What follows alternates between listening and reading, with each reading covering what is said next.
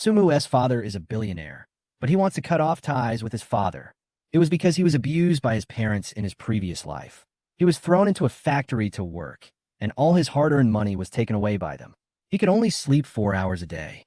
Later, when the factory collapsed and his legs were broken, they threw him into a dilapidated doghouse, where he had to eat leftovers every day. It was not until his death that Sumu realized that he was not their biological son at all. On New Year's Eve, they forced Sumu to draw blood to save his brother. The eldest sister slapped Sumu to his knees. The second sister sneered and poured the medicinal porridge he cooked into the dog bowl. And the third sister was even more cruel and kicked Sumu's knee directly. And the girl that Sumu had secretly loved for many years was snuggling in her brother's arms and laughing sweetly. "I only love you, not him." When he opened his eyes again, a sneer appeared on Sumu's lips. Chapter 1. Sumu knelt in the snow at -10 degrees Celsius, wearing only a thin shirt, his face as pale as paper and his eyes numb. He had been forced to donate blood 6 or 7 times, and was so weak that he seemed like he would collapse at any time, but he was still kicked out of the villa and was not allowed to enter. The door of the villa slowly opened, and the eldest sister, Su Nanyang, came out wearing a mink coat and high heels, looking down at him coldly. She shouted at him without question and ordered him to kneel down and apologize to his brother Suze. Otherwise, he would never be allowed to enter the house again. After she finished speaking, she raised her hand and slapped him hard, causing his head to tilt and blood to seep from the corner of his mouth. Sumu gritted his teeth, anger burning in his eyes, and his hoarse voice echoed in the cold wind. He insisted that he did not push anyone, but his excuses were meaningless to his sister. Her eyes were filled with disgust, and she completely believed Suze's lies. Afterwards, the second sister, Su Wanlu, got out of the luxury car. She was wearing a white dress and gold-rimmed glasses. Her posture was elegant, but full of indifference. She casually threw the lunchbox in her hand into Sumu's arms, and the food and porridge splashed all over him. Sumu had cooked the porridge for 3 hours to nourish her body, but she threw it on the ground with a sentence, "It's too dirty to feed to a dog." Sumu's aus trembled. All his sincerity and dedication were not even as good as a dog in her eyes. He remembered that when he was brought back to the Su family at the age of 15, he thought he would finally have relatives and would no longer be an orphan. But 3 years later, all he got was humiliation and exploitation, and his hard work and dedication were never taken seriously. The elder sister took away the watch he worked hard for half a year, but gave it to Suze casually, just because of a word, "It looks good." The second sister drank countless of his medicinal porridges, but stepped on them into the mud as she turned around with disdain. His third sister loved playing games, so he stayed up all night with her and even used code to help her increase her winning rate. But in return, he got beaten up. In front of everyone, she pointed at him and mocked him as a dog, a servant.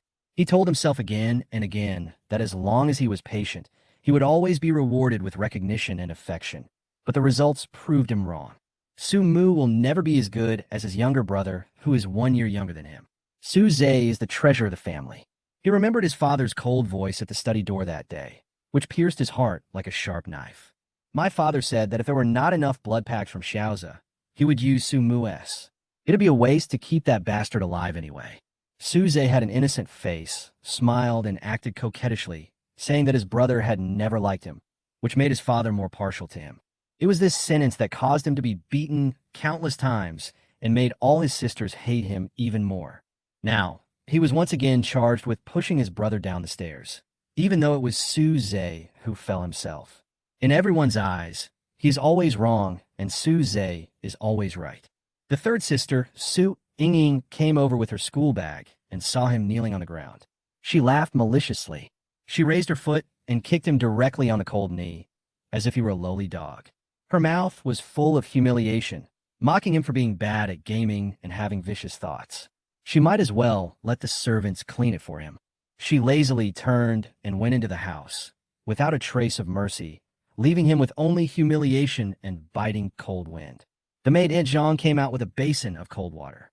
There was a flash of pity in her eyes, but she still followed the order. The moment the water was poured, there was a brief warmth, and the next second it was icy cold that penetrated deep into the bone marrow. His thin shirt froze instantly, his body stiffened and trembled, and he fell heavily to his knees in the ice and snow. His eyes were empty, and his heart was completely cold. It turned out that the love he longed for it was actually a knife stabbing into his heart. At this moment, he hated and regretted, and he no longer expected their warmth. But just as he was about to faint, he looked up and saw a scene on the second-floor balcony.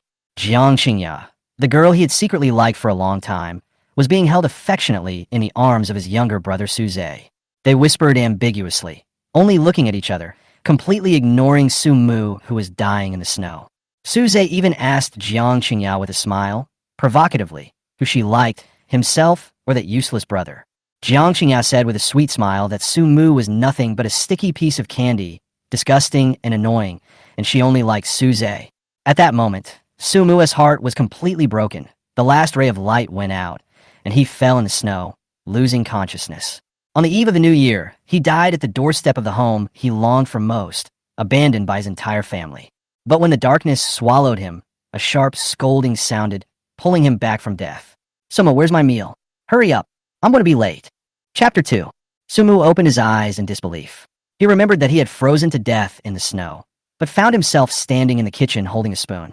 The medicinal porridge in the pot was still bubbling and emitting hot steam, and the impatient, urging voice of my second sister, Su Wanlu, came from outside the door. "Too slow, Sumo. If you don't take it out, I won't want it." She was wearing a white dress, holding a book, with a look of disgust on her face. Normally, this scolding would be enough to make Sumu panic. He would hand over the porridge he had cooked overnight with both hands and apologize carefully. But this time, his eyes were calm. A sneer appeared at the corner of his lips, and he poured the porridge into the bowl, but did not take it out. He picked up the bowl and drank the porridge mouthful by mouthful, his movements slow and firm, as if he was swallowing his own oath. He ran all over the herbal medicine market and saved money to buy the herbs for this porridge. He once devoted all his energy to nourishing his second sister. But now, he is no longer willing to give his precious blood and sweat to these cold-blooded people. After taking the last sip, he raised his hand and smashed the pot hard on the ground, spilling the porridge all over the floor with a deafening sound. Su Wanlu, who was outside the door, was startled and pushed the door open quickly. Looking at the mess on the floor, she was furious. "Sumo, are you crazy? How can you be so vulgar? Can't you learn to be more decent like Xiaoza?" She frowned, her eyes full of disgust, but she was surprised to find that Su Mu did not bow his head to admit his mistake as usual. He wiped his mouth and spoke indifferently, his voice piercing her ears like a knife. "It's just a pot, why make such a fuss? You're really acting like a shrew." Su Wanlio's face flushed instantly. She was in disbelief. This boy, who had always been submissive, actually dared to talk back? She was so angry that she was shaking all over, gritting her teeth and threatening.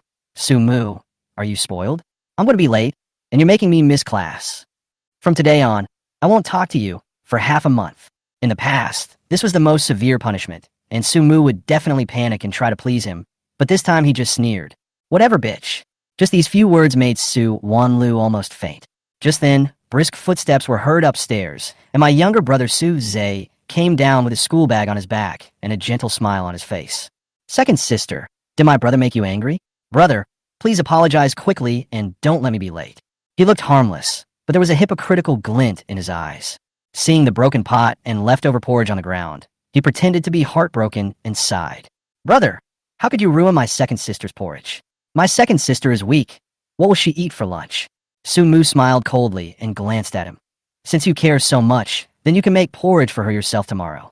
Su Zhe was stunned, then put on an aggrieved expression, his voice sounding fakely weak. "Aren't there servants cooking for us at home? Are you looking down on me, brother?" "Yes, I just looked down on you." Su Mu didn't waste any more words, and simply reached out to push him away, preparing to go upstairs to change clothes. Su Zhe fell to the ground, and immediately revealed a pitiful expression, murmuring in a low voice, "Brother has a grievance against me, but he shouldn't have hit me." As soon as the voice fell, a shrill scream came from the stairs, and the third sister, Su Yingying, came down skipping with her school bag on her back. When she saw Su Mu pushing Su Zhe down, she immediately became furious. Her eyes were fierce, as if she wanted to eat someone. "Su Mu, how dare you push Brother Xiaoza? I'm going to kill you." She raised her hands, her movements skillful and natural, as if she had long been accustomed to using him as a punching bag. In the past, Su Mu would lower his head and endure it, but this time he suddenly raised his hand and grabbed her wrist. The force was so strong that Su Yingying was stunned for a moment. The next second, Su Mu pushed her towards the railing. "Stay away from me." His voice was frighteningly cold. Su Yingying stumbled and hit the railing, covering her arm and screaming, "Su Mu, You dare to push me?" Her eyes were filled with shock and anger. She had never seen her brother, who had always been submissive, dare to resist. Suze immediately got up, with calculation in his eyes and soothing words on his lips. "Third sister, don't be angry. Brother is probably in a bad mood. He bullies me a little, and then he feels better. It's my fault that I didn't do well and made brother dislike me." This look of pretending to be aggrieved and considerate made Su Ying feel distressed immediately. She hugged Suze and glared at Su Mu fiercely. "When we get to school, I will definitely vent my anger for my brother Xiao Zhe. You are such an uneducated person that you will be kicked out of the house sooner or later." Her words pierced Su Mu's heart with deep pain. When he reached the second floor, he stopped and listened to the insult from his third sister. His eyes turned completely cold. In this life, he will never have any illusions again. These people have no heart and can never be warmed up. Su Wanlu was also furious at this moment. She straightened her skirt, pushed up her glasses to hide her panic, turned around, and left in a hurry. In her eyes, Su Mu was still just a waste, and she would deal with him when she got home. Su Ying and Su Zhe got into the Audi Q7 side by side, chatting and laughing proudly. Su Ying sneered. "It's embarrassing for that country bumpkin Su Mu to be so cautious when riding in a car for the first time." She rolled her eyes and snorted coldly. "Maybe he is not from our Su family at all, and he just came here because of the money." Su Zhe pretended to be surprised. "Impossible? Dad has done a paternity test. But my brother really doesn't look like one of our Su family members. You lowly thing, you're polluting the environment by riding in the car with us." After Su Ying finished speaking, the two of them laughed. At this moment, in the attic upstairs, Su Mu was quietly tidying his room. The small and cramped space only had a table and a bed. It was cold in winter and hot in summer, and I was isolated and helpless. Chapter 3.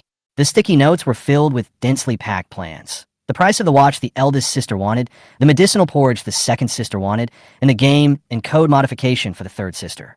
The handwriting is clear and the content is detailed, like a servant arranging the master's preferences. Every line is the humble effort of Su Mu in the past 3 years. He stared at the words, humiliation and coldness surging in his heart. The next second, he tore off the sticky note abruptly. He clenched his fingers, crumpled the paper into a ball, and threw it into the trash can. Su Mu's eyes no longer had the inferiority complex of the past. He had died once and understood that family affection was nothing but a joke. When he froze to death in the snow, did those so-called sisters and parents feel a bit heartbroken? The answer is clear. No. He was never important in their eyes. Su Mu walked into the bathroom and looked at himself in the mirror. His hair covered his eyes and his face was gloomy. He grabbed the scissors and cut off the long hair with a few clicks. The boy in the mirror suddenly became neat and tidy, with sharp eyes, no longer the humble shadow with hunched shoulders. "I've already died once, so why should I be ashamed of myself?" he whispered to himself, a sneer on his face. The attic is cramped, there is no wardrobe, and the clothes are piled in cardboard boxes. It was the waste that the nanny was going to throw away, and he picked it up to pack his clothes. A few old school uniforms and some clothes bought by the elderly in the orphanage through crowdfunding are all his belongings. Memories flooded back, and he remembered the day when he was picked up by the Su family's car, and how the grandparents from the orphanage were reluctant to let him go. They laughed and said that he was going to live a good life, with a father, mother, and sister, and could fly out of the poor mountain valley. At that time, his eyes were filled with tears, and he swore in his heart that when he became rich, he would take his elderly parents to a nursing home and take them to see the world. But before he could fulfill his promise, he died in the snow at Su's house. Thinking of this, he clenched his fists so tightly that his knuckles turned white. He rummaged through the corner of the cardboard box and found a recorder that the mobile phone shop owner had given him. The boss had taken care of him and given him a second-hand mobile phone. Today, he will carry a recorder with him for self-defense. After changing his clothes, he picked up his school bag and hurried downstairs. I happened to meet Zhang Yuding, who had just returned from shopping. She wore sunglasses and the latest dress, and the maid behind her was carrying a full bag of shopping bags. She looked so gorgeous that she didn't look like a woman in her 50s. Sumu stopped and called out with a cold face, "Mom." Zhang Yuding paused, her face hard and cold. She never actually acknowledged the child. Sumu was lost at the age of 1. She was heartbroken and adopted Su Zhe as her own son. More than 10 years have passed, and she has forgotten her lost son. Now that the paternity test proves that Sumu is her biological son, she still hates him. In her eyes, this son only brings trouble to the family. "Are you sleeping in again? Your sister and brother are already at school. Why are you still dawdling at home?" She started by blaming. Sumu had no expression on his face and just said, I'm going to school. Turn around and leave. Zhang Yuding sneered and took off her sunglasses. Why are you running? Your family didn't give you a car? Are you pretending to be pitiful and want to say that the Su family is abusing you? Sumu paused, without even turning his head, and said, I don't have a car, so I run there every day for a year and a half. His back was stern. He threw his school bag and pushed the door open. Zhang Yuding was stunned for a moment, unable to believe it. Running for half an hour, every day? She thought it was a lie made up by Su Zhe. But Aunt Zhang, the nanny next to her, whispered to her, Madam, the young master does run to school every day. Zhang Yuding's face turned grim, and she complained through gritted teeth, I've been merciful enough. Giving him the title of young master of the Su family is still not enough. As she spoke, she ordered the servants to send large and small bags of clothes to Su Zhe's room, all of which were newly bought. As for Sumu, she didn't even bother to look at him. At this moment, the disparity in treatment between heaven and earth couldn't be more obvious. Sumu ran out of the villa, sneering in his heart. From today on, he will train his body back to its peak. He will no longer cook porridge for anyone. He wants to live for himself. At the entrance of Haiqing College, the attendance point, Su Zhe and Jiang Qingya stood side by side. One was the vice president of the student union, and the other was the goddess recognized by the whole school. Sumu came running over panting and sweating profusely. Su Zhe raised his eyes, smiled hypocritically, and wrote in the attendance book, Sumu late, 2 points deducted. Jiang Qingya was wearing a short skirt school uniform and stockings wrapped around her legs, looking stunning. She looked at him with disdain and sneered softly. What a shame, Su Zhe. How could you have such a brother? Sumu just looked at them coldly, turned around, and walked into the campus. This look made Jiang Qingya's face change, and she asked sharply, Sumu, what are you looking at? Chapter 4. Jiang Qingya felt unhappy because she had always known that Sumu had a crush on her. That time she helped pick up the books and even folded a small heart. She thought it was Su Zhe's, but unexpectedly it was Sumu's. One is a rich young master, the other is a lowly lackey. Although they both have the surname Su, they are world apart. Sumu's self-conceit made her feel sick. At school, Sumu always secretly watched her and ran errands for her to buy water and snacks. Whenever he saw himself with Su Zhe, he would look hurt. On weekdays, she also treated Sumu as a tool, helping him move books and do duty, and never refused any orders.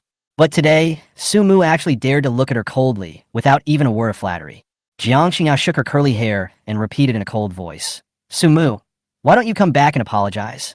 Sumu didn't stop, just said, I don't apologize to garbage. The former gentleness has completely disappeared. He sneered in his heart, thinking that he must have been blind to like such a person. Jiang Qingya's face suddenly turned gloomy. She had never been humiliated like this before. Sumu, come back to me within 3 seconds. She shouted angrily and reached out to pull him. Sumu dodged easily and didn't bother to pay attention. Su Zhe came over with a gleam of inquiry in his eyes.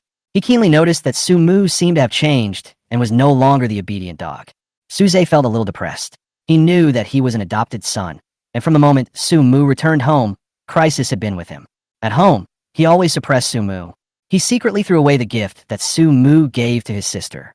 Sumu wanted to be closer to his parents, so he pretended to be sick and successfully drew all the attention to himself. He was already adept at all of this. Today, he's going to step on Sumu's head again. Sumu, put my school bag on the table, then go buy me some water and buy breakfast for Qingya. His tone was arrogant, as if he was ordering a servant. Sumu sneered and took the school bag, but his smile was bone-chillingly cold. Okay, give it to me. Su Zhe thought he was still the timid brother, so he threw the school bag over to him. However, the next second, Sumu narrowed his eyes and said in a cold voice, You ran errands and bought things for half a year, but you didn't pay me a dime. Now I have to pay you back in full. Es Yusheva Stund. He didn't expect Sumu to ask for money. Developed this habit by squeezing sumac over the years. Sumu sneered. You don't really intend to not pay back the money, do you? Are you uncultured? Or is it that you have a mother who gave birth, but no mother who raised you? After saying that, he raised his middle finger arrogantly. The students around him gasped in shock. Sumu's attitude today was completely different. Su Zhe's face turned pale, and he suppressed his anger. How much? I'm not as poor as you. I just forgot. Sumu spread his fingers, his tone calm but cold. Breakfast is 42, errand fee is 100, a total of 18,000 for half a year. Cash or card? Su Zhe's breathing stagnated and his face turned pale. He didn't expect the amount to be so large, and he didn't expect Sumu to force him in public. I'll let my eldest sister take care of it later, don't worry. He gritted his teeth, trying to save face. But the next second, he whispered provocatively, "Anyway, my eldest sister loves me the most. If you give her a watch, she will still give it to me. Why bother?" Sumu's heart like a knife. In his previous life, he personally delivered the watch to his eldest sister, and it finally fell into Su Zhe's hands. And the eldest sister looked at him without even a trace of guilt. That scene was forever engraved in his bones. Sumu's fingertips trembled, but he soon sneered, then asked her to transfer the money to me today. If she doesn't, I will post on the forum saying that you owe me money and don't pay it back. These words made Su Zhe's expression change completely. What he cares about most is his reputation, and he is most afraid that his classmates will see through his hypocritical appearance. As soon as he finished speaking, Sumu swung his school bag and threw it out of the school gate. "Carrying your school bag? Dream on. Get out and pick it up." The crowd was shocked. Su Zhe froze in place, his face turning pale and blue. Jiang Qingyao was furious, her voice shaking with anger. "Sumu, you're going too far. It's just a small amount of money, but you actually threatened your brother." Sumu folded his arms and sneered, his tone sharp. "Small money? Then you pay it back for him." As soon as the words were spoken, the whole audience fell silent. Jiang Qingyao was stunned, and her face turned red. She wanted to protect Su Zhe, but was exposed in public. "It's not something I owe you." Her voice was weak, and her momentum was instantly lost. Sumu's eyes were cold and merciless. "If you are a whore, don't pretend to be a saint. If you want to be a good person, either pay him back or shut up." This sentence was like a slap in her face in public. Jiang Qingyao was furious and raised her hand to slap Sumu. "How dare you say that to me?" Su Zhe couldn't help but rush over and roared, "Sumu, you are looking for death." Sumu clenched his fists, his eyes cold. Today, he had been waiting for this fight for a long time. The smell of gunpowder in the air gradually became stronger. Just as the two sides were about to start fighting, a clear female voice rang out. "Whose school bag is it?" The voice was filled with laughter, and then a bulging school bag came crashing back from the door. Bang! The heavy blow hit Su Zhe's arms, knocking him back half a step. The crowd fell silent. At the door, a tall and slender figure slowly walked towards. She raised her eyebrows and said coldly, "Are you bullying your classmates?" Chapter 5. Sumu turned his head suddenly, and his eyes paused. At that moment, he recognized the person. Jiang Ruiying, 18 years old, is the student council president and the top student in the school. His black hair fell to his waist, his uniform was neat, and his bow tie was fastened tightly. Her smile was indifferent, but she carried an aura of arrogance, like a cool and elegant cat. Her family background is even more shocking. She is the only daughter of the Jiang family, the richest family in Beijing. She is at the top in terms of appearance, performance, and status. She is the dream girl of all boys, but no one dares to get close to her. Su Zhe was hit by the school bag and took a half step back. When he looked back, greed flashed in his eyes. He immediately pretended to be wronged and shouted hurriedly, "President, it wasn't me. It was Sumu who threw my school bag out." Jiang Qingya quickly added, "That's right, President. It was Sumu who bullied us." She looked at the perfect Jiang Ruoying and felt sour in her heart. Why? She is obviously no worse than Jiang Ruoying, but she can only live under her light. After all, her father was just a driver for the Jiang family. Jiang Ruoying raised her eyes slightly and glanced at Sumu. His eyes were calm, yet sharp as a knife. "Su Zhe, don't lie." She sneered and said sharply, "He is so thin that he can be blown away by the wind. How can he bully you?" In one sentence, the hypocrisy is directly exposed. "I've seen you ask him to run errands several times. Don't do that again." The whole audience was in an uproar. Sumu's heart suddenly shook. She was actually speaking for herself? But the only word that echoed in my ears was that word, thin. Yes, in her eyes, he was not even a real man. Sumu raised his head and said in a cold voice, "I threw it away myself. Su Zhe asked me to carry the school bag, but I didn't want to, so I threw it away." In just a few words, the truth is revealed. Su Zhe's face turned pale, and he gritted his teeth. "That's not the case. President, don't believe him." Jiang Ruoying paused and rarely looked at Sumu again. This boy used to be silent and submissive, but today he actually dared to stand up and explain. There was a glint of approval in her eyes. Not bad, she thought to herself. At least it's a bit manly. Jiang Ruoying reached out and gently patted Su Zhe's shoulder. His voice was not loud, but every word was as powerful as a hammer. "Put away your temper and don't act like a spoiled brat in front of me. Go back to the classroom." Su Zhe looked embarrassed and left dejectedly, holding his school bag. Jiang Qingya also stomped her feet and chased after him, her heart full of jealousy. Sumu looked at their backs quietly, then turned and walked towards the classroom. However, behind him, There were brisk footsteps and a girl humming softly. The scent is sweet, like peach. Sumu paused, and sure enough, a soft figure bumped into him. Oops! Jiang Ruoying rubbed her nose and glared at him with a frown. Why did you stop so suddenly? Sumu felt a little confused, and his eyes looked unnatural. You're following me? Jiang Ruoying snorted lightly, with a smile in her tone. Don't be so self-indulgent. We are in the same class. She raised her eyes. Her almond-shaped eyes were watery, but with helplessness. You're different today. Did you lose your memory? Sumu was stunned. Embarrassment spread across his cheeks. In the past, I only had my sister and Suze in my eyes and never cared about my classmates. Now I can't even recognize all the people in my class. He apologized sincerely. His ears turned red, and he was so embarrassed that he wanted to find a hole to crawl into. Jiang Ruoying smiled, with the corners of her lips slightly raised, like a cunning kitten. Okay, I forgive you. She turned and walked forward, her steps light as if nothing had happened. But a ripple appeared in my heart. She had noticed long ago that this boy was different from the others. He seems to live in his own world, clumsy but stubborn. This made her wonder, how would it feel if he cared about her? The two of them walked one after the other and finally arrived at the classroom door. At this point, I was already 15 minutes late. In the classroom, Suze and Jiang Qingyao had already sat down with calm expressions on their faces. Relying on their status and achievements, they never worry about punishment. The class teacher Wang Daji smiled as soon as he saw Jiang Ruoying. Ruoying, coming quickly. The teacher believes that you will be the first this time. However, the next second, his expression suddenly changed. Sumu with a cold and stern gaze. Sumu, you're late again. His voice was filled with disgust. That's already the 20th time this month. Your grades are at the bottom, and you still don't follow the rules. I will inform your parents tonight and ask them to take you back home and reflect on your actions. You are just a rat shit that spoils the whole pot of porridge. The whole class was in an uproar, with laughter breaking out one after another. Sumu's expression darkened, and he slowly raised his head. I'm sorry, teacher. His voice was low, but with a hint of hoarseness. I don't have any parents. I work late every night, and that's when I'm late. With just one sentence, the head teacher was completely stunned. The words got stuck in his throat, and his face turned pale and blue. Guilt and embarrassment quietly welled up in my heart. Isn't this child suffering too much? Wang Daji's eyes flickered, and he was speechless for a moment. Jiang Ruoying also stopped, with surprise in her eyes. This was the first time she heard this secret. It turned out that he was late not because he was lazy, but because he worked too hard. But before the atmosphere could ease, another English teacher sneered. An orphan still comes to school? How vain! The sound was sharp and piercing. Instead of embarrassing yourself, you might as well drop out of school and go work. You the last-ranked piece of trash. Are you worthy of sitting here? The whole audience was in an uproar, and the laughter started again. Sumu tightened his fingertips, and a cold look flashed in his eyes. Teacher, his voice was filled with suppressed anger. I just want to study. Is that wrong? In the pocket of the school uniform, the old recorder was quietly running.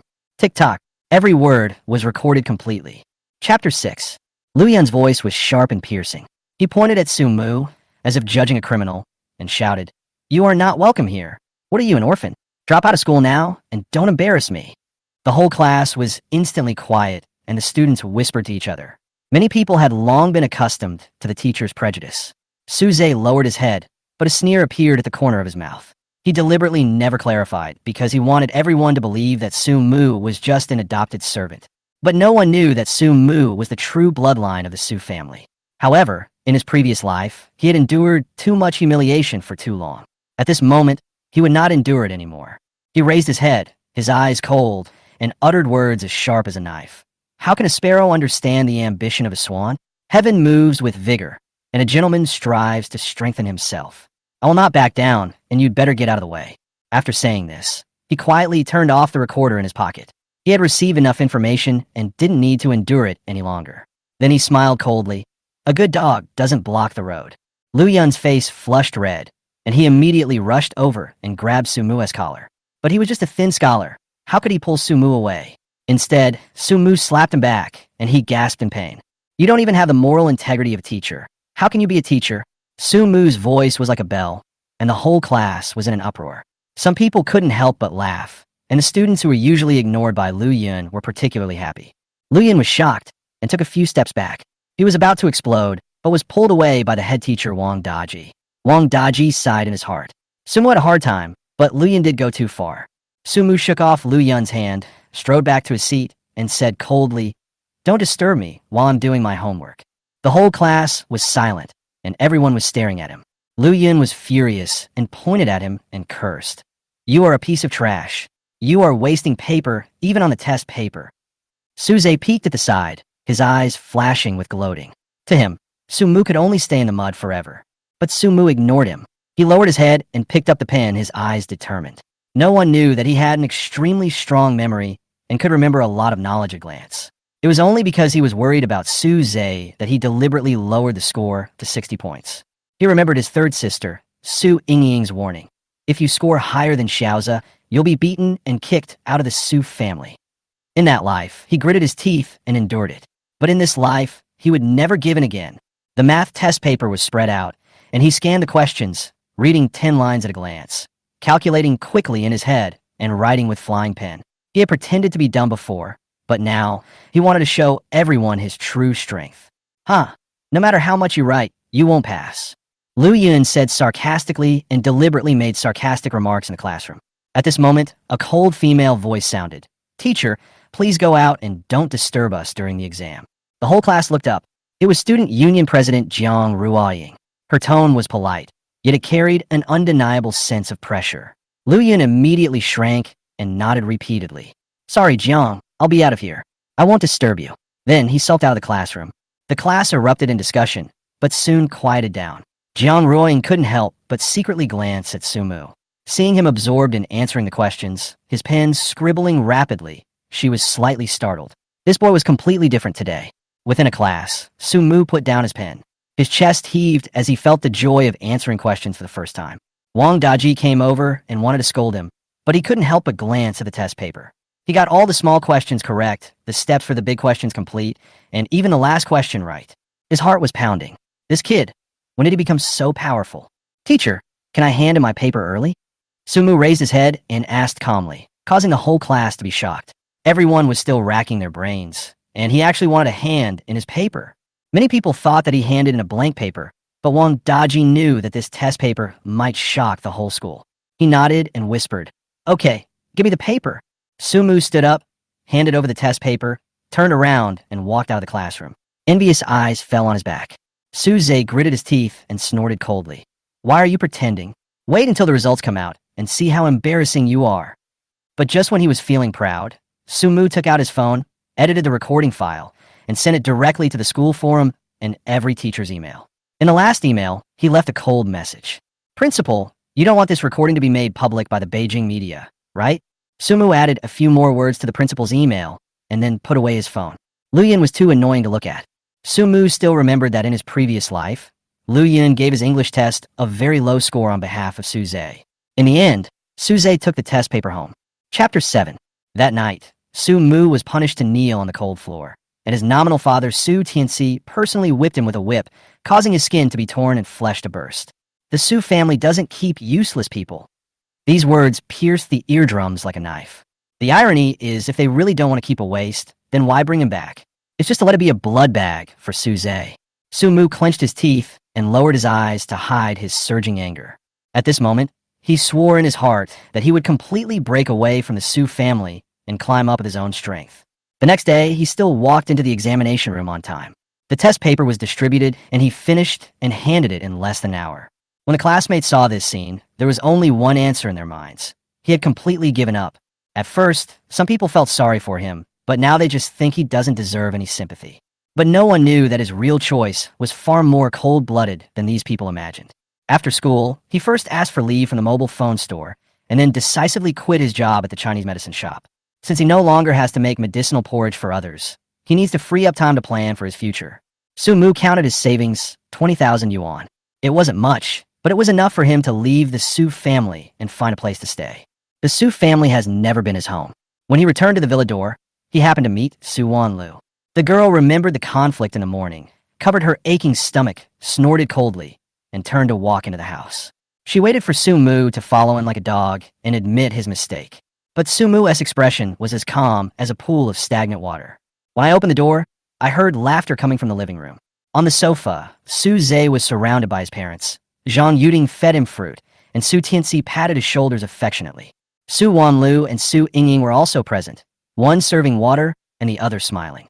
All they talked about was Su Zhe's upcoming birthday, discussing gifts and dreaming about studying abroad, with warmth written all over their faces. And all this has nothing to do with Su Mu. Today is his birthday, but no one remembers it. When he was about to go upstairs, Su Tianxi suddenly shouted coldly, "Su Mu, stop right there. You didn't say hello to your parents when you saw them? I heard you were late, talked back to the teacher, and bullied Xiaoza." Su Mu stopped and a sneer appeared on his lips. "Parents? Are you worthy? You are Su Zhe's parents, not mine. Sometimes I wonder if you're his real dad, not mine."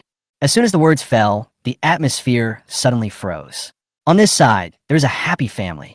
On the other side, he was all alone. Su Tianxi was so angry that he suddenly picked up the ashtray and threw it at Su Mu. A cry of surprise was heard, and Su Mu instinctively raised his hand to block it.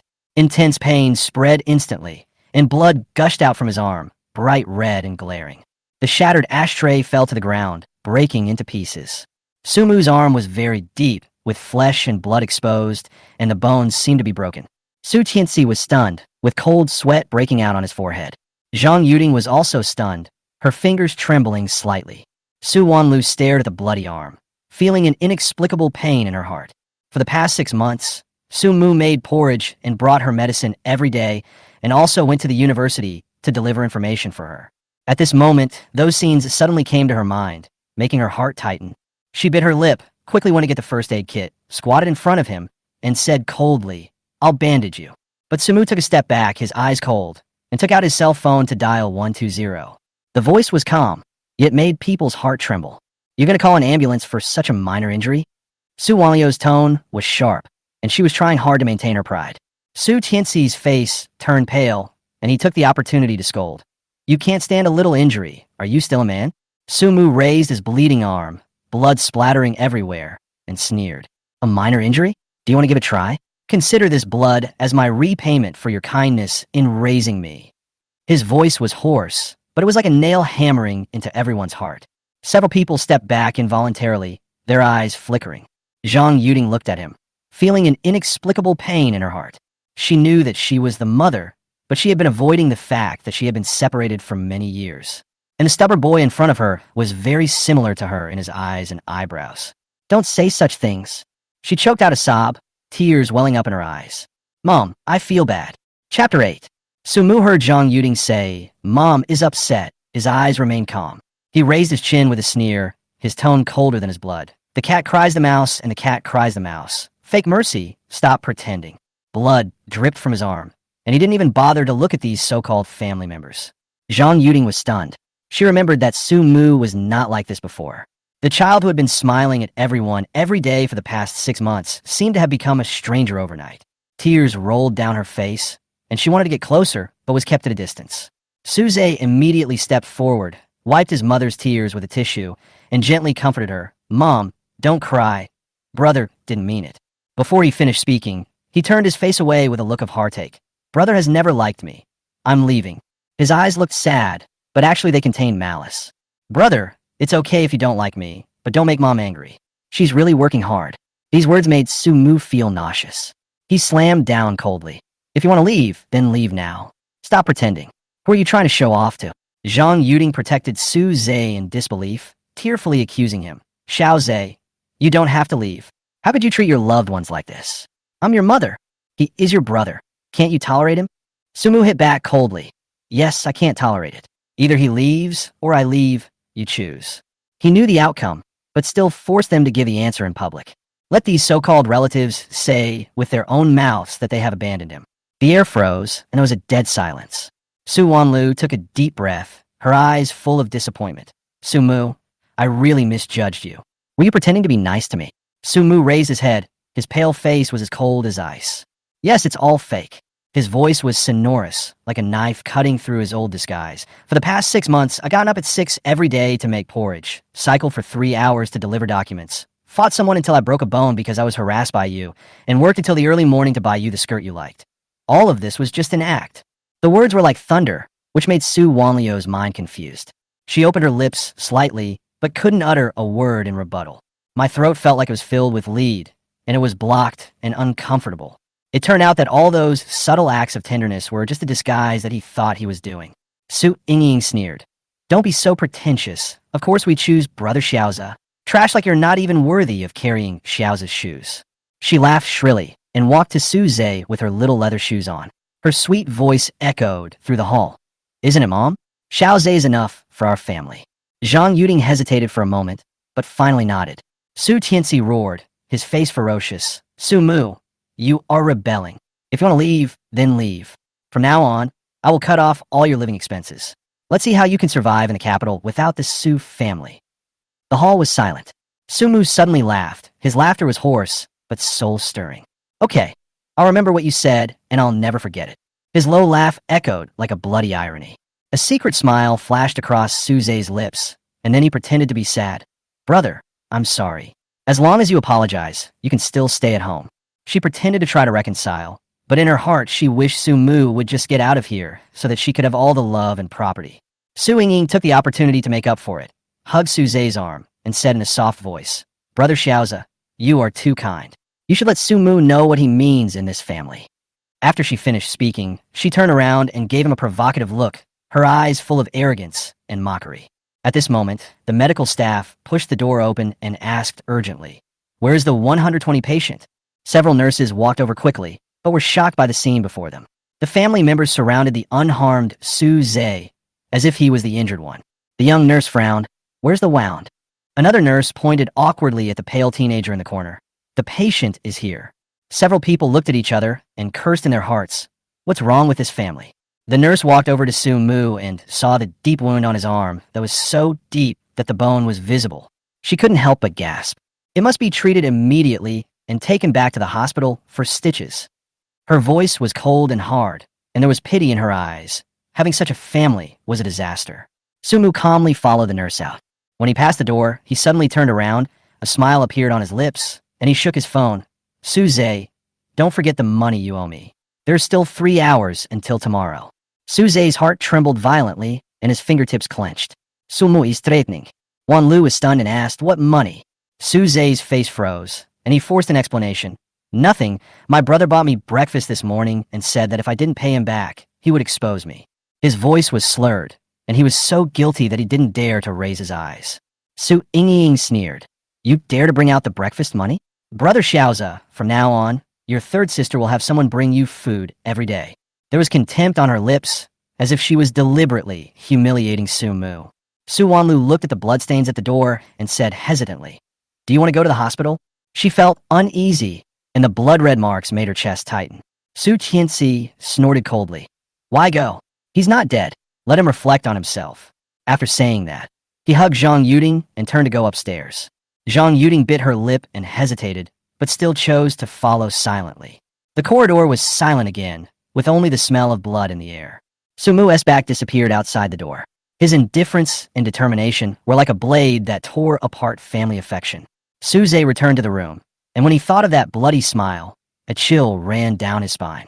He understood that the money had to be paid back. Otherwise, Su Mu would tear off his mask of disguise and expose all his ugliness to the public. He hurriedly took out his cell phone and made a call. Hey, big sister. Chapter 9.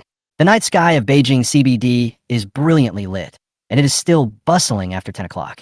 Countless workers are running around between the high-rise buildings like worker bees. In the panoramic office on the 46th floor, Su Nanyang was sliding the mouse with a stern face, and the resumes on the screen were ruthlessly thrown into the recycle bin. She had a critical look and spoke in a cold tone. Either they look feminine or they are so ugly that they are unsightly. None of them are usable. At this moment, the cell phone rang suddenly, and the name Su Zhe popped up on the screen. She frowned slightly, but her expression softened a little when she answered the call. Xiao Zhe, what's wrong? The voice was full of tenderness. Over the years, she has worked hard to start a business and made countless money, all for the purpose of protecting her family. Among all the people in the family, the one she loves the most is her youngest brother. When the company was in the most difficult time, Su Zhe ordered flowers for her for 3 months, which were delivered to her office every morning, along with a small card filled with blessings. Those little bits of warmth helped her get through the darkest days. On the other end of the phone, Su Zhe's voice was filled with tears. Sister, my brother wants money, but I don't have any. Can you help me call him? Otherwise, he will keep bothering me. In a word, all the dirty water was thrown on Su Mu. Su Nanyang's face turned cold instantly. She had only met this so-called brother a few times. I heard that he doesn't follow the rules, often bullies Xiaoze, has poor grades, and is good for nothing. Half a year ago, she gave him a gift of 100,000 yuan, which should be enough for a child who grew up in a rural orphanage to spend for a long time. But I didn't expect that he would spend it all so quickly. He must have been dazzled by the glamorous world of the big city and learned to be extravagant and wasteful. Thinking of this, the disgust becomes even stronger. She said impatiently, "How much does he want? Is he not studying hard and only thinking about spending money?" Suze immediately added, "It's 18,000, sister, you can call him. He is often late at school, and he was not punished because of the teacher's leniency." The tone of the complaint was full of exaggeration. He was secretly happy in his heart. His eldest sister believed his words the most. "Su Mu, there is no way he can get his hands on any of the Su family's property." Su Nanya responded coldly, "I know, I will call him." A hint of coldness flashed in her eyes. This so-called younger brother must be disciplined someday. At the same time, Su Mu had been helped into the ambulance by several young nurses. These young nurses were no more than 20 years old, with clear eyes full of sympathy. "Don't worry, brother. An ambulance trip won't be a big deal. You'll be fine once your wound is stitched up." Su Mu scratched his head slightly and smiled sheepishly. "Thank you, sisters." The nurses chatted casually, but couldn't help asking, "Are those people just now your family members?" The boy's eyes dimmed. He nodded, then shook his head. "We are just blood relatives." The nurses' hearts sank and anger flashed in their eyes. The cold-bloodedness of rich people is truly disgusting. They secretly criticized each other. Such a big villa cannot accommodate a real son. The car was quiet until Sumu's phone vibrated and Su Nanya popped up on the screen. When the call was connected, a cold voice came. 18,000 has been transferred to your card. Don't bother Xiaozu again in the future, and don't embarrass the Su family in public. The tone sounded like almsgiving. Sumu narrowed his eyes and murmured 2 words. Blackmail? His voice was filled with sarcasm. That bastard Suze. Is that what he said to you? What a joke. He owes me this money. Don't make it seem like you're giving me charity. Every word he uttered was like a bloody knife. Su Nanya disdainfully said, Xiaoze only has 20,000 yuan a month for living expenses. How could he possibly ask you to borrow money? Don't lie. Su Mu said coldly, but this is the fact. For half a year, I brought him breakfast every day, and he didn't give me a penny. You'd better ask your brother. His tone was extremely sharp. I accept this money with a clear conscience. You owe me this. Su Nanyang was stunned. It was the first time she heard such a counterattack, and she felt a sense of strangeness in her heart. But before he could finish his words, the phone was hung up. When the ambulance arrived at the hospital, Su Mu registered, got a number, and found the department by himself. His movements were so skillful that it didn't seem like it was his first time. He has long been accustomed to bearing all of this alone. As the anesthesia took effect, his entire arm gradually lost sensation, and he stared quietly at the wound that was more than 10 centimeters long. Cold sweat broke out on the doctor's forehead. This was the first time he saw someone look directly at the wound he had sutured without even blinking. Thinking that the child was registering alone without any family members around, the doctor sighed inwardly and subconsciously slowed down his movements. After the stitches are done, eat less soy sauce to avoid scarring. The stitches will be removed in 2 weeks. The voice was unconsciously gentle. If you feel inconvenient after being discharged from the hospital, just take a taxi. Don't force yourself. A word of advice from a stranger is more sincere than the concern of family members. Sumu nodded quietly, but a sour feeling welled up in his heart. The so-called family love cannot compare to the kindness of a stranger. He was about to get up when he suddenly caught sight of a familiar figure outside the door. The girl's skirt lifted slightly, her long hair cascaded like a waterfall, and a silver chain swayed on her wrist, with a 4-leaf clover pendant hanging from it, and the emerald sparkled coldly under the light. The side profile is cold, and the temperament is aloof. Sumoy's pupils shrank slightly. Jiang, how did you get here? Chapter 10. Sumu just walked out the door. He saw Jiang Ruoying's back flash by and disappear into a ward. The next second, a crisp slapping sound was heard from inside, making his fingertips tremble slightly. He hesitated for a moment, then walked closer. A woman's hysterical roar could be heard from inside the room. Do you know how you got on a math test this time? 140 points. Shame on you. Why wasn't it a perfect score? The voice was so sharp that it pierced her ears. If you're not good, your father will abandon us. My daughter must be the best. Kneel down. Jiang Ruoying's sobbing voice followed. Mom, can you take the medicine? You can hit me, but please take the medicine. Her voice was cautious, with a suppressed cry. But her mother still screamed, I'm not sick. I won't eat. Get down on your knees. The room was quiet for a moment, and Su Mu frowned deeply. Jiang Ruoying wouldn't really kneel down, right? Her mother's condition clearly indicated that she had mental problems. Su Mu was hesitating between retreating and advancing, feeling conflicted. He thought of Jiang Ruoying's usual arrogance at school, and how she was now forced into such a situation. After hesitating for a long time, he pushed the door open and went in. The scene before him made his heart tighten. Jiang Ring brought water and carefully fed her mother the medicine. The middle-aged woman lying on the bed was beautiful but pale, with a freshly used sedative next to her. Jiang Ruoying had tears on her face, and her eyes were red. Su Mu was about to leave. Jiang Ruoying suddenly turned around and said in a low voice, "Did you see everything?" She was not wearing her school uniform today. She was wearing a light purple long skirt, a slender waist, white socks, and canvas shoes, which made her look extremely pure. "I didn't mean to, I was just passing by." Su Mu avoided her gaze, but saw the bright red palm print on her cheek. That was the mark left by the slap, just now. Jiang Ruoying pleaded in a low voice, "Don't tell anyone about what happened today, okay?" She took a step closer, her peach scent carrying her like a frightened kitten. His eyes were moist and his voice was trembling. Su Mu tightened his palm, took a half step back, and turned his head. "Don't worry, I'm not a gossipy person." His tone was cold but firm. He would never do such a thing as exposing someone's scars. Jiang Ring was obviously relieved. She gently closed the door and quickly caught up with him. She walked side by side with him, staring at his arm wrapped in gauze, and asked curiously, "What's wrong with your arm?" "Same as your face." Su Mu shrugged and spoke casually, but the atmosphere suddenly became quiet. He took out a tube of ointment from his pocket and handed it to her. "It's for reducing swelling. Apply it here." Jiang Ruoying was stunned. She took the ointment with her fingertips and looked at the cold yet gentle boy in front of her. Her heart skipped a beat. She clutched the ointment tightly, concealing her emotions and pretending to laugh cheerfully. "That's impossible. Were you also beaten by your family?" Su Mu just nodded lightly. This kind of indifferent attitude is more heartbreaking than anger. Jiang Ruoying subconsciously reached out and lightly touched his arm with her fingertips. "Does it hurt?" "I'm used to it." Those two short words cut into her heart like a knife. In the darkness of the night, it was almost 11 o'clock. Su Mu said casually, "Do you want me to take you back?" "It's too late." Jiang Ruoying shook her head. "No, my dad will send someone to pick me up. But before that, can you stay with me for a while? I'm a little scared." When she smiled, the corners of her eyes curved with dependence. She pulled out a small cake from the bag, chocolate covered with powdered sugar, which she had bought for her mother. "Eat cake with me." Su Mu was stunned. Today was his birthday. He said inexplicably, "What a coincidence. Today is my birthday." Jiang Ruoying's eyes lit up. "That's even better. Happy birthday." She found a finger biscuit from the box and stuck it on the cake as a candle. "Blow out the candles, my dear birthday man." Jiang Ruoying held the cake in front of him and smiled sweetly. Under the dim light, the boy's heart felt soft. In the Su family, he is an abandoned child. Here, someone sincerely sends him blessings. He whispered, "Thank you."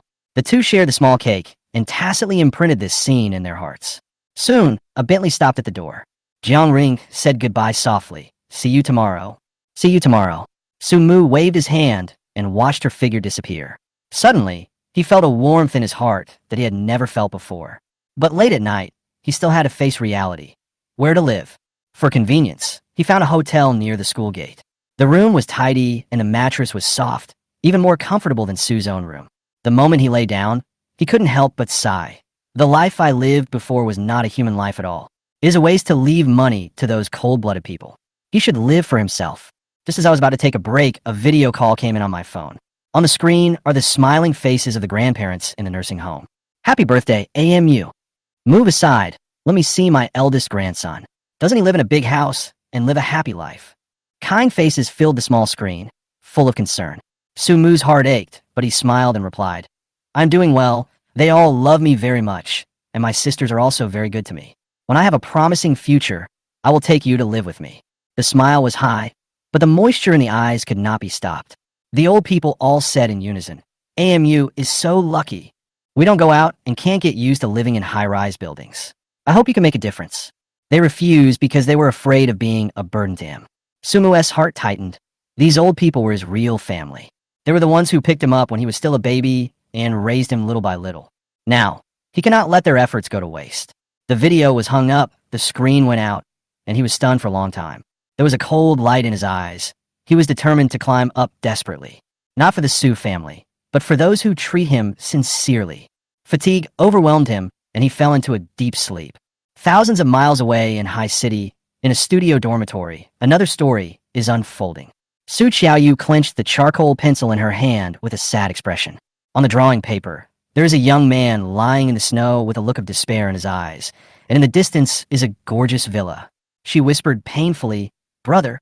Su Lily came over, her perfect curves visible under her suspender nightgown. She stared at the painting curiously. "Xiaoyu, who is the person in this painting? They sound so desperate." Su Xiaoyu whispered, "It's my brother." Su Lily was stunned. "Is it that dubious Su Zhe? Didn't you say he often breaks your things?" Xiaoyu shook her head. "No, he's my biological brother, Su Mu." Her eyes were sour and her voice was trembling. "I have never met him, but I've been sending him gifts. I always dream that he is living a miserable life, and even dream that he is dead." Having said that, the dimples under her eyes lost their luster. Su Lily's heart moved, and she reached out and pinched her face. "Then go meet him. Xiaoyu's younger brother must be very cute. Don't worry, after the exam tomorrow, I'll get the holiday for you." Chapter 12. At this moment, the lights in several rooms of the Su family were still on. Su Wanlu sat on the bed, tossing and turning, her heart in a mess. From time to time, she walked to the window and looked out at the dark street. There was no sign of a taxi, nor of Su Mu. Late at night, he didn't come back. The bloody wound kept appearing in her mind, and her heart felt tight. But when she thought of his indifferent attitude, she felt so angry that her stomach ached. Is it so hard to apologize? She muttered softly, and finally picked up the phone and dialed Su Mu's number. But the phone was hung up quickly, and I didn't hear any sound. The phone fell on the bed, and Su Wanlu gritted her teeth. "Okay, Sumu, oreyosim. You want me to bow my head? Dream on."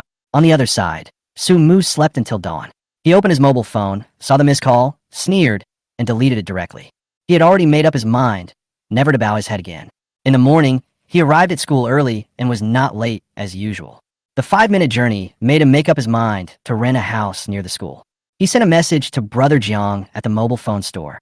"Is there a 1-bedroom apartment near the school? I want to rent a house." A reply came quickly. "My house has 3 bedrooms and a living room, and 1 room is empty. Would you like to come? 850 including water and electricity.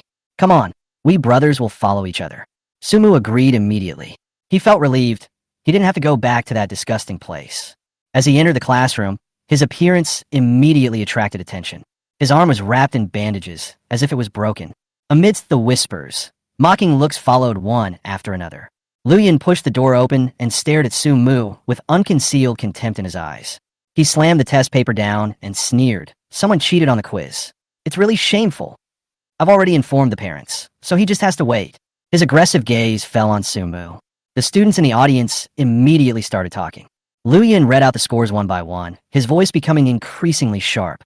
Jiang Qingyao 100. Jiang Ruoying 147, not bad. Su Zhe 136, not bad. Finally, there was only one paper left.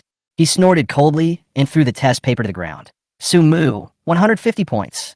The first person in the school to get a perfect score in English? You are amazing. After he finished speaking, he stepped on it viciously again. Su Mu stood up calmly and stared at him coldly. "You graded the test paper, and you gave the full score to the essay. If you don't step on it, it will be 150. These words made the classroom boil. The classmates looked at him in surprise. Lu Yun's face turned pale, and he slammed the table and roared. "How dare you quibble? Where did you get the answer?" Su Mu raised his hand and pointed at his head, his voice low and firm. "Here's the answer." His cold aura made him as sharp as a knife. Lu Luck was shaking with fear and yelled, "Did anyone see him cheating?" The classroom was quiet and no one spoke. Everyone is busy answering questions. Who has time to look at him? But at this moment, a hand slowly raised. Su Zhe stood up, his expression righteous. "Teacher, I saw him cheating. Students should be honest. If he is willing to apologize, let it go." As soon as the words fell, the atmosphere suddenly turned cold. Jiang Ruoying stood up suddenly, frowning. "I didn't see him cheating." But Lu Yun simply ignored her voice. "Okay, Su Zhe, you are very honest. Testify with me, and I will remove this cancer today." "Honest?" Su Mu sneered, his eyes full of disdain. He said he was honest? He was just spewing shit. He approached Lu Yun step by step, his tone sharp. "You said I cheated. Do you have evidence? If you don't have evidence, just rely on your mouth. Then I can also say that Su Zhe cheated. You want to fire us?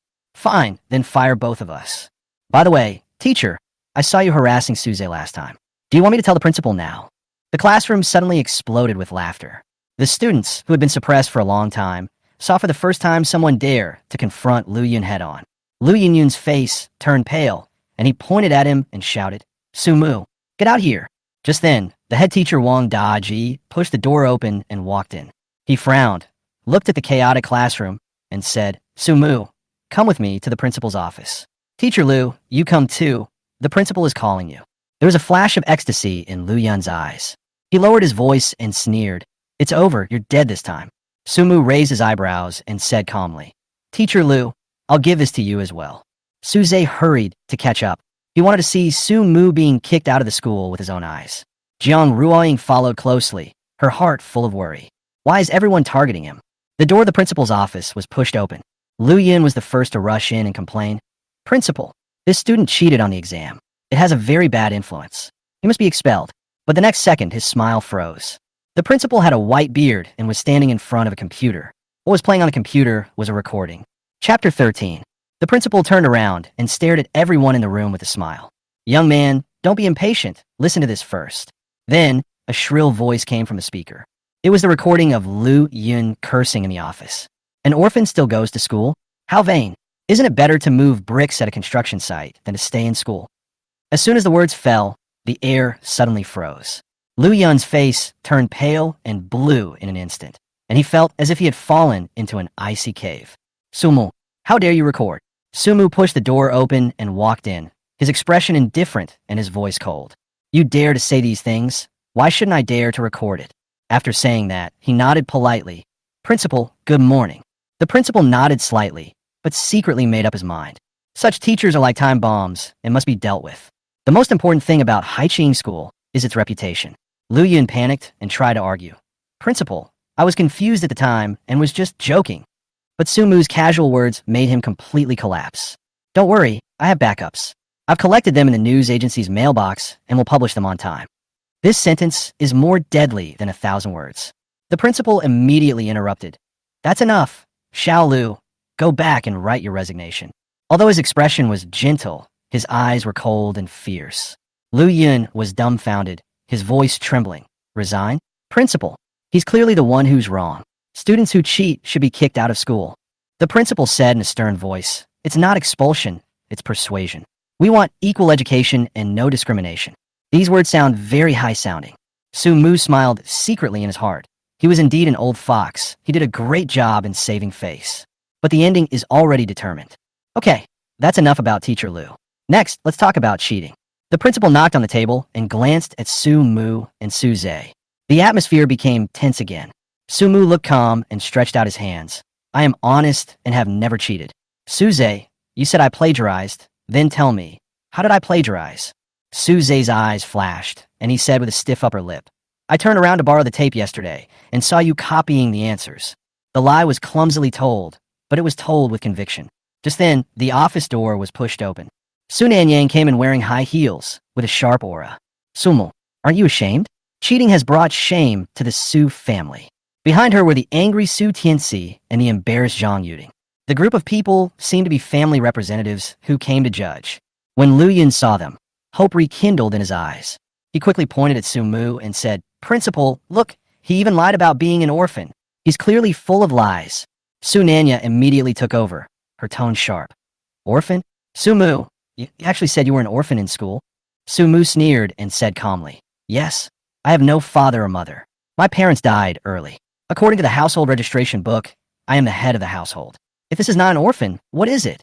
This sentence left the Su family completely speechless. Half a year has passed, and they still haven't registered his household registration. The so-called relatives are nothing but a joke. Su Tianxi was furious and pointed at him and roared, "Rebellious son, I should have strangled you to death when you were born." Su Mu raised his bandaged arm and spoke sarcastically. "Then I have to thank you for not beating you to death. Otherwise, you would be a murderer today."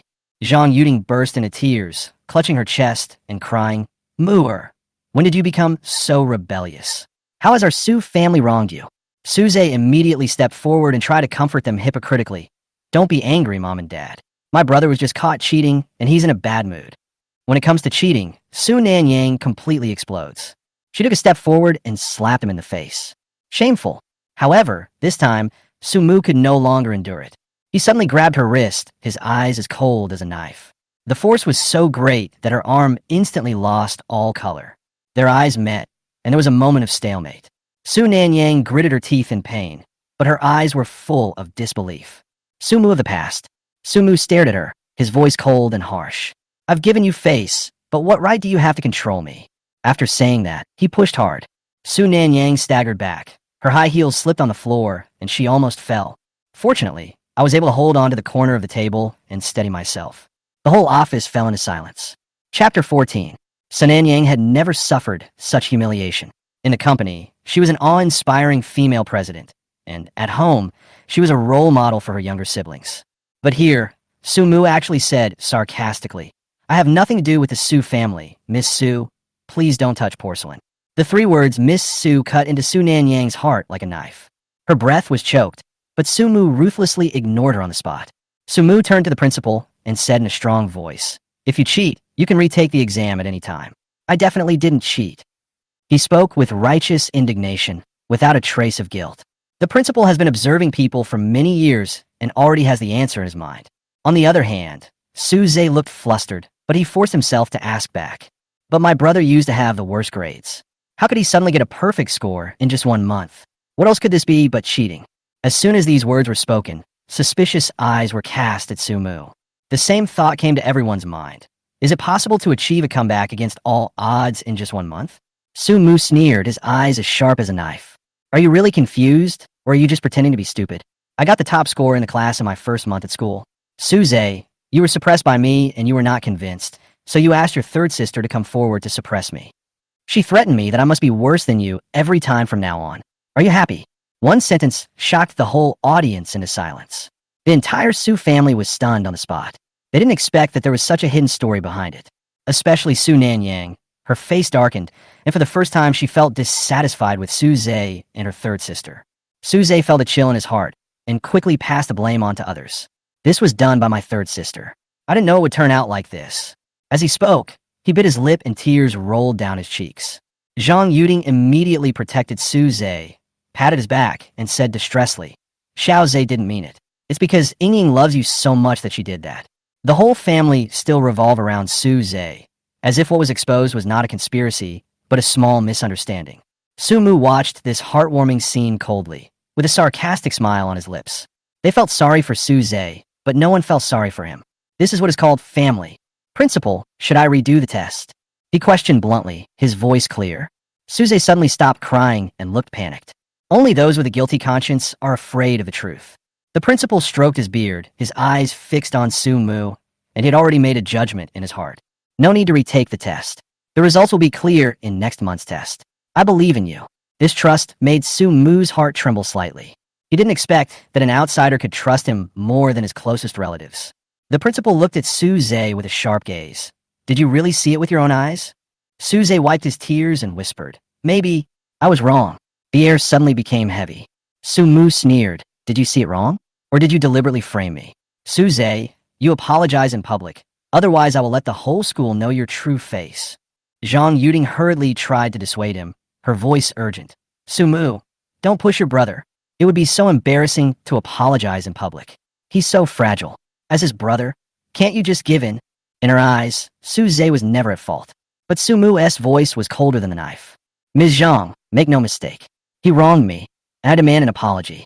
It's only natural. Either apologize, or pay 20,000 yuan in mental damages. Remember, I'm not his brother, let alone his father. These words exploded like thunder. Zhang Yuding stood there in a daze, tears welling up in her eyes. She finally realized that Sumu no longer recognized her as his mother. How could you talk to your mother like that? She cried and shouted, but found that Sumu's eyes were cold and ruthless. That is the despair of giving up hope.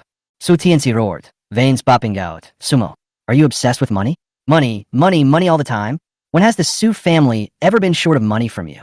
Chapter 15, Sumu, your elder sister and your mother gave you so much money. Isn't it enough to feed you? Su Tianxi spoke coldly, his eyes full of contempt. In his opinion, Sumu was an ungrateful person who had always coveted the Su family's property.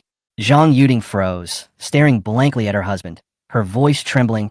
Honey, I've never given him any money. I thought you arranged it. You've always been in charge of the family's money.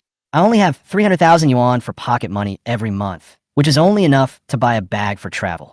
Her words made the air around them freeze instantly. It turned out that for such a long time, Sumu had not even seen a penny of pocket money, and she was busy attending banquets and dealing with wealthy wives, and had never thought about how her son would survive. Su Qianxi's face froze, and he coughed dryly.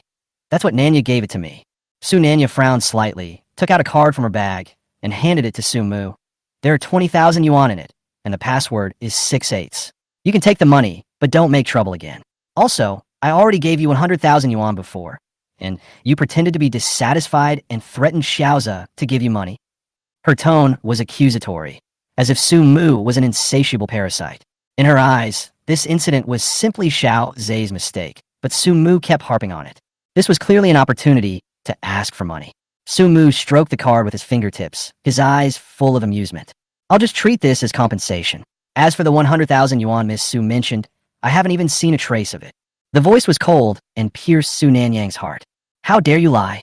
Su Nanya's face darkened, and she said forcefully, I clearly asked Xiaoza to give it to you. There's 100,000 yuan in the card. If you confiscate it, how will you live this year? How can you survive in Jingshi without money? Su Mu's eyes were sharp, and he sneered. I rely on working to support myself. I don't need your charity. After saying that, he stared straight at Su Zai, who was huddled behind his mother, his eyes suddenly fixed. At that moment, he already had the answer in his heart. The money was indeed distributed, but it was swallowed by Su Zai. He said in a cold voice, Su Zai, where did the 100,000 yuan go? It is said that it was a bank card, and I have never even seen it. Do you want to explain it on the spot? The atmosphere in the venue suddenly turned cold. Su Nanya frowned and turned to ask, Xiao Zai, tell me, did you give the money to him? Su Zai's heart trembled, and cold sweat ran down his back. Sister, it's been so long, I can't remember clearly. He clenched his fists, his voice trembled, his eyes flickered, and he dared not look directly at her. He had thought that everyone had forgotten about this, but he didn't expect it to be exposed at this moment.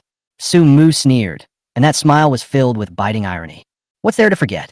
Just check the card transaction. You'll know if the money has been transferred or not. His tone was calm, but it cut into Su Zai's heart like a knife. Under this sharp gaze, Su Zai's breathing became rapid and his face turned pale.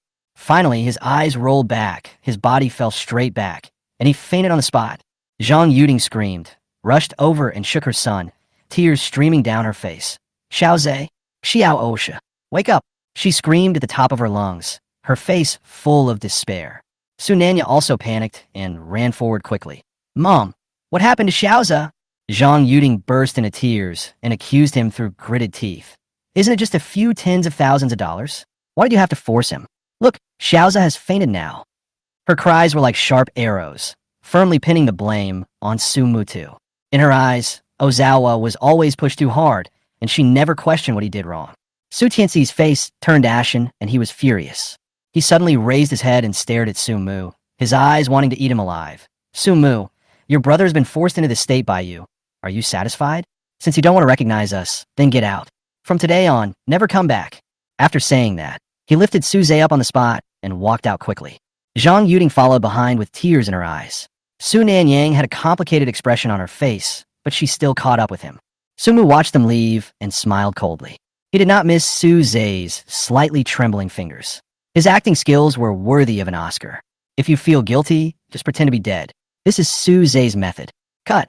Su Mu shrugged, a hint of disdain hanging on the corner of his mouth. Hearing Su Qianxi's order to expel him, he snorted softly. That's exactly what I want. It will be better for this family not to disturb his life anymore. Seeing them every day, especially Su Zai's face, is just irritating. Everyone had left, and only the principal and he were left in the office. The principal sighed, his eyes deep. Go, good boy. Study hard in the future. If you have any difficulties in life, you can come to me. In Su Mu, he seemed to see himself back then, the young man who started from scratch. Su Mu nodded solemnly, his voice low. Thank you. He turned and left, his back straight. While I returned to the classroom, it was time to discuss the test paper. The test papers were neatly arranged on his desk, and even the one that had been stepped on had been wiped clean. Su Mu picked up the test paper, and his eyes moved slightly. He got full marks in mathematics and English, and performed exceptionally well in other subjects as well. This is his power, and no one could deny it. He casually opened the English test paper. There were faint footprints on it, but they had been carefully wiped away. He looked up and saw the tip of Jiang Ruoying's ears, which were slightly red. Who wiped it? He was stunned. The next second, a small note flew over and landed next to his hand. Unfolding the note, the handwriting was neat and clear. Are you okay? I'm sure you didn't cheat. I wiped the test clean, and I was keeping an eye on you the whole time. Just a few lines, but it carries the girl's sincerity and shyness. Sumu raised the corners of his lips slightly, and a complex emotion arose in his heart. The concern from a goddess-like figure made him feel a little overwhelmed for a moment. He replied with a few words, "Thank you, it's okay now." When the note was passed back, Jiang Ring curled her lips slightly, and a hint of loss flashed in her eyes after seeing it. The bell rang, and the whole classroom was in an uproar. The classmates' eyes all fell on Sumu. They all knew that this fake young master had shocked the entire school with his academic performance. Just as everyone was shocked, Jiang Qingyao walked to his table. She looked down at me, threw down a note, and said coldly, "This is the lunch and snacks I asked for. Go buy them for me." Chapter 16. Sumu picked up the sticky note, not even bothering to look at it, tore it in half on the spot, and threw it in Jiang Qingyao's face.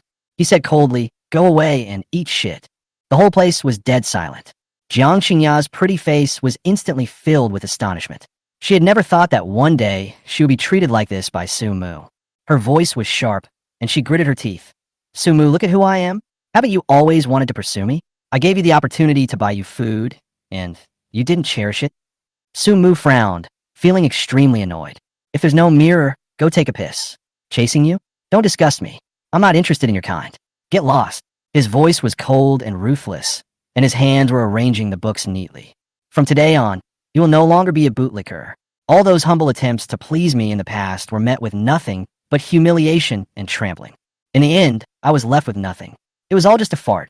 Jiang Roing didn't look back, but she listened attentively. When she heard Sumu decisively reject Jiang Qingya, she couldn't help but curl the corners of her mouth. Her eyes lit up slightly. It turned out that this was the boy in her heart who should not be trampled upon. Jiang Qingya's face flushed red. It was the first time she was humiliated in public, and tears welled up in her eyes. She covered her face and cried, "Sumu, just wait for me, you plagiarizing dog." All the students in the classroom witnessed this scene, and the air was filled with whispers and shock.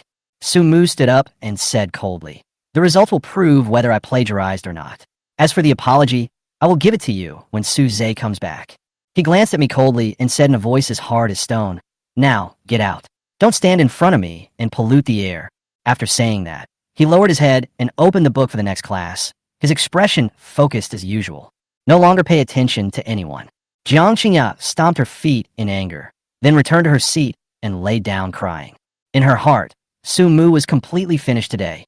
She secretly vowed to force him to kneel down and apologize, and even took out 20,000 yuan to buy a bag to atone for his sins. She would never swallow this insult. On the other side, Su Nanyang took Su Tianxi and Zhang Yuding to send the unconscious Su Zhe to the hospital. As soon as she entered the hospital, she received a call from Su Wanlu. The voice on the other end of the phone was full of guilt and panic. "Sister, yesterday was Sumu's birthday. We completely forgot about it. Do you want to make up for it?" Her voice was filled with unease, as if she herself was hurt by the omission. As she spoke, her eyes fell on the huge picture frame that had just been taken apart on the wall of the living room. "That was a gift sent back by my fourth sister. The boy in the portrait has handsome features and is sunny and cheerful, completely different from the skinny Sumu in real life." The words, "Happy Birthday," are clearly written in the lower right corner of the painting, and the date is exactly yesterday. At that moment, Su Wanlio's heart tightened. The chaos, bloodshed, and expulsion of last night contrasted sharply with this gentle blessing. She suddenly felt her throat sore, as if someone was strangling her. Guilt and regret flooded my heart. Yesterday was supposed to be Su Mu's birthday, but they beat him to a pulp. Su Nanyang was also stunned on the other end of the phone. She suddenly realized that no one in the family remembered Su Mu's birthday yesterday. But everyone is keeping a close eye on Su Zhe's birthday, which is coming the day after tomorrow. She subconsciously glanced at the door of the ward. Her parents were waiting inside, anxiously waiting for Su Zhe's test results. All their eyes were on Su Zhe. No one remembers Sumu. "If we hold a make-up birthday party, what will happen to Xiaoza?" Su Nanyang spoke hesitantly, her heart still leaning towards her brother. She would rather believe that Su Zhe had seen it wrong rather than deliberately framing him. "Then let's have a family dinner." She made a decision in a deep voice. "Don't invite anyone else, otherwise it will be difficult to explain your identity." On the other end of the phone, Su Wanlu could only sigh and nod. She knew in her heart that this was only the minimum compensation. But at this moment, the nanny brought down a cardboard box from upstairs. She smiled and said, "Second, miss." Master Su Mu said that these things should be sent to his new address. As soon as the words fell, Su Wanlu was shocked and her face turned pale instantly. New address. She stood up suddenly, extremely panicked. Su Mu really wants to leave the Su family? The nanny didn't say anything else, just lowered her head and moved things. But she knew in her heart that anyone would feel disheartened if they were to live in a home like this. Su Wanlu was so anxious that she paced back and forth in the living room, her hands shaking and her heart pounding. This time, Su Mu was not just talking. He was really ready to leave. Her eyes were red, and she gritted her teeth in anger. "Give me his address." Chapter 17. The nanny was silent for a few seconds, but ultimately could not withstand Su Wanlio's anger. She murmured in compromise and handed over the address. After getting the address, Su Wanlu felt even more uneasy and opened the box directly.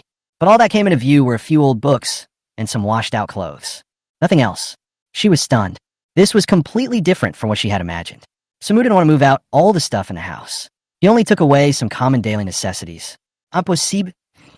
She gritted her teeth, breathing rapidly, turned and rushed upstairs. Where's his room? For a moment, she couldn't remember where her brother lived. The babysitter sighed and led the way, the attic. This one sentence made Su Wanlio's heart tremble violently. Attic? That place where the junk used to be piled up? She pushed the door open suddenly, and the air was filled with the smell of dust and cold air. The room was extremely small, with only a bed and an old desk. Apart from that, there is nothing. Her throat suddenly tightened, and her eyes felt hot. Suddenly, she noticed a sticky note in the trash can. Picking it up casually, it was filled with the wishes of each sister. From favorite restaurants to desired gifts, even small habits are recorded. The handwriting was clear, with a sense of clumsy effort. Su Mu has been silently satisfying them. Tears broke through her defenses, and her heart ached violently. People often only realize what they once had after they lose it. But when they have it, they don't cherish it at all. But now, it's too late to remedy the situation. She clutched the sticky note tightly in her palm, feeling flustered and even having absurd thoughts. Is Su Mu pretending to be so pitiful on purpose? Was it intentional to make her feel guilty? Be nicer to him next time, give him some expensive gifts, and he'll probably go back to the way he was before. She comforted herself. However, she knew better than anyone that those days were gone forever.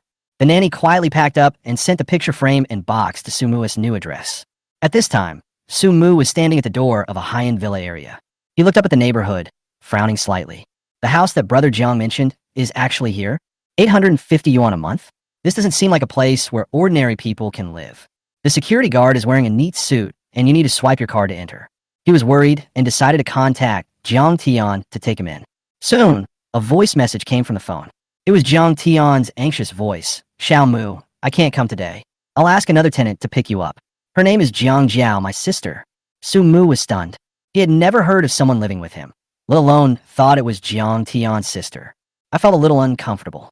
Just as I was wondering, a loud roar suddenly arose.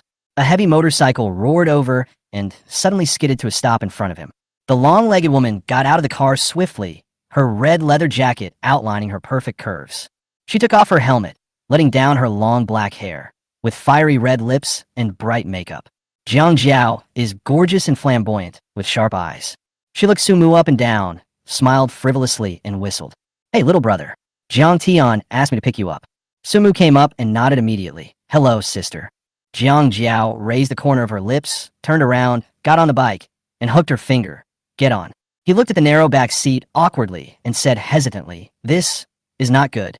"What's wrong with that? Jiang Tian is your brother, so you're my brother. I have to take good care of you."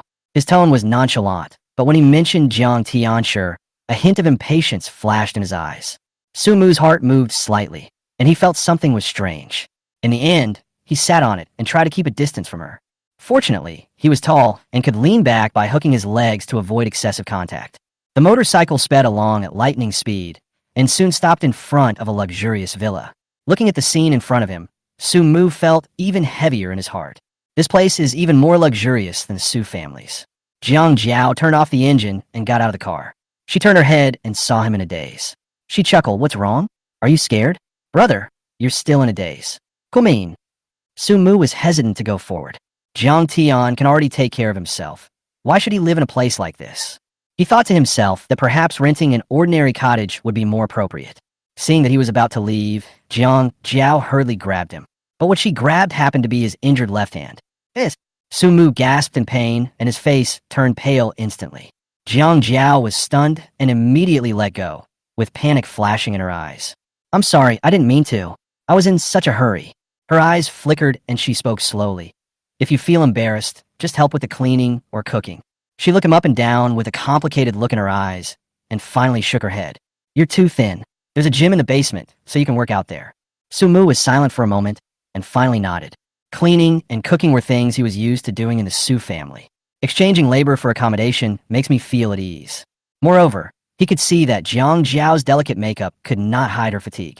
That is a sign of liver qi deficiency caused by staying up late for a long time. The same is true for Jiang Tian's body. His kidney energy is insufficient. He secretly made up his mind to make some medicinal food to nourish them in the future. Jiang Jiao led him for a walk. There's a dining room on the first floor and bedrooms on the second floor, 4 rooms in total. You can pick one. Su Mu randomly picked the one on the far right. Pushing the door open, the room was spacious and bright, with all the necessary bed sheets and bedding available. There is also a separate bathroom and walk-in closet. The balcony is very large, and you can imagine the room being filled with sunshine on sunny days. Su Mu took a deep breath, and a long-lost peace surged in his heart. Perhaps this can be his real new starting point. The night is dark. Very late at night, Jiang Tiankai rushed back. As soon as he pushed the door open, he went straight to Su Mu's room. "Xiao Mu, I did it. I discovered a new technology. This time, I'm sure I can succeed in starting a business."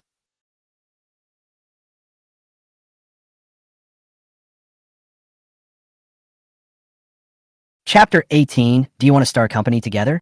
Brother Jiang, come in first. Su Mu was a little amused. He didn't know how many times he had heard him say that he had new ideas. Su Mu put away the paper and pen on the table. What he wrote was a recipe for medicinal food, which was taught to him by a grandfather when he was in an orphanage. The grandfather's surname is Li.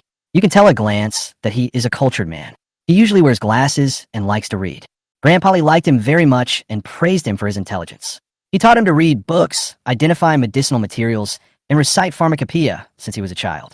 Su Mu takes care of these elderly people in the orphanage and knows every one of them's illnesses well.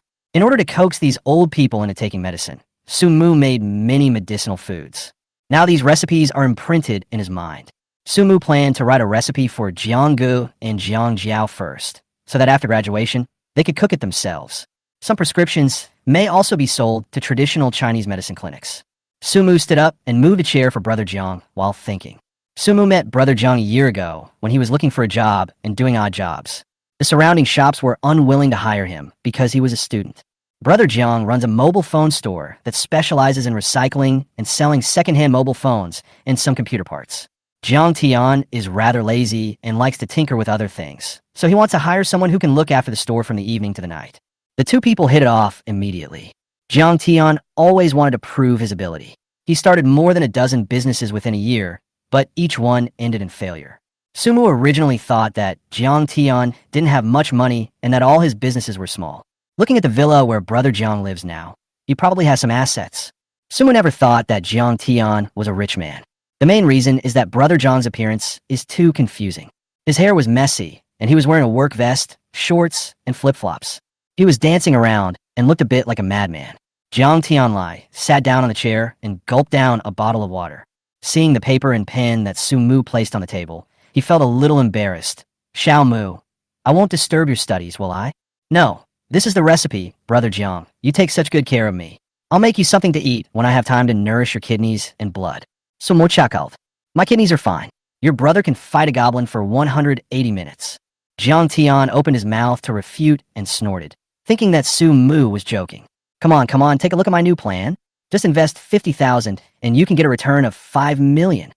Jiang Tian took out his computer and found an investment plan of more than 10 pages. Su Mu smiled unconsciously when he heard the familiar words. The profit rate is 100 times the principal. Brother Jiang is such a smart guy. What kind of pyramid scheme is this? It's outrageous. Brother Jiang, are you a rich second generation? I feel like you don't care about money at all when investing. To be more precise, it is investing without thinking. But Su Mu didn't want to say it so bluntly. The words are too blunt and hurtful. I used to, but I'm not anymore. My parents have cut off my credit card. They also wanted me to arrange a marriage, saying that this was all I could do for the family. My entire asset now is just this house and a small amount of savings in my card, which I estimate is only enough for 2 or 3 more investments. Jiang Tian sighed, his tone very lost. Last year I invested 14 times, all of which failed, costing me about 30 million. Speaking of this, Jiang Tian was also very depressed. He had invested in so many companies, but none of them were successful. Instead, it was this shabby mobile phone store that made him some money. Sumu felt a little numb listening to it. As expected, we are not afraid of the rich second generation enjoying extravagance, but we are afraid that they want to start a business to prove themselves. No wonder Jiang Ji's parents stopped his credit card. If I invest for another 2 years, my family's investment might go bankrupt. Sumu inexplicably felt sorry for Jiang Ji's parents. Forget it. He should just take care of himself first. Sumu carefully read the investment book and took a few breaths unconsciously. The other side is so cruel. If Brother Jiang really invested in this company, it would be heading toward another failure. The investment contract also states that if the company goes bankrupt, all of its debts will be borne by Brother Jiang alone. In addition, Brother Jiang has to bear the company's annual losses. If the company makes a profit, 5% of the profit will be given to Brother Jiang. The company's new technology is grafting strawberries onto winter melon vines, which means grafting strawberry seeds onto winter melon vines to grow strawberries as big as winter melons. This is awesome. Only a really great botany postdoc could come up with this idea. Brother Jiang is not going there to invest. He is simply acting like a father saving his son. Sumu simply couldn't bear to watch it. Even people who have never studied business can see the problem, so why can't Brother Jiang see it? Brother Jiang, what major did you study in college? Sumu couldn't help but ask. If you had studied some business and finance, you wouldn't have been deceived to this extent. Jiang Tian scratched his messy hair and sighed deeply. I studied photography. Do you understand art? During my 4 years in college, the place I went to the most was comic conventions, and the place I stayed the longest was the anime club. I took the most beautiful photos of countless female cosplayers, and that was my highlight. Sumu understood immediately. Brother Jiang is an old master. He is also an otaku who likes to have wild ideas. Have you ever met the representative of the company you invested in? Sumu raised a soul-searching question. No, I'm a socially anxious person. How could I possibly negotiate with them face to face? They sent a girl with a lowly voice to negotiate with me, and I easily secured the highest profit for myself. That girl's voice is very similar to Kanna's. Do you understand? As Jiang Tian spoke, he felt something was wrong and looked at Sumu's expressionless face. He added to himself, maybe I should let Jiang Jiao listen too. She studied law. Sumu now understands why Brother Jiang always loses in battle. Jiang Tian closed his computer, feeling a little depressed. Xiaomu, I know I won't succeed, but sometimes I just wonder what if? What if I'm the lucky one? I just wanted to prove myself so badly. My parents said I was useless, and I was planning to practice trumpet. Sumu remembered that Brother Jiang loved tinkering with computers and competing in the World Hacker Alliance's intranet competition. Brother Jiang has a high level of hacking skills, and he also learned a few tricks from him. Brother Jiang is also very fond of high-tech products and has assembled many computers himself. Brother Jiang, have you ever thought about starting your own company? Artificial intelligence applications will be very popular soon. Sumu spoke with certainty. He remembered that half a year later, internet technology ushered in new developments. In addition, e-commerce live streaming on emerging networks has also become the most profitable industry. Perhaps you can take advantage of this, seize the opportunity, and make a fortune for your future. When Jiang Tian heard this, he hesitated. He was a little tempted, but more worried about failing again. Is that okay? I have no experience in running a company. Jiang Tian actually thought about starting his own company, but he was afraid of being laughed at by people in the circle. If a company goes bankrupt, it is a real failure. Investment failure only means that you have poor vision. If you fail in starting a business, it means you are not capable enough. Sure, Brother Jiang, I'll be your investor this time. How about it? Let's do it together. Sumu wanted to persuade Jiang Tian that the investment money would be wasted and it would be better to use it to start a company. Jiang Tian laughed a little, but then he looked at Sumu's serious eyes and couldn't help but straighten his expression. Okay, we brothers are united and can break metal with our strength. Then he patted Sumu's shoulder and winked. Tell me the truth. How much do you want to invest? 1,000 or 2,000 is love. 3,000 or 4,000 is love. Chapter 19, the three sisters discussed together. Jiang Tian felt that Sumu probably couldn't come up with much money. Supporting brothers is a form of friendship. There's 50,000 yuan on this card. Brother Jiang, start a company specializing in developing AR software and AI games. Sumu took out a card from his pocket. He currently had a total savings of about 70,000 yuan. After investing 50,000 yuan, he had 20,000 yuan left. He planned to use the 20,000 yuan to go to the stock exchange and open a stock account. Use your memory, which is 6 months longer than others, to select some stocks with great growth potential. In order to talk to his elder sister, Sumu specially learned how to invest in stocks, but he had no money and could only watch at most. Now is the chance to try it out. He has an advantage over others. That is, he is not sure which stock will fall from the highest point, but he can confirm which stock will skyrocket within half a year. To sell it after half a year, it's a sure-win deal. Jiang Tian looked at the card, turned his head, and wiped his eyes. At that moment, his eyes were filled with tears. This is trust from brothers. 50,000 yuan. This must be the money Su Mu has saved for a long time. He wasn't going to mess around this time. For the sake of his brothers and his own future, he has to be serious. He solemnly took the bank card and said, Xiao Mu, don't worry. I will definitely live up to your trust. I'm going to high-tech to hire some top students to develop software for our company. After saying this, Jiang Tian excitedly left the bedroom and said, I'm going to write a business plan now. Sumu looked at Brother Jiang's excited back as he left and couldn't help but smile. Brother Jiang really has strong execution ability. On the other side, at the Su family, the three sisters were sitting in the hall with grim expressions.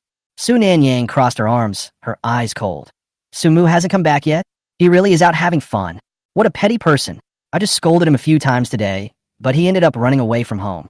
Su Wanlu was weighed down by something, and after hearing what her elder sister said, she couldn't help but complain a little.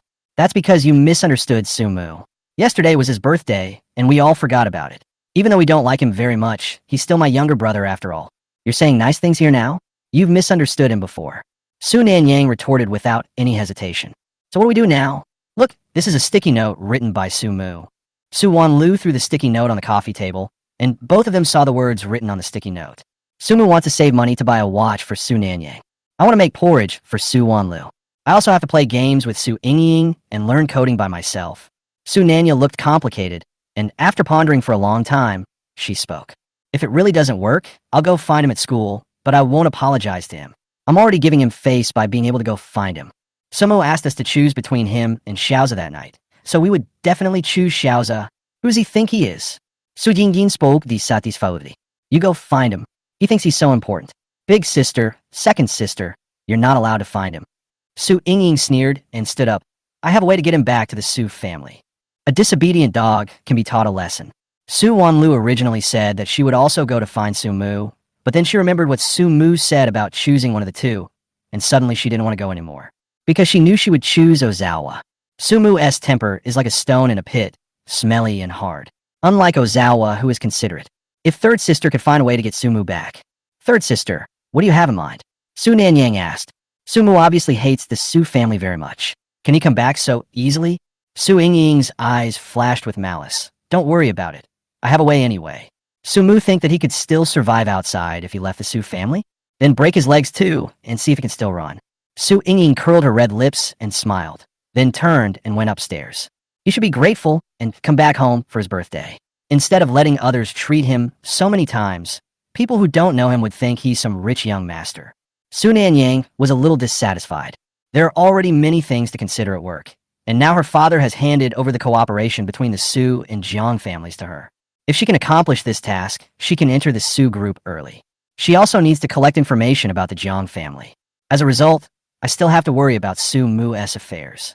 Su Nanyang frowned and thought about the 100,000 yuan again. She didn't plan to check her bank statements. Maybe it was really Ozawa who forgot. After all, Ozawa has so many bank cards. And looking at bank statements means suspicion. She didn't want to doubt Ozawa. Leave this matter to third sister. I'm going to go upstairs to work. There are a lot of people invited to Xiao's birthday party, and I need someone to prepare the invitations. After saying that, Su Nanyang went upstairs. Su Wanlu sat in the living room, pressing her stomach, feeling inexplicably uncomfortable. Maybe she ate too much ice tonight, so she needs to drink some hot water. It would be great if Su Mu was at home. I could ask Su Mu to make medicinal porridge for myself, and I would feel better after eating it. After finishing the examination, Su Zhe and Su's parents also returned. Su Wanlu couldn't help but step forward and ask, Is Xiaozi okay? Su Zhe's face turned pale. Thank you for your concern, second sister. I'm Yufina. I just made my brother unhappy again today. I wanted him to attend my birthday party. When the word birthday was mentioned, Su Wanliu's face became a little unnatural. She glanced at her parents and spoke softly. Yesterday was Sumo's birthday.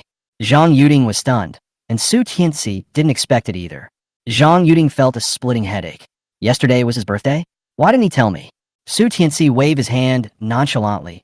It just so happens that the day after tomorrow is Xiao's birthday party. Let them celebrate together. Zhang Yuding also thought this was a good idea and said, "It's definitely possible. But Sumu doesn't recognize us anymore. He probably won't agree." Su Wanlu said the key point. Why would he be unhappy? Besides, there's no such thing as an overnight grudge among family members. Our Su family is powerful and influential. Sumu has lived in that kind of rubbish place since he was a child. He won't go back. We are willing to give him a way out, which is good enough for him. Don't worry, he will definitely come back crawling. He's just angry because he doesn't have enough pocket money or servants to run him around. I'll just make it up to him when the time comes. Su Tianxi is very proud of himself. Doesn't Su Mu want the wealth of the Su family? That's impossible. Su Mu is just throwing a tantrum now, and it won't be long before he comes to kowtow to the Su family. Su Zhe listened to the conversation between several people and pursed his lips. He must not let Su Mu come back. Su Mu will take his place when he comes back. Su Mu got up the next day and made 3 breakfasts. The portion he made for himself was to replenish his qi and blood. He would first take care of his body and then incorporate physical exercise. The body is the capital of revolution. Su Mu got dressed. He started to eat breakfast, and then he saw Jiang Jiao, who looked sleepy and was wearing a nightgown, coming out of Jiang Tian's room on the 2nd floor. Su Mu suspected that he had seen it wrong and couldn't help but look up again. Huh? Seeing Su Mu's surprised look, Jiang Jiao snorted and sat down at the dining table. What are you looking at, little brat? Chapter 20. Don't apologize? Cut off your tongue. It was your idea that kept me awake all night. That lunatic Jiang Tian kept doing it to me all night long. Jiang Jiao grabbed her hair madly. Su Mu lowered his head to eat porridge, not daring to look up. What kind of dangerous statement is this? Jiang Tian said it was your idea to start a technology company. I think the prospects are good, and it's much more reliable than his previous investments. You can give it a try. I'm your company's legal advisor. I spent the entire night working on a business plan with Jiang Tian. I'm so sleepy. Jiang Jiao yawned lazily. She didn't expect Su Mu to be so reliable. He actually has such a far-sighted vision and pattern. Su Mu thought to himself that he had been thinking in the wrong way. He couldn't help but slap himself twice in his heart. They were siblings. What was he thinking? Sister Jiang Jiao. Where is brother Jiang? Su Mu was about to finish his meal and was going to school, but he still hadn't seen brother Jiang come out. He's too sleepy and has fallen asleep. I will help you with this business plan. I will definitely not let Jiang Tian get married. Jiang Jiao finished the porridge in front of her, and there was a hint of melancholy in her words. Why? If brother Jiang doesn't like running a company, marriage is also a good option. Jiang Tian once told Su Mu that if there was really no other way, they could find a beautiful young lady to marry. He liked strong women. Jiang Jiao gritted her teeth. Thinking about her life with Jiang Tian since childhood, she was silent for a moment, then said firmly, "He can't anyway." Su Mu scratched his head. Could it be that Sister Jiang Jiao is a brother con? Forget it. Never mind. I'll go to school first. Su Mu grabbed his school bag, said goodbye, and left. Jiang Tian slowly walked out of the room and saw Jiang Jiao eating breakfast downstairs. He sighed. Could you please not stay in my room at night? Xiaomu will misunderstand if he sees you. I don't care. We are not related by blood. This company must be a success. You can't get married anyway. Jiang Jiao slapped the table. The plates clattered, and she turned and went to the bathroom. Jiang Ruiying came very early, and the tube of ointment was still in her desk drawer. She used the ointment, and it worked very well. It wasn't until yesterday that she found out that the only person who scored better than her was Su Mu. Su Mu got full marks in almost every subject. Jiang Ruiying felt very complicated. On the one hand, she was happy for Su Mu, but on the other hand, she was worried about herself. The Jiang family is one of the most wealthy and aristocratic families in Beijing. Ever since Mom suffered from depression and mania, Dad has increasingly neglected her and even sent her to a nursing home. Only when I have good grades would my father be willing to take my mother and me to visit my grandparents to take credit. So her mother pushed her hard to get good grades and win honors. Only when she became better and better would her father be willing to see her. She's been working so hard to get first place for so many years. But I'm really tired.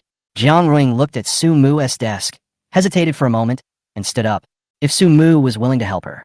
Jiang Ruiying was holding an envelope in her hand, which contained a thick stack of things. She hesitated for a while before gradually approaching Su Mu's desk and stuffing the envelope into his drawer. Jiang Qingya and Su Zhe both saw her action. Su Zhe gritted his teeth. He had always wanted to get in touch with Jiang Ruoying, but Jiang Ruoying always acted aloof. No matter how he tried to show his affection, Jiang Ruoying ignored him. As a result, now she cares so much about this trash Sumu. Not only did he speak up for Sumu last time, but this time he also secretly stuffed something into his drawer. It's an envelope. Could be a love letter? Suzai's eyes became more and more jealous. Why did Sumu deserve Jiang Ruoying's favor? And is Jiang Ruoying blind? She actually fell for Sumu, a lowly person. Jiang Qingya saw this scene and covered her mouth with her hands and laughed. Jiang Ruoying, you're not giving Sumu a love letter, are you? How can you bite him? You're really not picky at all. Jiang Qingya's sarcastic voice spread throughout the classroom. Jiang Qingya finally seized the opportunity to mock Jiang Ruoying. She always pretended to be a rich girl in school. In fact, her father was the driver of Jiang Ruoying's father, and her mother was the nanny of the Jiang family. She has been envious and jealous of Jiang Ruoying since she was a child, and she wished she could replace her. The students all stopped reciting silently and started to listen attentively. Jiang Ruoying paused for a moment and turned back calmly. It has nothing to do with you. This kind of disregard made Jiang Qingya feel insulted. She said something even more unpleasant. Sumu is the stuff I don't want, but you picked him up like a treasure. Only you are worthy of such a cheap thing as him. Jiang Ring silently put the book into the drawer, turned around, and stared at Jiang Qingya coldly, then walked up to her and slapped her twice. One left and one right, quick and decisive movements. Jiang Qingya covered her face and screamed, "You actually hit me! Susei, help me!" Sumu stepped into the classroom. He also happened to witness Jiang Ruoying's 2 slaps without hesitation. He secretly gave a thumbs up in his heart. Good job. Jiang Ruoying looked up and saw Sumu and immediately lowered her head shyly. Then she silently clenched her palms. Could it be that Sumu had seen her hitting someone just now? No, I heard boys like weak girls. Jiang Ruoying pursed her lips. Her hand was also in pain. Was this considered weak? Suzai stood up and spoke for Jiang Qingya. Jiang Ruoying, how can you hit someone so casually? This is a school. Hey, do you still know this is a school? Did she hit a human? She didn't hit a human. She hit an animal. Don't forget, you have to apologize to me in front of the whole class. Master Su with poor eyesight. Instead of thinking about others, think about yourself. Sumu came in with a smile and directly controlled the whole class for 10 seconds. He is really good at insulting others. Sumu coldly. He didn't want to apologize. If he apologized at this time, he would probably be laughed at by the whole class. Brother Sumu, that matter is in the past. Can you please stop being so petty? Suzai looked aggrieved, and he wanted his classmates to sympathize with him. There were 2 boys sitting next to Suzai. One was Chi Fei, Su Yingying's little gangster and bootlicker, and the other was Lu Yiming, a follower who often spent Suzai's money. Lu Yiming spoke first and said, "It's no big deal, Sumu. Why are you clinging to it like a woman? I think you are blind." Sumu shouted angrily and kicked Lu Yiming's desk with great force, pressing the desk hard against the board. He didn't want to endure it anymore. Everyone wanted to teach him a lesson without even considering whether they deserved it or not. Lu Yiming was fat and was squeezed by the desk, so he cried out in pain. Do you think Suzai clucks like a hen laying eggs? Calling him a sissy is an insult to girls. I think you're the guard dog next to him, barking all the time. If you bark again, I'll cut off your tongue. Sumu put one hand into his trouser pocket, and the pen he used to write the prescription last night was in his pocket. Lu Yiming was shaking with fear, thinking he was about to pull out a switchblade. After all, Sumu looked a little crazy, as if he really wanted to cut off his tongue. I don't dare anymore. Lu Yiming was so scared that he wanted to curl up into a ball. Apologize or not? Sumu turned to look at Suzai. His eyes were a little red from staying up late last night, and coupled with his disgust for Suzai, they looked ferocious, as if he wanted to eat him. Chapter 21 Belated Love is cheaper than grass. Suzai's teeth were chattering with fear. Didn't Sumu allow himself to be beaten and scolded before? Seeing that Sumu was about to take action, Suzai was also afraid and quickly stood up. I'm sorry. I shouldn't have said you cheated yesterday. I was wrong. Sumu sneered. You haven't eaten yet? Your voice is so soft. Speak louder. Then he kicked the table again. Suzai closed his eyes and said loudly, I'm sorry, I was wrong yesterday. I shouldn't have said you cheated. When his voice came out, all the students looked over here. Sumu was still sitting behind Suzai. How did Suzai find out that Sumu was cheating? It turns out that Sumu did not cheat. Besides, Sumu had the highest score in the whole class. Sumu cheated. Whose could he copy from? Now that I think about it carefully, Suzai's actions were indeed unclear. Sumu put his feet down, looked at the cowardly looks of these people, and curled the corners of his mouth in disdain. Suzai saw his disdainful look and clenched his fists in anger. He turned to look at Chi Fei and said, Why don't you do anything? You just watch Sumu bully me. Third sister asked you to protect me. Chi Fei, a punk with dyed yellow hair, scratched his head when he heard this. But he didn't hit me. Ying asked me to protect you. I can only protect you if someone hits you. He is not a sucker. Sumu looks like someone who is not easy to deal with, so he won't go. Suze sat down angrily. Sumu returned to his seat and saw Jiang Ruoying's worried look. Jiang Ruoying pointed to the drawer of the desk again and motioned him to look. Sumu took out an envelope from the desk drawer, which felt very thick. What is it? Sumu opened it and immediately covered the bag. Inside was a stack of Mao Zedong's banknotes. Sumu looked at Jiang Ruoying in shock, wondering why she stuffed so much money into his drawer for no reason. Being too nice to someone without any reason is a sign of deception. Sumu held the envelope, thinking of returning it after class. Then he saw a note in the envelope. Sumu pulled out the note, his hands sweating. I wonder what Jiang Ruoying wants to do by giving so much money. Could it be that he sees that I'm talented and wants to keep me as his own? That won't work. He has moral principles. Or was it the hush money from the hospital that day? This is very likely. Sumu opened the note, read it quickly, and couldn't help laughing. As expected, this aloof and cool academic goddess only cares about grades. Jiang Ruoying, Student Sumu, could you please help me with my lessons? I'd really like to know your secret to getting a perfect score. Please. This is a week's tuition fee. Please accept it. Sumu looked at the pile of money. There were at least 10,000 yuan. Jiang Ruoying is indeed generous and has no shortage of money. Sumu replied quickly and threw her a note. Since we are classmates, I promise you. After all, she has some money. Jiang Ruoying's eyes lit up. In fact, she had some selfish motives. She noticed Sumu when Sumu surpassed her in the first exam. After more than a year of observation, she found that Sumu was very charismatic. He is always gentle, tolerant, and kind to everyone.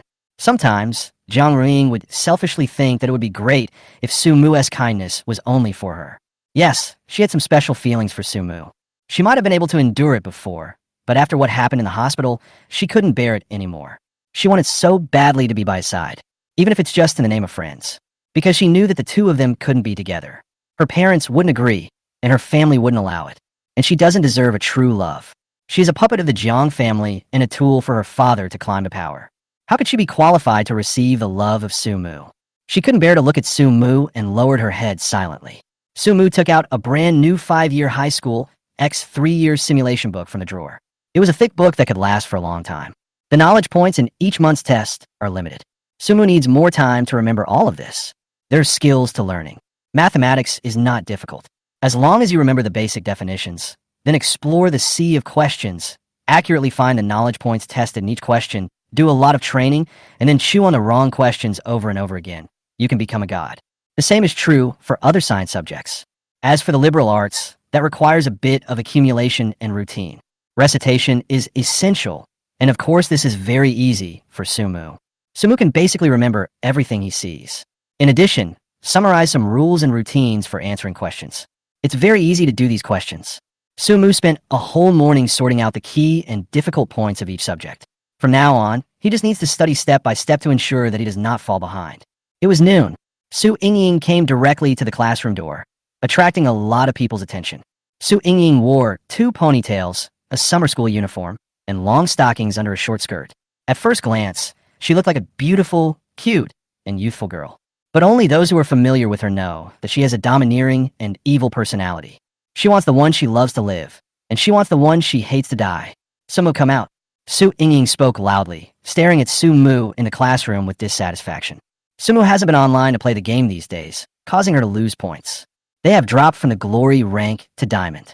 The 2 sisters also said that they would bring Sumu back to the Su family to hold a birthday party.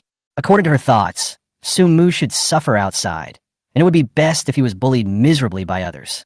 In this way, Sumu can stay in the Su family obediently and not resist.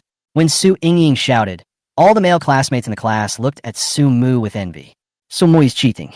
Not only does he have good grades, but he is also approached by beautiful girls every now and then. So envious. Only Suze looked like he was enjoying the show. The 3rd sister must have come to teach Sumu a lesson. Sumu looked up and saw that it was Su Yingying, and he didn't want to pay any attention to her. Su Yingying refused to give in and kept knocking on the door, calling Sumu's name loudly. Seeing that he was disturbing his classmates' studies, Sumu had no choice but to stand up, walk to the door, and close it. Then he frowned and looked at Su Yingying with annoyance. What do you want me for? Su Yingying clenched her fists when she saw his impatient attitude. Sumu really didn't want to live anymore. He actually treated her like this. In the past, Sumu always smiled when he saw her. He looked so good-tempered that everyone wanted to bully him and would do whatever he asked them to do. Why has it suddenly become like this? It must be because he remembered his younger brother Ozawa that he was throwing a tantrum. Don't think that the whole family will tolerate him just because he throws a tantrum. My eldest and second sisters asked you to come home tomorrow. They knew it was your birthday and want to hold a birthday party for you. Su Yingying rolled her eyes. She really didn't know why her elder and second sisters called him over. What's good about a birthday?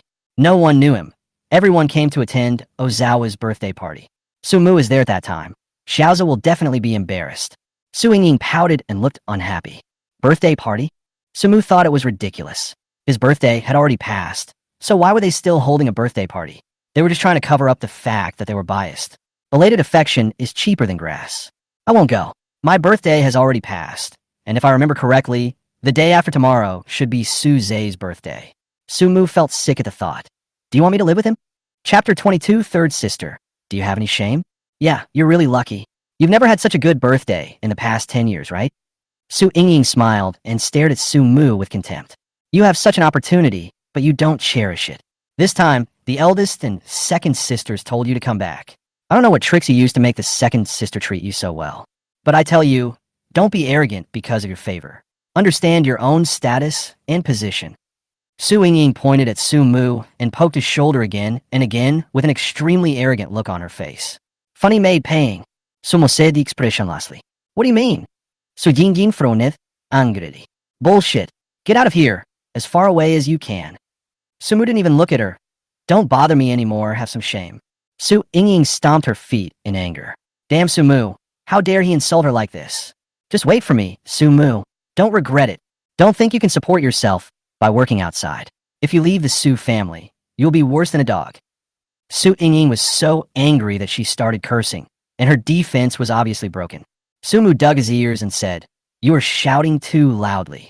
It's disturbing my ears. Get out of here now. Su Yingying's chest heaved up and down with anger, and she originally wanted to save some face for Sumu. If Sumu doesn't want it, then don't blame her for being rude. Sumu returned to the classroom leisurely. All the boys in the class gave him a thumbs up. Sumu is not moved by women. It looked like he had a quarrel with senior Su Yingying just now. Facing a beautiful girl like Su Yingying, they were willing to be slapped. Sumu is indeed a man among men. His grades improved so quickly. Is it because he has no woman in his heart and is naturally a god when he draws his sword? Chi Fei had been looking outside, and when he saw Sumu coming back, he stood up nonchalantly and knocked on Sumu's desk. What is your relationship with Su Yingying? Sumu was not familiar with him, but he heard that this yellow-haired gangster was Su Yingying's bootlicker. A relationship between strangers. Sumu answered without thinking. Chi Fei was ready to cause trouble, but he didn't expect Sumu to not play by the rules. The class bell happened to ring. He sat back with a gloomy look in his eyes. It was time to go home from school in the afternoon.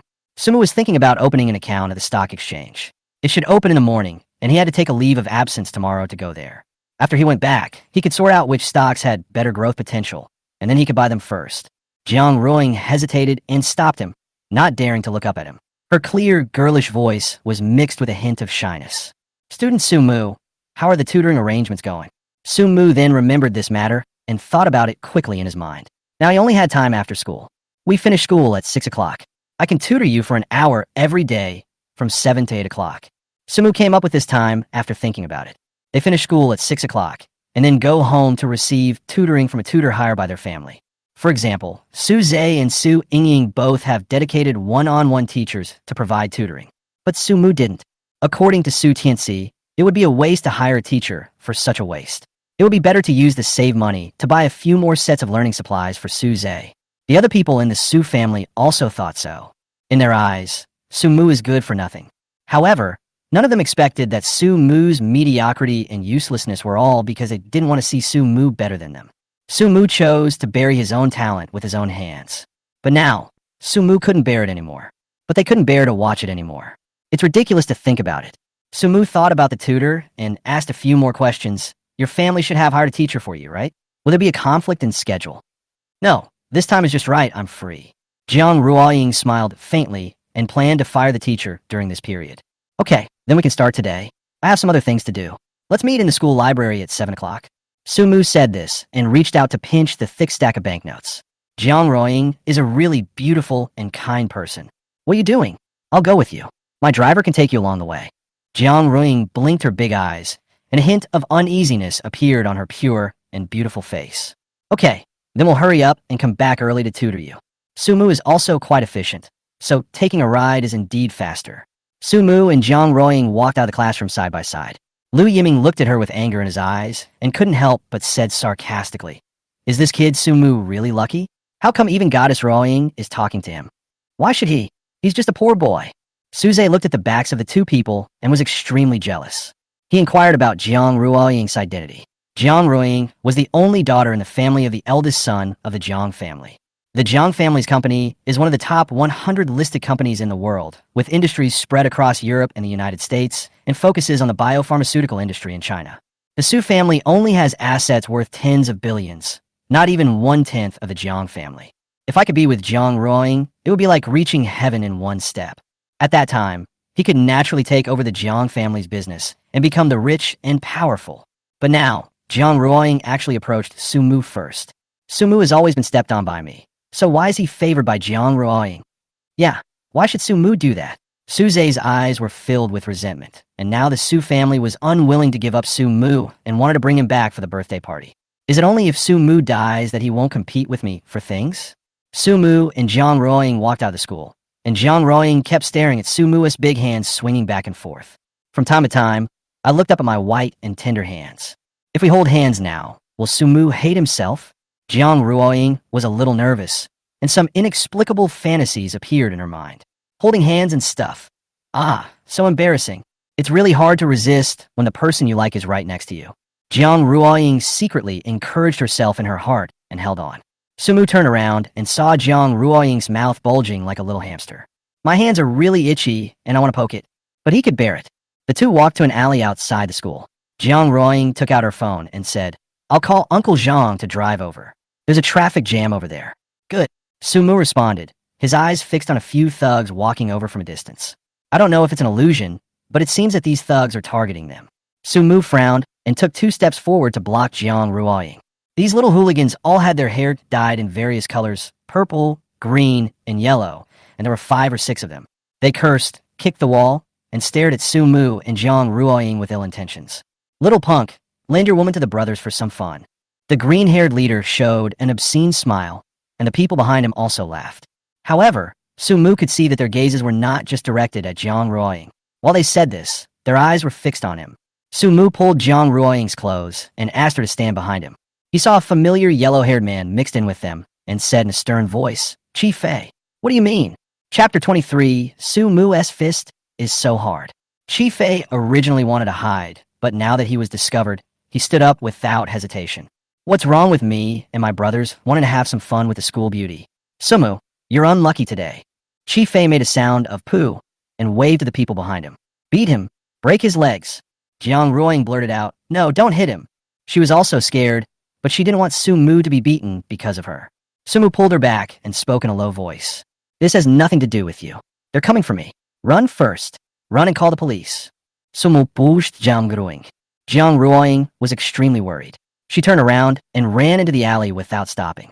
She knew that she was a burden if she stayed here. "We must find someone to rescue Sumu as soon as possible."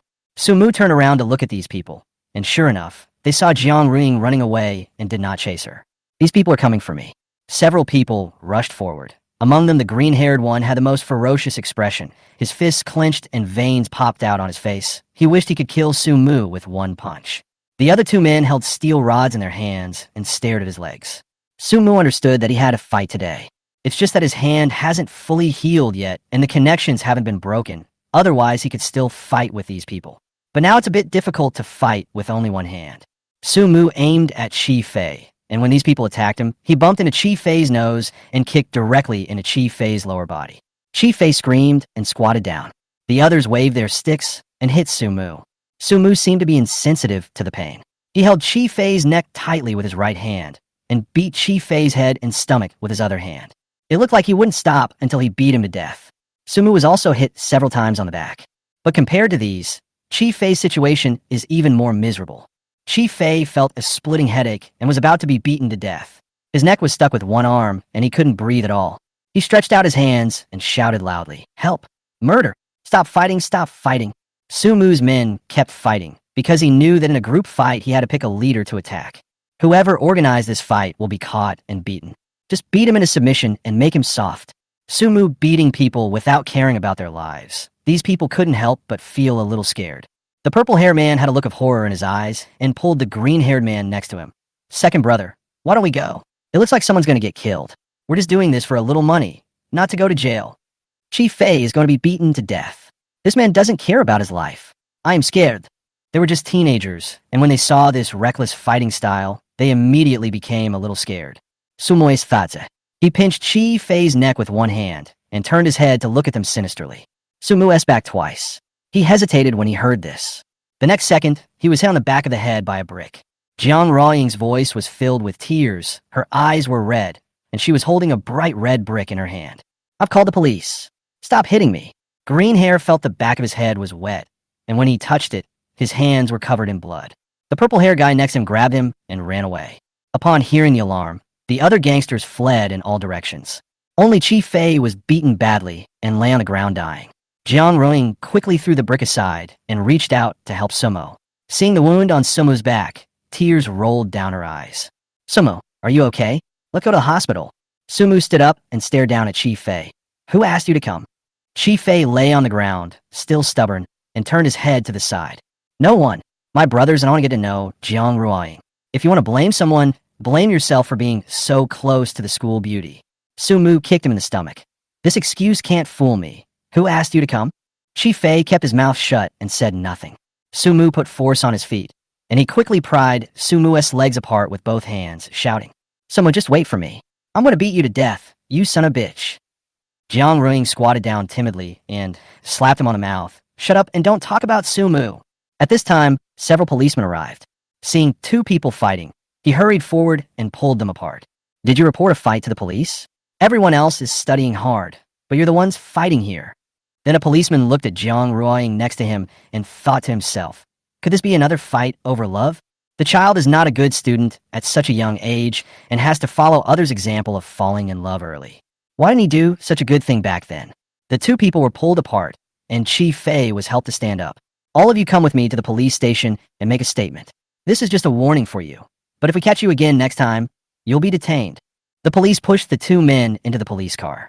Jiang Ruoying also went as a witness. Sumu touched his aching back and sighed. "Okay, I'll have to take the tutoring class another day." Inside the police station, Jiang Ruoying was taken to a cubicle by a female police officer and handed a cup of hot tea. The female police officer smiled and said, "Don't be afraid, little sister. Just tell me everything you just saw. Sumu and I were planning to run some errands and then come back to study, and then this group of thugs rushed up and beat him up. It was a group, not just one." Jiang Ruoying emphasized that the group of people were beating up Sumu, not fighting each other. The female police officer immediately understood the meaning of her words. "Little sister, you're really defending your boyfriend. Don't worry, we'll find out and release them." The female police officer spoke with a smile. Jiang Ruoying lowered her head in embarrassment, her ears turning red, and she did not refute the word boyfriend. Sumu and Chief Fei have finished their statements and are now waiting in the hall for their families to take them home. The police officer handed the phone to Sumu and said, "Call your family and ask them to come and take you back." "I have no family. I'm an orphan." Sumu's face was calm. Chief Fei looked at him in surprise. Su Yingying was obviously his third sister, so why didn't he call Su's parents mom and dad? Finally, he shook his head at the police officer and said, "I only have one sister, who is currently sick and cannot come." The police thought they did it on purpose, probably because they were afraid of getting beaten and didn't want to call their parents. "Hurry up, don't waste time. Let your parents come over and you can go back, otherwise you'll have to stay here all night." The policeman knocked on the chair next to him and urged him on. Children who fight like this need to be educated by their parents, otherwise they will not learn their lesson. Sumu said nothing. He really had no one to call. How about calling Brother Jiang? Sumu finally called Jiang Tian, and Jiang Tian agreed readily without any doubt as to why he had to go to the police station to pick him up. Chief Fei sat beside him, his yellow hair drooping, and curled his lips. "There's really no one left at my house. If you don't believe me, you can check. Sumui now. He would never take such a tough order again. Damn, I almost beat him to death. Sumu's fist is so hard." Chapter 24. Sumu. Is this your girlfriend? The police officer took out 2 letters of guarantee and handed them to the 2 men, then signed these. Don't let me catch you fighting again in the future. Sumu took a look and signed quickly. Chi Fei also signed reluctantly. Sumu kicked Chi Fei next to him and asked, "Did Su Yingying ask you to hit me? How could you? Stop talking nonsense." Chi Fei turned his head to the side, and his yellow hair now looked like a chicken coop. How could Sumu know? Absolutely can't say that. Who else could it be besides her? Or Su Zhe? It must be one of them. Sumu immediately thought of Su Yingying coming to cause trouble in the morning. They were probably the only 2 people who could do such a thing. I don't know anything. Chi Fei was extremely stubborn, and his attitude made Sumu even more convinced that it was those 2 people who were behind this. He had already left the Su family, but these people still wouldn't let him go. And Sumu looked up and saw Jiang Ruoying, who had just been let out by a female police officer. Jiang Ruoying was frightened today. Her originally fair face turned red, and her eyes were red, making her look like a pitiful and cute little rabbit. It also implicated Jiang Ruoying, making her afraid as well. Sumu felt a little guilty. These little hooligans were really good at finding excuses. It was obvious that she came to cause trouble for him, but she ended up putting the blame on Jiang Ruoying. Sumu quickly stood up and looked down at Jiang Ruoying, who was silent, feeling a little worried. "Are you okay? Did they hit you too? Or are you hurt somewhere?" Sumu's voice was a little softer than usual. He looked Jiang Ruoying up and down to see if she was injured anywhere. Jiang Ruoying wore a school uniform suit jacket with a white shirt underneath and a bow tie, and a black plaid skirt, revealing her slender white calves and knees. "It doesn't look like there are any injuries." Jiang Ruoying covered her face and threw herself into his arms, and the tears she had been holding back soaked Sumu's shirt. She was really scared the moment she walked out of the alley with a brick, and she was also scared the moment she hit people with the brick. But what I fear most is that Sumu will be hurt. Sumu patted Jiang Ruoying's shoulder somewhat helplessly, and his hand touched her soft hair, patting it again and again. When he was a kid in the orphanage and cried, the grandparents comforted him like this. The policewoman next to him smiled and said, "Your girlfriend is really scared. Please comfort her." "Oh, we are not." Sumu opened his mouth and explained in vain. The policewoman went in with her hand, covering her mouth and laughing. Nowadays, children are shy about falling in love early. Jiang Ruoying raised her head and wiped away her tears embarrassedly. "I'm sorry, Sumu. I couldn't help crying just now. Do you need me to take your clothes back and wash them for you?" There was a hint of anticipation in Jiang Ruoying's big eyes. Sumu touched the wet area and said frankly, "It's okay. Just wash it with water when you get home. I just can't help you with your lessons today. It's okay. We can do it tomorrow or the day after tomorrow. There are plenty of opportunities." Jiang Ruoying's eyes were curved like crescent moons, and her usually cold face now looked sweet. Chi Fei kicked the stool beside him. Damn it, his whole body was numb with pain, and he still had to watch others show their affection. The police officer inside immediately came out to lecture him. "What are you doing, kid? Do you want to be detained?" Chi Fei nodded and bowed quickly. "I'm sorry, I was just careless." Sumu also looked at Chi Fei coldly and walked up to him in 2 or 3 steps. "Go back and tell them that if they want to cause trouble for me, they are welcome to come on their own. If they want to beat me up, let them do it on their own." Sumu looked at his injured hand and felt a little dissatisfied. If his hands were not injured, his fighting ability would be stronger. Now I have an injured hand to take care of, so fighting is not fun. Sumu remembered that he had learned boxing from a grandfather in the orphanage. He only learned the basics. The grandfather could break a 10-centimeter stone slab with 1 punch. He can't do that. He can only break 5 centimeters of wood at most. However, this year's malnutrition and long hours of staying up late have made him physically weak, and his current strength is probably only half of what it used to be. Keeping healthy is the top priority. Thinking of those thugs holding steel bars in their hands, Sumu narrowed his eyes and asked Chi Fei, "Do you want to hit my legs?" "I think you want to hit my legs." Chi Fei suddenly opened his eyes wide in shock. His eyes were so flustered that he didn't know where to look. Damn it, everyone knows all this. Su Yingying did say that it would be best to break his legs and make him lie down for 3 to 5 months. Could Sumu be Sherlock Holmes? Chi Fei was not confident enough to face Sumu's questioning. He did not dare to turn his eyes and forced himself to speak. "You're overthinking it. We just want to beat you up." When he turned around, he saw Sumu's bloody fist and immediately turned his head back. I've seen violent people, I've seen cruel people, but I've never seen someone who doesn't care about his life. Sumu didn't feel afraid of death at all, but he was afraid. Sumu understood when he saw how nervous he was. Haha, this group of people's target is really his legs. Since they want me to go to the birthday party, then go and let me see how strong their legs are. With an idea in mind, Sumu didn't plan to tell the Su family that he was going to the birthday party. He planned to give these people a surprise when the time came. Although everyone says that it is never too late for a gentleman to take revenge. But he believed in revenge. Holding it in would harm your health. Sumu saw Jiang Ruoying still standing there and pondered for a moment. Where's your driver? Do you want him to pick you up? No, my parents don't know I'm at the police station yet. I can't let them know. Jiang Ruoying regained her composure and pursed her lips slightly. She didn't dare let her parents know about this. There can't be any stain on her body.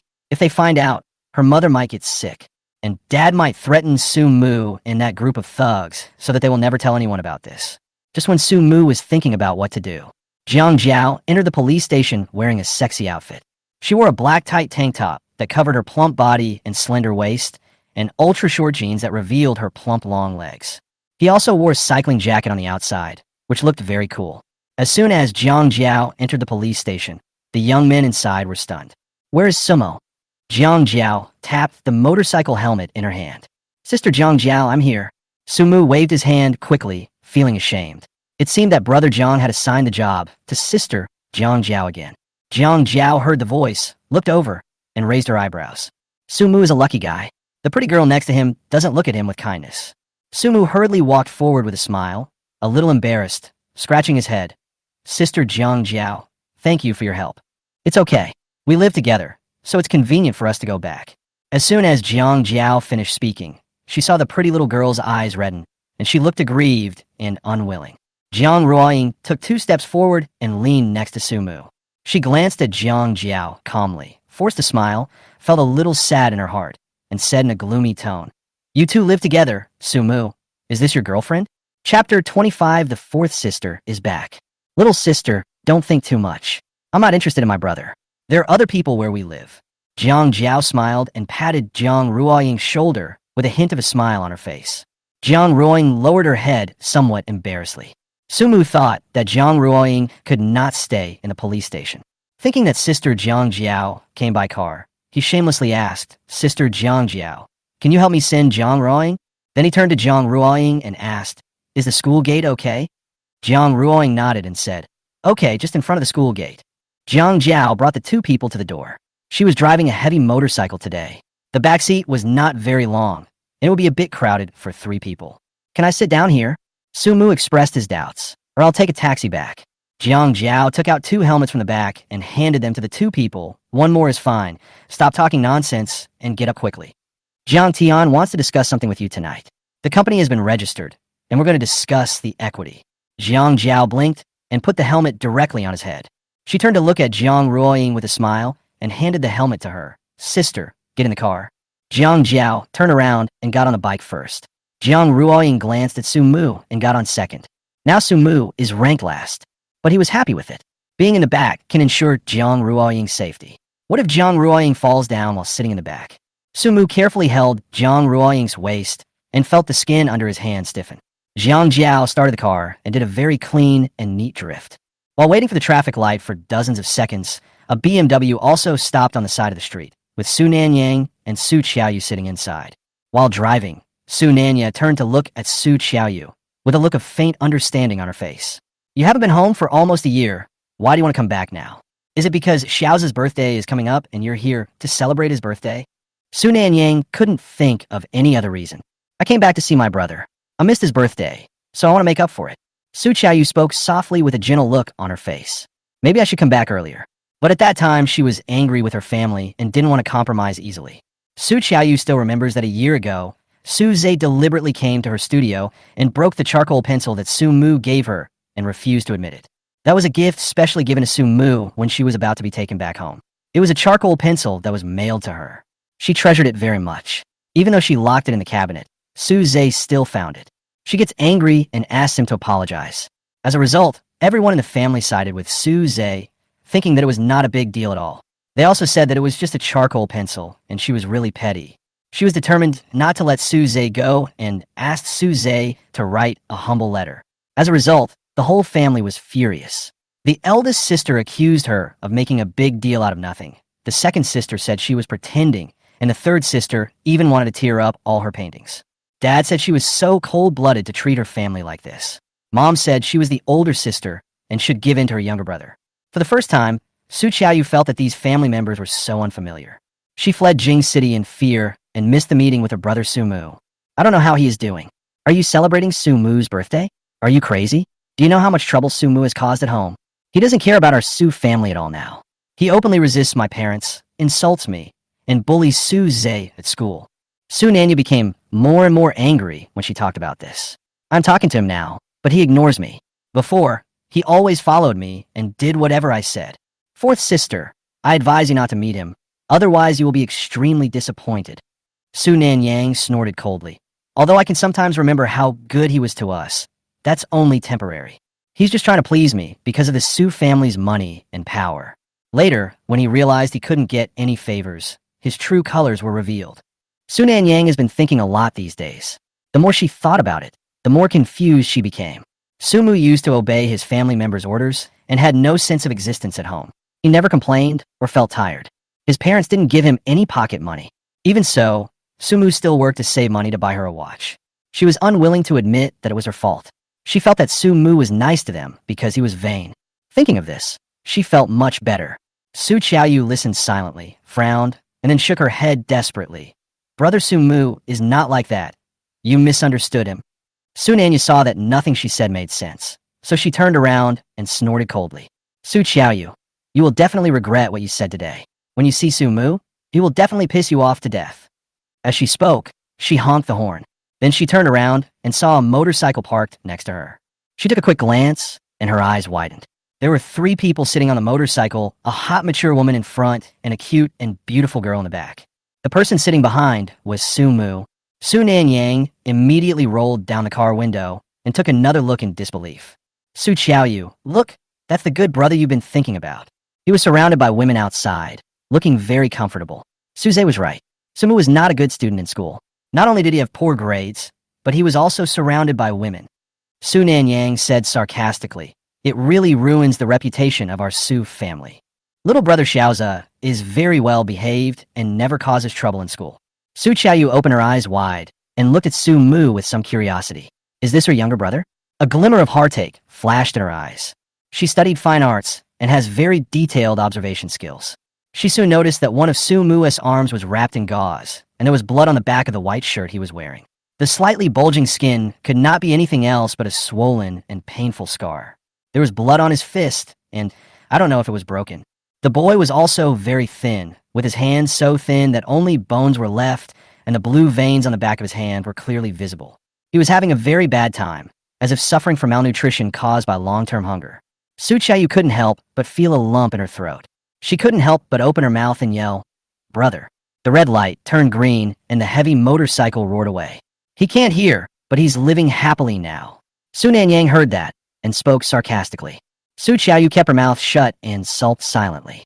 Su Mu is not that kind of person. This house is full of prejudice. No matter what brother Su Mu does, it's wrong. Because they love the other person more, and because Su Mu's younger brother came later, they can't see whatever Su Mu's younger brother does. But brother Su Mu has suffered for more than 10 years. Why can't we be nicer to him? Su Nanya turned to Su Xiaoyu and sighed. Okay, now that you're back, your family misses you. Go apologize to your brother Ozawa and pretend that what happened never happened. It's Xiao's birthday soon, so stop being so angry. Su Xiaoyu didn't say anything. She came back not for Su Zhe, but for her younger brother Su Mu.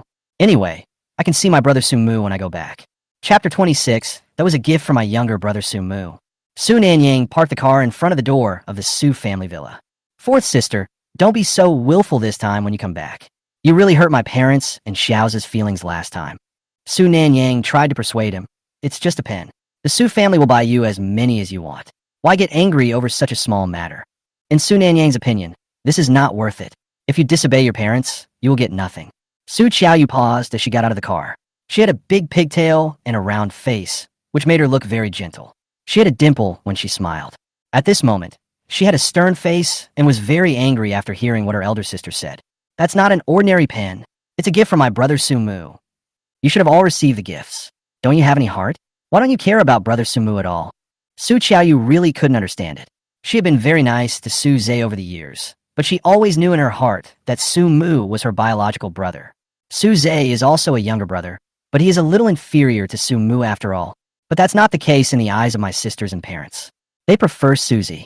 Su Qiaoyu didn't know what happened during the year she was away, but she believed that the brother who gave her a gift before they even met was definitely not the kind of person they described. What gift? I didn't receive it. Maybe he only gave it to you.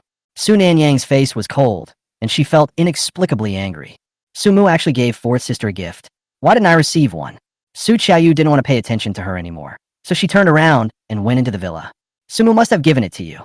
When Su Wanlu and Su Yingying saw Su Qiaoyu, their expressions were also rather cold. The main reason is that they had a really bad relationship a year ago. Su Qiaoyu put all kinds of pressure on Xiao's brother for the sake of a younger brother whom she had never met. This made them all very unhappy. Now that the fourth sister is back, she should be celebrating her brother Ozawa's birthday. At least she has some conscience. Su Qiaoyu nodded and greeted them before going upstairs.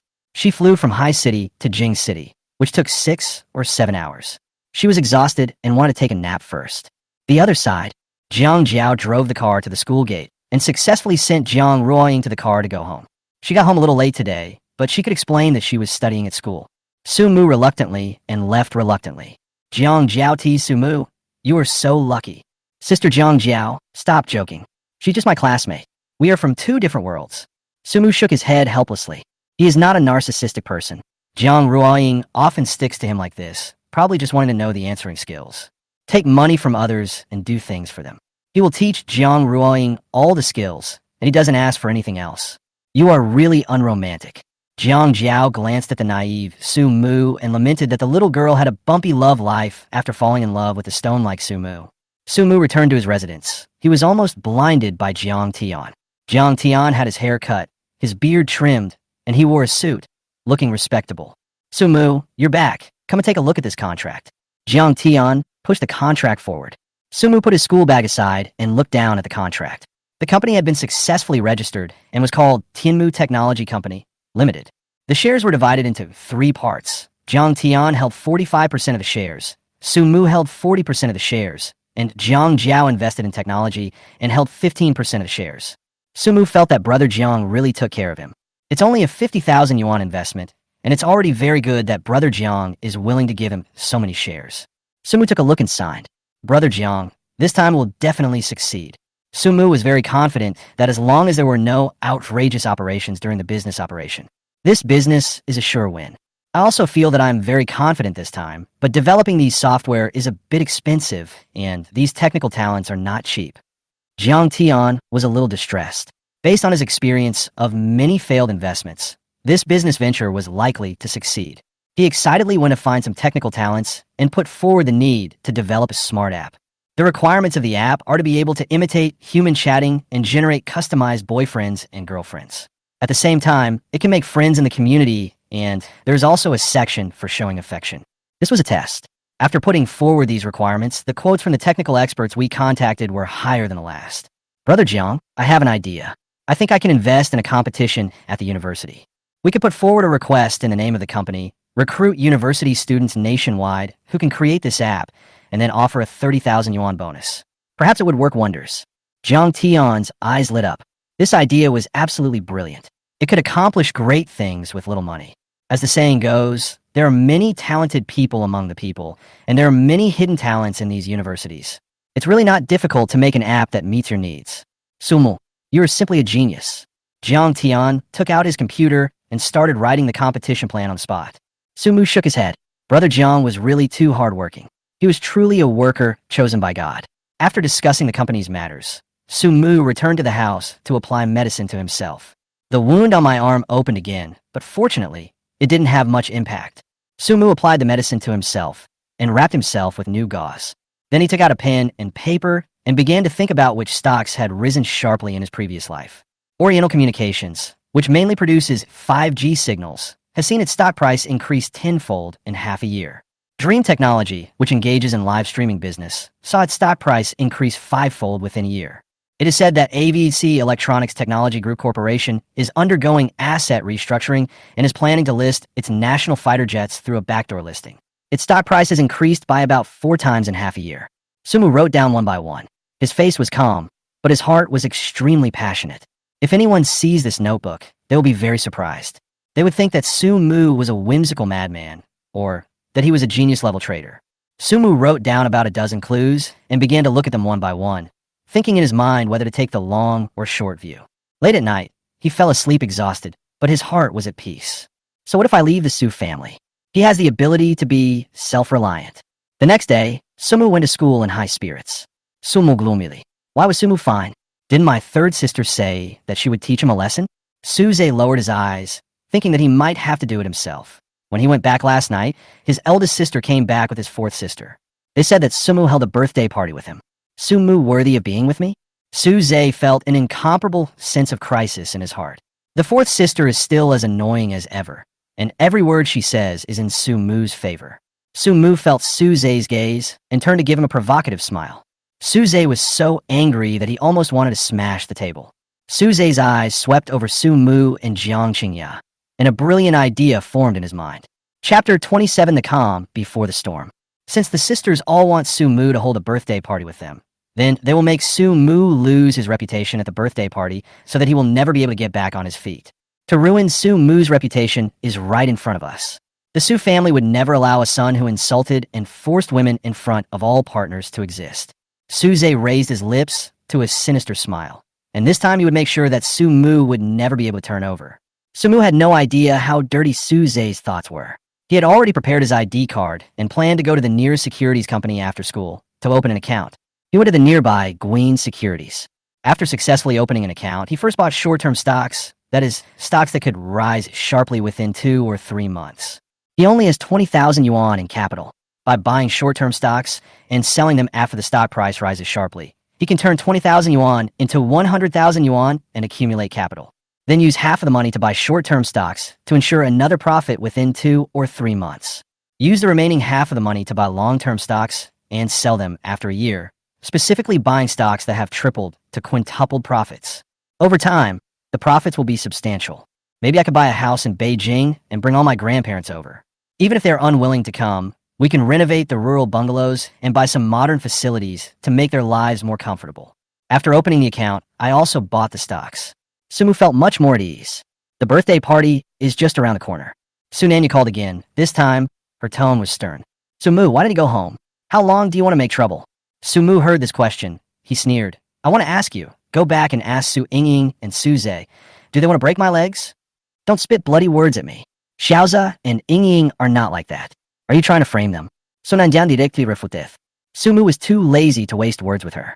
No matter how much he tried to explain himself, it would be worse than beating Suze up at the birthday party.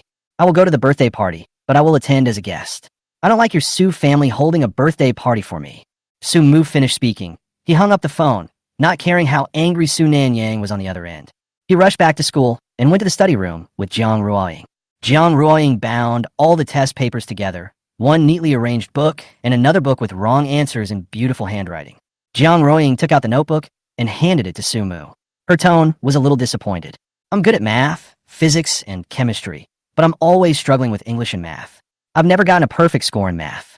Sumu took it and looked through it and found that Jiang Ruoying was very rigorous in answering the questions, except for a few mistakes in the last question. These are minor issues that can be resolved through training. Sumu conforted. The world is big, but the money sponsor is the biggest. Sumu began to explain the questions to Jiang Ruoying, and Jiang Ruoying listened carefully. The two people sat very close to each other, and from a distance, they seemed almost touching. This scene was photographed by someone behind the bookshelf. Sumu finished explaining a question. He would ask Jiang Ruoying to repeat it again and then ask her to do it again. Jiang Ruoying originally wanted to take this opportunity to warm up their relationship. As a result, I have now become a ruthless test-taking machine and have been exhausted. Sumu weakly. No wonder you got a perfect score. You got 150 points because the test paper was only worth 150 points. Your ability far exceeds the score on the test paper. Jiang Ruoying no longer had any hope of surpassing Sumu, but it would be good if I could get full marks. Such a classmate Sumu is also very charming. Student Sumu, where do you want to go next? Jiang Ruoying felt that her life was boring and everything was arranged for her. But this time, she suddenly wanted to rebel against her family for one person. If possible, she would rather not be the eldest daughter of the Jiang family. Maybe he'll stay in the capital. Sumu smiled and said, we'll have to wait and see. I will go to Su's house to attend Suze's birthday party tomorrow. Is Sumu there? At first, Jiang Ruoying thought Sumu was an orphan. But after observing for a few days, she soon discovered that Sumu was also a child of the Su family. They are both children of the Su family. Why is there such a big difference between them? Jiang Ruoying couldn't understand. Su Mu was stunned for a moment, then thought that with the Su family's background, this was not just a birthday party. Many partners and wealthy families should also have been invited. This shows that the Su family has been conveying a message to the outside world for so many years that Su Zhe is the child of their Su family. And I am nothing. Su Mu thought about everything that had happened. He found it a little ridiculous.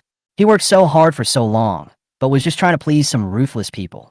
Yes, I will also go to that banquet. Su Mu said, "Can I ask you to be my dance partner?" Jiang Ring curled her eyes, afraid that Su Mu would not agree, and sighed. "I never have a suitable dance partner, so every year I'm alone. Can you help me?" There was some trepidation in Jiang Ruoying's tone, and her mood was like a roller coaster, up and down. She knew that Su Mu was kind and soft-hearted. Su Mu pondered for a moment, then nodded. Of course. Perhaps being too popular is also a kind of distress.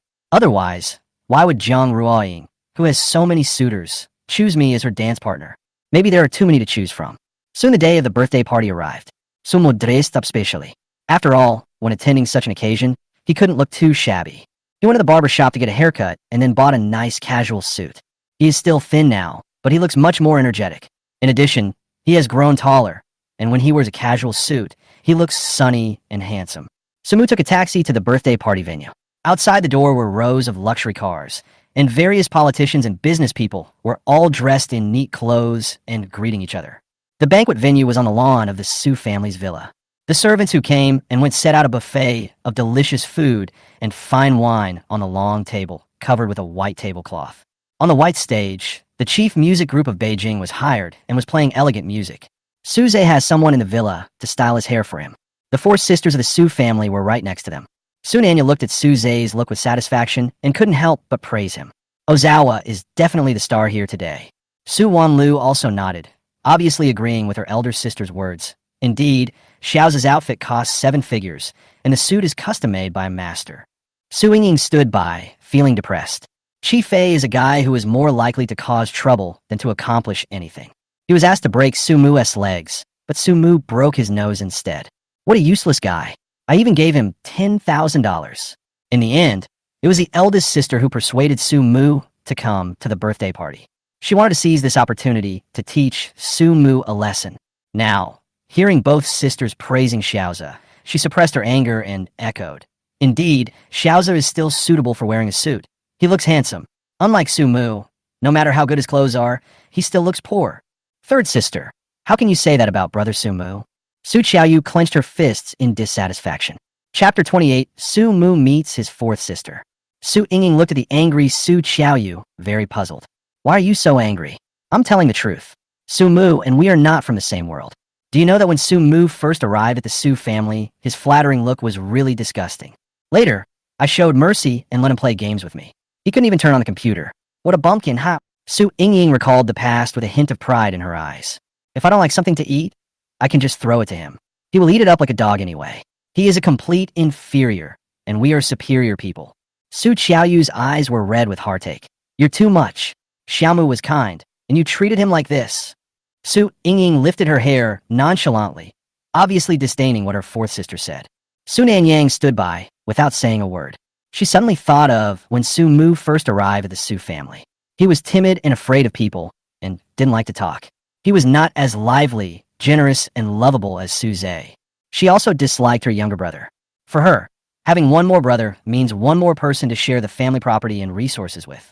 Su Mu's younger brother doesn't seem to pose any threat, but I still don't like him, because he often stirs up trouble and seems to be afraid to do anything.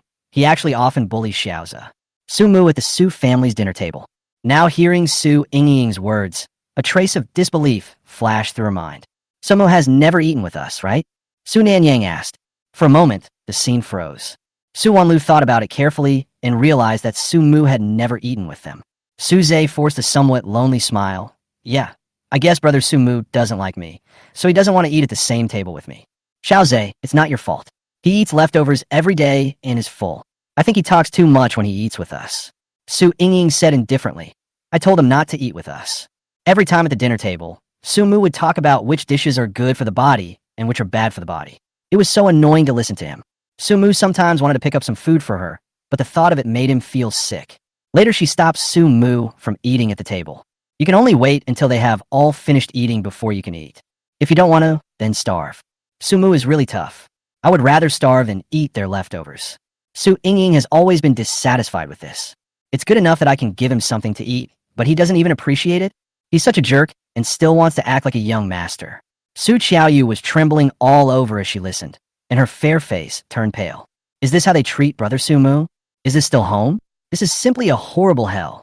It's simply abuse. Su Qiaoyu pursed her lips angrily, looked at Su Yingying's smug face, and pushed her hard. You're really going too far? He's our biological brother. Su Yingying looked puzzled and said to Su Qiaoyu unhappily, Su Qiaoyu, don't think I won't beat you just because you're my sister. You're even speaking up for him? Are you as inferior as he is? People like Su Mu are just mean bones. You can do whatever you want to him. Don't meddle in other people's business. Su Wanlu heard this and felt extremely uncomfortable.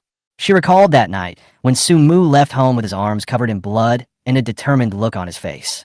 Will disappointment turn into despair if it accumulates for a long time? Su Mu leaving home because he is desperate? Su Wanlu had never thought that Su Mu's life in the Su family was so difficult that he couldn't even get enough food. No, maybe she thought about it, but she just didn't want to care, didn't want to concern herself, and didn't want to pay attention. I just want to enjoy Su Mu's flattery and don't care about his current situation. She is also a hypocrite, but she didn't want to be ridiculed and targeted like her fourth sister, so she could only remain silent in the end. When Su Zhe heard the word brother, he clenched his fists in an instant. I didn't expect that the fourth sister really loved Sumo, a boy from the countryside. She had never even met him, but she still spoke for him. Brother? Su Zhe sneered in his heart, rubbed his eyes, sighed deeply, and stared at Su Qiaoyu with great grievance. Does fourth sister dislike me? But I already treat everyone as my own sister. It's all my fault. If I leave, will fourth sister not be so angry? Su Nanyang heard Su Zhe's sad voice and quickly comforted him. Xiao Zhe, don't think too much. It has nothing to do with you. Then, she turned and looked at Su Qiaoyu sternly. Fourth sister, today is Xiao's birthday. Can you please not say such things? In our hearts, Brother Xiaoza is our real brother. Su Yingying snorted. Su Qiaoyu, I think you have also been brainwashed by that lowly person and have become brainless. Next time you really should sew his mouth shut. Su Qiaoyu was shaking with anger and turned away. If she stayed any longer, she would be pissed to death. On the lawn downstairs, Su Mu stood on the side of the table, observing the people coming and going. Maybe there are future partners here. Su Mu thought that Brother Jiang had already opened the competition to universities across the country in the name of the company, and the app should be online in 2 months. At that time, we will need to find another investment partner. Turning around, he saw a girl with red eyes standing not far away, staring at him with eyes full of heartache. Su Mu was a little confused. This person looked familiar, but he didn't know him. Su Qiaoyu ran out of the house and saw Su Mu at a glance. Thinking of what Su Yingying had just said, she felt a sharp pain in her heart. She shouldn't be so selfish as to leave home just because she was angry. She should insist on staying at home and waiting for Su Mu to come back. In this way, Su Mu might not have to suffer so much. Su Yaoyu felt guilty. Perhaps because she was close to her hometown, she was a little afraid to meet Su Mu even when he was standing in front of her. Su Mu looked at the girl's face and thought carefully, and a look of understanding appeared on his face. Before being taken back to the Su family, he had a photo sent by the Su family. This should be the fourth sister whom I have never met. Su Mu couldn't describe the feeling in his heart. He thought that all the members of the Su family were birds of a feather, but this fourth sister seemed a little different. Su Qiaoyu stepped forward hesitantly, looking at the very thin Su Mu, her tone full of heartache. Brother, this year must have been very hard. I'm sorry I'm late. She stared at Su Mu's somewhat indifferent face, his body covered with wounds, and his somewhat unfamiliar eyes, feeling extremely sad. She still remembered the first gift and letter Su Mu gave her. The tone of the letter was full of tenderness, sunshine, and trust in her sister. And now, Su Mu's younger brother's eyes were full of vigilance and fatigue, and even more of a sense of despair. On earth did the Su family do to Su Mu's younger brother? I shouldn't have left Jing City. I should have stayed here and waited for you to come back. They all bullied you. Regret and guilt filled her heart. Su Qiaoyu could no longer bear the pain and heartache for Su Mu, and broke down crying. Su Mu looked at his fourth sister, crying in some surprise. His rock-hard heart loosened a little, and he felt helpless at being cared for. He took a tissue from the side, took 2 steps forward, and handed it to Su Qiaoyu, saying helplessly, "Don't cry. Wipe your tears first." Chapter 29 Su Zhe, the Thief. Su Xiaoyu took the tissue and wiped her tears a little embarrassedly. Su Mu with red eyes. This was the first time she met her brother. Brother, did you receive the gift I gave you? Do you like it? Su Xiaoyu lowered her head and spoke in a low voice, starting to find topics to talk to Su Mu. Gift? No. Su Mu has never accepted any gifts from anyone in the Su family. Huh, I gave you a gift every month this year. A few days ago, on your birthday, I even gave you a painting. Did they not get it to you? Su Xiaoyu was very surprised. She missed her younger brother so much that she would give Su Mu a small gift almost every month. Sometimes it's a few sets of casual clothes, sometimes it's a few pairs of nice sneakers. She heard that boys of this age especially love playing games, so she did some research online and bought him a Switch game console, which boys were said alike. I didn't know which version to give, so I bought the most expensive one. She also picked out a limited edition smartwatch. She was also wondering if her brother would like it. But now, my brother actually said he didn't receive any gifts? Su Mu heard that his fourth sister remembered his birthday. His expression softened a little. I thought she was insincere, but I didn't expect that she really cared about me. Su Mu was very disappointed with the Su family, but not with human nature. I didn't receive any gifts, but the nanny sent me a package some time ago. Maybe there's something in it from you. Su Mu remembered that when the nanny sent something 2 days ago, she said someone gave him a painting. It should have been given by the fourth sister in front of me. The things I give you are all carefully selected. No, I will definitely find them for you. Su Qiaoyu's face was red with anger. She usually spoke gently, but now her voice was filled with anger. Su Mu felt cared for the first time and was stunned for a moment. Then, looking at his fourth sister running away, he felt inexplicably complicated. If he had met this sister earlier, perhaps he would still have some attachment to this family. Su Qiaoyu rushed into the Su family's villa. At this moment, everyone else had already left, leaving only Su Wanlu sitting in the living room in a daze. Su Wanliu's stomach felt more and more uncomfortable, and no matter how many stomach medicines she took, they didn't help. Before, whenever her stomach felt uncomfortable, Su Mu would bring her a bowl of hot medicinal porridge. I feel much better every time I eat it. Now, after just a few days of not eating, her old problem has recurred. She unconsciously thought of the time when Su Mu was still in the Su family. At most, she ignored her younger brother and always turned a blind eye to him. She doesn't like to have excessive contact with others. Over the years, the only brother she loves is Su Zhe. Su Mu bullied Xiaoze as soon as he came home, which made her very unhappy and even disgusted. For this reason, over the past year, even though Su Mu did a lot for her, she chose to ignore it. But these days, she was not used to Su Mu being away from home. Moreover, she asked the nanny to clean up the clutter in the house today and found a lot of medicinal herbs in the storage room. She also studied medicine and soon discovered that some medicinal herbs were extremely precious. Some medicinal herbs cannot be bought with money. She couldn't imagine how Su Mu found and obtained these medicinal herbs. Su Mu was all alone. He had no money and no power. It must have taken a lot of thought to get these things. Su Wanlu thought that today was Xiaoze's birthday, so everyone was with Xiaoze. No one in the family went to look for Sumo, and no one asked about Sumo. Su Mu still has such serious injuries on his body. For the first time, Su Wanlu fell into anxiety. When Su Qiaoyu walked in, she saw Su Wanlu sitting on the sofa with a dazed look on her face. Second sister, it's a good thing you're here. Have you seen the gift I gave to Su Mu before? Su Qiaoyu said, her eyes searching the hall. I don't know. Su Wanlu felt a little uncomfortable. She rarely paid attention to Su Mu and had no idea whether he had received the gift. However, Xiaoze once said in front of himself and Su Mu that his fourth sister sent him a lot of gifts, all of which he liked. At that time, Su Mu's expression seemed very lost. Su Mu also had a gift. Why was he disappointed? But you sent a gift to Xiaoze before, right? Did you send the same gift to both of them? Su Wanlu stood up, and the next second, she heard Su Qiaoyu's hurried and angry voice. I've never sent a gift to Su Zhe. How could I possibly send him a gift? It was because of him that I left home. Su Qiaoyu was so angry that she almost died. Did Su Zhe take away all the gifts I sent to my brother Su Mu? Su Wanlu widened her eyes and muttered to herself. Impossible. Xiaoze is not that kind of person. I don't care if he is such a person or not. If he steals brother Su Mu's gift, I will not forgive him. Su Qiaoyu was very angry and felt suffocated and uncomfortable. No wonder there was no reply from brother Su Mu. It turned out that all the gifts I gave him were taken away by Su Zhe. Su Qiaoyu ran upstairs quickly. She wanted to check on Su Zhe's room. Su Wanlu hurriedly followed. Fourth sister, don't be impulsive. Maybe it wasn't Xiaoze who took it. Su Qiaoyu directly pushed open Su Shi's door. Su Zhe's room is very luxurious. There are 3 desktop computers on the table, surrounded by many airplane models. In addition, there is a special shoe cabinet that takes up an entire wall. Su Xiaoyu looked around the room with a cold face and soon found the gift she had given. In the transparent shoe cabinet are the shoes I gave her as a gift. On the table is the game console I gave her as a gift, and on the bookshelf next to it is the crystal globe I gave her as a gift. Su Xiaoyu was extremely angry. Su Zhe was such a shameless guy. He actually stole Su Mu's brother's gift. Damn it. Su Xiaoyu stepped forward and took out all these things, smashing whatever could be smashed and throwing whatever could be thrown. These things have been used by Suzy, disgusting. Su Xiaoyu made up her mind to buy a new one for her brother Su Mu.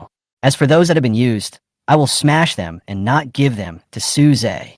Su Wanlu was also shocked when she came in. She had seen the house where Su Mu lived, a small space with simple decorations. Even the clothes are packed in cardboard boxes. There is a huge difference when compared like this. This is really a bit unfair to Su Mu, but why doesn't Su Mu say it? How thief. He stole the gift I bought for Su Mu. After Su Xiaoyu had thrown everything, she sobbed and felt extremely uncomfortable. Su Wanlu didn't know what to say. Brother Xiaoza, did you really take Su Mu's things? Is there any misunderstanding here? Su Wanlu asked hesitantly, unwilling to believe it in her heart. I don't care what misunderstandings he has. Anyway, the gift I gave to my brother Su Mu appeared in his room. So he is a thief. Su Xiaoyu clenched her fists. She was so angry that she wanted to punch Su Zhe to death. Brother Xiaoza is not that kind of person. Today is his birthday. Let's wait until after the birthday party to ask him about it. There must be some misunderstanding. Su Wanlu frowned and said, today is a birthday party, and it would really spoil the fun if this matter was brought up. Su Xiaoyu glanced at her coldly and snorted, I must make him apologize to brother Su Mu. Su Wanlu held her uncomfortable stomach, thinking that her elder sister would definitely not be willing to hear brother Xiao's apologize. Not only the eldest sister, but the third sister would not agree. On the lawn downstairs, Su Zhe walked out surrounded by the Su family. At this moment, it was already evening and lights suddenly appeared on the lawn. Su Zhe was wearing a white suit, and next to him were Su Nanyang and Su Yingying. Su Nanyang was wearing a suit and petticoat and high heels. She was socializing with people around her in a very familiar manner, while looking for people from the Jiang family. Su Tianxi held Zhang Yuding's arm, looking very satisfied, and boasted to his business partner next to him. We recently produced a batch of medical equipment. Now, as long as we can cooperate with the Jiang family, the company's market value will rise to a higher level. I'll leave this matter to Nanya. When Su Tianxi mentioned Su Nanyang, there was a hint of pride on his face. Among these younger generations, Su Nanyang was the most promising. It's true that a tiger father has a dog daughter. Boss Su will be blessed in the future. But I heard that you recently adopted a son. Listen to my elder brother's advice. With so many children, it's hard to divide the family property. Chapter 30, the fake young master was beaten to a bloody pulp. The middle-aged man next to him patted Su Tianxi on the shoulder, looking like an experienced person. Su Mu, who was mixed in the crowd. I adopted child. I plan to train Xiaoza to be the heir to the Su group in the future. To be a qualified heir, he must have a whetstone to help him hone his skills. As soon as Su Tianxi said this, people around him praised him for his good parenting skills. This is the truth. If no one competes with the heir for the inheritance, how can the heir make progress? Su Tianxi was still far ahead of them, and actually adopted a child as an obstacle to his heir.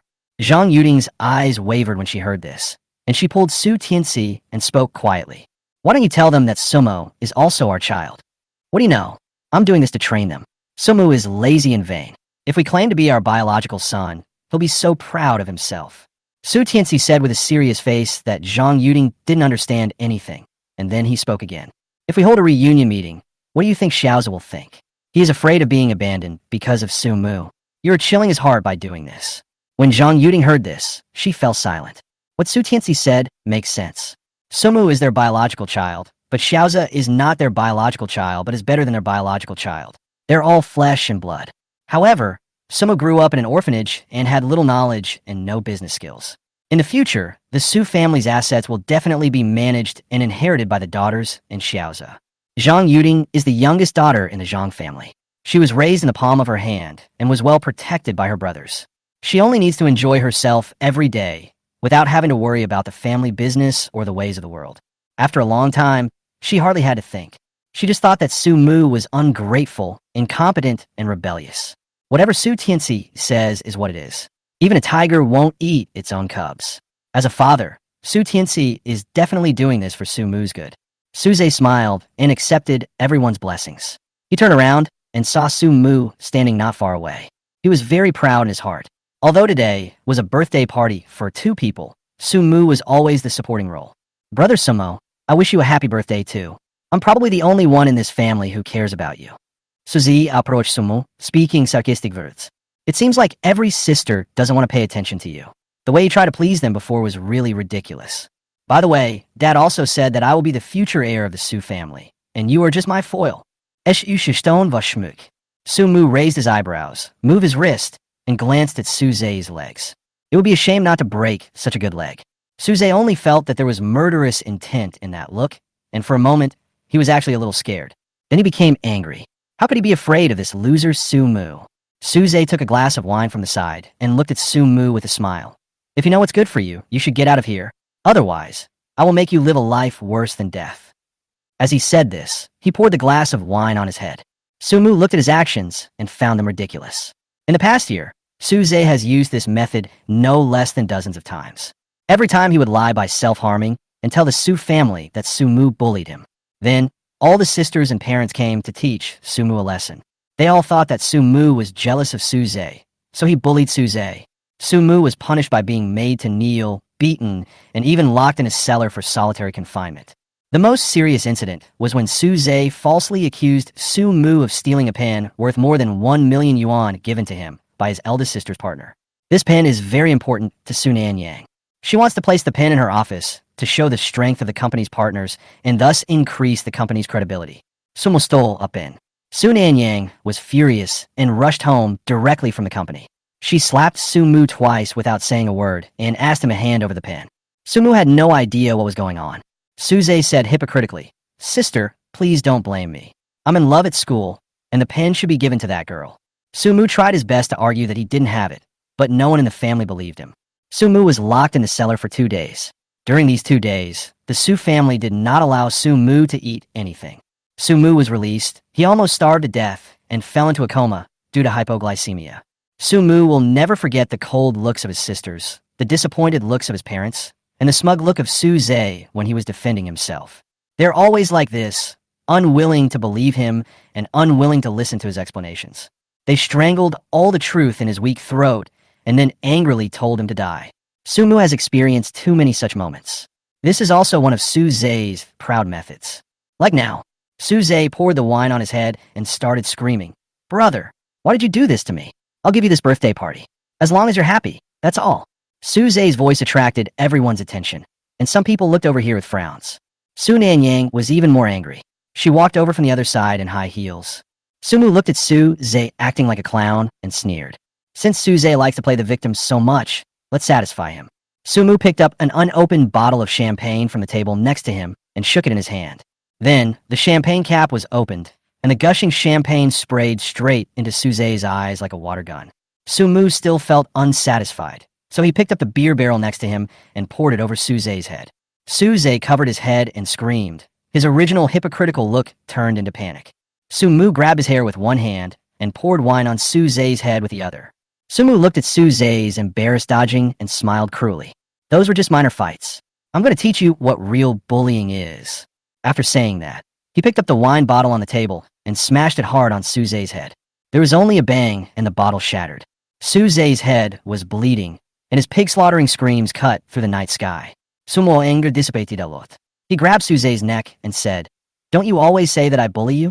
Now I satisfy you. Are you satisfied? My dear brother." In Suze's ears, Su Mu's voice now sounded like the whisper of a devil. He cursed Sumo. "Just wait. The sisters won't let you go." Su Mu grabbed his hair and pushed him back, scorning what he said. What sister? He once thought about being a stranger to the people of the Su family, but they were unwilling to let him go. They also wanted to break his legs and humiliate him in front of everyone. Since you don't want to be strangers, then let's be enemies. They were his enemies who had killed him once. Who cares what their enemies think?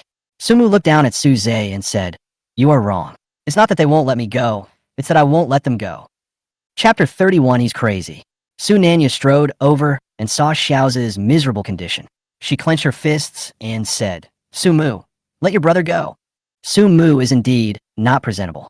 He actually caused such a thing in such an important occasion. When Suze saw his elder sister coming, he rushed over crying, "Eldest sister, my brother is crazy. Hurry up and save me. Su Nanyang looked at Su Zai's head full of wounds with heartache and quickly asked the servant next to her to call the family doctor. Su Mu, do you know what kind of occasion we are in now? I'm so disappointed that you have done something that brings shame to the Su family. Su Nanyang thought that Su Mu must be jealous of the birthday party his family threw for Xiaoza, so he wanted to ruin everything. Su Mu shook his sleeves and looked at Su Nanyang's arrogant look, which he found ridiculous. Miss Su, if Su Zai hadn't made the first move, I wouldn't have touched him. He asked for this. Su Mu looked at Su Nanya, who was full of anger, and said softly, Don't you always think that I bully him? Today I really bullied him. What's wrong? Su Mu was so strange and scary now. Su Yingying also came over and looked at Su Zai with heartache. The family doctor had already bandaged Su Zai's wound. Su Zai looked aggrieved over there. Sister, I don't know how I offended Brother Su Mu. If he wants this birthday party, I will give it to him. Brother, why did you hit me? Is it because I'm not your brother? When Su Yingying heard this, she felt extremely distressed. She turned around and looked at Su Mu with gritted teeth. Su Mu, why don't you roll over here and kowtow to Xiaoza and apologize? You damn thing. You have been snatching things from Xiaoza since you came to this family. Su Yingying took a few steps forward, thinking that her brother Xiaoza was always wronged, and raised her hand to slap him. I'm going to teach you a lesson today on behalf of my brother Ozawa. Su Mu had anticipated such an outcome a long time ago. Looking at Su Yingying's hateful eyes, he pursed his lips. The Su Mu who allowed myself to be beaten or scolded. Get out. Su Mu grabbed Su Yingying's wrist with his backhand and stared at her coldly, his eyes filled with icy hatred. Su Yingying was stunned. She had never thought that one day she would see this kind of expression in Su Mu's eyes. Su Mu's eyes are always cautious, flattering, and warm. But this time, it's completely different. The strength in Su Yingying's hand was immediately controlled, and Su Mu shook her hand off. Then came a backhand slap, the crisp sound echoing throughout the sky. Su Mu said with hatred, It's just a matter of convenience for me to hit you. Su Yingying was beaten and thrown to the ground, her face full of humiliation. Su Nanya looked on in disbelief. Su Mu, you actually dare to hit your third sister. At this moment, she completely realized that Su Mu was no longer the same Su Mu as before. Su Mu used to want Su Yingying's approval the most. Su Yingying beat and scolded him, often slapping him several times, but he never fought back. And this time, he slapped her without hesitation, and it was still a hard slap. The commotion here also attracted the attention of many guests. Jiang Ruoying looked at the crowd with a worried look on her face. She seemed to have heard Su Mu's voice just now. Jiang Tian and Jiang Jiao were chatting with Jiang Ruoying, and the three of them were standing together. They have similar family backgrounds, but have never met each other before. This is the first time they meet, and they were introduced by their elders. Jiang Jiao saw Jiang Ruoying's worried look and understood. I didn't expect that the pretty little girl who was with Su Mu last time was actually the daughter of the Jiang family. Su Mu didn't know whether it was a blessing or a curse to meet this girl. After all, Jiang Ruoying's father was a difficult old man. Let's go and see what's going on. Jiang Jiao, wearing a black long dress, put her arm around Jiang Tian's shoulders and raised her chin. That seems to be our little friend Su Mu. When Jiang Tian heard Su Mu's name, he quickly looked up and said, Is brother Su Mu over there? I just heard a man crying. His crying was disgusting. Jiang Ruoying chatted nearby, looking anxiously over there. It's definitely not Su Mu. Jiang Jiao smiled lightly and jokingly said, You know your boyfriend so well? Not my boyfriend. Jiang Ruoying said softly, a few blushes appearing on her pure and charming face. You haven't gotten her yet. I have experience and can give you some advice. Jiang Jiao likes to tease this kind of pure little girl. Jiang Tian glanced at Jiang Jiao unhappily. That's enough. What experience do you have? Don't lie to the kids. Jiang Jiao didn't say anything and rested her chin on Jiang Tian's shoulder. Jiang Ruoying saw Su Mu's face, which was full of coldness, through the layers of people. She said anxiously, I'll go over there and take a look. Jiang Tian pulled Jiang Jiao and said, Let's go together. The three of them squeezed in a crowd and found Su Mu standing there. Su Mu was standing alone, with three people opposite him. There seemed to be a chasm between them, separating them from each other. Jiang Ruoying squeezed in, holding up the hem of her skirt. Make way! Make way! She was wearing a silver fishtail dress today and diamond-studded high heels. Her hair was neatly styled and wavy, hanging on her fair shoulders. She had light makeup on her face, and she looked beautiful and pure. She walked into the center of the crowd and stood firmly beside Su Mu. Su Mu in a cold voice. Su Mu, do you know what you're doing?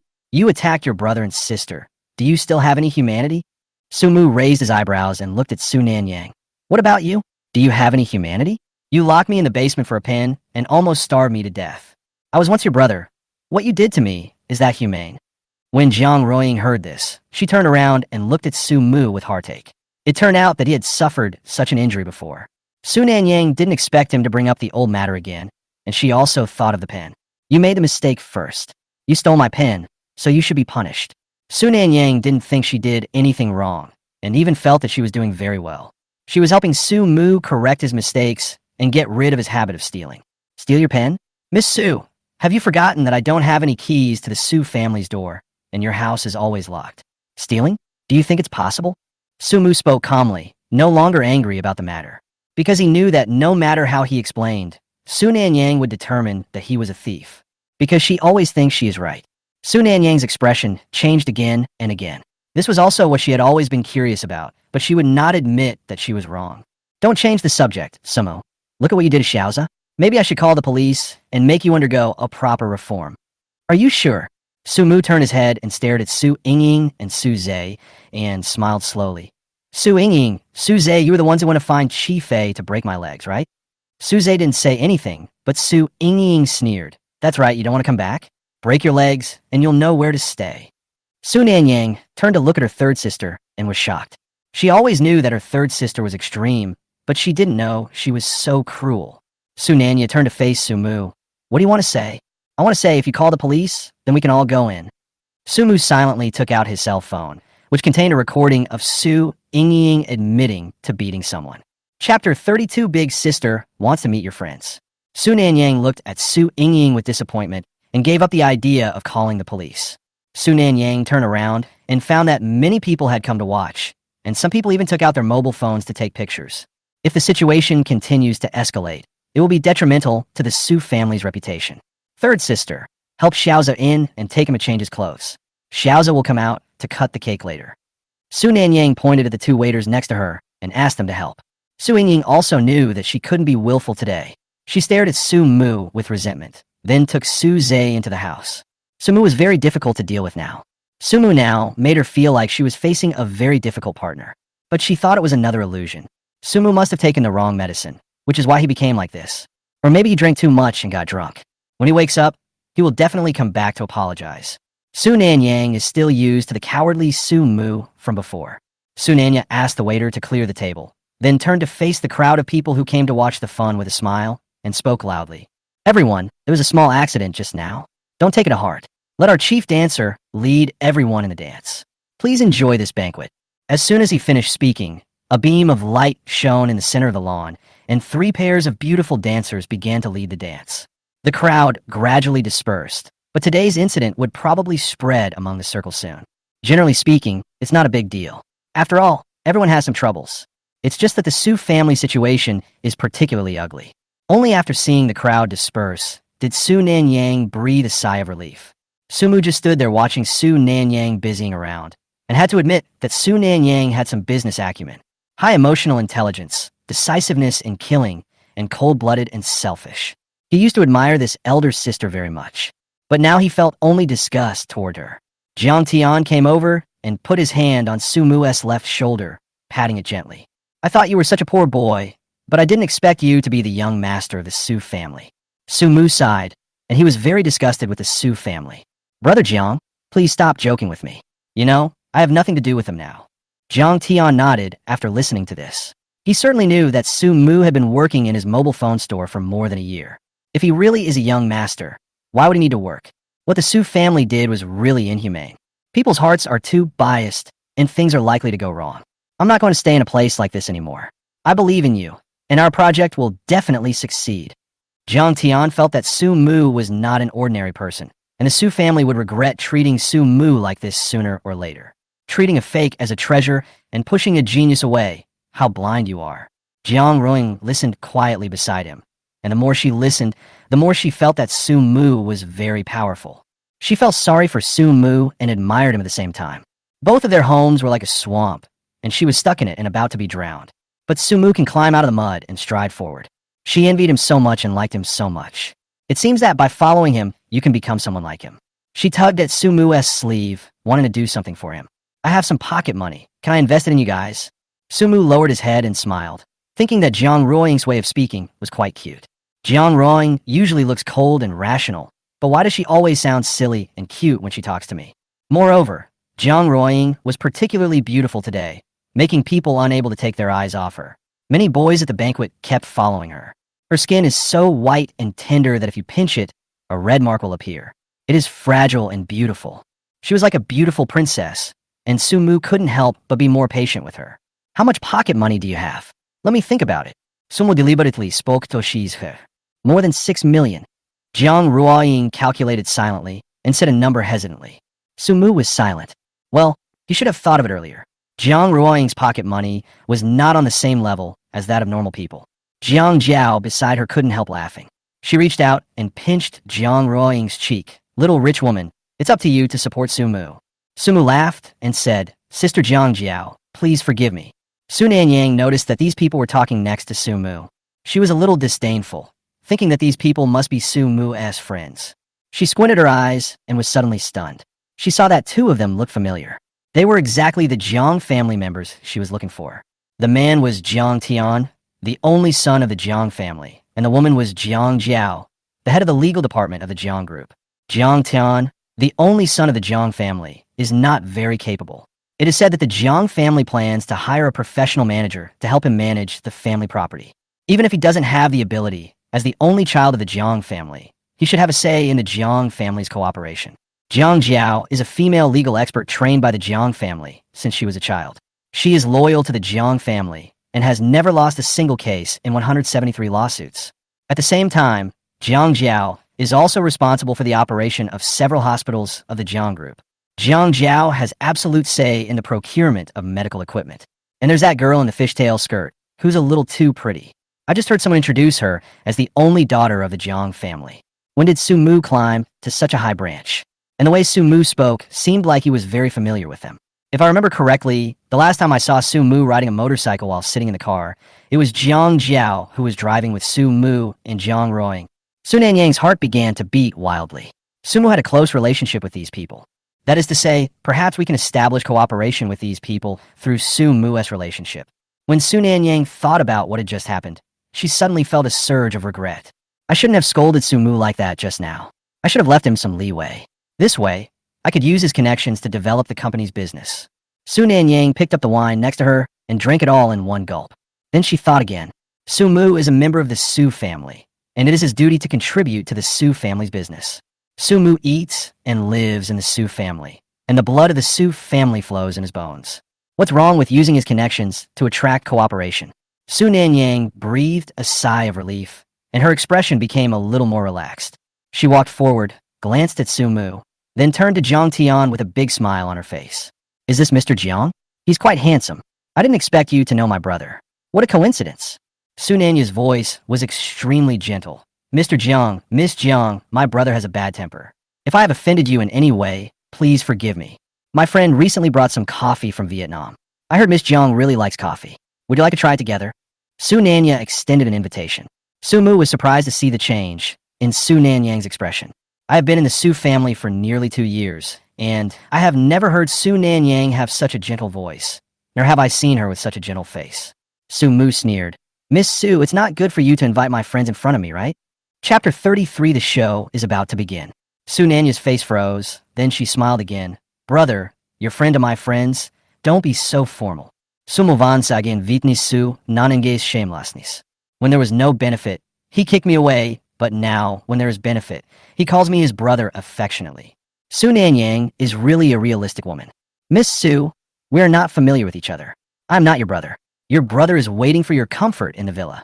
Sumu smiled faintly, and there was no previous flattery and caution in his expression, only coldness and indifference. Su Nanyang couldn't help but frown. How long does Sumu want to continue making trouble? Isn't he just trying to gain his family's attention through this method? Then congratulations to him. He succeeded. Su Nanyang glanced at Jiang Tian and Jiang Jiao, who were silent beside her, and pulled Sumu to the other side. Her voice softened a bit, but her tone was still a bit like charity. Is that enough of a fuss? Sumu, I know what your purpose is. As long as you introduce those 2 Jiang family friends to me, I will let you live comfortably in the Su family. Seeing that Sumu didn't say a word, Su Nanya thought that he was dissatisfied, so she couldn't help but tut a sound and continue to speak. You get the same pocket money as Xiaoza, and your family will also assign you a special driver to go to school. Also, I will ask your third sister to stop beating you, and your second sister to stop using cold violence against you. If you behave better, your parents will treat you better. Su Nanyang didn't believe that such conditions could not impress Su Mu. But when she looked into Su Mu's dark eyes, she had a bad feeling. Su Mu listened to her, making one generous offer after another, as if it were a gift to him. Su Mu waited for her to finish, and couldn't help but say, Su Nanyang, it turns out you know everything. You know my situation, but you don't care at all. Su Nanya, you are so cruel. Su Mu still had an illusion, which was his own pain. His sisters didn't know about it, so they did nothing. It was not until he heard what Su Nanyang said today that Su Mu finally understood that she knew everything. I know every bit of hunger he has endured, every time he is exhausted going to school, and I know that he's been bullied in this family. Su Nanyang just looked at him from a high position, enjoying his flattery. When he was in unbearable pain, she kicked him away because Su Mu's painful groans disturbed her ears.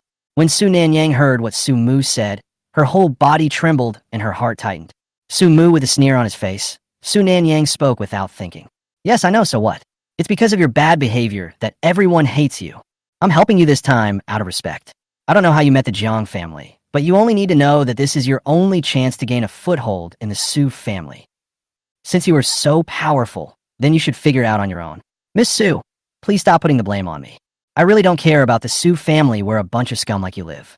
Su Mu turned around and walked to Jiang Ruoying's side. He didn't want to stay there for a second. Jiang Tian came over and asked, Su Mu, what does your elder sister want to do? Jiang Jiao raised her champagne glass and looked at Su Mu with a smile.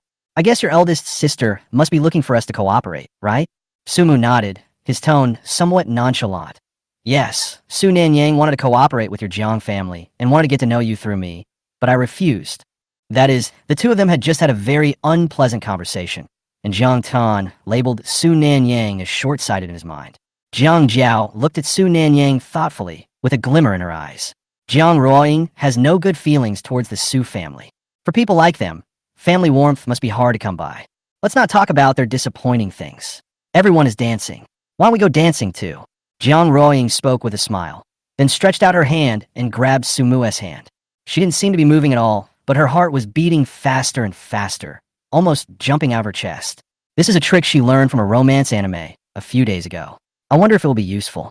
Unintentionally creating physical contact will enhance the intimacy between two people. Jiang Ruoying recalled that an unintentional touch would make a boy's heart beat. Spraying sweet perfume on the neck and behind the ears will make the other person salivate and want to kiss.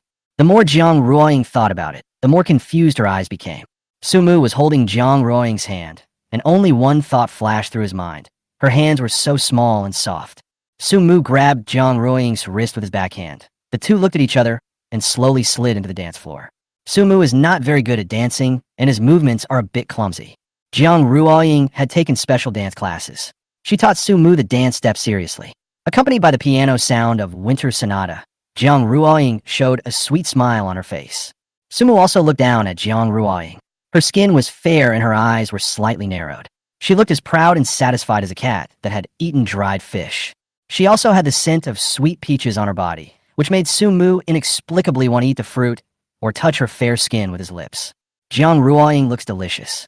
Su Mu quickly shook his head, got rid of the dangerous thought, and began to dance seriously. At an unknown moment, a trace of throbbing remained in my heart. Su Mu and Jiang Ruoying on the dance floor, with a hint of envy in her eyes.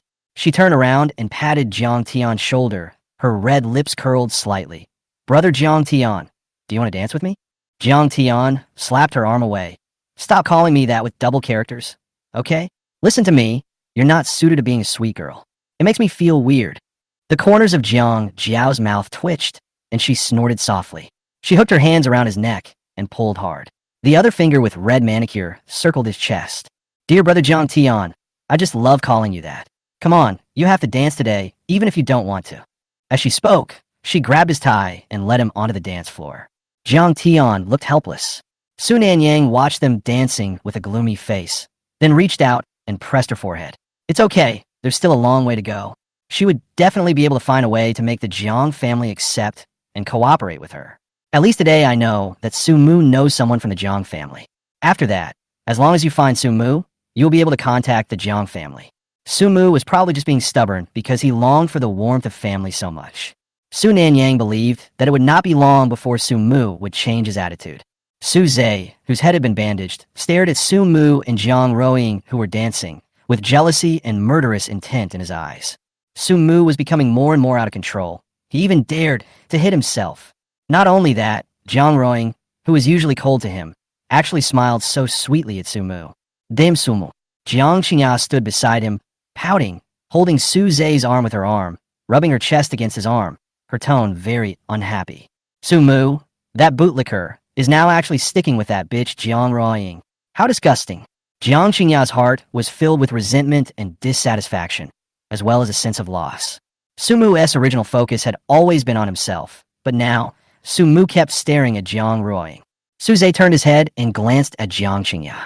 Seeing the tight black dress she was wearing, and most of her white breasts exposed, a trace of contempt flashed across his eyes.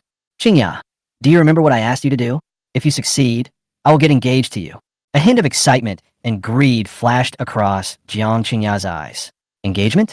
Then I can also become the rich wife of the Su family. Jiang Qingya laughed sweetly. Xiao Zhe, don't worry, Su Mu. That lecher will definitely fall at my feet. You know, he used to be my bootlicker. It's easy to ruin his reputation. It happened that the dancing time was over at this time. Su Mu went to the bathroom, and Jiang Qingya's eyes lit up, and she followed him closely. Su Mu finished running the water and washing his hands. He thought to himself that it was almost time to leave. This banquet was quite boring, but it was really satisfying to beat up Su Zhe. He had just taken 2 steps when Jiang Qingya ran over from the front, pressing her chest tightly against his. Su Mu, I know you like me, and I promise you today. Not far away, a camera flashed a red dot. Chapter 34, The Fake Young Master is a Coward. Su Mu was startled. After all, the light was a little dim. Suddenly, an unknown thing jumped out from the front. This thing suddenly flew into his arms. Anyone would be scared to death. Su Mu didn't even think about it, and pushed it away. What the hell? How dare you hurt me? Jiang Qingya only let out a scream and fell to the ground in a mess. Jiang Qingya didn't react. Her hair was loose, and she stared at Su Mu angrily. Su Mu, take a good look at who is in front of you. Jiang Qingya stood up, straightened her clothes, and squeezed her chest deliberately. She looked at Su Mu with a charming smile. Weren't you pursuing me before? Now I promise you. Su Mu, the bootlicker, must be so happy. Su Mu just looked at her expressionlessly and thought she was an eyesore. Su Mu was nice to her before because Jiang Qingya had helped him, but later he found out that Jiang Qingya had accidentally helped the wrong person. Jiang Qingya then humiliated him in every way. Su Mu wouldn't like such a person. Please respect yourself. I have no interest in you at all. Su Mu walked around her and wanted to leave. Jiang Qingya was anxious. She grabbed his hand and tried to put it on her chest. Su Mu, don't go. After she finished speaking, she screamed, help. Someone, there's a pervert here. Su Mu yelled in his heart, quickly pulled his hand back, and kicked her away. Don't get involved. Jiang Qingya was full of bad intentions. I thought she had some ulterior motive, but it turned out she was here to frame me for molesting her. Su Mu really didn't expect Jiang Qingya to be able to do this. Now the Su family has so many celebrities and upper-class people coming to attend the banquet. If she succeeds in framing me, my reputation will definitely be ruined. Jiang Qingya was kicked and fell directly onto the grass. She was extremely angry. Why did Su Mu become like this? No, she must succeed. After success, she will be able to get engaged to Su Zhe and become a superior person. She gritted her teeth and fought hard. She rushed directly towards Su Mu, then with her other hand, she fumbled for the zipper on the back of her skirt and pulled it open. Su Mu turned around and ran. Damn, he was crazy.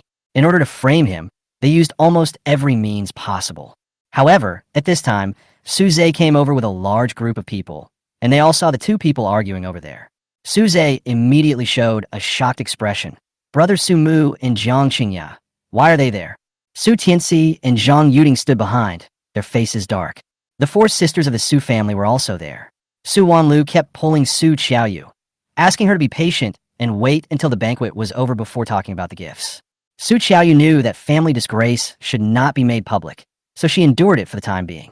Now, they all saw Su Mu running, and Jiang Qingya chasing after him was simply unbearable to watch. Most of Jiang Qingya's original black skirt had fallen off, revealing a large area of skin on her chest. Fortunately, she had breast stickers on her chest, so no nipples were exposed. Even that makes people who see it want to poke their own eyes out. When Jiang Qingya saw the people here, Her eyes lit up. She immediately pulled up her clothes, pinched her thigh fiercely, and tears flowed down her face. Sumu, you are not a human. You actually wanted to do that to me here. You are so disgusting. I will sue you. When everyone heard this, their expressions varied. Sumu sneered. Okay, go ahead and sue me. Bitch will get his due. I think you and Suze are the same kind of people. Did he ask you to frame me? You're a bunch of bastards. When Jiang Qingya heard this, she felt guilty and dare not look up. Suze was surprised. Brother, why do you say that? You should apologize first. There are so many people here. If this gets out, it will be so embarrassing. When Su Tianzi heard this, he was so angry that he trembled all over, and he looked like he wanted to kill Su Mu directly. Being embarrassed in front of so many people is more painful than killing him. Su Tianzi has always valued his reputation, but he didn't expect that it would be ruined by this stupid son he adopted. Someone kneeled down, Su Mu, trembling all over. Su Mu's expression did not change. He turned around and saw Su Zhe confusing right and wrong. He ignored Su Tianzi. Seeing some empty beer bottles on the grass next to him, he picked up a few bottles and then looked at Su Zhe with a cold expression. He picked up the beer bottle and smashed it, just like before. Su Zhe screamed and dodged everywhere. Sumu is crazy. Su Mu snorted coldly and pointed at Jiang Qingya's skirt with his backhand. You took off your clothes and rushed over. If I hadn't run fast, you would have succeeded. Jiang Qingya's face turned pale. She never expected Su Mu to be so powerful in combat. Jiang Qingya immediately covered her chest and cried. You're talking nonsense. Everyone in school knows that you're pursuing me. I don't agree, but you're trying to force me. Su Nanyang's face was full of disgust. She knew that Su Mu was a corrupt person. Su Wanlu was half believing and half doubting, with a cold face, looking at Su Mu with eyes full of suspicion. Su Yingying echoed. I knew Su Mu was not a good person. Brother Xiaomu would definitely not do such a thing. Su Qiaoyu was anxious and angry. There was obviously ill intention in Jiang Qingya's eyes. Couldn't these people see it? Some of the Su family's partners were already embarrassed. They said to Su Tianzi, Brother Su, you still need to keep up with this child's education. To be honest, some of our children are naughty, but they wouldn't do something like this in front of so many people. Although they said this, they actually admired Su Mu's courage in their hearts. They had experienced this kind of routine of being relied on by women in their early years. On the other hand, the youngest son who was held in the palm of Su Tianzi's hand was not so good. He cried all the time and looked so cowardly, not at all like someone who could handle anything. They would rather their children be as brave as Su Mu than be as incompetent as Su Zhe. Su Mu looked at the people around him with a very calm expression, not panicked at all. This was a game set against him. If he panicked and said he didn't do it, no one would believe him. Because many people only believe what they see with their own eyes and do not seek to find out the truth. Even if the truth comes out later, some of them are unwilling to believe it. So once this kind of thing happens, it must be resolved on the spot without any delay. Sumu took a look at the surrounding environment. Logically, there should be some cameras or video cameras here. This is the Su family's lawn. A camera will be installed in the corner of the courtyard wall. You can check the surveillance footage. I wouldn't do such a thing.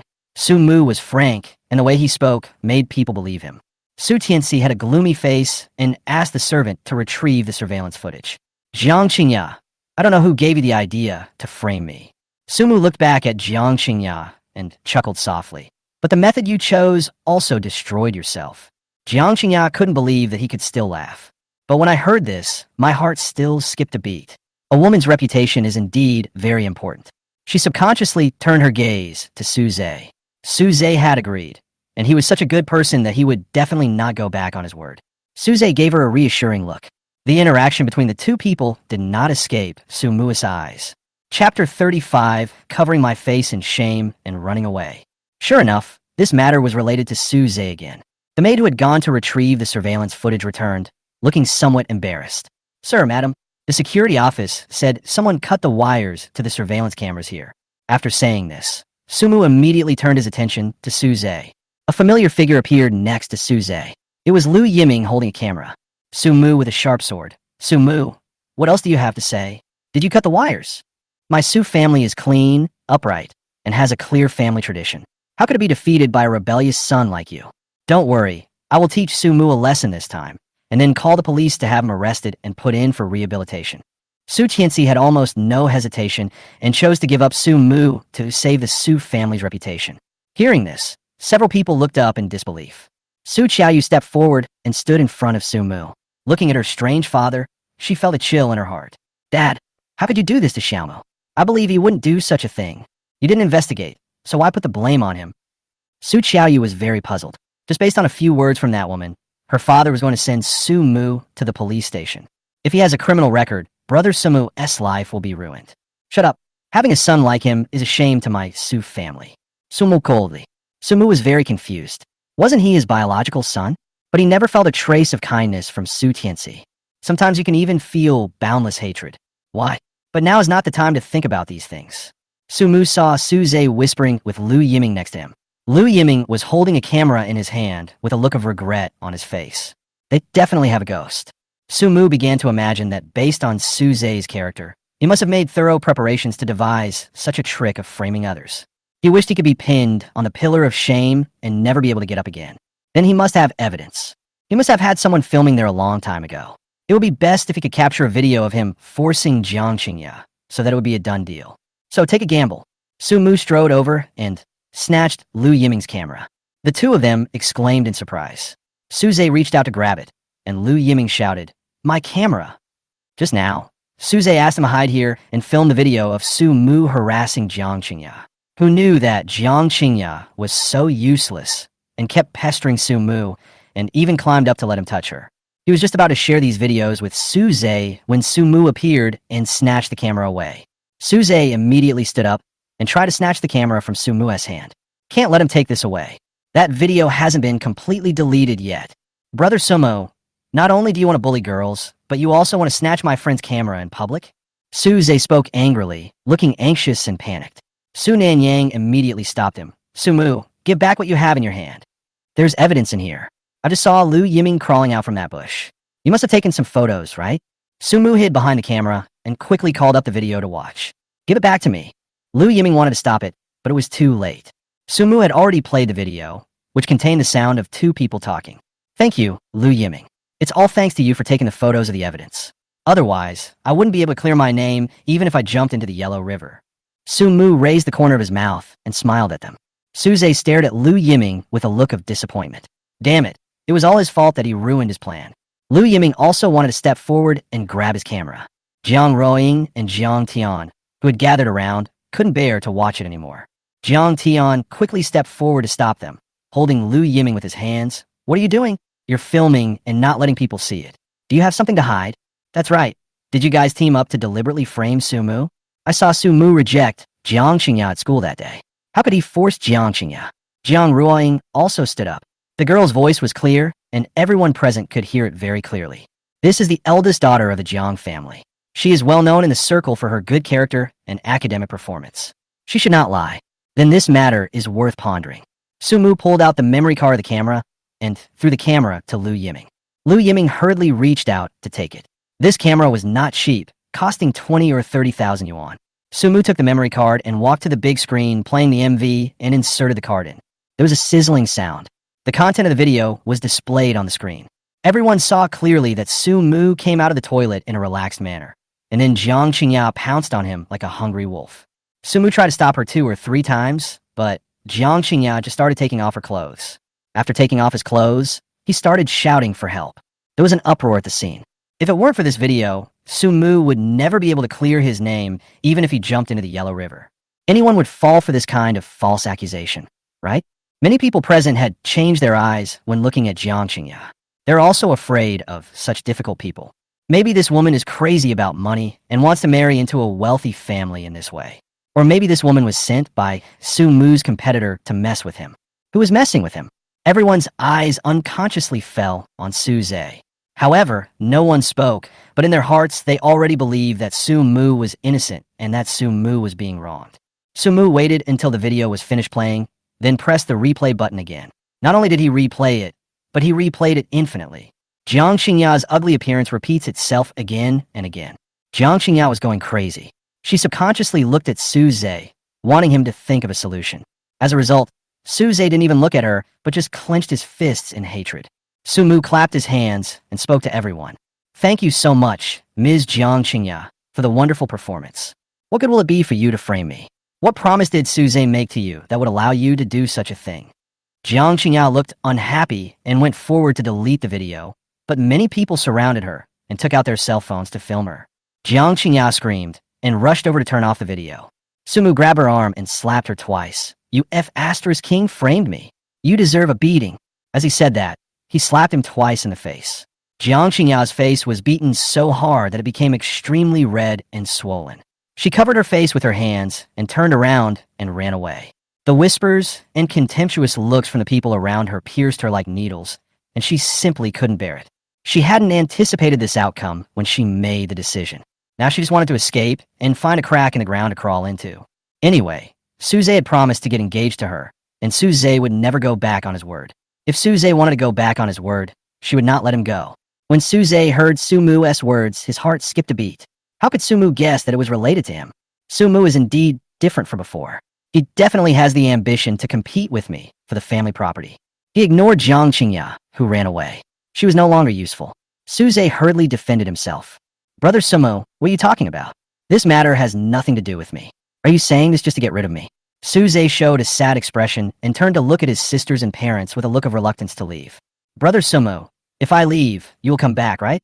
Suze is being hypocritical there. Zhang Yuding immediately felt distressed. She had raised Suze since he was a child. She knew that Suze was a kind person and would not do such a thing. Sumu was wrong today. The truth is now revealed. He even wants to frame Ozawa, which is too much. "Sumu, this is your brother. What nonsense are you talking about?" Zhang Yuding frowned at him. "Why are you so cold-blooded?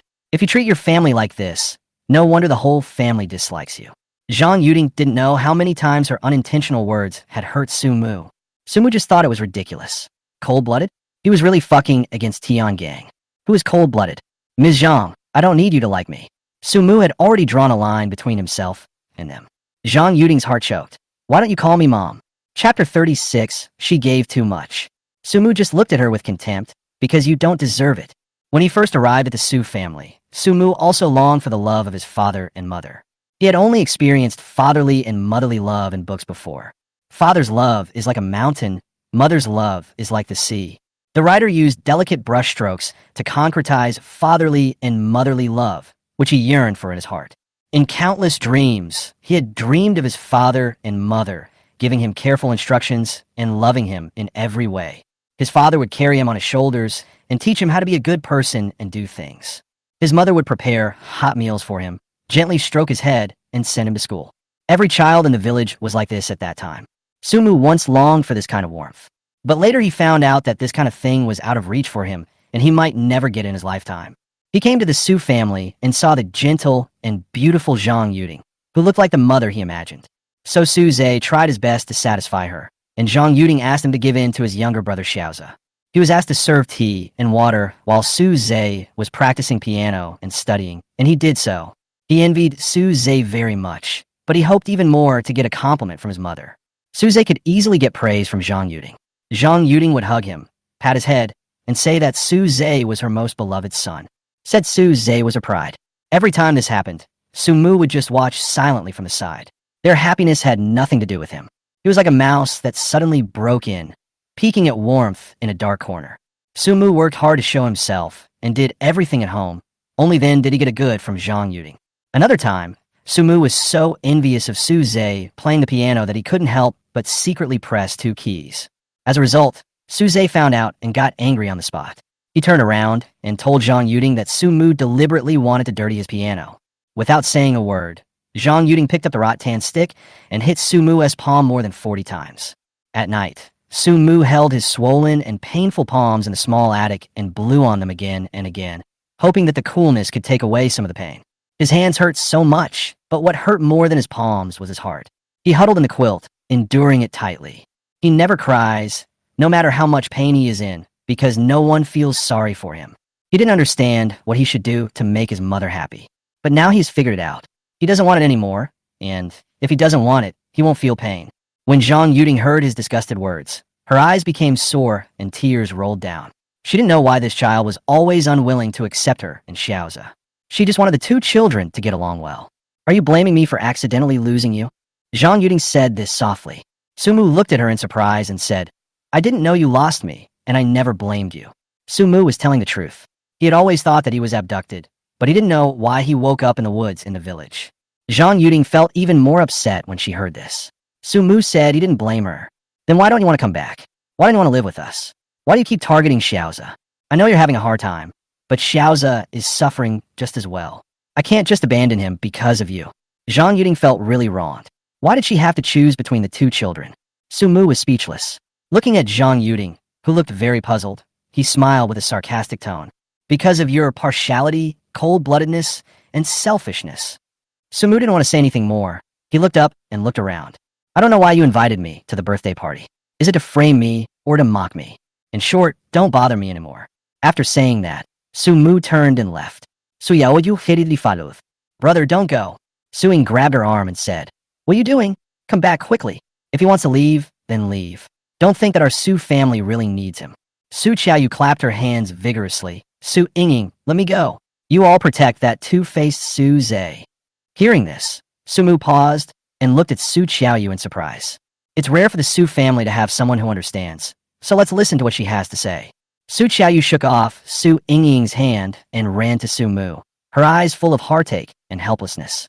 Su Mu had never been looked at in such a way before, and he couldn't help feeling a little uncomfortable, so he silently avoided the gaze.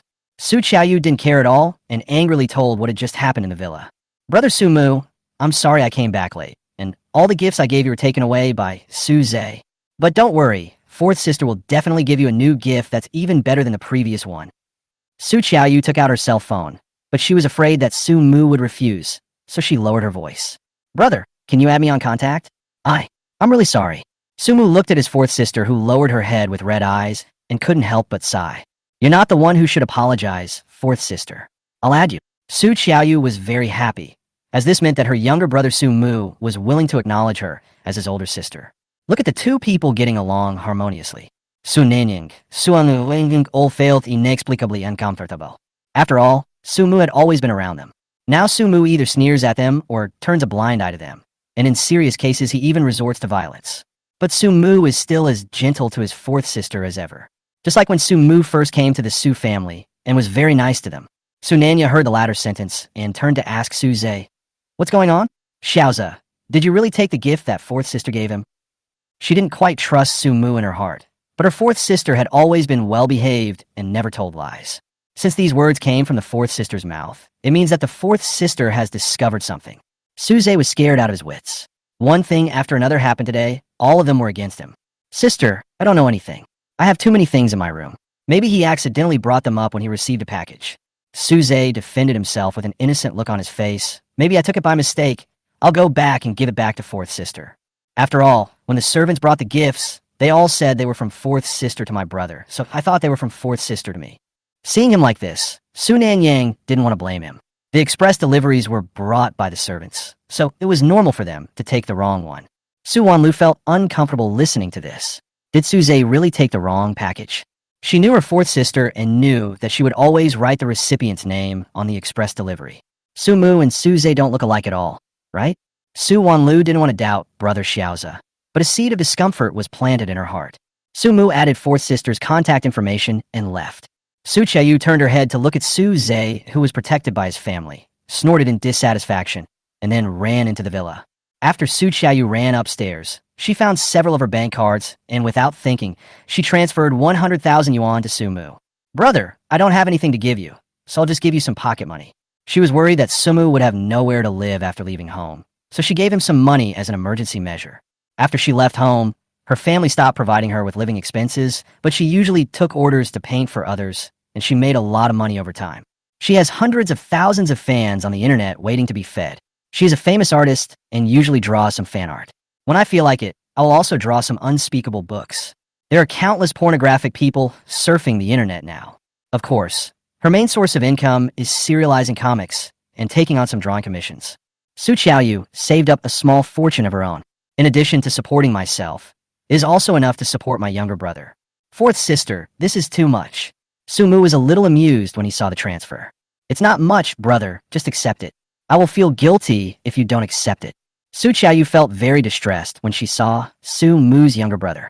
I wish I could give my brother all the best, but a mere 100,000 yuan is nothing. Su Mu hesitated for a moment and then accepted it. He wanted to use the money to buy some stocks, and when he made money, he would give more to his fourth sister. Chapter 37. Su Mu likes this kind of life. Seeing Su Mu accept the money, Su Qiaoyu smiled happily. This means that my younger brother will not treat me badly outside.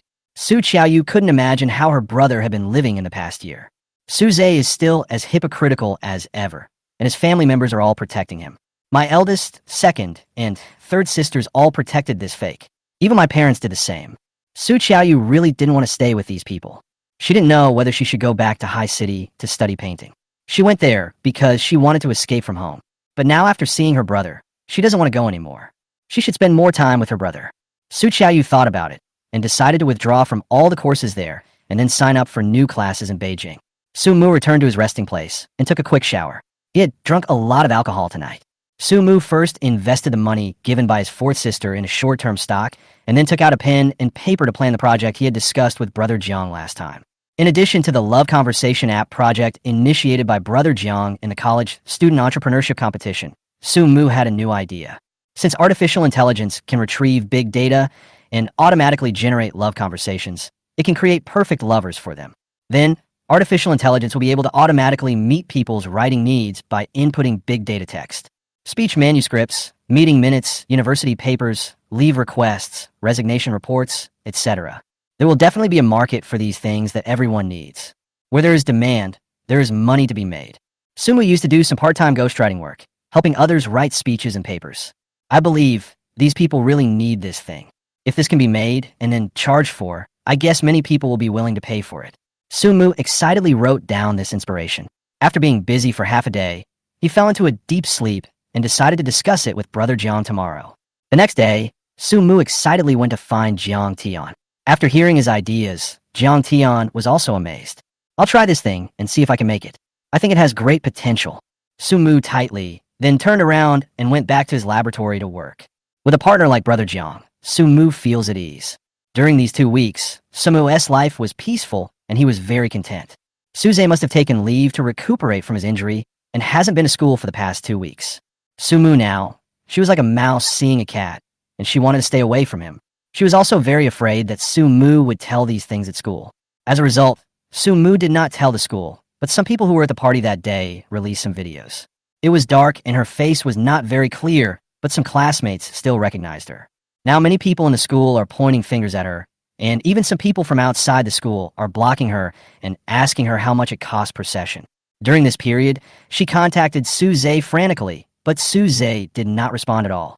She was going crazy and kept trying to find Su Zhe. Su Zhe promised to be with her, but this has nothing to do with Su Mu. Su Mu lives a fulfilling life every day. He studies with Jiang Ruoying at school, and when he gets home, he works with Brother Jiang on software and writes project plans. In the evening, I have regular training in the gym and practice boxing at the same time. After this period of time, Su Mu felt that he had become much stronger and his weight had increased, which was a good sign. Today, Su Mu received a message from his fourth sister. Brother Xiaomu, are you free tonight? Fourth sister will treat you to a big dinner. I've also moved out of the Su family. Su Qiaoyu sent this message to her brother with some trepidation. During this period, she felt extremely depressed at home. Su Zhe was injured and became the baby of the whole family. His mother took care of Su Zhe from morning to night and kept muttering to him from time to time. It's okay if Su Mu doesn't want to come back. Who the hell is he? I still have a son anyway. Xiao Zhe is better than Su Mu. His grades are better than Su Mu, and his upbringing is better than his. This is the child of our Su family. The same goes for the other sisters, especially the eldest and third sisters. The eldest sister is busy with work, but when she comes back, she buys flowers for Su Zhe and teaches him how to manage the company. The third sister was the same. When she came back, she asked Su Zhe about his well-being and never mentioned Su Mu at all. Su Qiaoyu would be ridiculed for anything she said at home. Just because Su Zhe said something last time, that fourth sister misunderstood him as stealing something, stealing Su Mu's gift, the whole family attacked her together. He also said that Su Zhe would never do such a thing, and it was all a misunderstanding. People say she is so narrow-minded. Why can't she give in to her brother? When she thought that her younger brother Su Mu was living an even more miserable life than her own. Su Qiaoyu endured it for a few days, but she couldn't bear it anymore, so she rented a hotel near the studio she had signed up for. Staying in a hotel is better than staying at the Su family's house. So more especially. I haven't given my younger brother a compensation gift yet, so this time I'll treat him to a meal and take him shopping for a gift. I just don't know if my brother will agree. Su Mu had a very good impression of his fourth sister, and to be honest, he felt the warmth of family love from her. This is something he has always longed for, but could never reach. He was still a little hesitant to accept it. I'm afraid this is a different kind of bullying. After all, the third sister had done something like this before. She treated him gently at first, letting him let down his guard and be willing to give everything. Then they abused him severely, humiliated him, and stepped on and rubbed his heart to death. The third sister said, "This is called a game." Sumu didn't want to think about the past, so he shook his head and got rid of the memory. "Okay, fourth sister, see you this afternoon." Sumu still agreed. Fourth sister should not be that kind of person. He cannot be hostile to everyone just because he was hurt once. Don't stop eating because of choking. Sumu held the phone and breathed a sigh of relief, hoping that he had made the right choice this time. In the evening, the two met at a hot pot restaurant. Su Qiaoyu tied her hair into a bun and wore an ordinary t-shirt and jeans. She looked gentle and energetic. Seeing Sumu, she couldn't help but waved. "Brother, I'm here." Sumu walked over with a smile and took the school bag from Su Qiaoyu. Fourth sister. Su Qiaoyu felt warm in her heart, and she smiled, revealing two dimples at the corners of her mouth. "My sister is treating us today, so eat as much as you can." Su Qiaoyu took Sumu into the hot pot restaurant. She decided that after eating hot pot, she would take her brother to go shopping. Su Qiaoyu can eat spicy food very well, so in order to consider Sumu, she ordered a Shuangyuan hot pot. Sumu also likes hot pot, but he can't eat anything too spicy. I ordered the hot pot base and chose the dishes. Sumu went to get a small dish of condiments, including chili peppers, minced garlic beef sauce, a little vinegar, oyster sauce, and then filled it up with sesame oil. Su Qiaoyu didn't like oily dishes, so she made a dry dish with chili powder. Sumu passed by a private room after getting the snacks. He accidentally glanced at the people in the room. He frowned slightly. The person inside seemed familiar.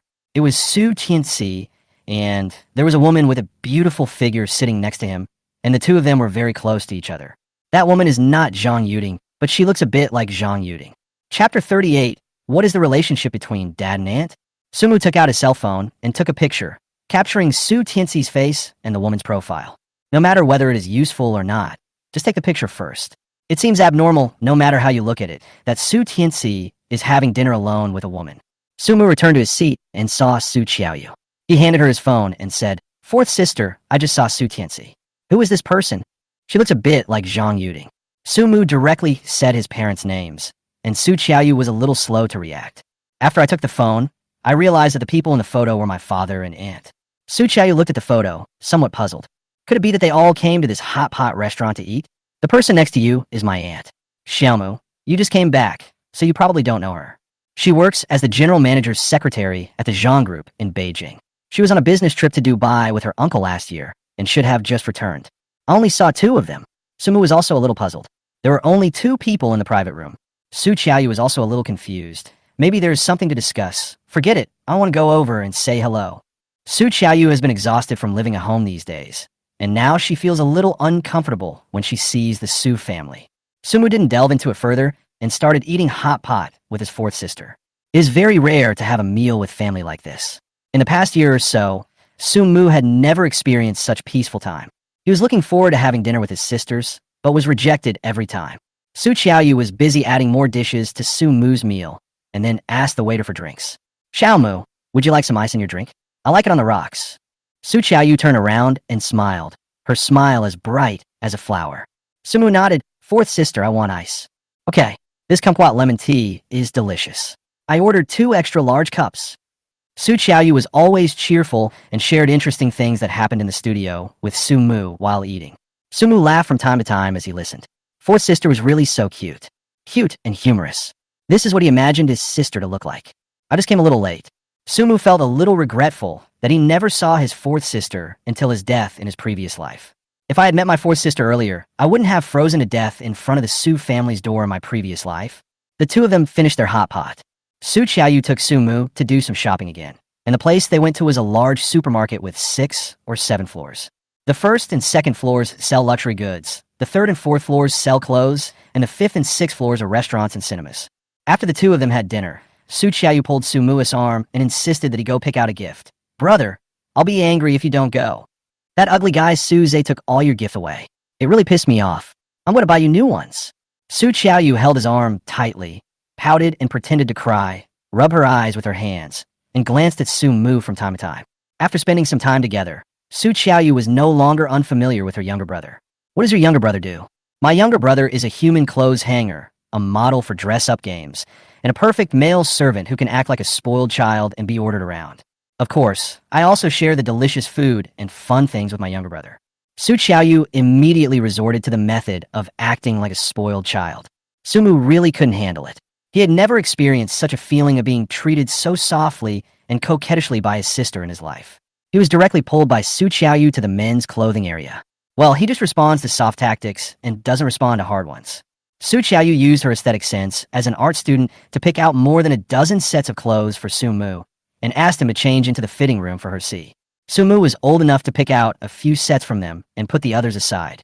Fourth sister, this is enough. Okay, then go and try them on. Su Qiaoyu nodded reluctantly, wanting to let her brother try all the clothes. Seeing Sumu walk into the fitting room, Su Qiaoyu called the shopping guide. Please help me pack all these clothes. Su Qiaoyu, you're amazing.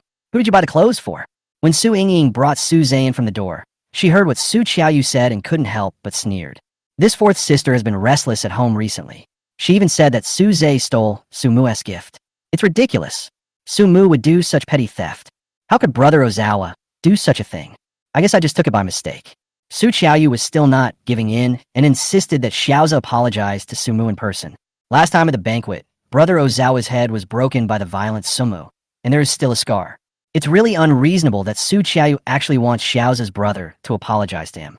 Su Qiaoyu finally moved out, saying that everyone in the family was sick. She had caused such a big fuss with her family just for a piece of trash named Sumu. Who I buy clothes for is none of your business. When Su Qiaoyu saw Su Yingying, she rolled her eyes in her heart and spoke unhappily. Is fourth sister buying this for Brother Sumo? Fourth sister has never bought me clothes before. Su Zhe interrupted from the side with a very disappointed tone. He hated Sumu for stealing his fourth sister's love. Yes, I'm happy to buy it for him. I buy it for my younger brother. What's the problem? Why should I buy it for you?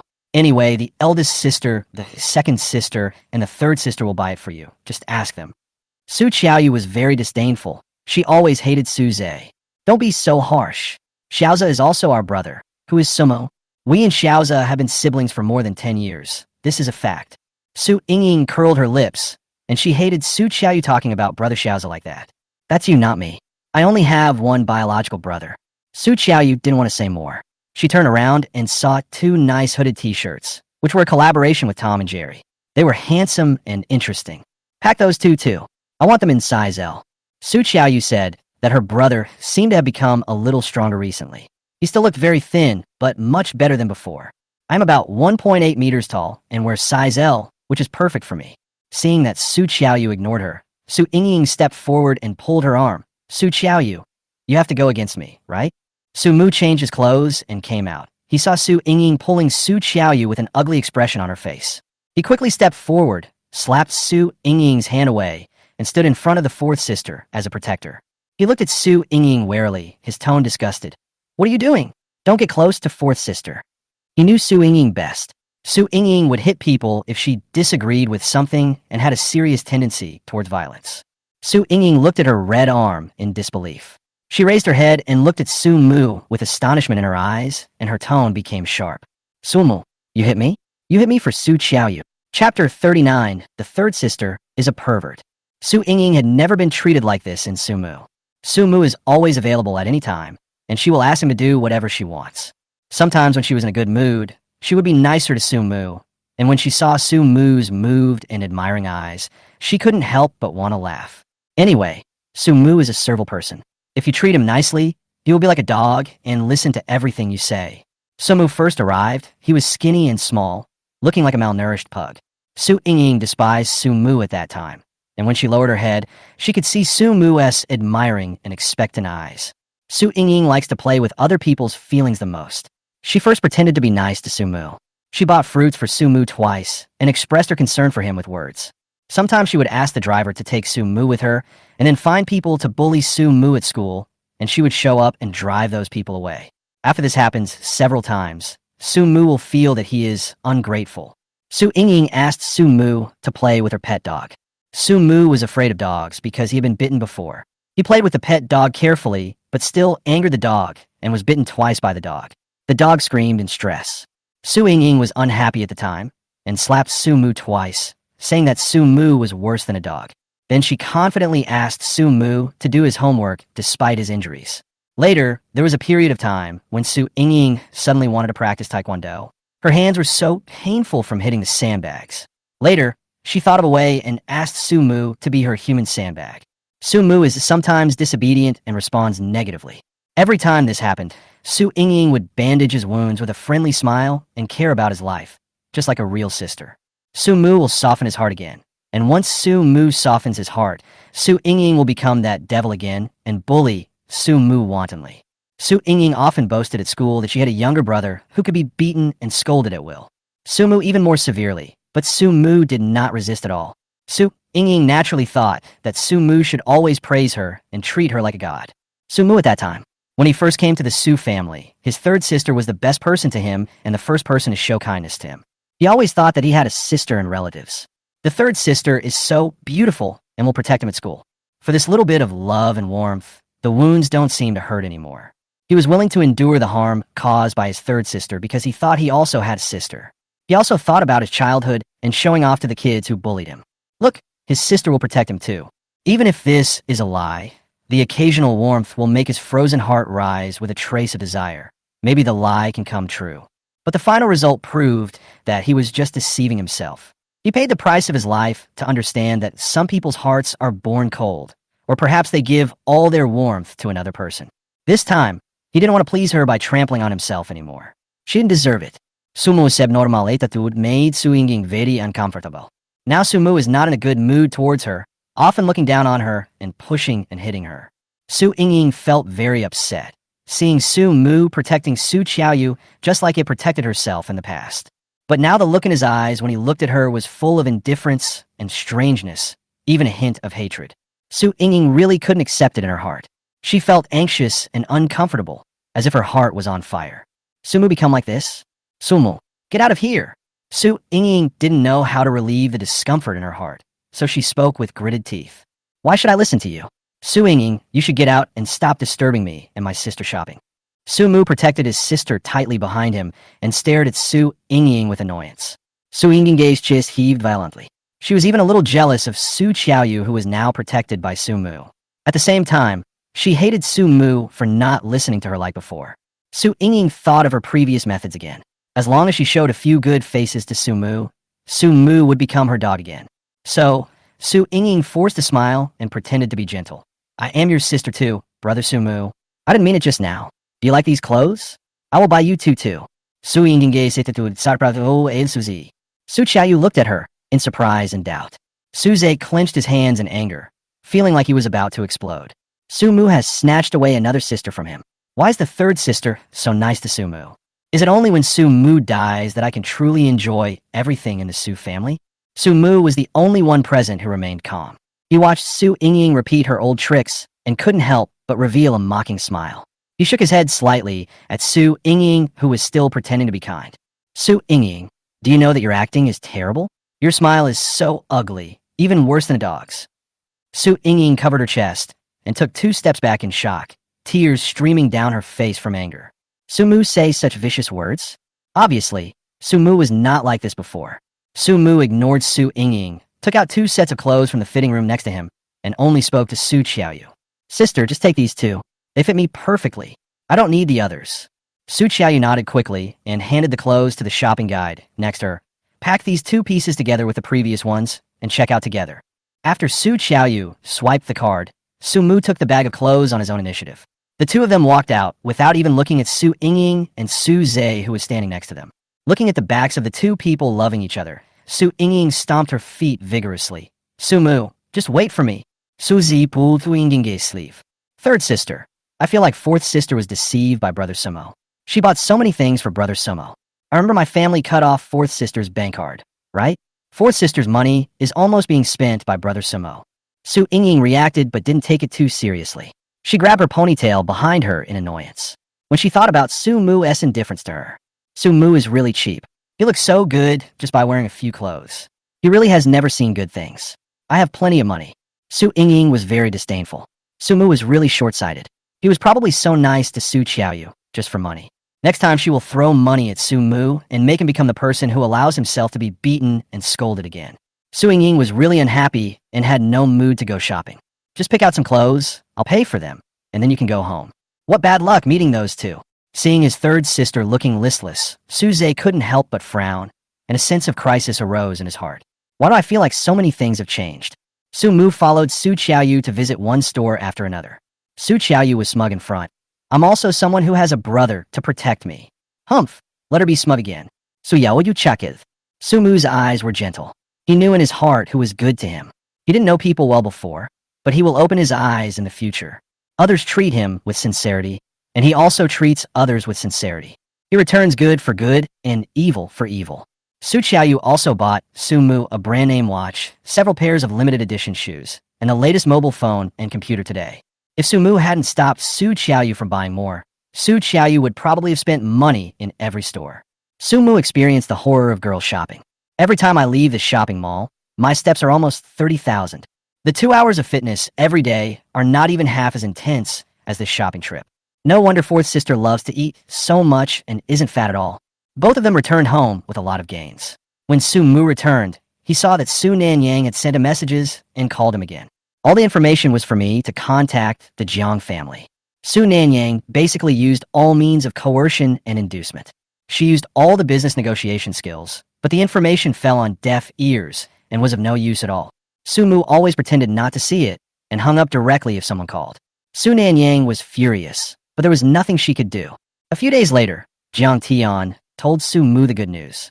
The results of the college student entrepreneurship competition are out. A team from a top university in Beijing created the perfect lover app. Chapter 40. My second sister has stomach cancer. Su Mu and Jiang Tian rewarded them with 20,000 yuan in the name of Tianmu Company. This software belonged to Tianmu Company when it was designed. Su Mu tested this software in the house. This software can search and retrieve the user's preferences and personality to create a perfect lover for the user. This perfect lover can also have real conversations, and the various voices are synthesized by professional voice actors. There are all kinds of lowly voices, girl voices, and mature woman voices. There are female lovers as well as male lovers, which can be said to be very comprehensive. Su Mu thinks that this software should be promoted in schools first, especially universities with serious gender disparity. For example, there are many single men and women in universities of science and technology or normal universities, which is a huge user group. Su Mu and Jiang Tian held many press conferences in different schools to promote their product. Your Perfect Lover.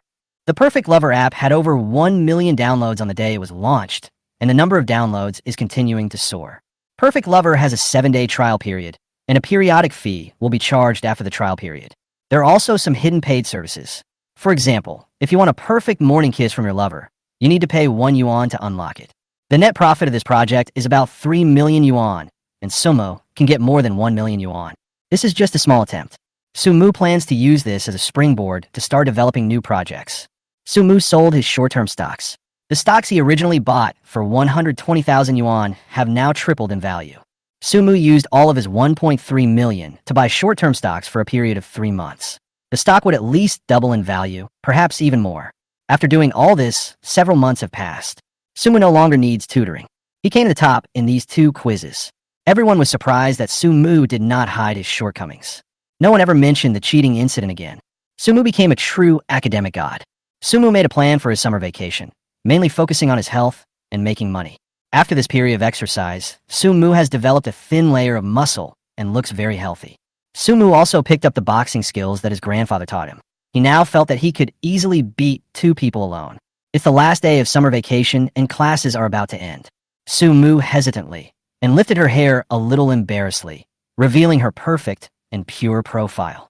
Su Mu, can I invite you to watch a movie together tomorrow?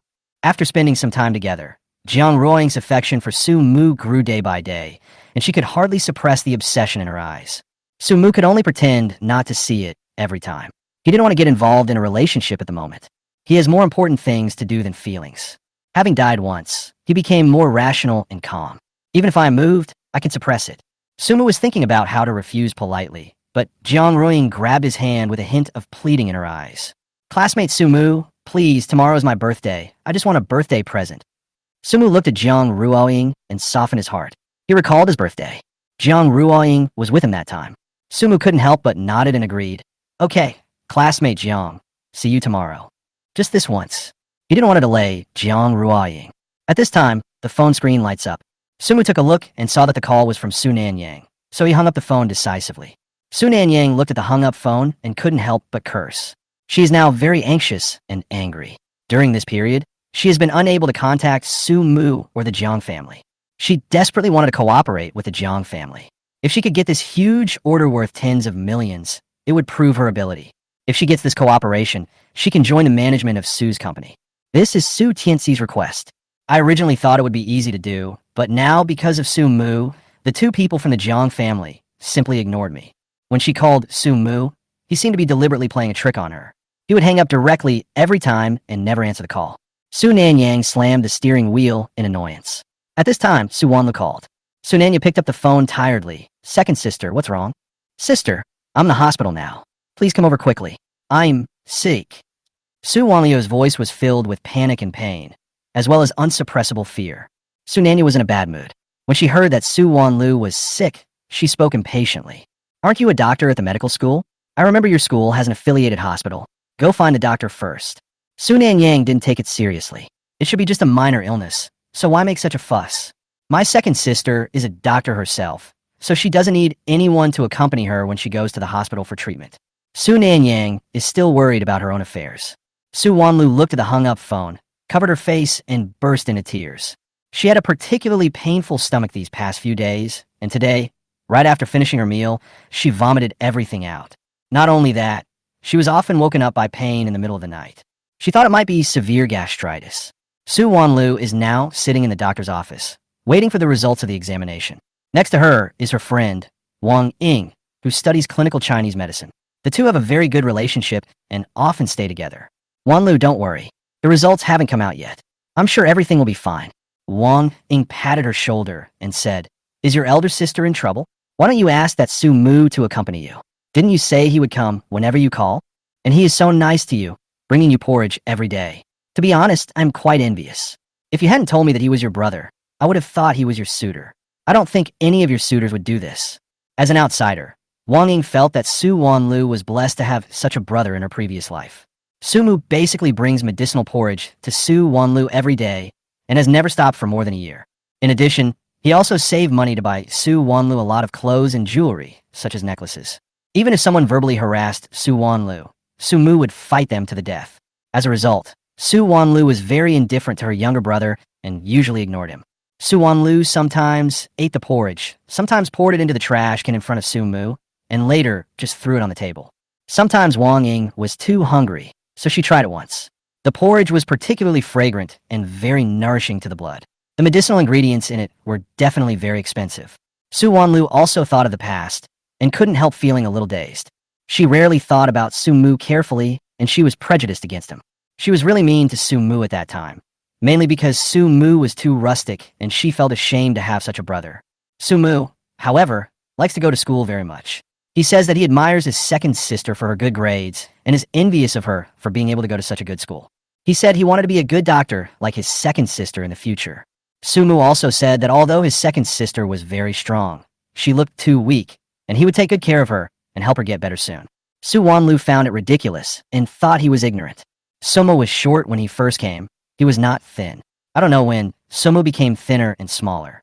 It seems like it's when he takes care of himself. In order to buy those medicinal herbs, he seemed to be working every day. How young he was then. Su Wanliu's heart suddenly ached for no apparent reason. Sumu was very nice to her. If he doesn't bully Xiaozo at home, he can still be nice to him. At this time, the doctor came in with a medical record. His face looked serious and complicated. Patient Su Wanlu, your results are out. The preliminary diagnosis is gastric cancer. Chapter 41 wrong. All wrong. Well, what? Su Wanlu couldn't believe her ears. She must have heard it wrong. How could she get stomach cancer at such a young age? Seeing her dazed look, the doctor spoke in confusion. You should have received treatment yourself. I noticed that your early symptoms were somewhat alleviated and suppressed, but they relapsed recently. What medication did you take before? The doctor looked at the x-ray and found that the cancer cells had existed a year ago. The patient took some medicine and the cancer was well suppressed. Logically speaking, the patient should know that he has this problem. So why does he look confused? Su Wanlu recovered, but was still a little dazed. She shook her head and said, Doctor, I haven't taken any medicine. No, wait. She had taken medicine before. and all the porridges Su Mu had made for her before were medicinal porridges. Could it be these porridges? Su Wanlu held her head in great pain. Her eyes were extremely sore, and tears flowed down like a torrential rain. Impossible, absolutely impossible. If the medicinal porridge made by Su Mu can suppress my stomach cancer, why would I throw it away or give it to others? Didn't she throw away the life-saving medicine with her own hands and harm herself? No, impossible. Su Wanlu screamed wildly in her mind, unwilling to believe this fact. Seeing her collapse, the doctor shook his head slightly. To be honest, many patients cannot accept the news that they have cancer. But the patient in front of me has obviously been suffering from the disease for more than a year. Why does he still have an incredible expression now? I've only eaten the medicinal porridge my brother made for me before. Su Wanlu choked up and spoke, and when she heard the word brother, her heart ached again. She had never even acknowledged that Su Mu was her younger brother. She usually only called Su Mu by his name. So many classmates in school don't even know that Su Mu is their younger brother. Some people even thought that Su Mu was their suitor, which led to Su Mu being beaten up by other suitors. When Su Wanlu heard the news, she just smiled. But now that I think about it, what she did was really stupid. Her brother, whom she was unwilling to accept and acknowledge, had been silently treating her illness for more than a year. Su Wanlu was heartbroken. Her mind was dark, and she wished she could pass out on the spot. The doctor was surprised to hear what she said. This is the Capital Medical Hospital. All the doctors here are elite, and the doctor himself is a chief physician. He just analyzed the cancer cells and found that they had not spread at all when he took the medicine before, and had been in a very stable state. This is very difficult. Your brother made you some medicinal porridge? Is your brother also a medical student? The doctor couldn't help but ask Su Wanlu. I don't know. He worked at a pharmacy. He worked there for over a year and bought me a lot of medicine. Su Wanlu was crying so hard that she was out of breath. She managed to piece together her words. Doctor, can I still be saved? Su Wanlu raised her tearful face, and in an instant, many thoughts came to her mind. It was strange that among all the people she thought of, the one that came to her mind the most was Su Mu. You are in the early stages of stomach cancer. With proper care and treatment, you should be fine. The doctor comforted her, then remembered her brother, and said in a more relaxed tone, continue taking the medicine your brother bought for you before. It's very helpful. Next time you come for a checkup, bring your brother along so I can talk to him. The doctor was attracted by the talent. According to the patient's description, her brother works in a pharmacy and prepares medicine for her. His medical skills must be very advanced. Sounds like a wild way. I am still young, so it would be nice to have an apprentice to support me in my old age. Su Wanlu opened her mouth but couldn't say anything. She hadn't contacted Su Mu for a long time. Doctor, please prescribe some medicine for me. My brother is ignoring me. Su Wanlu didn't know how to talk to Su Mu. You need to have the tumor removed. You need to recuperate for a while. Eat 3 meals a day and eat foods that are not harmful to your stomach. The doctor began to prescribe medicine. Su Wanlu smiled bitterly. She used to often forget the time when studying, and it was Su Mu who brought her lunch and reminded her to eat. Su Wanlu took out her cell phone, and after much hesitation, she sent a message to Su Mu. Suma, let's meet. I'm your second sister, and I have cancer. The message was sent, and a large red exclamation point appeared to the left of the message. This means that Su Mu has blocked her. Su Wanlu rubbed her eyes in disbelief. The message was really rejected. Sumu bloqué her. Impossible. Su Wanlu's chest heaved violently with anger. She never imagined that one day, Su Mu would block her. Su Wanlu called Su Qiaoyu and asked her why her fourth sister often posted on WeChat moments since she left home. Posted on the moments are all of Su Mu and he eating out, shopping, or having fun. Every time Su Wanlu saw these photos, she felt sad. Su Mu withdrew his gentleness towards her, but still obeyed his fourth sister's words. Su Qiaoyu saw her second sister calling, pouted unhappily, and then answered, Second sister, what do you want to talk to me about? I'm on my graduation trip recently. Su Qiaoyu had just finished the school entrance examination for art students some time ago and had received an admission notice. I'm currently traveling in Dali with Su Lily, and I originally wanted to bring Su Mu's younger brother along. As a result, Su Mu's younger brother said that he wanted to start his own business. As an older sister, of course I give you my full support. Su Mu, is he with you? Su Wanlu asked directly. You mean your brother? What are you looking for him for? He has no time for you. Su Qiaoyu didn't want her to affect her brother's mood. I have cancer and I want to see him. Su Wanlu suppressed her emotions for a long time, but still said this. Su Qiaoyu was silent for a moment, a little suspicious. Second sister, you didn't lie to me, did you? How did he suddenly get cancer? Su Wanlu smiled bitterly. There's no benefit in lying to you. I just want to see Su Mu. But even if you meet brother Su Mu, nothing will change. You should get treatment. You only have Su Zhe in your heart, so you might as well go see him. Su Qiaoyu did not intend to let her younger brother Su Mu be exposed to these things again, even though her second sister had cancer. Su Qiaoyu was very afraid that her younger brother Su Mu would try to please these so-called family members like before. Let her make a selfish decision for once. I hope brother Su Mu won't blame her. Su Wanlu can receive good treatment in the Su family, and they can't help much. After hearing what Su Qiaoyu said, Su Wanlu was filled with anger. Fourth sister, what do you mean? Su Mu is our common brother, not just your brother. Also, you're prejudiced against Brother Ozawa. How could you do this? I also want to ask you, Su Wanlu, please feel your own heart and ask yourself, in your heart, are your brother Su Mu and Su Zhe of equal weight? Don't be a double standard dog. I admit that in my heart, my younger brother Su Mu is more important. Do you think Su Zhe is a good person? He has framed Su Mu many times. Do you know that? Su Qiaoyu also retorted without any hesitation, and Su Wanlu still had the nerve to say this. Su Wanlu didn't want to believe it. You're talking nonsense. Xiaoza is not that kind of person. Su Qiaoyu was speechless and began to list Su Zhe's crimes one by one. He stole my eldest sister's pen.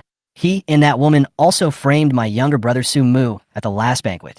He also took the gift I bought for him on purpose. I think you're the one who is biased and confused. You are the one who has always been prejudiced against Su Mu's brother. Chapter 42, Second Sister Regrets. Su Wanlu was silent. Since no one pointed out these things, she pretended not to know. She was unwilling to delve into the matter, fearing that she would get the answer that would be most difficult for her to accept. As long as she doesn't pursue the matter, she can feel at ease and say that what she did to Su Mu was right. Stop talking. Su Wanlu couldn't stop crying, then stretched out her sleeves and kept wiping them. In fact, with just a little investigation, the truth behind what Su Zhe did will be revealed.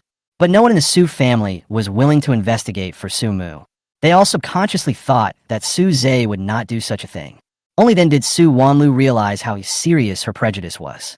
If these things are true, how much misunderstanding and grievance has Su Mu suffered? Guilt washed over her like a wave. Su Wanlu was eager to see Su Mu at this moment. Can you tell Su Mu that I want to see him? Su Wanlu veg suyaoyu. Su Qiu heard the pleading in her second sister's words, bit her lip, hesitated for a moment, and then said firmly, no. The second sister has cancer. If she meets Su Mu's younger brother, she will definitely ask Su Mu to return to the Su family. Su Mu will not go back. Instead of letting Su Mu be the bad guy, it is better for him to refuse it himself. Second sister, I know you are sick and feeling very uncomfortable. Please cooperate with the doctor and get treated well. I don't think brother Su Mu will want to see you. After finishing speaking, Su Qiaoyu also hung up the phone. Su Wanlu stared blankly at the phone in her hand, her heart aching beyond control. If she really died of cancer, the person she owed the most in this world would be Su Mu. Wang Ying saw Su Wanlu like this, sighed, took the prescription from the doctor, and supported Su Wanlu. Wanlu, let me go with you to get the medicine first. Su Wanlu went to get the medicine, looking depressed. Wang Ying, do you think I was really wrong? What does it take for Su Mu to forgive me? Wang Ying was a little embarrassed. If she were Su Mu, it would be difficult for her to forgive Su Wanlu. You still need to talk about this in person. You share the same blood, so you're family after all. Su Wanlu reluctantly hummed. The successive blows left her feeling depressed. She wanted to go back to her elder sister and beg her to let Su Mu come back. At this time, Su Mu was observing the changes in the stock market, and the stocks he bought were still fluctuating like in his previous life. This means that he will not lose money on the stocks he buys. Then, Su Mu remembered that today was his date with Jiang Ruoying. He quickly raised his head from the computer and rushed into the bathroom to take a quick shower. He found the clothes that his fourth sister had bought for him 2 days ago, and he wore them simply and cleanly. This is my first date since I was a child. Su Mu stood in front of the dressing mirror and showed the results of his training. With a thin layer of muscle, he looked a little stronger. If that little guy, Su Zhe, dares to provoke me again, I can kill him with one punch.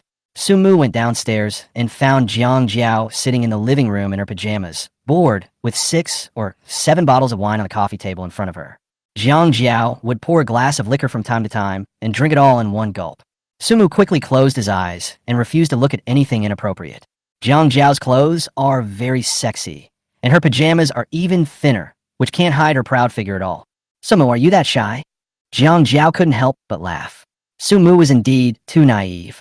Su Mu turned his face away, scratched his head embarrassedly, and said nothing. He now knew that brother Jiang and Jiang Jiao were not siblings at all. Jiang Jiao's parents had died long ago, and the Jiang family had sponsored Jiang Jiao to grow up. Jiang Jiao has been working in the Jiang group since graduating from university. Jiang Jiao seems to have some special feelings towards Jiang Ge, but I don't know what Jiang Ji's attitude is. Sister Jiang Jiao, brother Jiang is not at home today. Sumu meant that brother Jiang was not at home, so there was no need to dress like that. I don't care if he's home or not. I hate unromantic men the most. Jiang Jiao stood up staggeringly holding the bottle of wine. She was very frustrated by Jiang Tian's repeated rejections. Sumu felt that she was being stubborn. Jiang Jiao slowly approached Sumu, and Sumu stepped back step by step, with a panicked expression on his face. Sister Jiang Jiao. Seeing Sumu's face as red as a monkey's, but Jiang Jiao couldn't help but burst out laughing. Forget it, I won't tease you anymore. I've been waiting for you. How about doing me a favor? Jiang Jiao approached Sumu, and the scent of a mature woman hit her face. Sumu had nowhere to retreat, and had already retreated to the edge of the wall, so he could only turn his face to the side. Sister Jiang Jiao, please let's talk nicely. How can I help you? Sumu spoke with difficulty, wanting to reach out and push it away, but was afraid of touching something that he shouldn't touch. Pretend to be my boyfriend and help me test Jiang Tian's true feelings.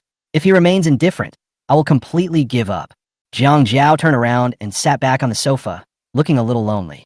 Sumu heard this request, his eyes widened. Is this not possible? Even if we finally find out brother Jiang's true feelings, it will still be very embarrassing.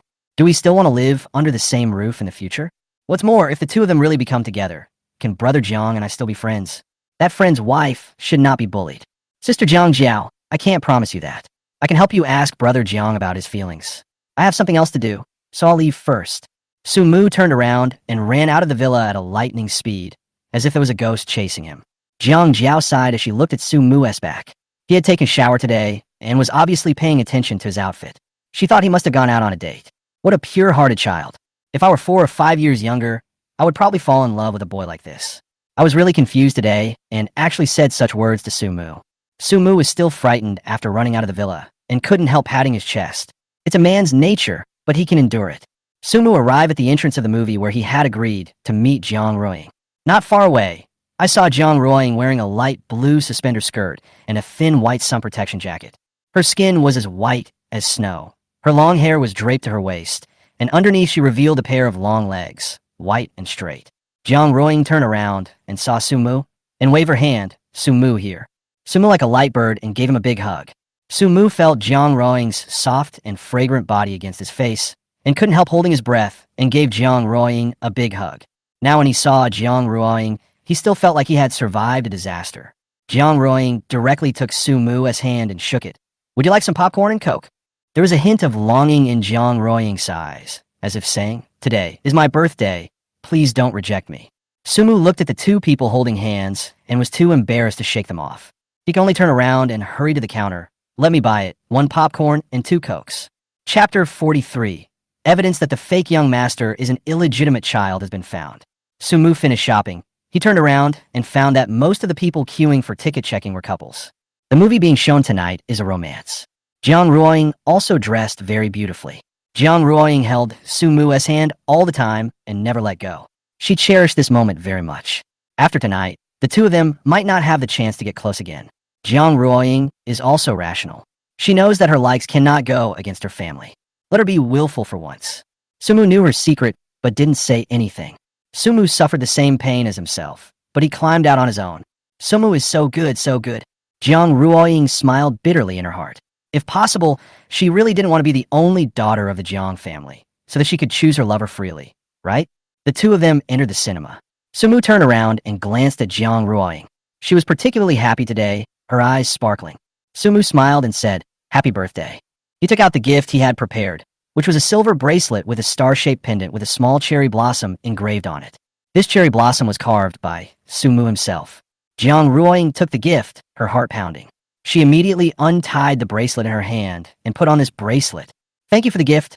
I like it very much. It would be even better if you could give yourself to me." Sumu seriously, getting closer and closer, with a determined expression on her beautiful face. Sumu skinned tightly. With a flushed face and determination, he closed his eyes and touched Sumu's lips. Sumu was so frightened that he didn't move until the person in front of him left. Soft and sweet, like marshmallow like jelly. Sumu also blushed. Jiang Ruoying was extremely shy. She immediately stood up and uttered a meow in a low voice. I'm going to the bathroom. Sumu nodded, his voice also hoarse. Okay. His mind is in a mess now. Sometimes I feel that I shouldn't have a relationship right now. Sometimes he imagined what it would be like to fall in love with Jiang Ruoying. But in the end, he looked down, stood up in annoyance, and walked towards the bathroom awkwardly. Damn, I still can't control it. Kissing the girl you like really feels good.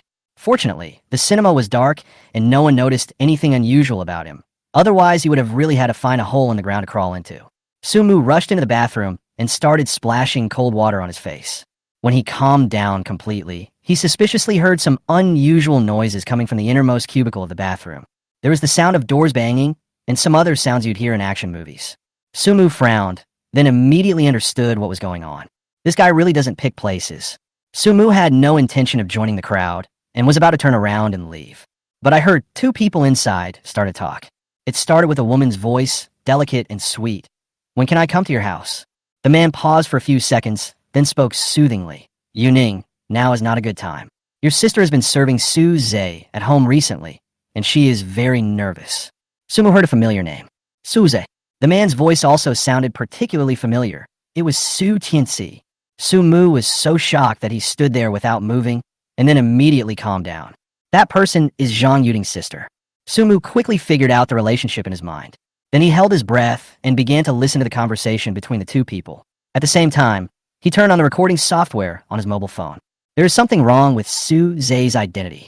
You know, your sister is a fussy person, and she's been very concerned about Su Zhe recently. Don't worry, Su Zhe is living well in the Su family. What I love most is you and your children. The Su family's property belongs to our family of 3.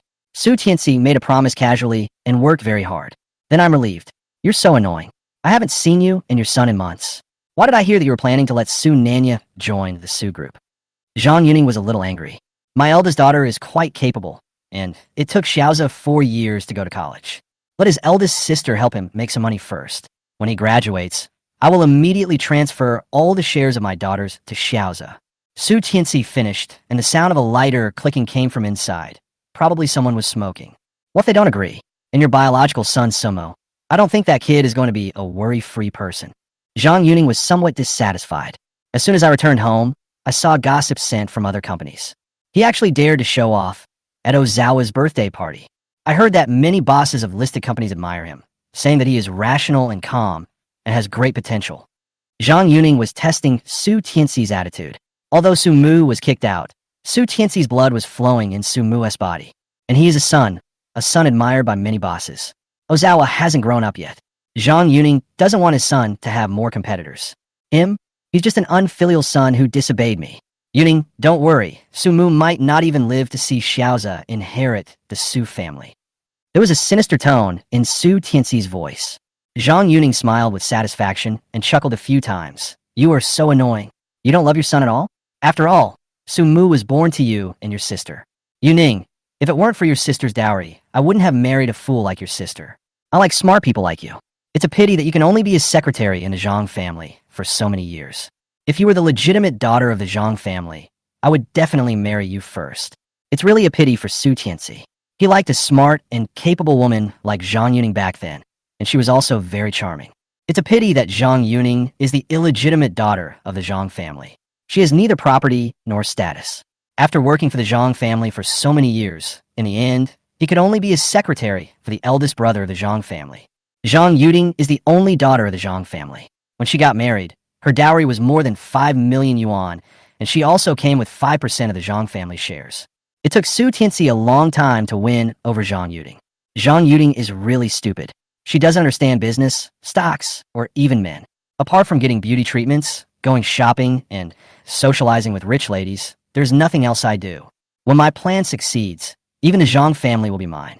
Don't say that. I know you love me, Tianxi. I'm waiting for you to marry me. Su Tianxi paused and asked in a somewhat skeptical tone, is there anyone outside? Chapter 44. Set a trap for the big sister. It's good to have talented people. Zhang Yuning said with a sweet smile. You little devil. Su Tianxi's tone was impatient. Sumu held the phone and left the bathroom calmly. At this moment, he just felt that he had figured it out. All the things that I couldn't understand before suddenly became clear. No wonder Su Tianxi treated me like this. It turned out that Su Tianxi wanted to kill himself. There really was a father in this world who wanted to kill his own son. A surge of anger and hatred surged in Su Mu's heart. The home I dedicated my life to turn out to be such a mess. He won't let Su Tianxi have an easy time. What does Su Tianxi care about most? It's money. It's power. It's his company and his reputation. If Su Tianxi wants his life, then he will lose everything. Su Mu's fighting spirit burned in his heart. He will definitely take over the Su group in the future and leave Su Tianxi with nothing. Su Mu held his cell phone tightly all the way. There was a recording in it, and he had not yet figured out how to use it. Maybe I can give these recordings to my dear elder sister Sunanya, which would be an unexpected surprise. Su Mu just thought it was ridiculous. Su Nanyang tried so hard to get a job in Su Group, but she never thought that her labor would become someone else's wedding dress, right? Transfer all daughters' shares to Su Zhe. It turns out that those sisters were all stepping stones for Su Zhe, but they were completely unaware of it and still treated the fake young master like a baby and doted on him. Ha, this is so funny. Su Mu thought of the first-class love those so-called sisters had for Su Zhe and couldn't help but feel ironic. I wonder what expression Su Nanyang would have if she knew that her brother Su Zhe, whom she had always trusted, would replace her. There is also the second sister, Su Wanlu, who is as cold and aloof as a goddess. Only Su Zhe in the family can make her smile. I wonder if she will still laugh after knowing the truth. And there is that perverted third sister, Su Yingying. Maybe if she knew the truth, she would choose to protect Su Zhe. After all, she is a psychopath. Su Mu took a deep breath and sent the original recording to Su Nanyang. Except for Su Nanyang, he has deleted all contact information of the Su family. Only Su Nanyang was left behind because Su Mu planned to use Su Nanyang to deal with the Su family. Su Mu learned from Jiang Tian that Su Nanyang was cooperating with the Jiang family to produce medical equipment and sell it to the Jiang family's hospital. Although this was just a small order, it was Su Nanyang's stepping stone to enter the Su group. In addition, this was also the beginning of cooperation with the Jiang family. For an old company like the Jiang family, as long as they can get the first piece of the pie, there will be subsequent cooperation. Su Nanyang must have been so anxious these days that her eyes have turned red. Su Mu saw that Su Nanyang made more and more calls and sent more and more messages, but he never paid any attention to them. When fishing, don't be impatient. The more anxious a person is, the more likely he is to lose his judgment. Su Mu knew that Su Nanyang wanted to leverage the Jiang family by lowering profits. Su Mu took advantage of her anxious mood to make her lower her bottom line. If Su Nanyang is willing to sell these equipment to the Jiang family at a price 20% lower than the market price, then the goal is achieved. After that, as long as the bottom price is revealed to other partners of the Su group, they will naturally cause trouble for the Su family. After all, everyone wants to save costs. Jiang Tian and Jiang Jiao were naturally willing to cooperate with Su Mu's plan. After all, it would not harm their Jiang group, but would instead allow them to make a fortune. Anyway, the Jiang family has many partners, so the Su family won't make a difference. Of course, this plan is still in progress. I originally planned to ignore Su Nanyang for 2 more days before contacting her. Now things have changed. Su Muxin wanted to share the news he just saw with Su Nanyang. After Su Nanyang knew Su Tianxi's plan, she would probably be more eager to cooperate with the Jiang family and then join the Su group. After all, what Su Nanyang cares about most is power and money. Su Mu lowered his eyes and thought for a while. He sent another message to Su Nanyang. The person in charge of the Jiang family is willing to meet you. I will connect you too. Give me a commission of 1 million. If you don't take advantage of the opportunity to make money, you will miss it. Su Mu then put away his phone. Su Mu saw Jiang Ruoying standing in the corridor. Jiang Ruoying's skin was pink all over, and she looked like a cooked shrimp. She looked up and saw Su Mu and wanted to curl up. She did this today, not on impulse, but had planned it for a long time. She didn't know if Su Mu would hate her. Have some sweet memories with Su Mu before leaving school. Su Mu in the hospital that night. She had secretly fallen in love with him. A secret love in youth is like an endless drizzle, dark, damp, and unknown. Jiang Ruoying never thought that there would be a day when she would have a crush on someone. But since that person is Su Mu, it's not surprising. Jiang Ruoying pretended to be relaxed. She just wanted to satisfy her own selfish desires. Regardless of whether Su Mu would respond or not, she decided to treat Su Mu well according to her heart. Sumo, I'm sorry, I accidentally touched your mouth just now. Jiang Ruoying apologized poorly, lowering her head pitifully, trying to get away with it. Seeing her like this, Su Mu certainly couldn't blame her. After all, he was not innocent either. Jiang Ruoying, you can't do this kind of thing again in the future. Sumo sighed helplessly. There was no future for the two of them together. Jiang Ruoying's eyes instantly turned red. Although she knew it in her heart, she still felt very hurt when Su Mu said it. She understood that this was Su Mu's tactful rejection. I won't bother you anymore. Jiang Ring said this while crying. Her big eyes filled with tears. She looked as pitiful as Bambi. Her nose was red from crying, and her white teeth were biting her rosy lips. Then she turned around and ran out. Su Mu is a bastard. Su Mu stood there for a long time without chasing after him. The ticket seller next to him couldn't stand it anymore. Hey, your girlfriend ran away. If you don't chase her, she will become someone else's girlfriend. Don't regret it later. Su Mu subconsciously raised his foot to chase, and then slowly stopped. It was really the muscles controlling the brain. He clearly didn't want to chase after her, but why were his legs not listening to him? You must hold it in. Someone as strong and self-controlled as Jiang Ruoying should be able to get over the relationship soon. Su Wanlu returned to the Su family with a medical record. She knocked on Su Nanyang's bedroom door in a daze.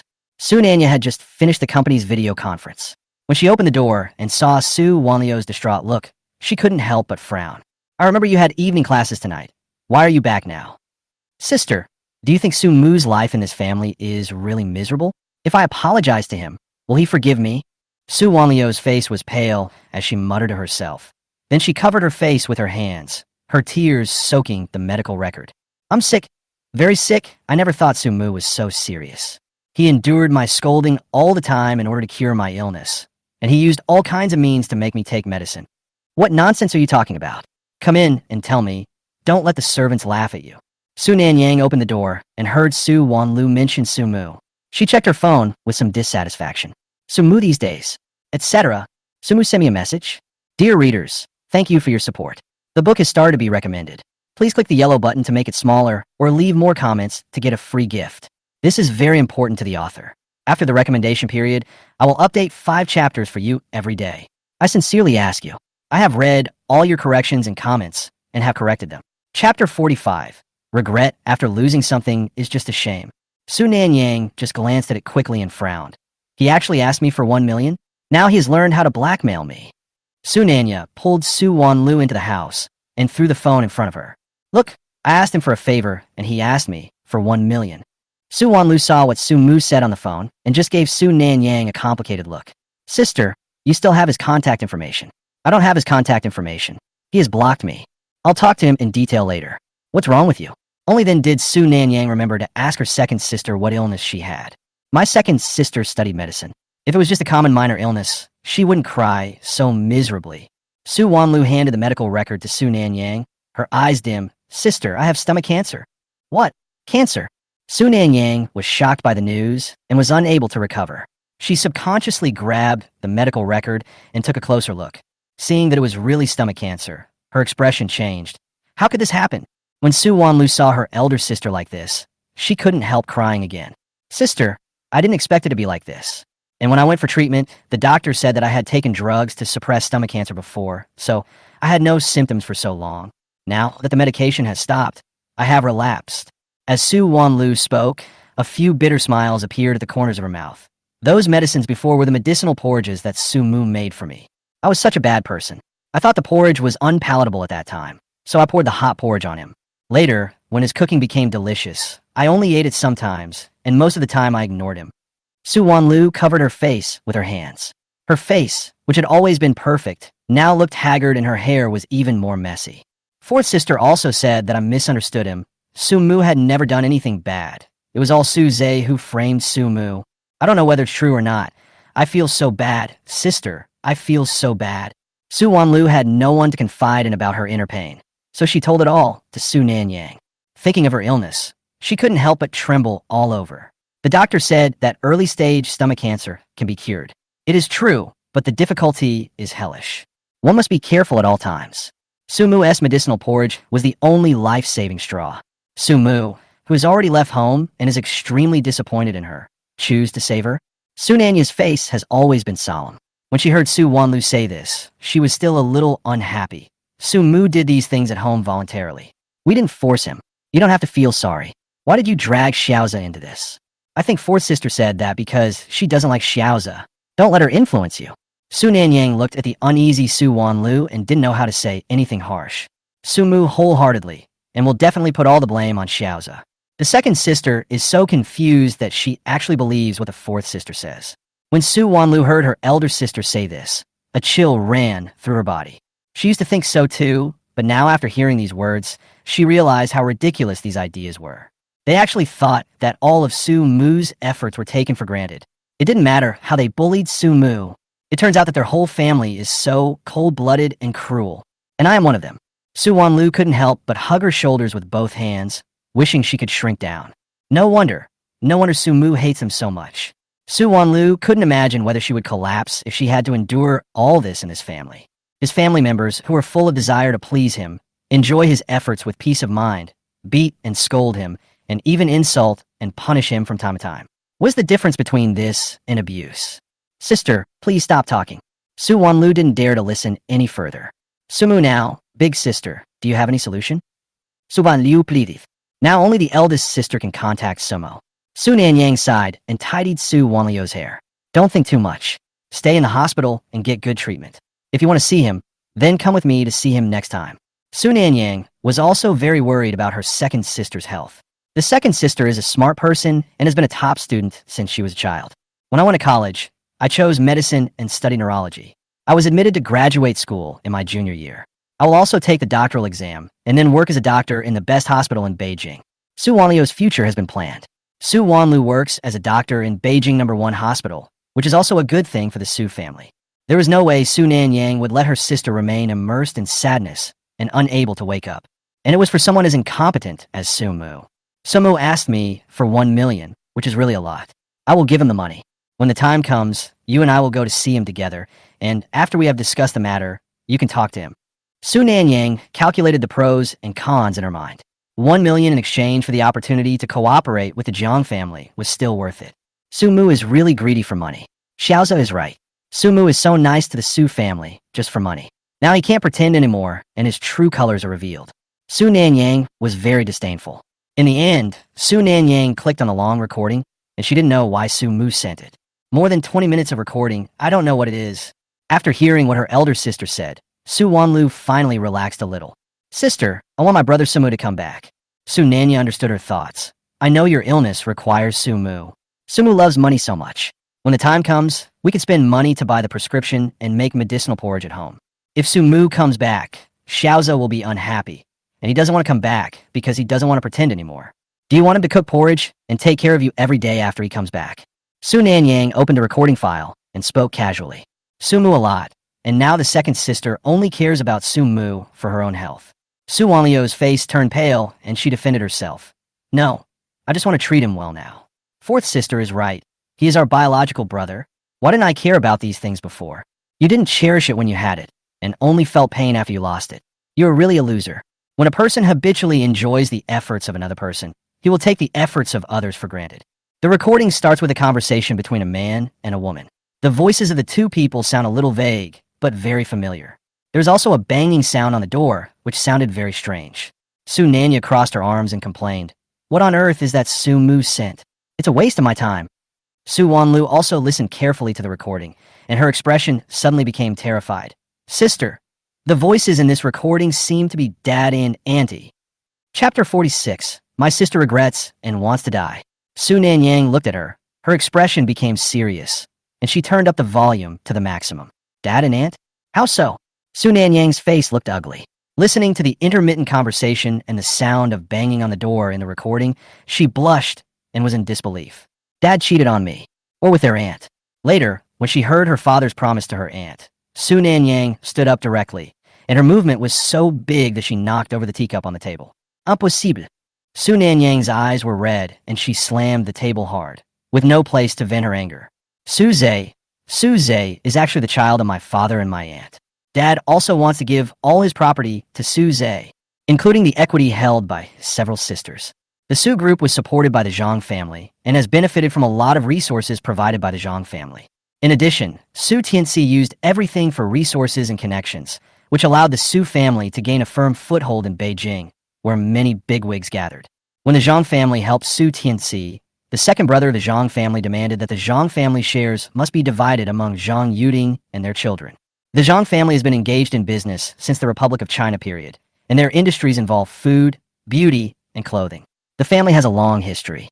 By this generation, although the industry has shrunk a lot, it is still unattainable compared with its peers. Zhang Yuding has 3 older brothers, each of whom runs a company in a different industry. They certainly understand that men are more likely to become bad when they have money. For Zhang Yuding, they propose to dilute Su Tianxi's equity in the company in order to restrain Su Tianxi. At that time, Su Tianxi also readily agreed. Su Tianxi holds 40% of the Su Group's shares, Zhang Yuding holds 15%, and each daughter holds 3%. Of course, if the daughter of the Su family wants to join the company later, she will get more shares. Su Nanyang felt like her head was about to explode as she listened to the recording. She always thought that she would inherit the Su Group in the future. After all, she was the most talented business person of this generation. To this end, she started her own business when she was in college, almost forcing herself to become a workaholic. She has been working day and night for years, reducing her sleep time, never going out to play, and has dated 2 boyfriends, but both ended in divorce because she was always working and had no time for dating.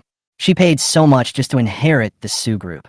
But now that this recording has appeared, everything he has done has become a joke. Her eyes went dark, and she almost fainted. Su Wanlu hurriedly supported Su Nanyang, unable to believe it. Big sister, is this true? Su Zhe is the child of my father and my aunt. He is an illegitimate child. Su Wanlu is also unwilling to believe it. Her parents were so loving. How could such a thing happen? My mom told me that my dad was extremely romantic when he was pursuing her. Since she loved flowers, he wanted to bring all the most expensive flowers in the world to her. When my mother was sick, my father stayed by her bedside until she fell asleep. How could this happen now? Dad also said that his favorite is Zhang Yuning. Su Nanya panted and sat on the sofa, holding her dizzy forehead. Her eyes gradually cleared. This must be a fake audio clip Sumu deliberately made. He's trying to piss me off. Looking at the self-deceiving elder sister, Su Wanlu also sat down, her tone a little dazed. This audio doesn't seem fake. Elder sister, do you still remember? Every Chinese New Year, my aunt always takes extra care of Su Zhe. Not only does she buy all kinds of clothes for Su Zhe, gives him large red envelopes, but she even takes him on a solo trip abroad. The more Su Wanlu thought about it, the more horrified she became. Su Zhe is our adopted child. Why is my aunt so nice to him? Besides, my aunt hates my mom, and she also hates us. In order to take Su Zhe out to play, she even helped her mother carry bags when she went shopping. You know, this was absolutely impossible before. My aunt Zhang Yuning has always hated my mother and them. They had never met Zhang Yuning before Su Zhe was adopted. Su Nanyang knew the truth. Zhang Yuning had this attitude because she was an illegitimate daughter. Su Nanyang once heard from her second uncle that he hated Zhang Yuning and thought she had bad intentions. But my uncle felt that it was not Zhang Yuning's fault that she was born, but it was her mother who wanted to get rich overnight. After Zhang Yuning's mother died, his uncle took Zhang Yuning back to the Zhang family. Sananya still didn't want to believe that her father would say such a thing. I still don't trust Sumu. This audio may not be real. I will ask the technicians to help test whether it is synthesized. This incident had a huge impact on her. She subconsciously chose to question Sumu. Su Wanlu was silent. Looking at her elder sister, who was devastated, she didn't know what to say. The 2 sisters sat like this quietly for a while. Su Wanlu thought of her illness again and finally couldn't help but burst into tears. She had cried too much in the past few days and wished she could cry herself to death. She has never had a good life since Sumu left home. Sister, I have an idea. Maybe we can do a paternity test for Su Zhe and his father. Our school has paternity testing equipment. I can ask the senior to help me with the test. Su Wanlu spoke with sobs, her heart aching when she said this. But she had to tell it. Only by doing so could she find the truth. If Su Zhe is really an illegitimate child, then their previous behavior of ignoring Su Mu and even bullying Su Mu for Su Zhe is simply a huge joke. Su Wanlu wished she could just bang her head against the wall and die. Su Mu was first brought back. He was dark and thin, and his family looked down on him. That night, Su Zhe went on a hunger strike in the house and even took out a bottle of sleeping pills from somewhere. Su Zhe said, "If your real brother comes back, you sisters will definitely not love me anymore. If that happens, I might as well die." This sentence scared them to death. They quickly promised that even if their biological brother was brought back, they would not ignore Su Zhe. Su Wanlu chose to deliberately be cold to Su Mu, and even said vicious words to Su Mu in front of Su Zhe, just because she was afraid that Su Zhe would think too much. Su Wanlu wished she could slap herself to death at that time. Su Mu came from the countryside and would definitely be at a loss when he first arrived in this environment. Su Mu would smile shyly at that time, mustering up the courage to approach the sisters. The words he said most often were, "Sister, is there anything I can help you with?"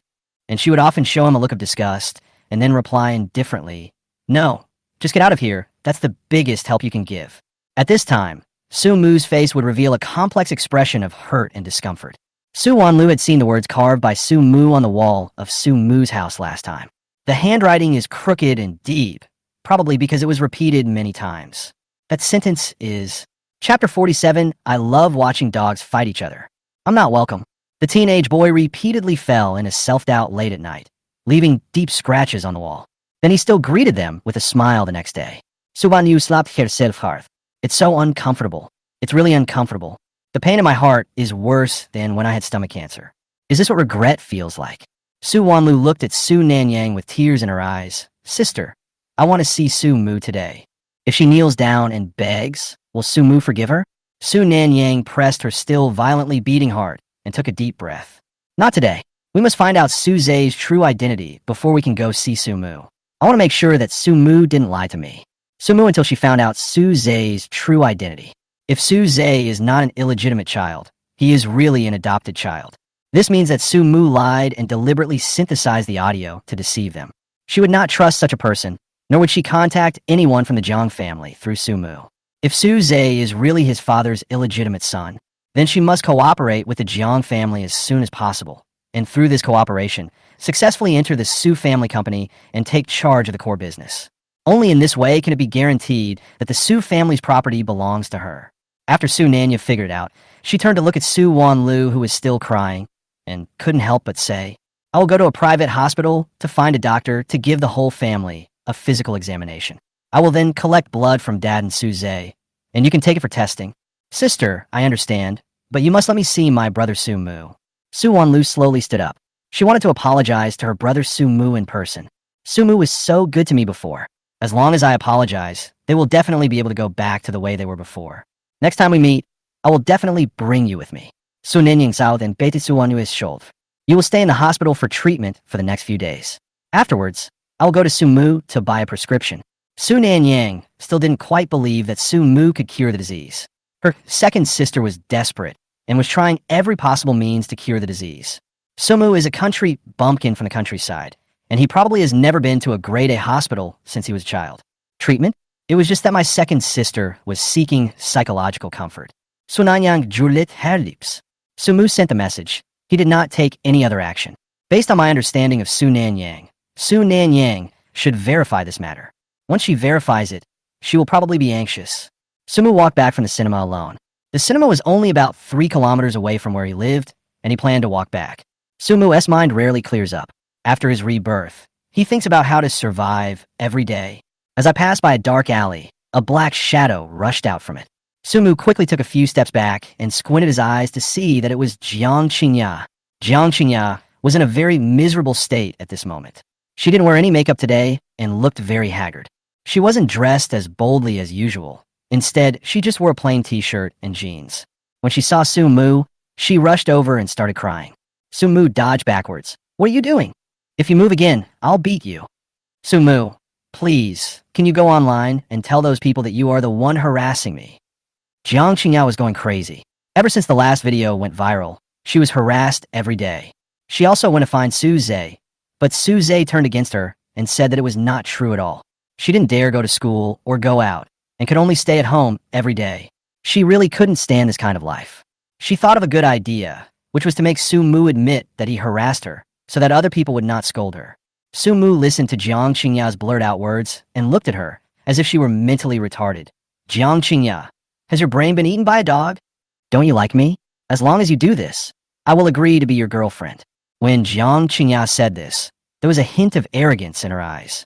After all, in her eyes, Su Mu was just a bootlicker. Now that I am willing to be his girlfriend, he will definitely be happy to send me a message. At that time, all these people will go and scold Su Mu, and he will be free.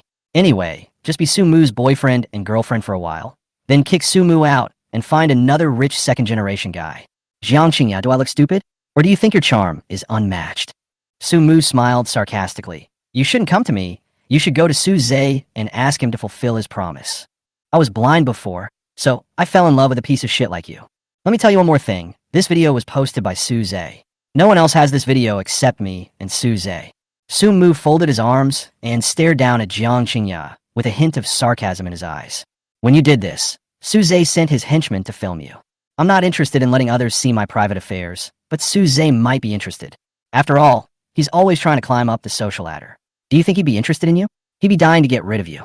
Jiang Qingya's face was pale. She had doubted everyone except Suze.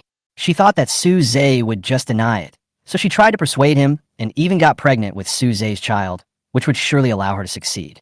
Unexpectedly, Suze sent out these videos to destroy her. Impossible. Jiang Qingya screamed. Sumu walked over and patted her face, sneering. Your reputation is ruined. Who will benefit from it? Let me guess. Did he promise to make you his girlfriend after you become successful? Or, in other words, marry you and make you a wealthy wife? How do you know? Jiang Qingya was incredulous. Don't insult my intelligence with such questions, as I can figure it out with my toes. Sumu has seen stupid people, but he has never seen anyone as stupid as this. Do you think the young master of the Su family would marry a driver's daughter? He wouldn't even bother to deal with you. He'd just ruin your reputation. If you don't believe me, go ask Liu Yiming. After all, he's a photographer. Sumu finished speaking. He turned and left. If he stayed in the same space with a stupid person, he might get infected. Jiang Qingya's eyes were wide open, her fists were clenched, and her nails were digging into her palms until they bled. She screamed heartbreakingly, Suze, if it were you, I would kill you. Sumu heard her voice. He curled his lips and smiled slightly. Dog bites dog. It's also a wonderful drama. Sumu returned to the villa and found Jiang Gu and Jiang Jiao sitting in the living room. They were playing games. Judging from the sound effects, it should be a game called Honor of Kings. Jiang Jiao heard the noise and saw that it was Su Mu who came back, and she felt a little embarrassed. After all, she made such an excessive request while drunk. Su Mu approached the two people with a normal expression and said hello. Brother Jiang, Sister Jiang Jiao were playing games. Do you want some midnight snack? I'll order some takeout. Seeing Su Mu's indifferent look, he probably didn't take it to heart. Jiang Jiao breathed a sigh of relief. Eat barbecue. After we finish eating, let's play 2 more games. I see you're a master at this game, so take us 2 noobs with you. Sumu's high level of gaming skills was developed when he played games with Su Yingying. Okay, I'll order some takeout first. Sumu took out his mobile phone and started ordering barbecue. Jiang Tian threw his phone on the table and scratched his head. By the way, Xiaomu, your elder sister got my number from somewhere these days and has been messaging me every day. I've been ignoring her. How long will it take for me to catch her? Chapter 48, Paternity Test 1. The last time Jiang Tian heard Su Mu and Jiang Jiao discussing the plan, he was stunned listening to them. These 2 people are more cunning than the other. Using this method, they can not only purchase medical equipment at a low price, but also severely hit the Su family. It turns out that I am suitable for technical work, not for playing tricks. People who play tricks have dirty hearts. At least a week. Su Nanya is very impatient. It won't be long before she comes to my house.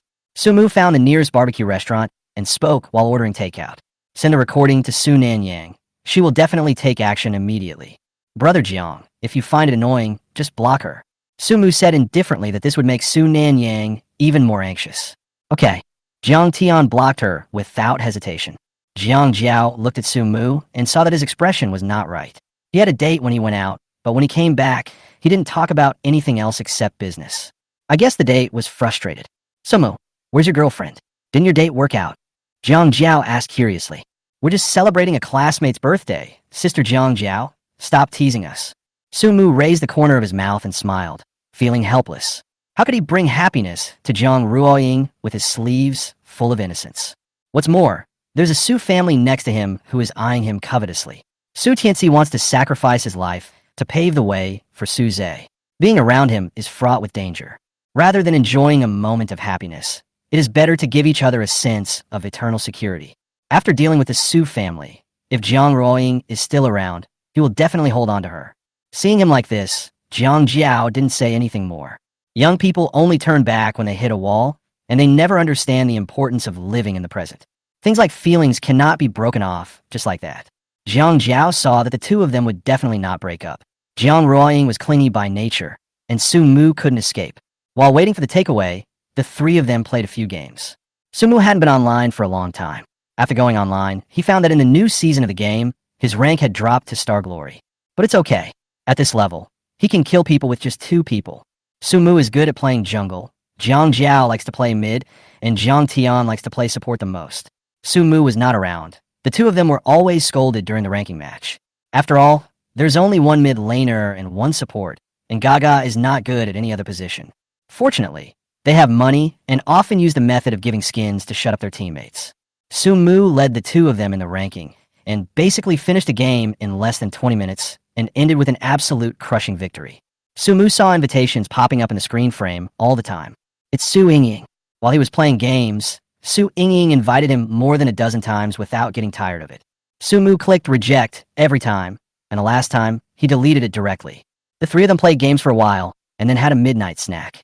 Sumu still remembered his exercise and went to the underground gym to exercise. Sumu started with warm-up, followed by half an hour of strength training, and finally an hour of martial arts practice. He practiced like this for more than a month without fail, and his body became much stronger and more powerful than before. The body is the capital of revolution, and he will never degrade himself again. I just need to live a normal life these few days and wait for Su Nanyang to fall into the trap. Su family. Su Yingying was so angry that she yelled in the bedroom, Sumu, you're really getting cocky. You actually rejected me time and time again. You're done, you're absolutely done. She screamed in helplessness and rage, then threw her phone against the wall.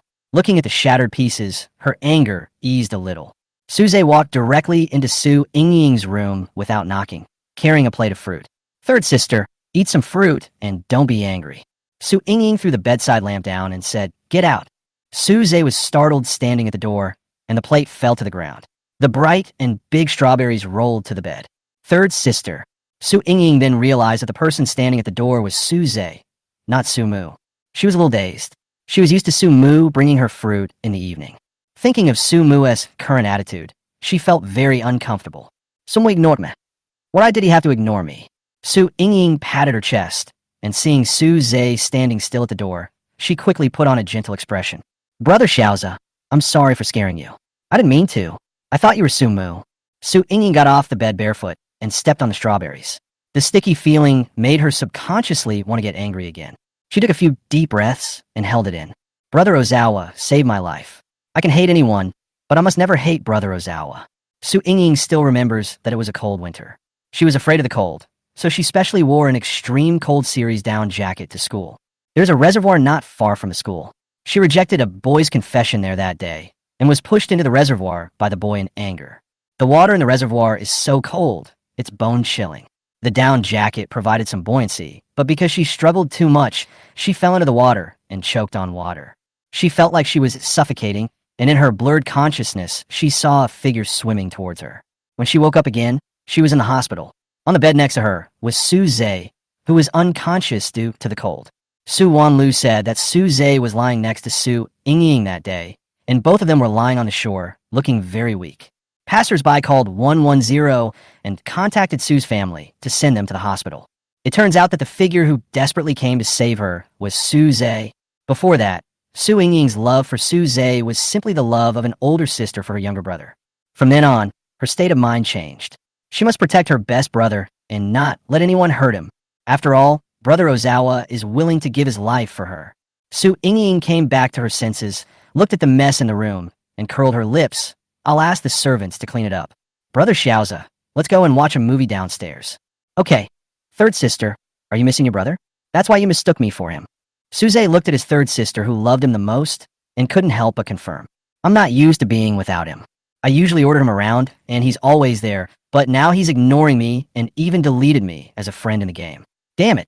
After Su Yingying washed her feet and put on her slippers, she kicked the wall next to her in anger, as if she was kicking Sumu. The two went downstairs and saw Su Nanyang sitting alone on the sofa. Su Yingying called out lazily, a little surprised, Sister, you are not in the company? These days, my eldest sister has been running to the Su family's company and is basically not seen at night. Su Nanya glanced at Suze with a strange look in her eyes, then picked up the teacup in front of her and took a sip in a disguised manner. Yes, let me tell you, I've asked my family doctor to come to my house for a physical examination tomorrow morning. Remember to eat on an empty stomach. As soon as Su Nanya finished speaking, Suze spoke in confusion. Sister, we just went to the hospital for a physical examination last month. Why do we need another one? Chapter 49, Paternity Test 2. Some items were not fully examined during the physical examination. It is always good to have more checks and preventative measures. Su Nanya regained her composure, looked at the two people, and made the decision. It's settled. I've already told my parents. Su Yingying said, Oh, and sat cross-legged on the sofa to watch the movie, eating an apple in her hand. It was obvious that she didn't care much about this matter. Suze felt strange, but didn't take it to heart. Su Nanyang did not sleep well all night, tossing and turning in the house until dawn, and until the morning the family doctor called to say that he was at the door. She finally breathed a sigh of relief. Was she afraid that something unexpected might happen? Everyone in the Su family gathered in the living room. Su Nanyang packed up briefly and brought in the family doctor. Zhang Yuding was still wearing her cotton pajamas, and next to her was Su Tianxi.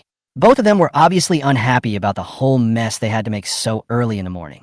Su Nanya introduced calmly, "Mom and Dad, I made an appointment with a very famous general practitioner who took a long time to make. He will give us a more comprehensive physical examination." She had originally hired a team that specialized in providing physical examinations for the wealthy, and they had a huge medical examination vehicle parked at the entrance of the villa. Su's parents out in the car, first for a physical examination. When it was Suze's turn, Su Nanyang's palms were slightly sweaty, and she was nervous and anxious. The others also yawned and completed the physical examination step by step. After the physical examination, they had breakfast and went back to sleep. Only Su Nanyang and Su Wanlu were left in the living room. Su Nanyang saw that Su Wanlu looked haggard, and she probably didn't sleep well last night. Su Wanlu took a step forward and nervously pinched Su Nanya's arm. "Sister, did you get it?" Su Nanyang did not look as glamorous as she used to be when she wore high heels. She walked directly to the medical examination car outside the door, wearing sneakers and a ponytail. The doctor glanced at Su Nanya and handed her 2 blood bottles. "These are the blood samples of Mr. Su and young Master Su. Please keep them. Are you sure these belong to both of them? Are you sure you took them by mistake?" Su Nanyang asked again. "There's no mistake. I asked the nurse to draw blood from both of them separately." The doctor answered in the affirmative. "Okay, the balance will be sent to you before tonight." Su Nanya nodded, took the 2 bottles, and dragged Su Wanlu upstairs. "Let's talk in the bedroom. I'll give this to you. Take it and test it. No matter what the result is, don't alert anyone." Su Nanyang instructed Su Wanlu. Su Wanlu was puzzled. "Why? Don't you tell Mom?" She couldn't accept it. "Are you stupid? If you tell Mom, it will be the end of us. Our family will be finished." Su Nanyang was so disappointed that she said, "If Suze is really the child of Dad and Zhang Yuning, who knows whether the uncles will side with Mom or that woman? And Dad, he said that in the recording, which shows he doesn't love us at all. If we expose in advance, we will just be kicked out. Who will cure your illness?" There was another sentence that Su Nanyang did not say, which was, how could she inherit the Su family's company? In short, this matter cannot be told to anyone except the 2 of them for the time being. When Su Wanlu heard what her elder sister said, her heart trembled. She didn't think so much. She just wanted to tell her mother the truth. "Then I'll take it for identification. If it's not, that's good." At this moment, Su Wanlu also had a fantasy in her heart. If the recording sent by Sumu was synthesized, Su Wanlu took 2 bottles of blood and went to find her senior. If a paternity test is done according to the formal process, the results will generally be available in 1 to 2 weeks, and the process will also include collecting fingerprint information and confirming identity. But in the laboratory, the results report can be produced in 3 to 6 hours. The senior student wearing a mask looked at Su Wanlu with some love in his eyes. "Schoolgirl, I'm doing this for you on an exceptional basis. I'm applying for testing equipment from a laboratory, so I could do a paternity test. You have to treat me to a meal." Su Wanlu forced a smile and nodded. "Don't worry, senior. You've helped me so much. I will definitely treat you to a meal." That afternoon, the report is out. Su Wanlu held the report, too nervous to look at it. She swallowed hard, picked up the report, and focused her eyes on the text on it. The DNA points of Su Tianxi and Su Zhe are 99.99% consistent, making them biological father and son. Chapter 50, he is really an illegitimate child. Su Wanlu felt dizzy all over and couldn't even stand. This is actually the result. Su Zhe is really the child of his father and aunt. Then what about all the kindness she had shown to Su Zhe before? Su Zhe was not adopted, but his father's biological child. They're indeed siblings, but they are half-siblings with the same father. This relationship made her sick to her stomach. Su Zhe is a complete illegitimate child. They placed their illegitimate children in high positions and held them in their hands for more than 10 years, but ignored their biological brothers and tortured them in every way. Irony. How ironic. Ridiculous. Su Wanlu felt that she was really ridiculous. She deliberately ignored the cold Sumu because she was afraid that Su Zhe would be upset. Now that I think about it, I was such an idiot. Remorse. Su Wanlu pushed the senior student in front of her away, covered her face, and ran away quickly. She wanted to go back and tell her elder sister about this. At the gate of Capital Medical University, Su Nanyang was already waiting there. Seeing Su Wanlu running out, Su Nanyang immediately got out of the car and pulled her into it. Su Wanliu's teeth were trembling. Sister, it's true. The audio that Su Mu sent is true. Su Zhe is the child of my father and my aunt. Don't panic. Su Nanyang saw that Su Wanlu was a little abnormal, so she patted her to help her calm down. Having said that, she looked at the crumpled list and felt a little flustered. The audio is real, which means Su Zhe will inherit the Su family in the future. Su Tianxi had thought of everything and wanted all of them to be stepping stones for Su Zhe. Su Nanyang couldn't accept it for a moment. For so many years, she felt that her father had taken a fancy to her and wanted to train her to be the successor. We can't wait any longer. There's still a year before Su Zhe joins the company. She must join the Su family's company as soon as possible. Su Nanyang's chest heaved violently. She took out her cell phone, found Su Mu's number, and called without hesitation. Su Mu and Jiang Tian were sitting in the computer room maintaining the background of the Perfect Lover app. Some users complained about several bugs, and they got up in the morning and planned to fix the bug. Su Mu typed the last line of code and pressed F5. The code ran smoothly and the bug was solved. Xiao Mu, you are so good at this technique. Did you study secretly at night? I just saw you typing on the keyboard. Your hand speed is faster than mine, you single dog. You must have practiced a lot. Jiang Tian couldn't help but sigh that Su Mu had a strong learning ability and was very energetic. Being exhausted during the day and still being able to stick to fitness at night requires this kind of perseverance that not everyone can achieve. Su Mu looked at his right hand and felt that there was something else behind Brother Zhang's words. Su Mu was just about to make a joke when he saw the call from Su Nanyang. Su Mu understood that Su Nanyang had gone to verify the truth. Now, all we have to do is wait for the fish to be caught in the net. Su Nanya waited anxiously for the call to be connected. Once it was connected, she immediately spoke. Su Mu, let's meet. Hearing her anxious voice, Su Mu spoke slowly. Okay, but you have to prepare the money. The introduction fee is 1 million. Do you want Su Zhe to pass it to me? There was a hint of laughter and contempt in Su Mu's words. Su Nanyang knew that he was talking about the 100,000 yuan. Su Nanyang was a little embarrassed. Su Mu really didn't know what was good for him. He just happened to know an audio and happened to know the child of the Jiang family. It turns out that he has no vision or knowledge and regards these as his capital. I will transfer the money to you, but the result must satisfy me. Otherwise, you just wait. Su Nanyang said viciously and threatened casually. She said these words many times. Su Wanlu was anxious on the side. Sister, how can you say that? What if Brother Su Mu doesn't want to see us? Brother, I'm the second sister. I want to see you with my eldest sister. Brother, I'm sorry. I was really wrong. Before Su Wanlu could finish her words, the call was hung up. Su Nanyang was also panicked at this moment. She admitted that she still looked down on Su Mu in her heart. But now she has to rely on Su Mu. She had just sent a message to Jiang Tian, but found that she had been blocked. Now the Jiang family can only be contacted through Su Mu. Su Mu in great humiliation. Su Mu, I'm sorry, I spoke too quickly. I'll prepare the money. I'll meet you at the Cold Stone Cafe this afternoon. There are private rooms there, so it's more private.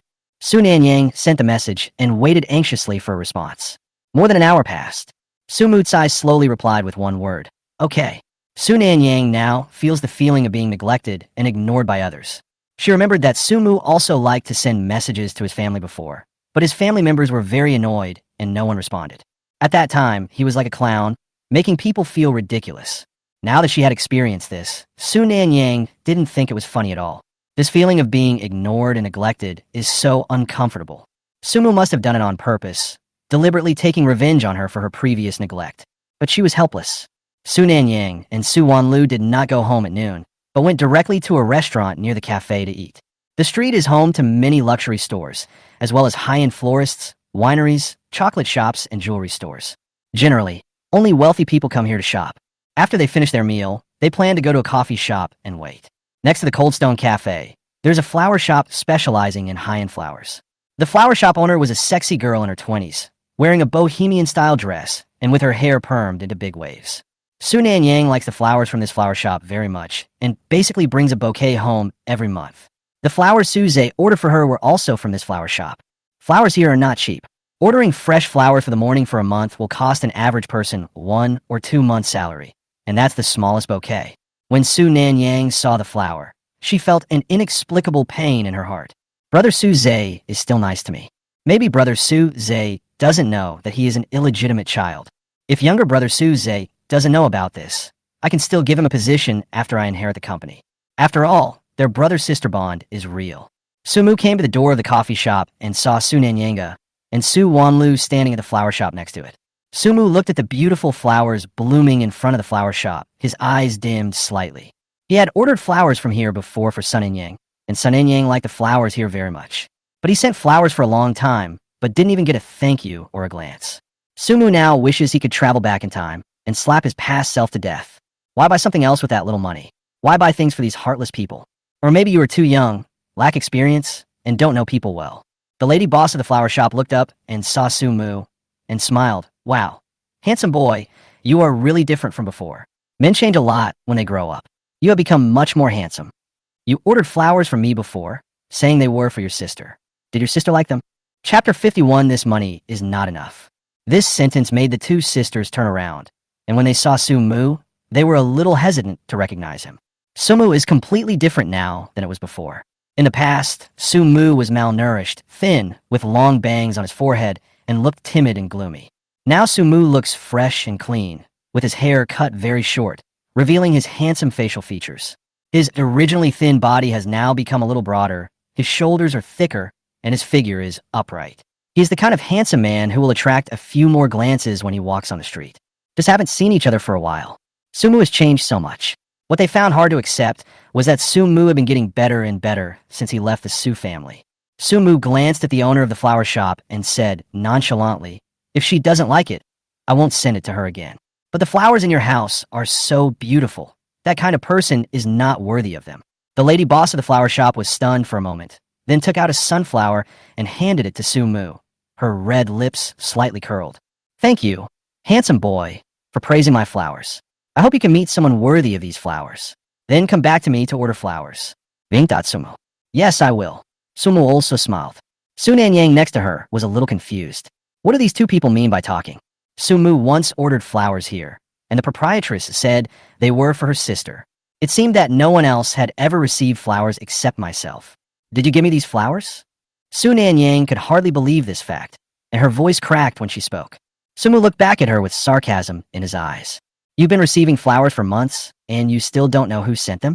You're really stupid." Su Nanyang felt despised when she heard the sarcastic words. "These flowers were clearly sent by Xiaoza, and I asked him about it the other day. He said he knew I liked these flowers and ordered them especially for me, just to put me in a good mood." Su Nanyang held the bag in her hand and spoke softly, but her heart was already filled with turmoil. Su Zhe lied to himself? Su Nanyang bit her lips and looked at Su Mu with a very complicated look. It turned out that these flowers were given to him by Su Mu. Su Mu walked in front, looking at them in a daze. His face was extremely indifferent. "Come in. Don't you want to talk about something? You should have brought enough money, right? If not, I'll just leave." Su Nanyang was really not used to Su Mu saying these words. Original Su Mu would not be so cold and heartless to the sisters, nor would he measure the relationship between them only by money.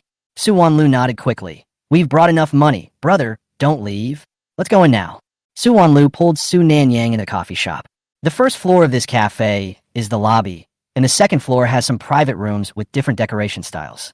Because Su Nanyang had already made a reservation, the waiter led them directly to the second floor. The three of them sat down, and Su Nanyang got straight to the point and put the appraisal report on the table. "Su Mu, this is the identification report of Su Tianxi and Su Zhe. They are indeed biological father and son."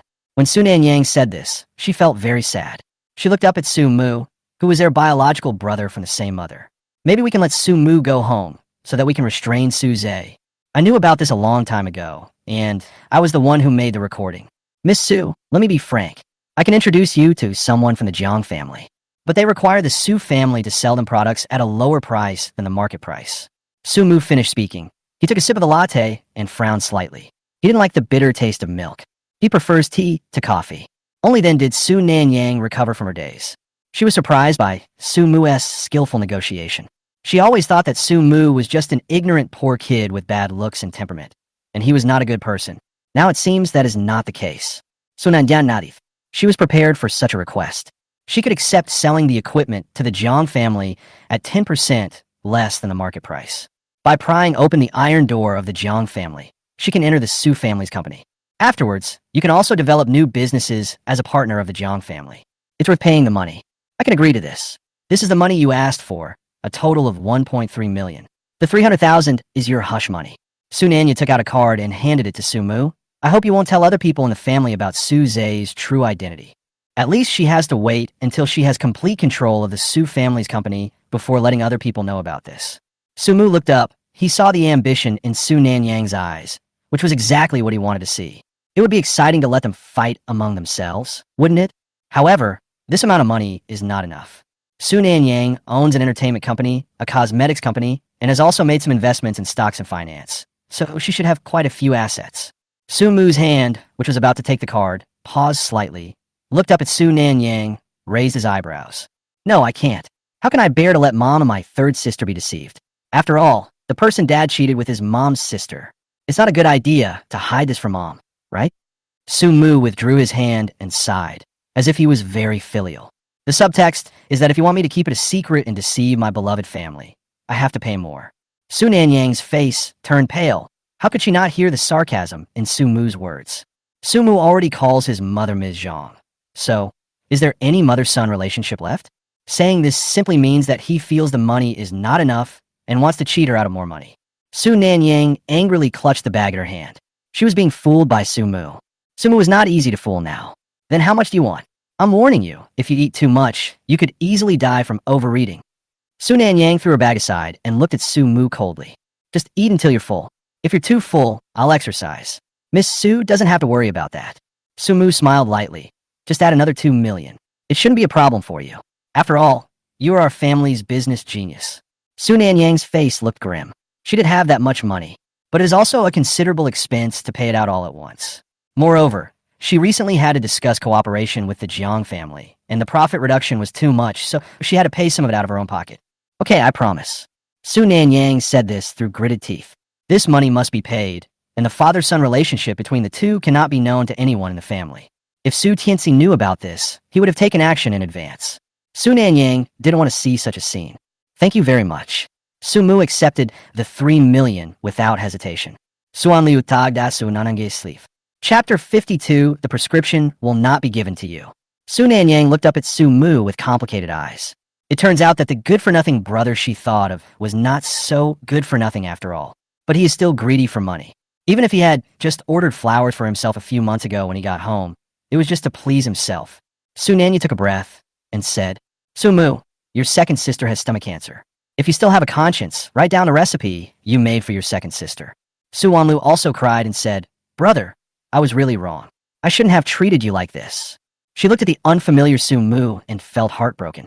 The Su Mu in her memory was not so cold and heartless. Su Mu would call her second sister, bring her heart-warming and stomach-warming porridge, and would be there whenever she was helpless. These memories have become a little fuzzy. Su Mu hasn't called her sister for a long time. Su Mu heard what Su Nanya said. He couldn't help laughing. Stomach cancer?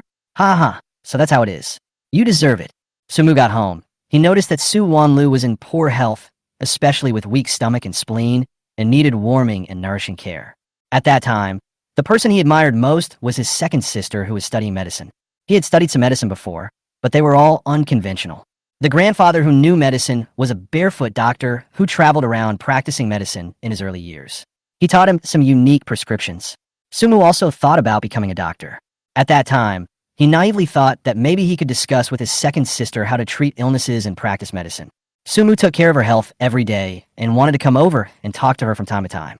The result was always looks of disgust. Su Wanlu still thought he was doing nothing and was just pretending. Sometimes when she was in a bad mood, she would just pour the hot porridge on him and say that he was useless. Su Mu still remembers the burning feeling of the boiling porridge on his skin. The burn hurts so much, even more than cutting your finger while cutting vegetables. Su Mu sometimes went to her school. Su Wanlu felt embarrassed and pretended not to know Su Mu. Sometimes she even said that Su Mu was deliberately harassing her. So some flower protectors rushed out and beat Su Mu up. During that period, Su Mu was injured every day. Later, Su Mu found out that he was beaten for no reason because of Su Wanlu. Gradually, Su Mu never went there again. Su Wanlu had always been dismissive of his kindness, and now that she had stomach cancer, she actually came to him to confess. Su Mu looked at Su Wanlu, who was crying with tears in her eyes, and no longer felt any heartache.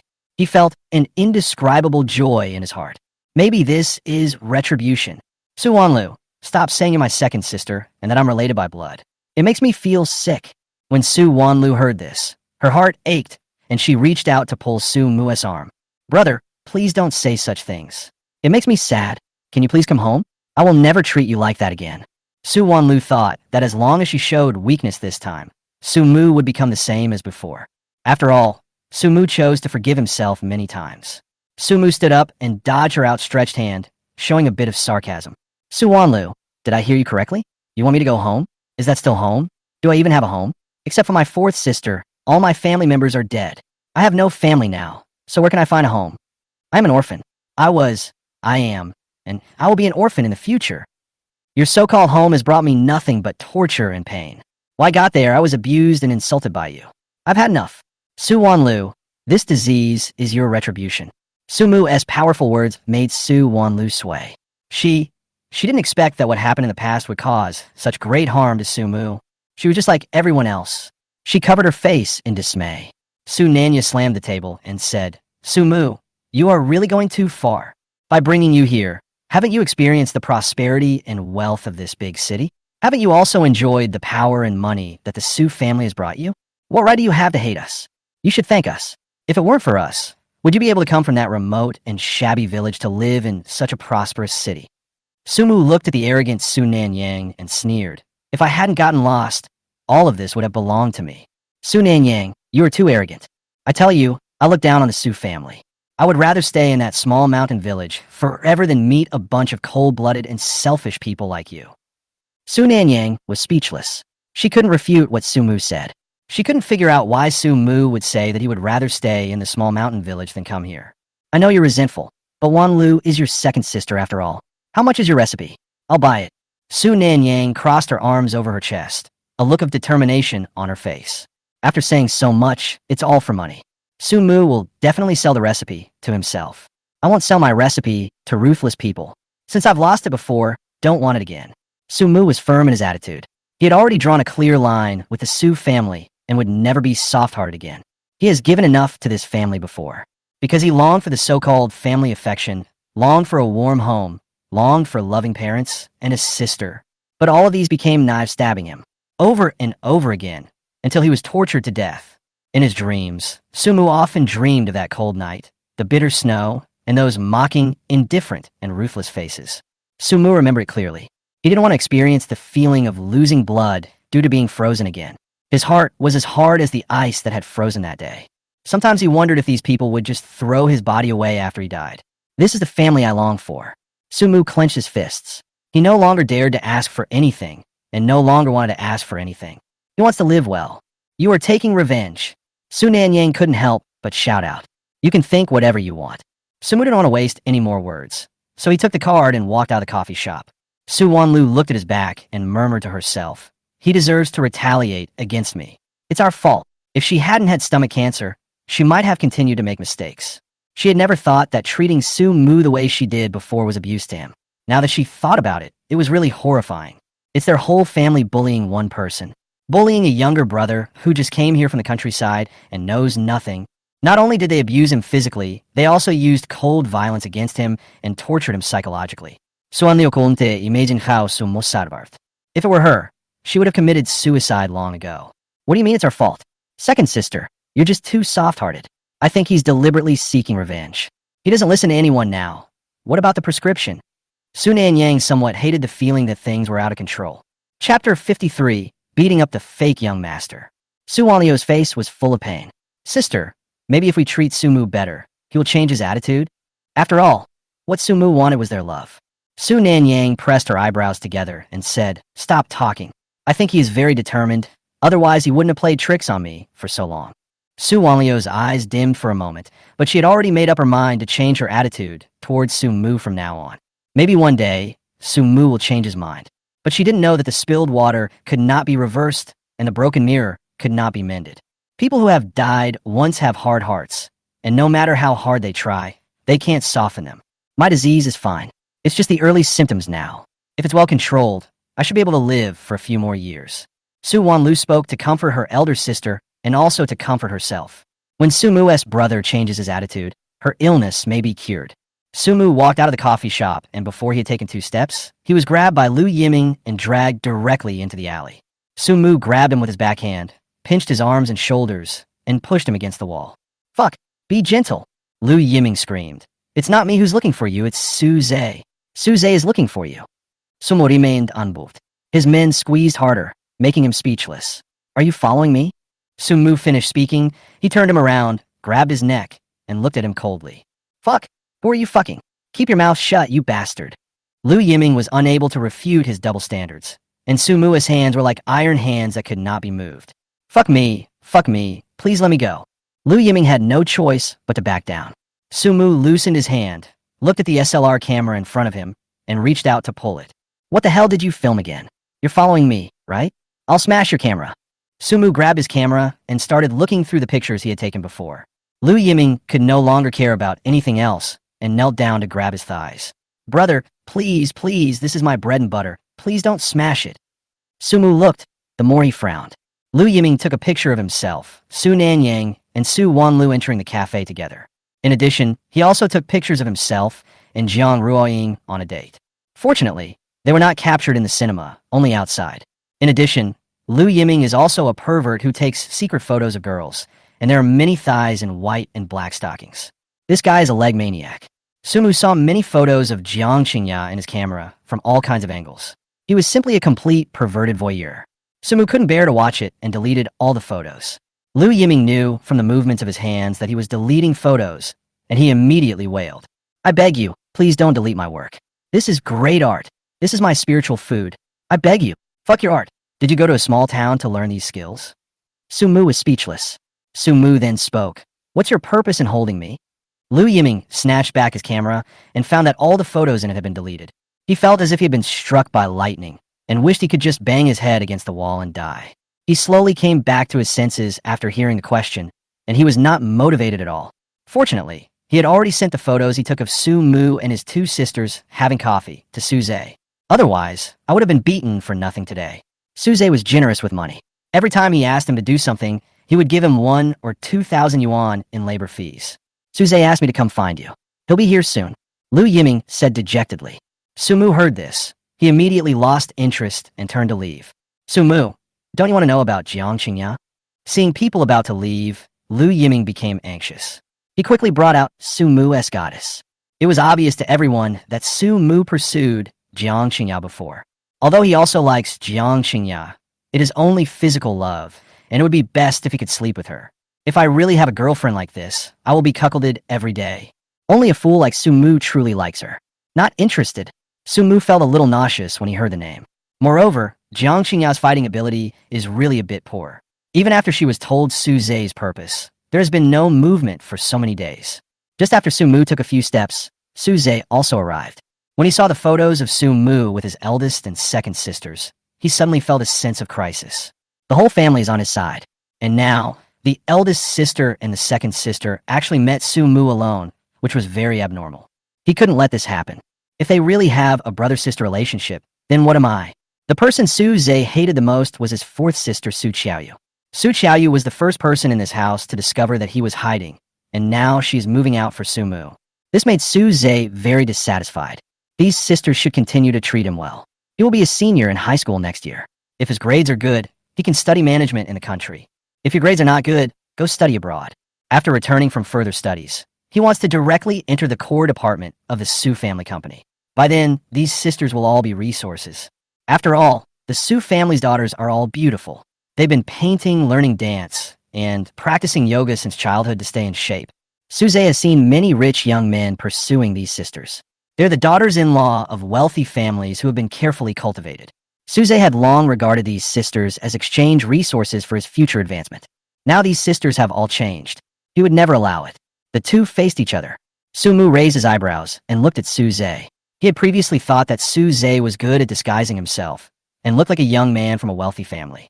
It doesn't look like that now. The viciousness and calculation in his eyes are about to overflow.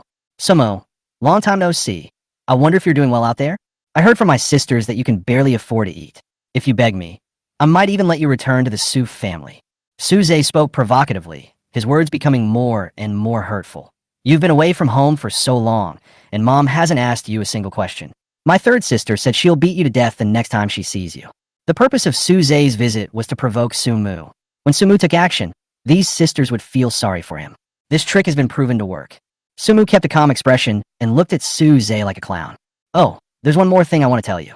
Do you know why Big Sister misunderstood you for stealing the pen? I said it. I said I saw you steal a pen and sell it. Big Sister didn't even ask for confirmation and just believed me. That time you really begged us like a dog and said it wasn't you. I still remember your embarrassed look. Suze smiled triumphantly. Sumu, you are just a servant at home. You try to please the sisters every day, but they're only nice to me. So what if fourth sister is the only one who cares about you? Sooner or later, she will end up like you. Sumu raised his head, moved his hands, and chuckled. Suze, I know you wanted to irritate me, and you achieved your goal. If you can take action, don't talk too much. Sumu punched Suze in the face. With a bang, Suze almost flew out and hit the wall, and blood spurted out of his mouth. Sumu grabbed his hair, exerted force on his hands, and lifted him up. I also forgot to tell you, my hand is almost healed. Then another heavy punch hit him in the stomach. Please urge for more updates, please like, and please give me a free gift. Thank you all readers. Chapter 54. There is no door to hell. You throw yourself into it. Sumu didn't hold back this time. He had been annoyed with Suze for a long time, but he didn't expect that he would bump into the door himself this time. There's a door in the world, but you don't go through it. There is no door in hell, but you'll fall into it yourself. After one punch, Suze fell to the ground, holding his stomach, and couldn't even get up like a drowned dog. He didn't know Sumu was so strong now. He thought Sumu was still as weak and incompetent as before, so thin that even a gust of wind could blow him away. He thought Sumu would at most slap him once. But unexpectedly, Sumu wanted to beat him to death. Suze raised his face covered in cold sweat, looked at Sumu in fear, turned around, covered his stomach, and ran into the alley. Sumu will beat himself to death. At that moment, he was deeply frightened. Lu Yiming, come and help me quickly, Suze said weakly. Sumu flexed his wrist and stood in the alley, blocking him inside. Sumu turned his head to look at Lu Yiming next to him and hooked his finger. What? You two come together. Lu Yiming hurriedly shook his head, his body shaking like a sieve. He rolled and crawled while holding his camera, turned around and ran. Damn, Sumu is crazy. Suze was beaten like that, so he didn't want to stay. If he stayed, he would just be a punching bag for Sumu. Sumogen. Sumu is no longer the coward he used to be. He is now terrifying. Suze didn't expect Lu Yiming to abandon him. He felt like his ribs were about to be broken. Sumu, stop! Don't come over here. Aren't you afraid that the sisters will hate you? Suze threatened Sumu with his family members. And Mom and Dad won't let you go, aw. Sumu was too lazy to listen to his nonsense. He stepped on his left hand, grabbed his hair, and punched him in the face. Suze made a poo sound and spat out a tooth after being hit. Suze's handsome face suddenly swelled up like a steamed bun that had been soaked in water. Suze, don't you love to say that I bully you? Let me count. From the time I came to this family until now, you have probably said that more than a dozen times. Sumu stared at his face playfully, then slowly smiled. You said I bullied you, then I will do as you wish. Suze shook his head incoherently. No. Sumu, you wait. In Suze's eyes, Sumu has become a devil who specifically targets his sore spots. He was in excruciating pain. He hated it so much. He hated it and felt so painful. Sumu treated it as a human sandbag and attacked it with great force, as if he wanted to vent all the grievances he had suffered over the years on him. In the end, Sumu's face was no longer recognizable as his former self. Suze was originally wearing a white shirt, but now it was all stained with blood. Later on, Suze kept begging for mercy. He really regretted it. He shouldn't have come to provoke Sumu. He should have brought more people with him. Sooner or later, he will repay all the pain he suffered today. Sumu saw the hatred in his eyes, but didn't care. A sinister person like Suze will be targeted no matter what he does. It's better to seize the opportunity and have a good fight. If you dare to come again next time, I will continue to beat you. Sumu finally took a break with a slap in the face, almost crooked Suze's mouth. As your older brother, I have to teach you a lesson about the dangers of the mouth. From now on, be more careful with your words. Not everyone is as good-tempered as me. Sumu let go of Suze and watched him slide to the ground like a dead dog. Sumu kicked him with his toes and gave him a friendly advice. Suze opened his swollen eyes and couldn't say a word. Suze struggled to crawl towards the alley entrance. He felt that Sumu wanted to kill him. He just wanted to frame Sumu and didn't want to die here. Sumu leaned against the wall and watched quietly. When he was about to crawl out, he grabbed one of his legs and threw him into the alley. Brother Suze, you chose this position. Play with me for a while. Sumu rolled up his sleeves. There was another scream in the alley. Sumu heard footsteps coming from the entrance of the alley. Then I heard Zhang Yuding scream. Sumu, what are you doing? Ozawa, Ozawa. Zhang Yuding ran in wearing high heels. She was wearing a cheongsam today, had some gentle makeup on, and was carrying a bag in her hand. She looked like she was out shopping. She looked anxious and didn't even care that she had dropped her bag at the alley entrance. She ran directly to Su Zhe's side and looked at Su Zhe, who no longer looked like a human being, at a loss. Tears began to fall. Xiao Zhe, what's wrong with you? What happened? My poor son. Why were you beaten like this? Woo-woo. Zhang Yuding almost got a stitch in her side from crying, and she didn't know where to start looking at Su Zhe's body covered in wounds. She was heartbroken.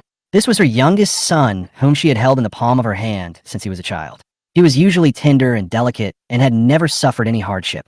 Sumu hit me at the birthday party last time. She felt heartbroken for a long time that time. The scar hasn't healed yet, and he was beaten again. Zhang Yuding was as anxious as an ant on a hot pan. She saw that Su Zhe's face was swollen beyond recognition, and his eyes were almost closed.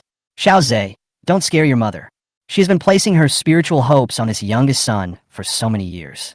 She raised a little child to this age, accompanied him in crying, laughing, and making noises. Accompany him from a young child to the handsome man he is today. The child is hurt, and the mother is heartbroken. Zhang Yuding was truly distressed and immediately called a doctor. Xiao Zhe, don't worry. Mom will call someone to save you. Seeing the harmonious scene of loving mother and filial son, Sumu felt no more disturbance in his heart. He had seen this kind of scene many times. The first few times he felt heartbroken and helpless. He wanted to show himself in front of his mother and let her see him. Later, after seeing Zhang Yuding's perfunctory and partial attitude more and more, I had such thoughts less and less. When doing the same thing, such as making tea for his mother, Su Zhe becomes sensible and knows how to care for others. And he just gets a cold on. After this kind of thing happens so many times, Su Mu realized that human love is limited. If you give more to one person, there will be less for another. The same goes for relatives. Even parents cannot treat their children equally. They favor Su Zhe and ignore him. It's not that they don't know that they are biased, but they just don't want to change. Because they know that if they praise the silent child for being sensible, they can ignore all his resentment and grievances. Just like at the dinner table, Su Zhe is always the first to eat all the brain supplements and abalone. No one asked Su Mu whether he liked to eat it, and no one asked Su Mu whether he wanted to eat it. It is said that the crying child gets the milk. Even if an unfavored child cries, all he gets is a scolding to shut up. They took him back and ignored him again. Let it be the wrong child, and he cannot resist. Once you reveal your grievances, you are immature. But fuck your sensibility. Sumu thought that there was no need to take this so-called love to heart. It's lost, not worth mentioning. Su Zhe stretched out a finger with difficulty and pointed at Sumu next to him. Mom, brother, hit me. Chapter 55, he is also a person who is loved by his sister. Zhang Yuding's eyes widened immediately, her heart aching. All the wounds on Xiao's body were actually caused by Sumu. Sumu is indeed a barbarian, and there is no way to change the evil in his bones. Sumu, why did you hit Xiaoza? How could I have a son like you? Zhang Yuding stood up angrily and glared at Sumu. Seeing Su Zhe covered in wounds, she stepped forward angrily and raised her hands. Sumu looked at his so-called mother, who was completely on Su Zhe's side. He chuckled and grabbed Zhang Yuding's hand. Ms. Zhang, if I could choose to reincarnate, I would definitely not be in your belly. Because you're not worthy of being a mother. Zhang Yuding was a delicate lady with little strength, and she almost fell down when Sumu pushed her. Why am I not worthy? Zhang Yuding clenched her fists in anger. She cared about other people's opinions of her.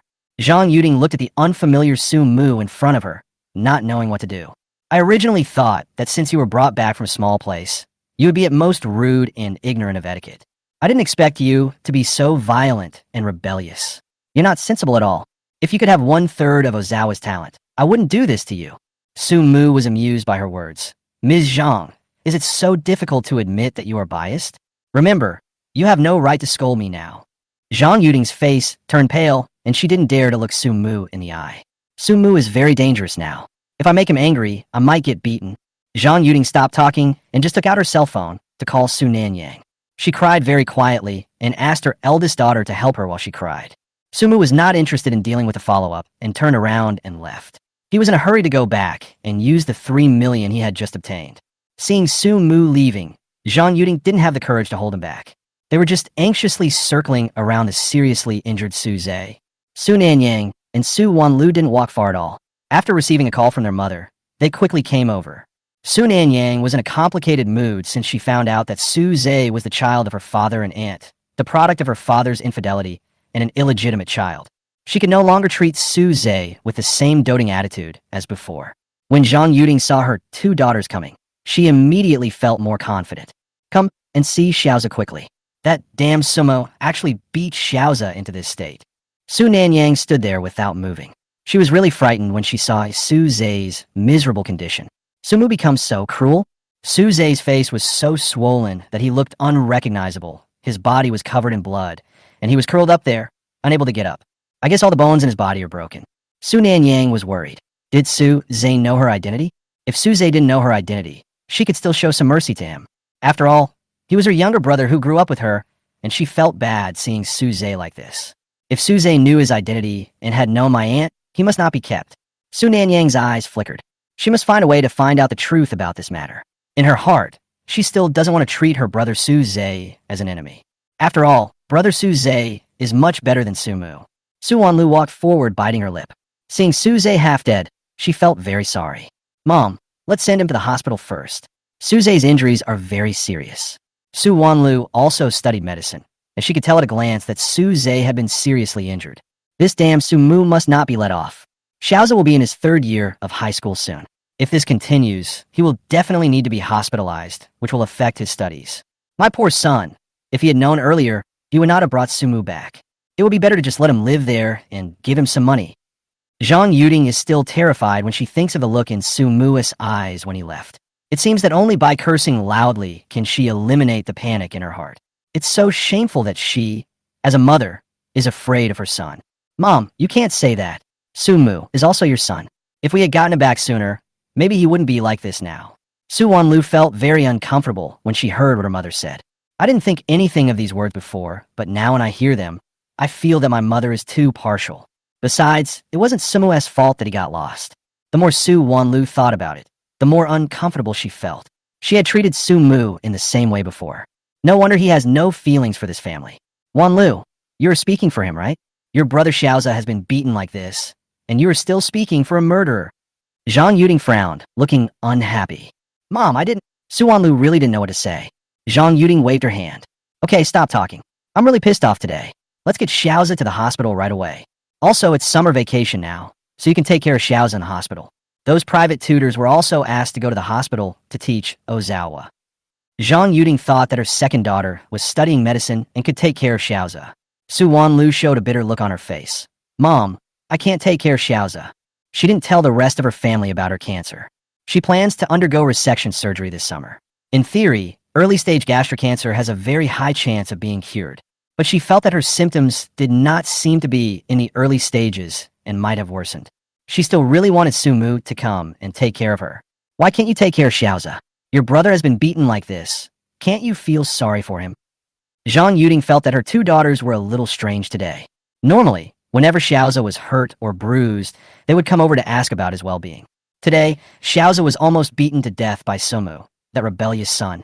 Her 2 daughters were as stiff as pieces of wood. Mom, stop talking. My second sister is busy and can't take care of Xiaoza for the time being. I will hire a special nurse to take care of Xiaoza. Sananya made the decision out loud. I called the emergency number, and the ambulance will be here soon. Let's check Xiaoza first. Su Nanyang turned and spoke to Zhang Yuding. Zhang Yuding nodded quickly and muttered, Su Mu beat Xiaoza like this. Are you going to let him go so easily? As soon as these words were spoken, everyone fell silent. Su Nanyang didn't want to cause trouble for Su Mu for the time being. After all, the cooperation with the Jiang family had not been finalized yet. Su Wanlu already felt very guilty towards Su Mu, and she couldn't bring herself to cause trouble for Su Mu again. Su Mu has prescription for her illness, and she also wants to return to her previous relationship with Su Mu. Faced with her mother's words, they didn't want to answer. Zhang Yuding didn't care about the 2 of them. After she finished speaking, she helped Su Zhe to stand up with a distressed look on her face, intending to go back and tell her whole family about this matter. Su Mu was not afraid that the Su family would cause trouble for him. He divided the 3 million he had just received today into 3 parts. He plans to donate the first 1 million anonymously to the orphanage where he once lived and use the money to improve the lives of his grandparents. The second 1 million is intended to be invested in the stock market. He only knows the stock market growth trend in the next year. As long as you continue to increase the capital in your hands, you can use the information gap to make more money. The third 1 million yuan will be invested in Tianmu Company's new project to increase its stake in the project so that it can receive more dividends when the project is completed. Sumu did all these things one by one. Not long after, I received a message from my sister Su Qiaoyu. This is also his only family now. Su Qiaoyu is a gentle and lively sister. During this trip to Dali, she sent a lot of photos to Sumu. She also brought many small gifts for Sumu. Brother, I'm back. Dali is super beautiful. I'll take you there after you graduate from high school. I'll also introduce you to a good friend today. See you tonight. Su Qiaoyu sent a long message, along with a cat emoticon. Okay, sister. Sumo shoda gintal smile. It felt so good to be pampered by her sister. Chapter 56. The future with my sister will be bright. In the evening, Su Qiaoyu sent Su Mu her location. Su Mu went back, took a shower, and went to the appointment. After all, it's not a good idea to go see my sister covered in blood. The place Su Qiaoyu booked was a tea house, which served wine and tea, and guests could choose from them. The location is by the river. You can drink tea while enjoying the river view. Su Lily was wearing a halter dress, with her long hair loose and a smile on her beautiful face.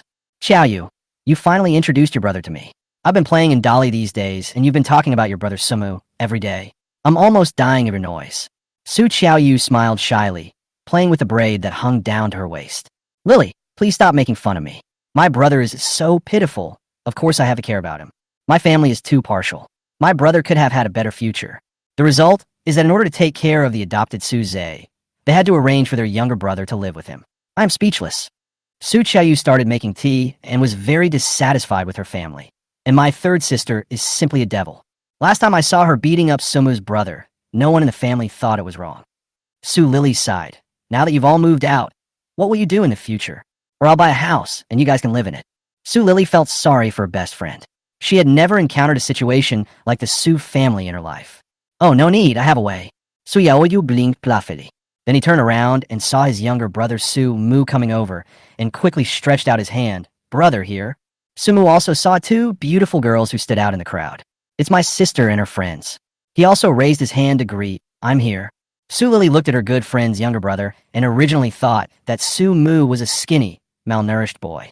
Unexpectedly, Su Mu doesn't look thin.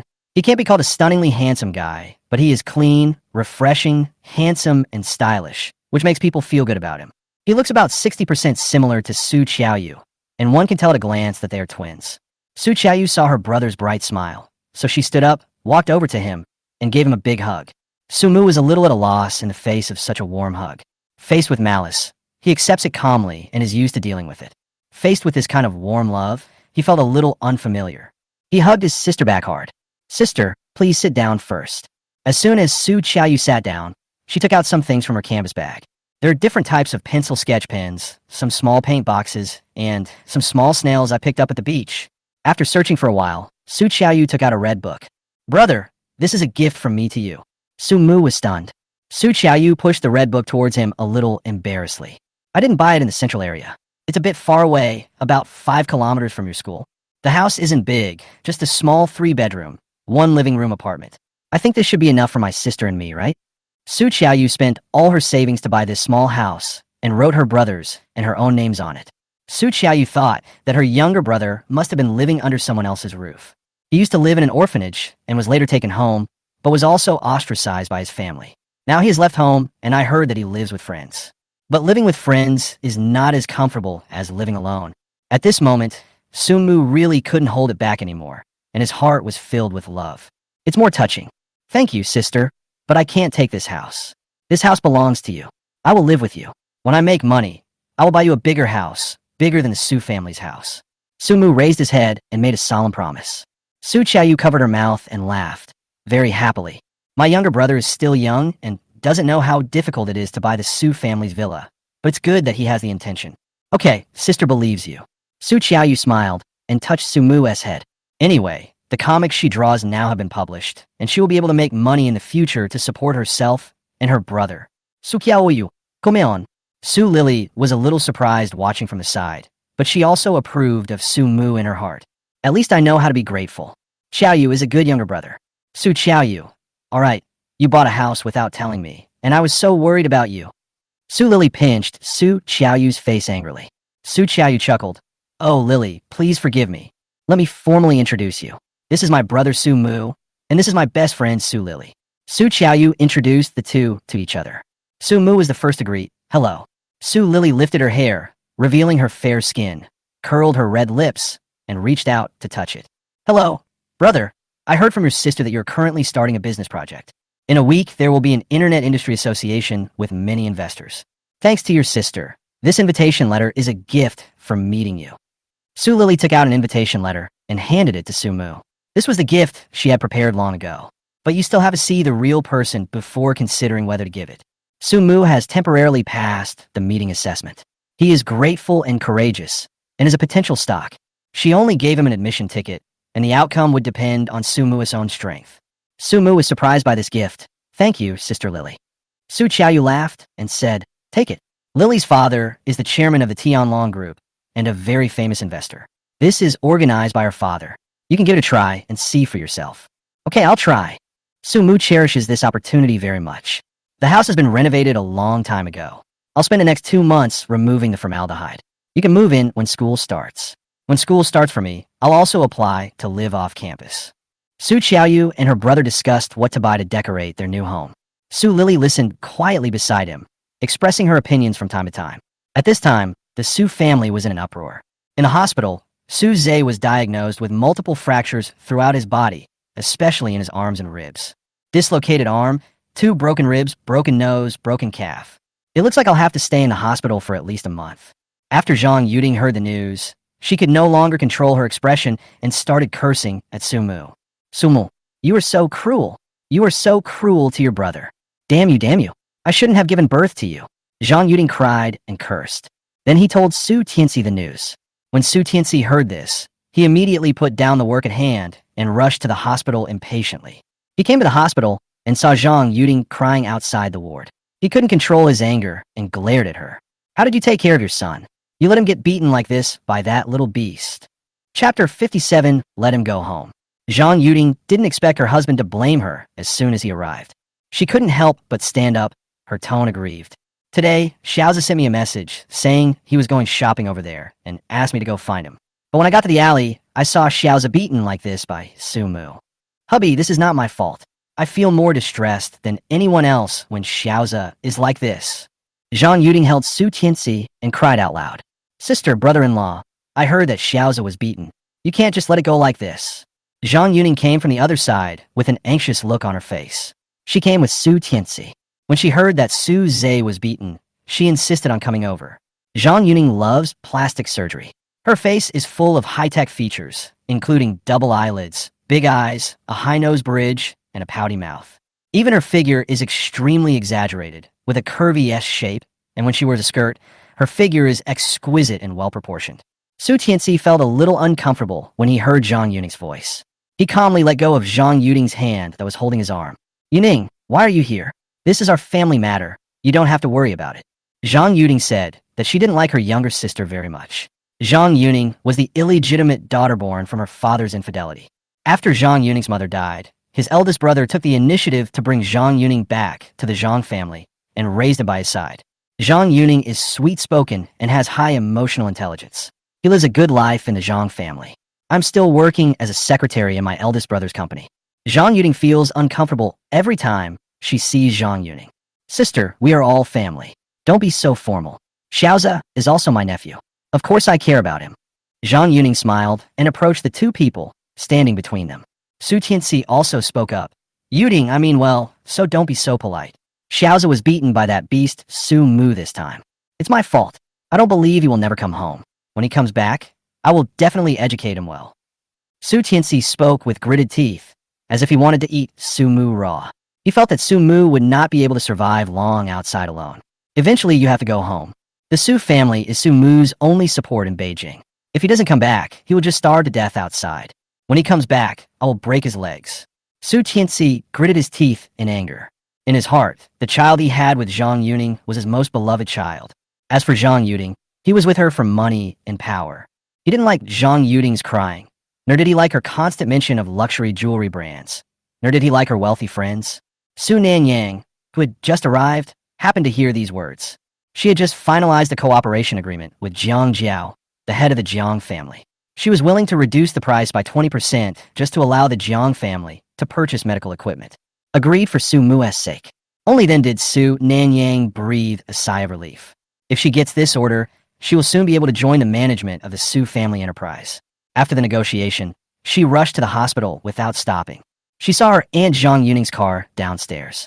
When I got here, I actually found Zhang Yuning there. Su Nanyang can no longer face her father and aunt. The two of them stood together, and Su Nanyang felt nauseous no matter how she looked at them. At this time, the nurse in the ward came out and asked, "Is the patient's family here?" "The patient has woken up. You can go in and visit him. Pay attention. The patient has multiple fractures and a moderate concussion. Speak softly and try not to disturb the patient." Everyone nodded. Then I entered the ward. Suze had been in a coma for a day and a half and had just woken up. He was scared when he thought of Su Mu's appearance. Su Mu was really crazy. "Ozawa, how do you feel?" Zhang Yuning sat beside the bed with concern and asked softly. Zhang Yuning was also extremely distressed. Seeing his son being beaten like this by that little beast, he felt murderous in his heart. "Mom, it hurts so much. Xiao's body hurts so much. Does my brother hate me? I thought he was going to beat me to death." Suze's eyes were red, and he put his face on Zhang Yuning's arms and cried miserably. He wasn't pretending this time. His whole body was in excruciating pain. He looked up and saw Su Tianxi and Zhang Yuning, and there was a flash of surprise in his eyes. Then he cried even more miserably. "Dad, Aunt, you are here too. Please send me away. As long as I am here, my brother will not let me go." While crying, he opened his arms and wanted to hug Su Tianxi. As a result, I had to give up because my hands were broken. "Xiao Zhe, Dad will take care of it for you. I won't forgive him." Su Tianxi hurriedly touched Su Zhe's head with heartache. Su Nanyang was not as worried about Su Mu as before and was carefully observing the people in the ward. The pain in Zhang Yuning's eyes was not fake. Su Zhe was her son, and she was really worried. What made Su Nanyang heartbroken was Su Tianxi.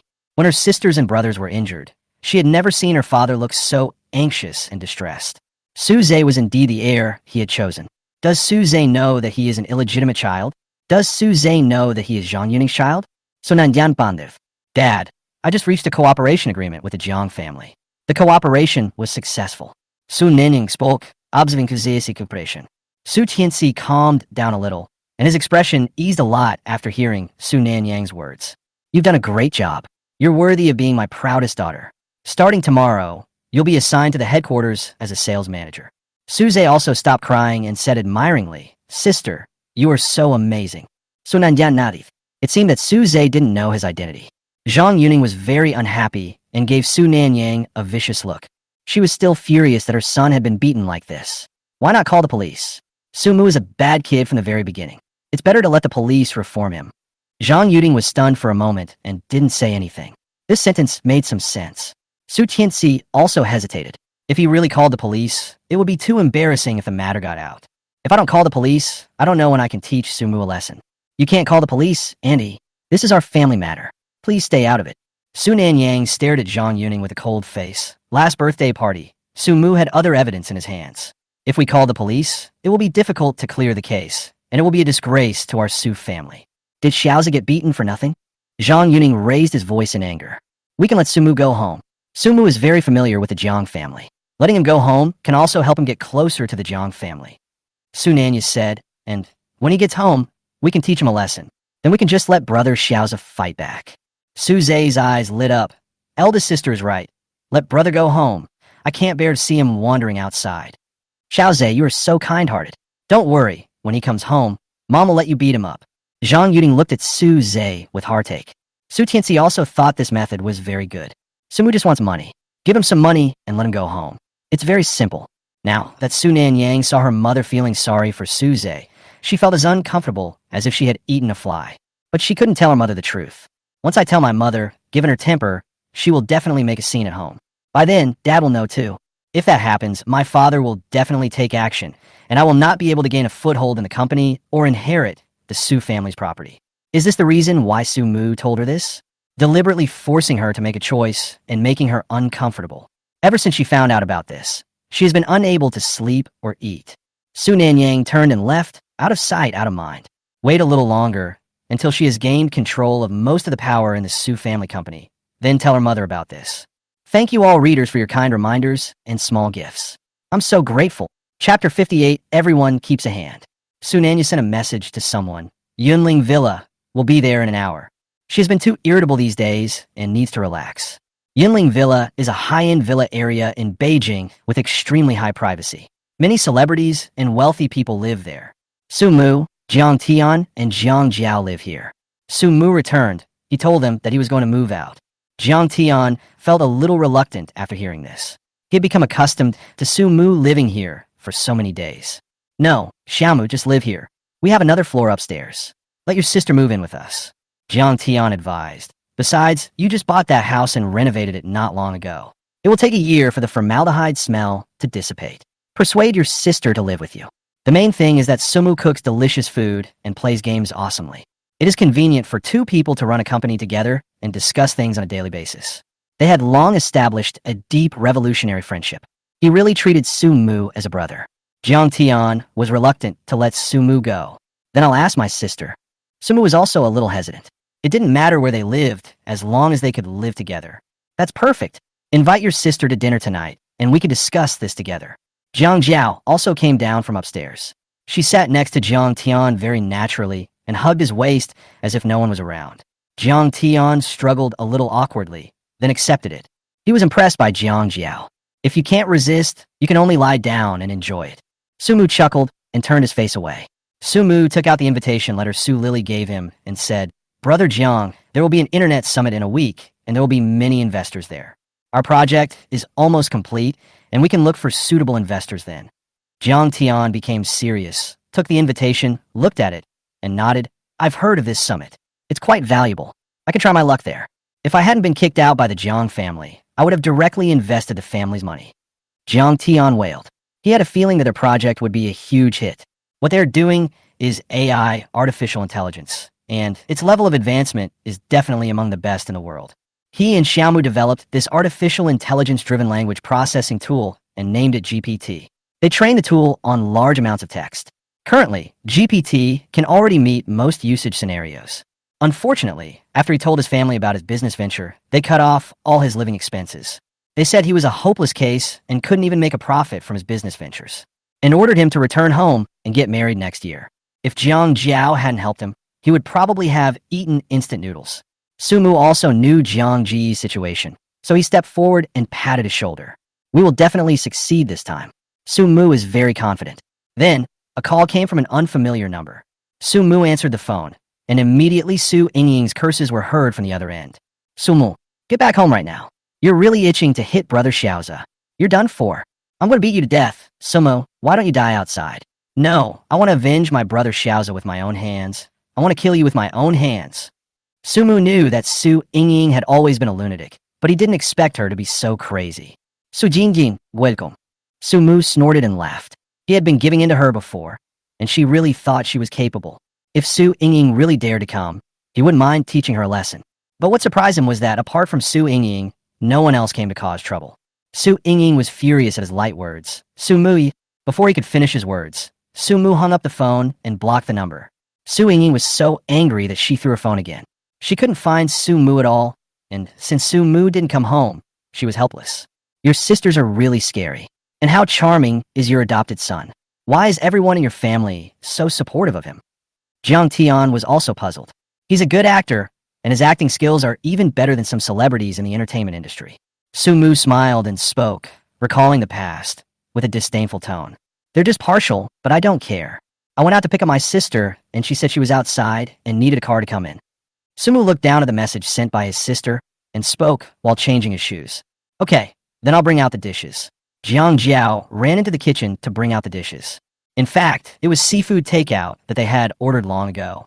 Passing by one of the villas, Su Mu saw a familiar car downstairs. Isn't that Su Nanyang's car? Su Mu took a picture of the license plate number and confirmed again and again that it was indeed Su Nanyang's car. She lives here? Su Mu passed by a man wearing a black baseball cap and felt that the man looked familiar. He seems to be a popular actor in a recent TV series. Su Mu turned around and saw the actor walking into the villa where Su Nanyang parked her car. The door of the villa opened, and Su Nanyang in her nightgown flashed by. Su Mu was sure that he was not mistaken. Is Su Nanya supporting a young celebrity? Or are they in a relationship? Su Mu guessed, and secretly wrote down the name of the villa. Inside the villa, Su Nanyang looked at the little star who came in and took him directly to the bedroom on the second floor. Sister Ya, is it still like before? We already agreed that I want to be the male lead in the TV series. Su Nanyang tied her hair up high. She was a little impatient. Lumingza, you know I never treat those who follow me unfairly. Everything in the house was out of control. She was extremely upset. Only in this way can you relieve stress. Lumingza is a little star under her company who has just become popular for 2 days. She maintains this relationship with her for resources. Su Nanyang was tired from fighting, so she turned around and sat back on the sofa, poured a glass of red wine, and drank it slowly. Come over. She waved. Lumingza hesitated, and under the balcony, an inconspicuous pinhole camera recorded everything. Lumingza turned his back to the camera. He has to leave some way out for himself. Su Nanyang has money and resources, so she shouldn't regret it. What he was afraid of was that Su Nanyang would kick him away after she found new love. Su Mu went to the door to pick up his sister and unexpectedly found 2 people standing at the door. In addition to my sister, there's another person who is also very familiar. Chapter 59, Party After Beating Someone. Su Mu didn't expect to see Jiang Ruoying here. The two have had no contact since they parted at the cinema. Jiang Ruoying was holding flowers in her arms and a cake in her hand. She glanced at Su Mu and tried to pretend not to see her, but her sight was still drawn to his face. Sister Qiaoyu, what a coincidence. I'm also going to see Sister Jiang Jiao. Hianruoyin nusuyaoyu. Su Qiaoyu smiled and always felt that her brother's eyes were always on this sister. The circle of rich people is so small. I know them all more or less. That's right, me too. My brother is here to pick us up. Do you know him? Su Qiaoyu winked at her brother. Su Mu lowered his head and swiped the card to open the door. Sister, we are classmates and friends. Jiang Ruoying walked in and snorted. Yeah, we're good friends. A good friend who can kiss. Su Mu touched his nose and felt a little guilty. Now I think that what I did was indeed irresponsible. He honestly stepped forward to help Jiang Ruoying carry the things in her hands and whispered in her ear, I was wrong. Don't be angry. Jiang Ruoying handed the things to him. She was sad for a long time after being implicitly rejected last time. Later I thought that Su Mu was not that kind of person. Su Mu was ruthless towards those so-called family members. When he rejected them, his words were as poisonous as if he had eaten arsenic. Su Mu and I have been together for so long. They know each other's secrets and have experienced each other's emotions. Jiang Ruoying was sure that Su Mu had never been in love before. I am definitely the first girl he has come into contact with. He doesn't object to confession. That's tacit agreement. Tacit agreement means liking. Liking means love, and love means love beyond measure. Su Mu loves her very much. There must be something unspeakable that forces him to remain silent. Jiang Ruoying is not someone who gives up so easily. What's more, Su Mu is not without feelings. Su Mu saw Jiang Ruoying again. He actually felt a little regretful that he had not made it clear that day. Okay, he admitted. He really likes Jiang Ruoying. Since he arrived in Beijing, he hasn't met many good people. Everyone hid his efforts under their feet and felt that his love was not worth mentioning. So he took Jiang Qingya's small help to heart. But that is also fake a scam. Jiang Ruoying is not like that. She was pure and sincere, and she stood firmly on his side, never wavering. Su Mu, who is always suspected and questioned, it is undoubtedly a ray of salvation. How could he not be moved when such a person appeared in front of him? Being firmly chosen is what he has always longed for. I don't know if she is willing to give herself time to grow. Su Qiaoyu walked behind and saw the two of them squeeze together, so she immediately took out her mobile phone to take pictures. She doesn't believe that there is nothing fishy going on between these two people. The two of them standing together are sweeter than the comic protagonist she wrote. My younger brother is still pretending to be serious. His eyes are almost thready. The 3 of them arrived at the villa. Jiang Jiao opened the door and saw Jiang Ruoying with a happy expression. Come on, I've been waiting for you for a long time. Let's get together today. It's rare to be so relaxed. Jiang Jiao had actually received news about the little girl Jiang Ruoying a long time ago. It's not like she hasn't pursued someone before, and she knows Jiang Ruoying's little thoughts very well. Let her be the assist. It's such a pity for 2 people who love each other to miss each other. Su Qiaoyu and Jiang Ruoying looked at the decoration in the house with some curiosity. Su Mu's living place was not bad. It could be said that it was better here than living in the Su family. Jiang Tian style is very minimalist. It looks a bit like a model commercial villa on display. It doesn't have any special features, but it is very standard and neat. There's a small dining table in the living room, which is filled with seafood. Su Mu is the best cook among them. Su Mu can cook various medicinal foods, but making these dishes is still a bit difficult for him. Jiang Jiao took out some beer, fruit wine, and drinks from the refrigerator. The table was packed. Su Mu pulled out a chair for them and sat between his sister and Jiang Ruoying. Jiang Tian and Jiang Jiao sat opposite each other. Jiang Jiao gestured for them to get some drinks. We're all friends, don't be polite. Jiang Ruoying looked up at the fruit wine, then turned to look at Su Mu and pointed with her finger.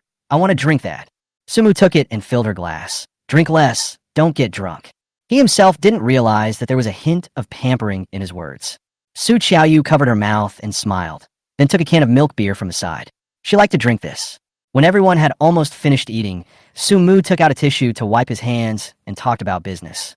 Sister, Brother Jiang, and Sister Jiang Jiao want you to live here too. They have rooms upstairs.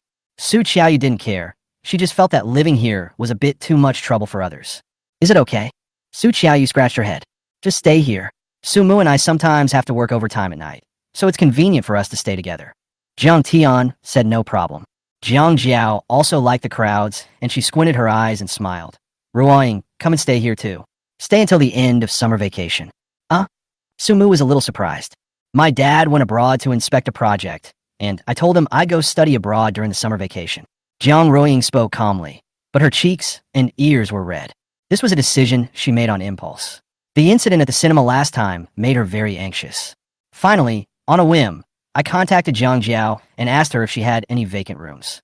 She had already prepared many exercise books and planned to move in under the pretext of studying with Su Mu. Unexpectedly, Jiang Jiao agreed immediately. Su Qiaoyu was quite happy. She had lived alone for a while and felt a little lonely. That's great. Let's take a photo together. I'll post on my social media platform.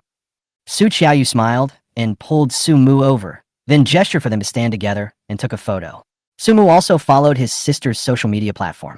Because of her comics, my sister has more than 1 million fans on various platforms, making her a big internet celebrity in the comics industry. Su Qiaoyu posted this photo on all platforms. This immediately attracted many fans to lick the screen. It turns out that beautiful women only play with beautiful women. Madam, update quickly. All the characters in it are handsome men and beautiful women. Su Qiaoyu is a sweet girl next door, Jiang Ruoying is cool and noble, and Jiang Jiao is sexy and domineering. Su Mu can be considered a sunny and handsome boy, and he can look like a decent person after Jiang Tian tidies him up. Su Yingying was taking care of Su Zhe in the hospital. She was bored and scrolling through her phone. She soon found a photo sent by Su Qiaoyu. Su Mu and Su Qiaoyu smiled brightly at the camera, with a few friends beside them and food behind them. They looked very happy. Su Mu and Su Qiaoyu are having dinner together outside, and the food is so delicious. Su Yingying gesprochen in disbelief. Su Mu actually held a party to celebrate after beating someone up. It's so abominable. Hearing this, Zhang Yuding walked in with the fruit she had just bought. Have you found where Su Mu is? Let him go home first. Chapter 60. Father Su beats up his eldest daughter. Su Yingying handed the phone to Zhang Yuding unhappily. Mom, take a look for yourself. He and fourth sister are having a great time outside. Su Yingying still couldn't swallow this breath. Su Mu used to revolve around him, but now he can't see anyone except his fourth sister. Zhang Yuding handed the fruit to Su Zhe. Son, eat some fruit to supplement your vitamins. She took the phone and took a look and immediately became furious. Su Mu is so happy outside. His brother was almost beaten to death by him. What a heartless person. Su Zhe leaned over to take a look and saw at a glance that Su Mu and Zhang Ruing were very close to each other, as if there were little pink bubbles floating between them. He got anxious and thought he deserved to die. Jiang Ruoying was his prey. He had long had his eyes on Jiang Ruoying, and he knew that Jiang Ruing was the only daughter of the Jiang family. If he could be with her, he could even become a live-in son-in-law. The Jiang family's assets are not comparable to those of the Su family. Before he could make a move, Su Mu got there first. Yes, third sister, can you please let my brother come back? I would feel bad if he wandered around because of me. Su Zhe's face was pale, and he didn't care about the fractures all over his body. He couldn't let Su Mu and Jiang Ruoying continue their relationship. The Su family is his home. As long as we bring Su Mu back to the Su family, we can deal with him. Su Yingying was helpless. Brother Xiaoza, you are too nice and easy to be bullied. I can't contact Su Mu at all now. He blocked me on his phone. I guess you guys have been blocked too. The only way to catch him is at school. Su Yingying Julit Herlips. Let me ask my eldest and second sisters. My second sister should know his address. Su Yingying muttered something and sent a message to her second sister. Coincidentally, Su Wanlu was hospitalized in this hospital and planned to have the cancer cells removed. The attending physician told her that her cancer cells spread rapidly and her body was highly immune to the drugs. Even if they were removed, the recurrence rate would be very high. Su Wanlu felt like she was struck by lightning. Perhaps only Su Mu could save her. Seeing the message sent by her third sister, Su Wanlu didn't know what to say. She did know Su Mu's address, but not sure whether to give it to her. Su Ying went directly to the inpatient department to find Su Wanlu. When she saw Su Wanlu lying on the bed, she spoke directly. Second sister, you got Su Mu's address from the nanny last time. Give it to me quickly. Brother Xiaoza was bullied by him this time, and he is still hiding outside. I must go and deal with him. Su Wanlu looked up at her third sister with a malicious look on her face and was a little frightened. Third sister, Brother Su Mu didn't offend you. Why do you always want to deal with him? Su Wanlu has been thinking a lot these days, and what she thinks about most is how Su Mu is treated at home. When I think about it carefully, there is actually no one in the family who loves Su Mu. The ones who did the most excessive things were myself and my third sister. Not only did she stab him in the heart, but her third sister also beat and scolded him. Second sister, why did you become so weird? Do you need a reason to bully him? He was originally a country bumpkin, and now he comes here to bully his brother Ozawa. Su Wanlu couldn't help but argue. Have you never doubted Su Zhe? Sumo worked for over a year just to buy a watch for his elder sister. How could such a person steal a pen? Also, every time Su Mu bullied Su Zhe, there were only the two of them present. No one else saw it, and all the words were said by Xiao Zhe. The more Su Wanlu spoke, the more upset she felt. Her eyes turned red and tears began to fall. Why hadn't she thought of these things being wrong before? It's because Su Mu is inconspicuous, and they can see Su Mu as soon as they turn their heads. Su Mu's love is so full that they can get it easily. No one cherishes things that can be easily obtained. Su Wanlu thought back to the last birthday party, when all the things in Su Zhe's room were gifts from her fourth sister to Su Mu. They were actually toyed around by an illegitimate child. Su Zhe is the one who has been lying. She misunderstood Sumo. The damage has been done, and it is impossible to undo what has been done. Su Wanlu doesn't know how to make Su Mu forgive her. At least now, we can't let our third sister make any more mistakes.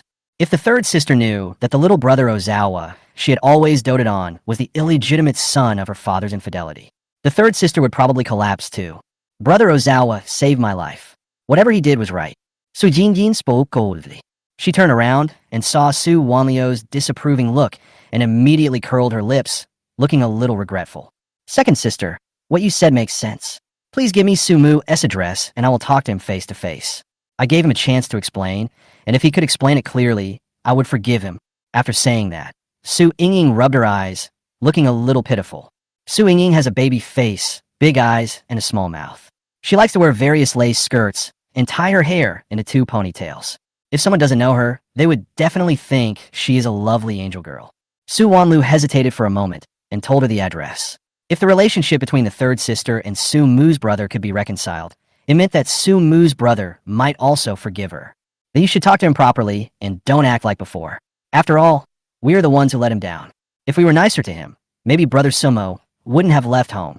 Su Wanlu sighed and spoke. Su Ying got the address, turned around and left, a hint of sarcasm flashing in her eyes. Asking her to apologize to Su Mu? Dream on. Su Qiaoyu and Jiang Ruoying also moved into Jiang Tian's villa smoothly. The villa has 3 floors, with 4 rooms on each floor. Su Mu also moved to the 3rd floor and lived with his sister and Jiang Ruoying. Jiang Tian and Jiang Jiao live on the 2nd floor. Su Mu and Jiang Tian have improved the GPT they produced in the past few days. They have made this software into a plugin. They want to attract some investment at this internet summit. In addition to excellent technology and products, segmentation of market population is also crucial. Jiang Tianlai made the PPT and Su Mu prepared the business plan. Both of them have been very busy these past 2 days. Su Mu also revealed that Su's enterprise sold medical equipment to the Jiang family at a price 20% lower than the market order price. Of course, the Jiang family was not directly exposed. Su Mu forged some chat records and posted them online. The chat records provide several accurate pieces of information. Su's enterprise's medical equipment has a very low cost price and is willing to offer lower prices to its partners. The price of each medical device was also accurately indicated in the chat records between the two. They're all lower than the usual selling prices. These chat records were quickly captured by some companies that pay attention to medical equipment information. At first they thought someone was joking or the chat records were fake. Some purchasing representatives jokingly tried to test the employees of Sue Group, as they also had some internal informants there. People who work in sales and procurement always have some connections. You won't know the result until you try it, and you'll be surprised when you do. Damn, the Sue family actually sold a large batch of medical equipment at this price. It turns out that over the years, everything the Sue Group sold to them was expensive. They were all unhappy and started to make trouble for the Sue Group. Some of them were very angry and questioned them directly. Those with a gentle temper said in a subtle way that they would never buy equipment from the Sue Group again. The price difference is too big and the people above don't agree.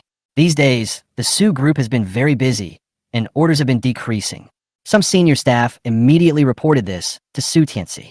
After all, this batch of equipment was bought by the chairman's daughter. The low price was also decided by the top management. They ran around so hard that they didn't know how to explain it to their partners. When Su Tianxi heard news, he was so angry that he ordered Su Nanyang to come to the office. Su Nanyang has also caught some news these days. Before she had 2 days of rest, problems arose again. Su Nanyang arrived at the top floor office and was about to explain when Su Tianxi slapped her in the face. Su Nanyang, look at what you've done. Chapter 61. No one can be left behind. Su Nanyang's pupils widened instantly and she covered her face. Dad actually hit her. I shouldn't have let you into the company in the first place. You've completely embarrassed me. Do you know how many orders our company has lost this time? Su Tianxi slammed the table fiercely. This time we have lost at least 70 million. More importantly, the reputation of our Sue Group has been destroyed. Now my old friends are coming to me and saying I'm not doing things right and not giving them the lowest price. Su Nanyang did not expect that this matter would become so serious. This kind of thing is generally kept confidential in the industry. I'll contact the Jiang family. Su Nanyang called Jiang Jiao, and Jiang Jiao answered immediately. Jiang Jiao had already discussed it with Su Mu, and now, when she received Su Nanyang's call, she said with a smile, "Oh, Miss Su, you must be calling about the reserve price. We haven't revealed anything yet. After all, we still want to buy more equipment at this price. Miss Su, you should check the people around you." Jiang Jiao hung up the phone after she finished speaking. Su Nanyang's face looked grim. She had never expected that the Jiang family would turn the tables and actually say that they were the ones who leaked the matter. Su Nanyang's brain was working rapidly. For some reason, she thought of Su Mu's face in the coffee shop that day. That face filled with cold hatred. That face that seemed to have died once and come back for revenge. Su Nanyang suddenly shuddered all over. Was this a trap set by Su Mu? Does he have such ability? Su Nanyang was a little frightened for a moment. Maybe I'm overthinking it. How could the Jiang family possibly joke about this? Dad, there's nothing we can do about this. All we can do now is cut our losses in time. Su Nanyang touched her face, her eyes deep. Dad really doesn't care about her at all. Just slap her in the face for 70 million. Su Tianxi said angrily, "You are the one who will solve the mess you caused. If you can't solve it, get out of the company." Sonana nodded. "I understand." She must speed up the placement of her own people in the company and take charge of the company's core business as soon as possible. She wants to get more shares before Suze graduates. And Su Mu, she used to think that Su Mu posed no threat. But just now she remembered Su Mu's hatred for the Su family. No one can stay. No one can stay. Tomorrow is the day of the Internet Summit. Su Mu and Jiang Tian stayed up all night yesterday and prepared all the ingredients. Jiang Ruoying and Su Qiaoyu had become a pair of good friends. At noon, Su Qiaoyu knocked on the door and called Su Mu to get up. Jiang Ruoying pulled Su Qiaoyu's arm and looked into the room curiously. Su Mu was wearing pajamas with messy hair and opened the door like a sleepwalker. He overslept and was like this, feeling dizzy.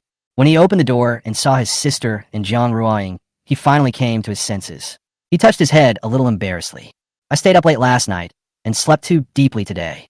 Jiang Ruoying felt that the dazed Su Mu was like a big Russian bear, making people want to hug him. She chuckled, her voice sweet. "Sister Qiaoyu asked you to get up and eat because she was afraid you would be hungry until night." "Good." Su Mu went back and quickly tidied himself up. After hesitating for a moment, he shaved off the short stubble that had just grown yesterday. "My nutrition has improved recently, and my beard is growing longer every day." There were only 3 people at the table. Brother Jiang and Sister Jiao are out, maybe on a date. Jiang Ring brought the plate to the table and casually explained that she had been very relaxing here these past few days. "If I could, I really want to live like this forever." The 3 of them had just finished their meal when they heard the doorbell ringing like crazy. Someone was ringing the doorbell frantically. Chapter 62. Playing with the 3rd sister and slapping her. Su Mu stood up hesitantly walked to the door, and turned on the video doorbell. Then I saw the empty doorway. Su Ying, pursing her lips and wearing a skirt, was ringing the doorbell frantically. Then, Su Ying suddenly looked up and met Suma's eyes. "I know you are at home. Open the door quickly." She spoke to the camera. Sumu was very disgusted. "What are you doing here? You are not welcome here, get out." Sumu's voice came through the camera. Su Ying immediately showed an offended expression. She thought of the purpose of coming today and immediately put away her expression. She spoke pitifully. "Brother Sumo, I came here today to apologize to you. I'm sorry. I just chatted with my second sister and realized that I misunderstood you before. Would you please open the door? Let me apologize to you. I also brought you a lot of gifts, which I left behind." Sumu snorted in his heart, thinking that the weasel was paying a New Year's visit to the chicken with ulterior motives. Su Ying started playing her tricks again like before. First, she pretended to be harmless, gained his trust, and then pushed him into the deep woods. Sumu remembered that Su Ying bullied him severely once. The manicure done by Su Ying scratched his eyes and almost made them bleed. He was so tired that he didn't want to pay any more attention to Su Ying. Su Ying pretended to be pitiful and said that all the girls in school excluded her, and she broke Sumu's eyes because she was angry. If Sumu is really angry, just fight back. He was too naive at that time and chose to believe Su Ying. Su Ying said she would take him to Disneyland as an apology. Sumu had never been to an amusement park before, and at that time he was full of gratitude to Su Ying. When they arrived at the amusement park, Su Ying threw him a set of doll clothes and said that wearing them would give him a better experience in the amusement park. Sumu put on his clothes without any doubt. As a result, the clothes were heavy and hot. As soon as Sumu put them on, Su Ying immediately sealed the middle part of the doll. If no one helps Sumu unzip the zipper, Sumu will never be able to take off this outfit. Su Ying took Sumu to run around the amusement park, and she was particularly happy to see Sumu's miserable appearance. He also brought Su Zhe and other friends to make fun of Sumu. Sumu will always remember the feeling of being dehydrated in the doll costume. Later, Su Ying felt unsatisfied and even kicked Sumu directly and asked others to do it together. In the end, Sumu was beaten to the ground and spent the day in excruciating pain. It was not until the evening that Su Ying mercifully took off his doll costume. "Sumu, remember, this is what happens if you make me angry." Su Ying's playful later made Sumu extremely disgusted. Sumu thought about what happened before, and when he looked at Su Ying outside the door, her expression was exactly the same as before. He didn't have time to look for Su Ying, but Su Ying came to him on her own initiative. He can also act. Sumu showed an embarrassed expression, which was one of hesitation and hesitation, exactly the same as when he was soft-hearted before. "Can I still trust you? You've lied to me so many times. I can't believe it anymore." Su Ying looked happy. Sumu was still as stupid as before. "Brother Sumo, of course you can trust me. I really know I was wrong. I am sorry, vuvuvu. Please open the door and let me in to give you the gift." Su Ying covered her face and cried. Her fair and tender hands were red from being pinched by herself, and her hair was shaking in a mess. If her suitor saw this, they would definitely be heartbroken. Unfortunately, Sumu doesn't buy it. Sumu looked at Su Ying coldly, showing an even more hesitant expression, and raised a faint smile. "Then to show your sincerity, hit yourself twice and let me vent my anger. Dear third sister, if you slap yourself twice, I will believe what you said is true. After all, I've been deceived by you so many times." Su Ying gritted her teeth and almost cursed it out loud. Then she thought that if Sumu didn't open the door, she would have no way to do anything to him. "This time I must break Sumu's legs and drag him back to the Su family." In order to make her brother Ozawa happy and to make Sumu work hard, she endured. Su Ying stretched out her hand in shame, then gently patted her face twice. "Brother Sumu, is it okay?" Su Ying almost squeezed out these words from between her teeth. "Not enough. I don't think you're apologizing sincerely. You're probably just teasing me. Get out of here now. I won't send you off." Sumu turned around and wanted to leave. Su Ying was anxious. "Don't leave." After saying that, she slapped herself twice. The sound is loud and clear. Sumu then raised his eyebrows and turned around. Seeing the palm print on Su Ying's face and the hateful expression on her face, he smiled with satisfaction. "Okay, then I'll trust you again." If they continue playing, Su Ying probably won't be able to bear it and will leave. "If I open the door now, I can beat her up." Su Ying's eyes lit up, and she gestured to the people behind her. When the door opened, they rushed in and beat him to death. Sumu is really damnable. He actually let her slap herself. She wants revenge, both last time and this time. She wanted to beat Sumu until he was paralyzed and unable to even crawl. At that time, Su Mu could only lie on the ground and beg himself. Su Qiaoyu and Jiang Ruoying also left. They heard the conversation between the two just now. Or don't open the door. I know her. She's not a good person. Su Yaoyu spoke waitingly. Jiang Ruoying didn't say anything. She stood beside Su Mu and watched the door slowly open. The door opened and several hooligans with colorfully dyed hair rushed in. They were holding steel bars in their hands and looked like scoundrels. Su Mu saw these familiar people and couldn't help but sneered. You guys again? What? You want to attack together? A few hooligans were also confused. They just followed Su Yingying to support the scene and beat people. I didn't expect that the person they hit was the one who almost beat them to death last time. Su Yingying didn't say it was Su Mu. Su Mu beat people to death. Jiang Ruoying stared at the green-haired guy and curled the corners of her mouth downwards. Green hair trembled all over.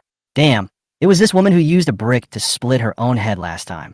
He had more than a dozen stitches on the back of his head, and it hasn't healed yet. He began to think of retreating and pretended to wave the stick in his hand a few times, intending to do nothing and just take it easy when he rushed forward. Unfortunately, several of his good brothers thought the same way. For a moment, several people took a few steps back. The same goes for the yellow-haired Qi Fei. He was the one who was beaten the hardest last time. He wandered outside for several days and only dared to go to the hospital to see his sister after his wounds healed. Yingying, you and your family should talk it out nicely. Don't do anything violent. Qi Fei immediately backed down, glanced at Su Mu's cold expression, and wanted to shrink back down. Su Yingying didn't expect this result. She stomped her feet in anger. Qi Fei, are you a man? And you, if you took my money, you have to do the job. Beat him up. No one said anything. The worst that could happen was that they would just return the money to her. The money she gave was not enough to cover the medical expenses. Third sister, I know you hate Brother Su Mu, but I didn't expect you to do such a thing. You actually hired someone to beat up your brother. Su Qiaoyu also understood what was going on and was so angry that she wanted to rush up and fight her to the death. Are they still a family? Does Su Yingying still have a heart? She actually treats her own brother like this. It's crazy. What's it to you, Su Qiaoyu? Stop pretending to be a good person. You just want a servant like me. Su Yingying smiled maliciously. Now you have achieved your goal. Su Mu only has eyes for you now, and he doesn't even care about me, his third sister. Bang. Su Qiaoyu really couldn't stand her feelings for her brother, Su Mu, being misinterpreted like this. He rushed forward and slapped Su Yingying. It was crisp and loud, and Su Yingying's face swelled up. Thank you all for your kind words and small gifts. I'll quit my part-time job tomorrow and go back to school to work on my thesis. I'll have more time to write the book. I'll start 5 updates tomorrow. Thank you all for your support. Chapter 63, Kick Her Away. Su Yingying's face was hit and tilted to one side. She turned back and stared at Su Qiaoyu in disbelief. Su Qiaoyu, you are so brave. You actually dared to hit me. Su Yingying's teeth were chattering. She had never suffered any hardship in her life and was always praised by the people around her. As a result, he was beaten 2 or 3 times in just a few months. Su Mu, the guy she bullied in the past, is now bullying her. And this useless Su Qiaoyu now dares to hit her. Su Yingying reached out and pushed Su Qiaoyu. Her nails, which had been decorated with diamonds, were long, and she went straight to grab Su Qiaoyu. You dare to hit me, bitch? I'll tear your face off. Su Qiaoyu was stunned. She never thought that Su Yingying would become such a shrew. The young ladies from wealthy families she had met had never been like this. Su Yingying usually bullies others at school. She is used to bullying others and sometimes even beats other girls. Su Yingying is good at beating people. Seeing that his nails were about to scratch Su Qiaoyu's face, Su Mu reached out and grabbed his sister behind him. He kicked Su Yingying in the heart and sent her flying several meters away. Su Yingying is seeking death. If she bullies my sister, I won't let her go. Su Yingying covered her chest and coughed desperately.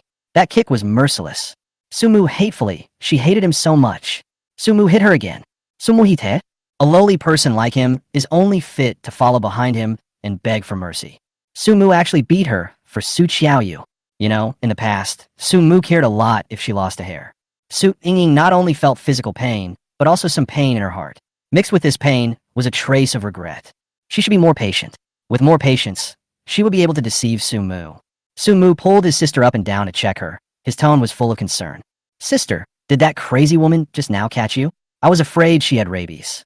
Su Qiaoyu tidied her hair, a little scared. I'm fine. Why did Su Yingying become like this? This was the first time that Su Qiaoyu faced Su Yingying's true face. Su Yingying pretended to be very well behaved at home. Su Mu looked at Su Yingying, who was still lying on the ground, and said in a bad tone, "She has always been like this. She just knows how to pretend." Sumu walked forward and kicked Su Yingying. "If you dare to touch my sister again, I will kill you directly." In his previous life, he was kind to these people, but they treated him like a piece of trash. Now he doesn't care. He has his own sister and his own warmth. If anyone dares to hurt this hard-earned warmth, Su Mu will fight her to the death. Su Yingying covered her chest and crawled out, furious.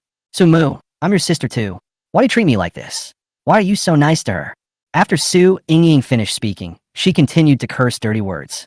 "You deserve to die outside. I tell you, you are redundant in this family, and everyone hates you. You are not worthy of being a member of the Su family. Brother Xiaoze is our closest brother. You are just a fool who has been fooled by us. You want to kill me? I will kill you first, ha." Su Yingying's defense was completely broken. Her eyes flashed with malice, and she deliberately said words that poked his heart. She wished she could see an expression of pain and discomfort on Su Mu's face. Su Mu was, the happier she was. Su Mu's face were twitching, and he also despised his previous self. He died once. He was killed by these so-called family members. None of them is innocent. Su Mu grabbed her hair and dragged her outside. The other hand was gesturing at her neck, as if to strangle her. Su Mu's crazy look was a bit frightening. Su Yingying screamed in pain. "Let me go. Su Mu, let me go." Su Qiaoyu was also a little hesitant and looked at Jiang Ruiying next to her. "I always feel that Su Mu will do something uncontrollable." Jiang Ruiying trotted over and hugged Su Mu's arm. "Su Mu, calm down. Don't take what she said to heart." Su Yingying, shut up too. Su Mu has nothing to do with you anymore. You're the one who keeps coming up to him like a clown. Jiang Ruiying angrily scolded Su Yingying. "Su Mu doesn't care about you. Since you think your adopted son is your biological brother, then get out and don't harass Su Mu." Su Yingying grimaced in pain and struggled in Su Mu's hands. Su Mu smiled faintly when he heard Jiang Ruiying's words. "I'm fine. I'm very calm." Su Mu stretched out his hand and threw Su Yingying out of the door. Su Yingying hit the steps and stumbled down. Su Mu realized that he had just gotten a little carried away. The death in his previous life is a shadow in his heart and a hurdle that he cannot overcome. Whenever I think about it, I get furious. He almost lost his mind and wanted to strangle Su Yingying to death. If they know what's good for them, they won't mess with him again. Su Yingying was in pain all over and didn't have the energy to scream or curse. Su Qiaoyu came up and patted her brother on the back. "Let's go. Don't argue with a madman. It's lowering your status. Aren't you going to give a PPT presentation tomorrow? Why don't you rehearse it first, and I'll be your audience." Su Qiaoyu pulled Su Mu's arm and walked into the house. Su Mu calmed down and nodded slowly. Jiang Ruiying curled her lips and smiled. "I'll close the door. You guys go up first. I'll leave later." When the two of them went upstairs, the smile on Jiang Ruiying's lips suddenly collapsed. She knew that Suma's life was hard, but she didn't know that Suma's life was so hard. Su Mu's sisters behaved worse than animals. Su Yingying actually brought thugs to beat Su Mu up. It's too much, it's really too much. In such an environment, Su Mu can still maintain a gentle yet motivated character. It really makes people feel sad. Jiang Ruiying's eyes were filled with tears. The last time they fought, these people wanted to break Su Mu's legs. It should have been Su Yingying who ordered it. It's really too much. It is hard to imagine that someone would do such a cruel thing to his own blood relatives. Su Mu was obviously affected. How could he let Su Mu hit his own sister? This would be talked about by others, and it would be a cause of gossip if it got out. In order to prevent Su Mu's reputation from being damaged, I should take action myself.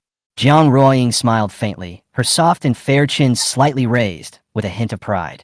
"How much did you charge her?"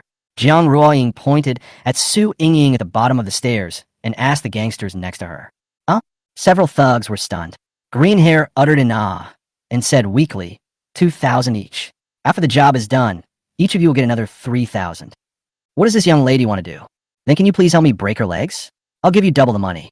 Jiang Ruiying took out a card from her pocket and said calmly, "I'll transfer the money to you directly after the call."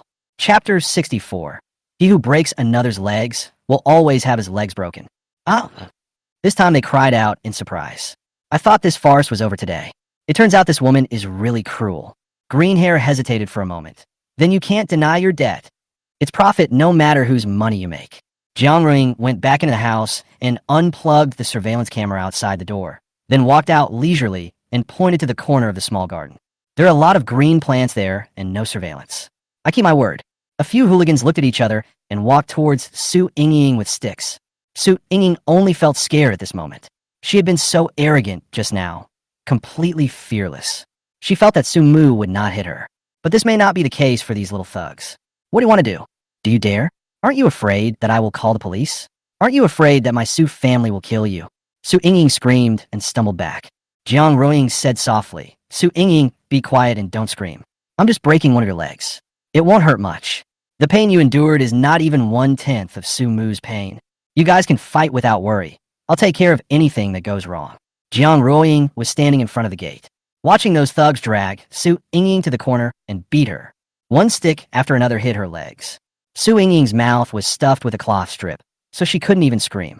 The evening sun gradually sets, and the red sunset fills the sky.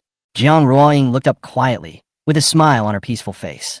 It turns out that protecting the people you care about will make you feel fulfilled and happy.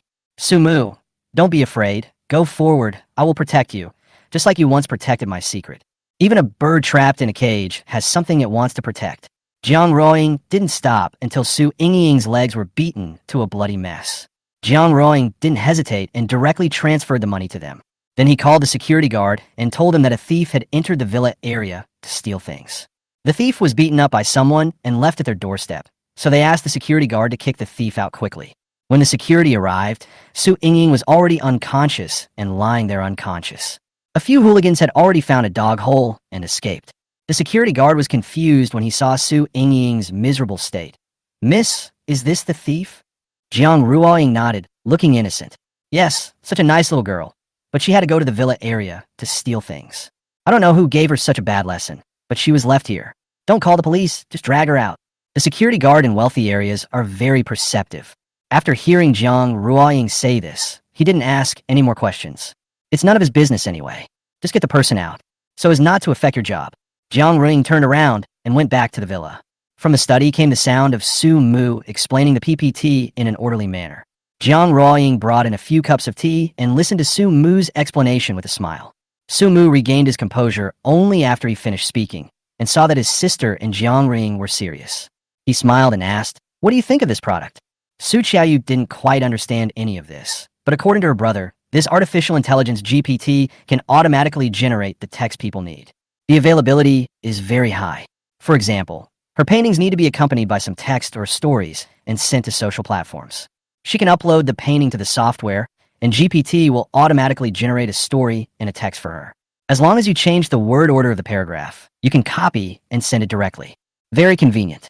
Su Qiaoyu nodded. I will pay for such a product. Jiang Ruoying thinks more long-term. This software has a very wide range of applications. Students need this software for writing assignments and papers. Office teams need it for writing meeting reports and work logs, and business people need it for writing speeches and planning. It will definitely be a big hit. Jiang Ruoying was very excited. This software was definitely at the forefront of current artificial intelligence. Sumu, it will succeed. Jiang Ruoying was happy for him. Sumu actually knew that this software would definitely sell out once it was launched. But now there are only 3 people in their studio. Some investment is needed to expand into other parts of the company. It depends on whether there is anyone who knows the value of it tomorrow. Su Yingying was left outside, and it took a long time for her to slowly wake up. Chapter 65, Do You Still Want This Family? When Su Yingying woke up, there was a piece of cloth stuffed in her mouth. She reached out to tear it free, and only then did she feel pain all over her body. My legs seem to have no feeling. She gradually remembered what happened before she fell into a coma. Sumu refused to admit his mistake. He also kicked her. Then, that bitch Jiang Ruoying let those thugs break her legs. Su Yingying quickly sat up and reached out to touch her legs. She had no feeling at all, really no feeling at all. Her leg seemed broken. Su Yingying couldn't hold back any longer and burst into tears. Her grades are out, and she applied to Yinqing University, majoring in directing. She actually wants to enter the acting department. She is so beautiful and wants to be a star. But now her leg is broken. How can she go to school? How can she appear beautiful in front of everyone? She also signed up for the welcome event, and as the most beautiful junior, she was going to perform a dance on stage. Damn, it's all ruined. Her legs hurt. Su Yingying cried out of breath and called Zhang Yuding to ask her to pick her up. Zhang Yuding has been taking care of Su Zhe in a hospital these days and is worried about others taking care of her. Those caregivers are clumsy and can't take care of their son as carefully as I do. Zhang Yuding sat in front of Su Zhe's hospital bed again. It is said that it takes 100 days to heal a broken bone, but Su Zhe's fracture has not healed yet. It looks fine on the surface, but actually it hurts when I move. It's better to stay in hospital for a few more days for observation to avoid walking around and getting bumped and falling again. Mom, your phone is ringing. Suze's been feeling a bit bored these days. The main reason is that he doesn't know how Su Mu and Jiang Ruoying are progressing. He sent many messages to Jiang Ruoying, saying that Su Mu was a violent person and had beaten him into the hospital. In the end, Jiang Ruoying didn't reply a single word. Zhang Yuding put down the fruit she was peeling for Su Zhe and answered the phone. Su Yingying, where have you been these 2 days? Do you know that Xiaoza is very bored staying in the hospital alone? Can you come and keep him company? Zhang Yuding has a bad temper and doesn't know how to take care of others. She has been in a hurry these days. Sumu no longer recognizes her as his mother. Then she must treat Su Zhe well and make Su Mu regret it when he comes back. If you don't recognize her as your mother, you won't be able to enjoy these cares. Moreover, Su Tianxi has been going out early and coming back late these days. He is very busy and has a bad temper. Zhang Yuding felt a sense of crisis. I don't know if Su Tianxi is fooling around outside. She took good care of Su Zhe just to let them see how much she had contributed to this family. Of course, she also truly loves her son. When Su Yingying heard her mother's words, she curled her lips and cried breathlessly. Mom, Sumu is crazy. Do you know what he did? He broke my legs. Now I can't feel them anymore. What should I do? Mom. When Zhang Yuding heard the news, she felt dizzy. Yingying, are you kidding me? Does Su Mu have the guts to do this? Zhang Yuding thought this was simply alarmist. Su Mu is such a coward. How dare he break his sister's legs? Moreover, Su Mu had always been timid and followed his sisters around every day. Su Yingying howled angrily. Mom, you still don't believe me? Hurry up and ask the driver to pick me up. I'm dying of pain. Okay, I'll ask the driver to pick you up now. Zhang Yuding spoke quickly. Su Yingying was carried into the hospital. Her legs were covered in blood, and she was still cursing. When Zhang Yuding went down to pick her up, she didn't dare to recognize her as her own daughter. Su Yingying burst into tears. Mom, we must not let Su Mu off so easily. Where's Dad? And where's Big Sister? Hurry and catch him back. Zhang Yuding looked embarrassed. Your eldest sister said there's an important summit tomorrow. Let the doctor check your leg first. I'm calling your dad now. Zhang Yuding didn't know how things turned out like this. She took out her phone and started accusing Zhang Tianxi. Su Tianxi, do you still want this family? Chapter 66, you are a bit of scoundrel. Su Tianxi was dating Zhang Yuding. When he heard Zhang Yuding's voice, he quickly stood up and went to the bathroom to answer the call. What are you talking about? Su Tianxi answered impatiently. Do you know that all the children are in the hospital? Xiaoza is still not well. Yingying went to see Sumu today and was beaten and broke her leg. Can you take care of him? The boss is following you now and has no time to go home. What do you want me to do on my own? Zhang Yuding covered her face and cried out loud. The family had been a mess these days. She really couldn't bear it anymore. She had never dealt with something like this before. Every day, she just goes out traveling and shopping with her sisters. Each of her children is more sensible than the other. The eldest daughter has always been an elite. The second daughter had excellent grades and was admitted to medical school. The third daughter is pretty and has good grades. The fourth daughter is gentle and kind, but has been a little rebellious recently. Her son Su Zhe also made her proud. He had good grades, was filial, and was polite to others. The only change in this family is Su Mu. At this moment, she actually felt a little regretful about recognizing Su Mu. Su Mu is her biological son, but she was blamed for Su Mu's disappearance for a long time. This is her first son after giving birth to so many daughters. Su Tianxi's parents paid more attention to continuing the family line. After she lost her son, they flew from their hometown of Hui City to Beijing City to scold her. Su Tianxi was also anxious and angry. Every day, he either yelled at her or blamed her for everything. Sometimes he even wanted to hit her. At that time, Zhang Yuding couldn't sleep and cried every day. Under the accusations of those around her, her initial guilt and anxiety turned into resentment and complaints. She resented that all the pain was caused by Su Mu. If Su Mu hadn't run away, he wouldn't have to bear everyone's blame. During that time, even her brothers who loved her deeply sighed. She said she shouldn't be so careless when she went out shopping, and that the child was not like an ordinary pet that she could just leave to the servants. The mother should take good care of the child after giving birth. During those years, Zhang Yuding wished Su Mu had never been born. Fortunately, Su Tianxi adopted a child from an orphanage. Su Zhe is her son, her biological son. With Su Zhe, no one will blame her anymore. Su Mu has now been found and taken home. As soon as Zhang Yuding saw him, she remembered the painful past. At first, she also wanted to accept Su Mu, but Su Mu was incompatible with his family. He always bullies Xiaoza, is not clean, and has poor grades. That was even more like bullying brothers and sisters and beating them until they were hospitalized. Sumu doesn't look like a member of the Su family at all. All of this was caused by Sumu. Zhang Yuding cried louder and louder. Su Qianxi was in a real headache. That unfilial son is causing trouble for me again. Yuding, don't cry anymore. Just take care of the child in the hospital first. When I'm done here, I'll go back and settle the score with this unfilial son. A hint of annoyance flashed in Su Qianxi's eyes. All he did was cry every day, and it was useless. Zhang Yuding was not appeased, but instead felt like a powder keg that had exploded. Su Tianxi, when I married you, you said you would let me enjoy a happy life. How did it become like this now? Yuding, don't worry. Nanya will attend the Internet Investment Summit tomorrow. After that, I'll let her go home and help you. Su Qianxi quickly comforted her and hung up the phone. He really didn't want to take care of these trivial matters at home. Su Qianxi returned to the table, and Zhang Yuning's eyes flickered. Did your sister call you? You've been so busy lately, and your sister doesn't understand you at all. Zhang Yuning sighed and picked up a piece of food for him with chopsticks. This is your favorite sashimi. Don't think about those troubles. You've worked so hard, you should relax.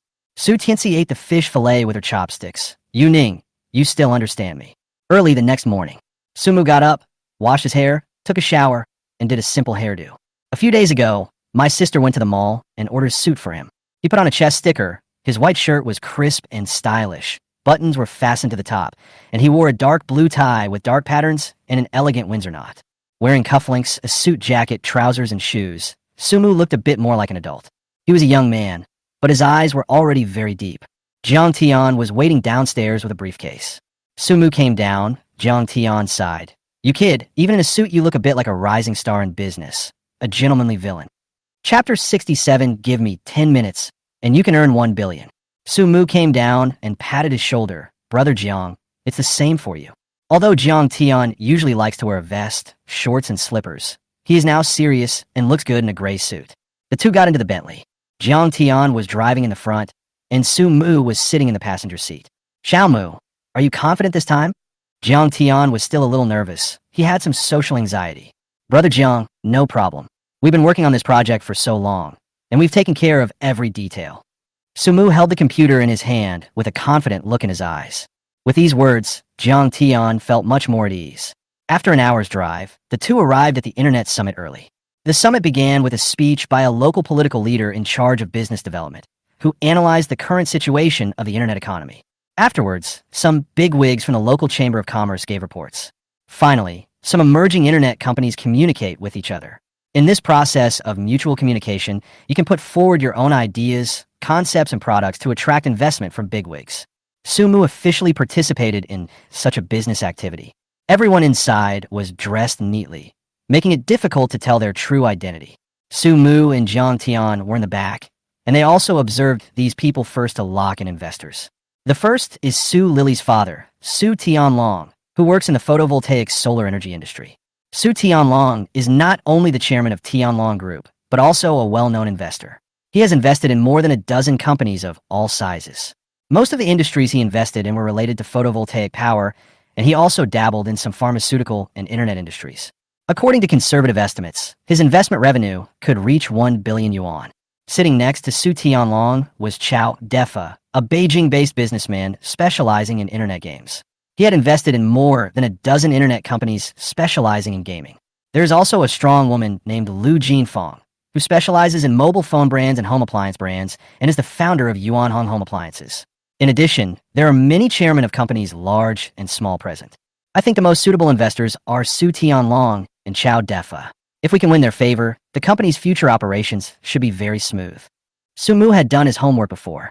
The photovoltaic industry where Mr. Su works has declined slightly in recent years, and he has been looking for new investment opportunities. He values industries that can occupy a large market share more than high-end industries, and he has recently been learning about artificial intelligence. Sumu then turned to Chao Defa and said, Boss Chao has always been at the forefront of the internet. I heard his team is developing AI games similar to 3D games. Maybe he would like our product. Jiang Tian nodded. Then we will go find these two bosses during the exchange meeting later. Okay. Sumu understood that many people would go to see these two bosses at that time. Fortunately, I have the introduction of my sister's friend, so I should be able to get a chance to talk face to face. Soon, all the previous speeches were over. Sumu pulled Jiang Tian up, and the two of them went to find Su Tianlong. Sure enough, There were a few people surrounding Su Tianlong and chatting. Sumu also saw a familiar person among them. Sunanya. She's here too. Sumu approached the group of people, and Su Nanyang also noticed him and immediately showed a surprised expression. This is not a place where just anyone can come. Those who are invited are founders who have established companies in Beijing and have certain revenue and contributions. Sumu, a loser, be here? Sumu pretended not to see Su Nanya, walked into the center of the crowd, and spoke to Su Tianlong with a smile. Mr. Su, can I take 10 minutes of your time? Everyone around had a somewhat presumptuous expression. This kid is so ignorant. Didn't he see that they were still talking? Su Nanyang had an even colder face. Su Mu's behavior here was simply a disgrace to the Su family. If his identity were known, the Su family is really going to become a laughingstock. Su Nanyang wanted to reach out and pull Su Mu. Su Tianlong turned around and looked at the inexperienced child, revealing a kind smile. Little friend, my time is very precious. Give me 10 minutes, and I can make you 1 billion. Sumu spoke. Chapter 68 successfully attracted investment. When others heard this, they showed an incredible expression on their faces, and some are full of disdain. Kids nowadays are really good at bragging. Maybe he has gone insane and is daydreaming. Several other people showed interested expressions, like newborn calves who are not afraid of tigers. Anyone who can say this is either extremely arrogant or absolutely sure. This kid looks quite steady and doesn't seem like the kind of person who would brag. Su Nanyang wanted to find a crack in the ground to crawl into. She originally wanted to stop Su Mu from getting close, but now after hearing these words, she didn't want to have anything to do with Su Mu. Su Mu to say such things. Mr. Su probably won't care about him. Others thought so too. When Su Tianlong heard Su Mu's words, he raised his eyebrows, looked at Su Mu, and finally showed a hearty smile. Then I will give you 10 minutes. Su Tianlong knew that the child in front of him was invited by his daughter. After all, as an old father, he still cares about his daughter's emotional life. I originally thought that my daughter was having an affair outside and sent her boyfriend here to see the world. That doesn't seem to be the case now. Su Mu smiled and said, "Thank you, Mr. Su. There's a small conference room next to it. I will tell you about our products." Su Tianlong followed them. The others were left looking at each other in bewilderment. Is Mr. Su so easily persuaded? A few smart ones followed suit. The projects that can interest Mr. Su must be different. Find a way to squeeze in so that while others eat meat, they can also have some soup. Su Nanyang hesitated for a while, but finally decided to follow. Let's see what Su Mu can say. It's best not to do anything that will embarrass the Su family. Su Mu was not at all nervous and turned on the computer and PPT. The entire computer interface is clean and tidy, and a plug-in with a simple icon appears on the computer screen. Su Tianlong became interested. Did you make this yourself? Su Mu nodded, feeling very confident. Yes, this is a plug-in we made ourselves. From the back-end code to the front-end design, we completed it all independently. Next, I will introduce this product to you. It is called GPT, an artificial intelligence software. Its main function is to help people free their hands. You can make requests for the software, and it will talk to us to meet your needs. Su Mu finished speaking concisely and clearly and opened the software interface. On the left is a small robot head. Su Mu input. Please help me make a market analysis report on the top 3 domestic photovoltaic industries in the past year. Many people still had an expression of anticipation for a good show in their eyes. If they were to do this kind of report, it would take at least a week for the initial search, midterm integration, and final completion. It works just by typing a sentence. Are you here to make fun of me? Then something shocking happened to them. Just a minute passed. Small words began to appear under the robot's avatar. A rigorous analysis report appeared in just 5 minutes. The installment report not only includes comparisons between industries, but also analysis of output value. It contains tabular data, summary, and analysis, making it a meaningful report. At this point, some people's faces began to look serious. Su Mu typed the next line with ease. Please write a speech report on the topic of gratitude. Soon, a freshly prepared speech report was presented to everyone. Someone questioned, isn't this just like a search engine? Like Baidu? Su Mu smiled and said, the reports generated here are only 50% similar to those on the internet at best. Just make some changes and it becomes an original work. This statement was true and shocked the people below. Su Mu remembers who his investor is.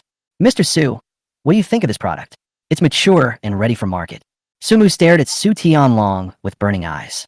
Su Tianlong lauget lao li. It's true that heroes emerge from youth. I'm investing in this project. I would like to be your angel investor.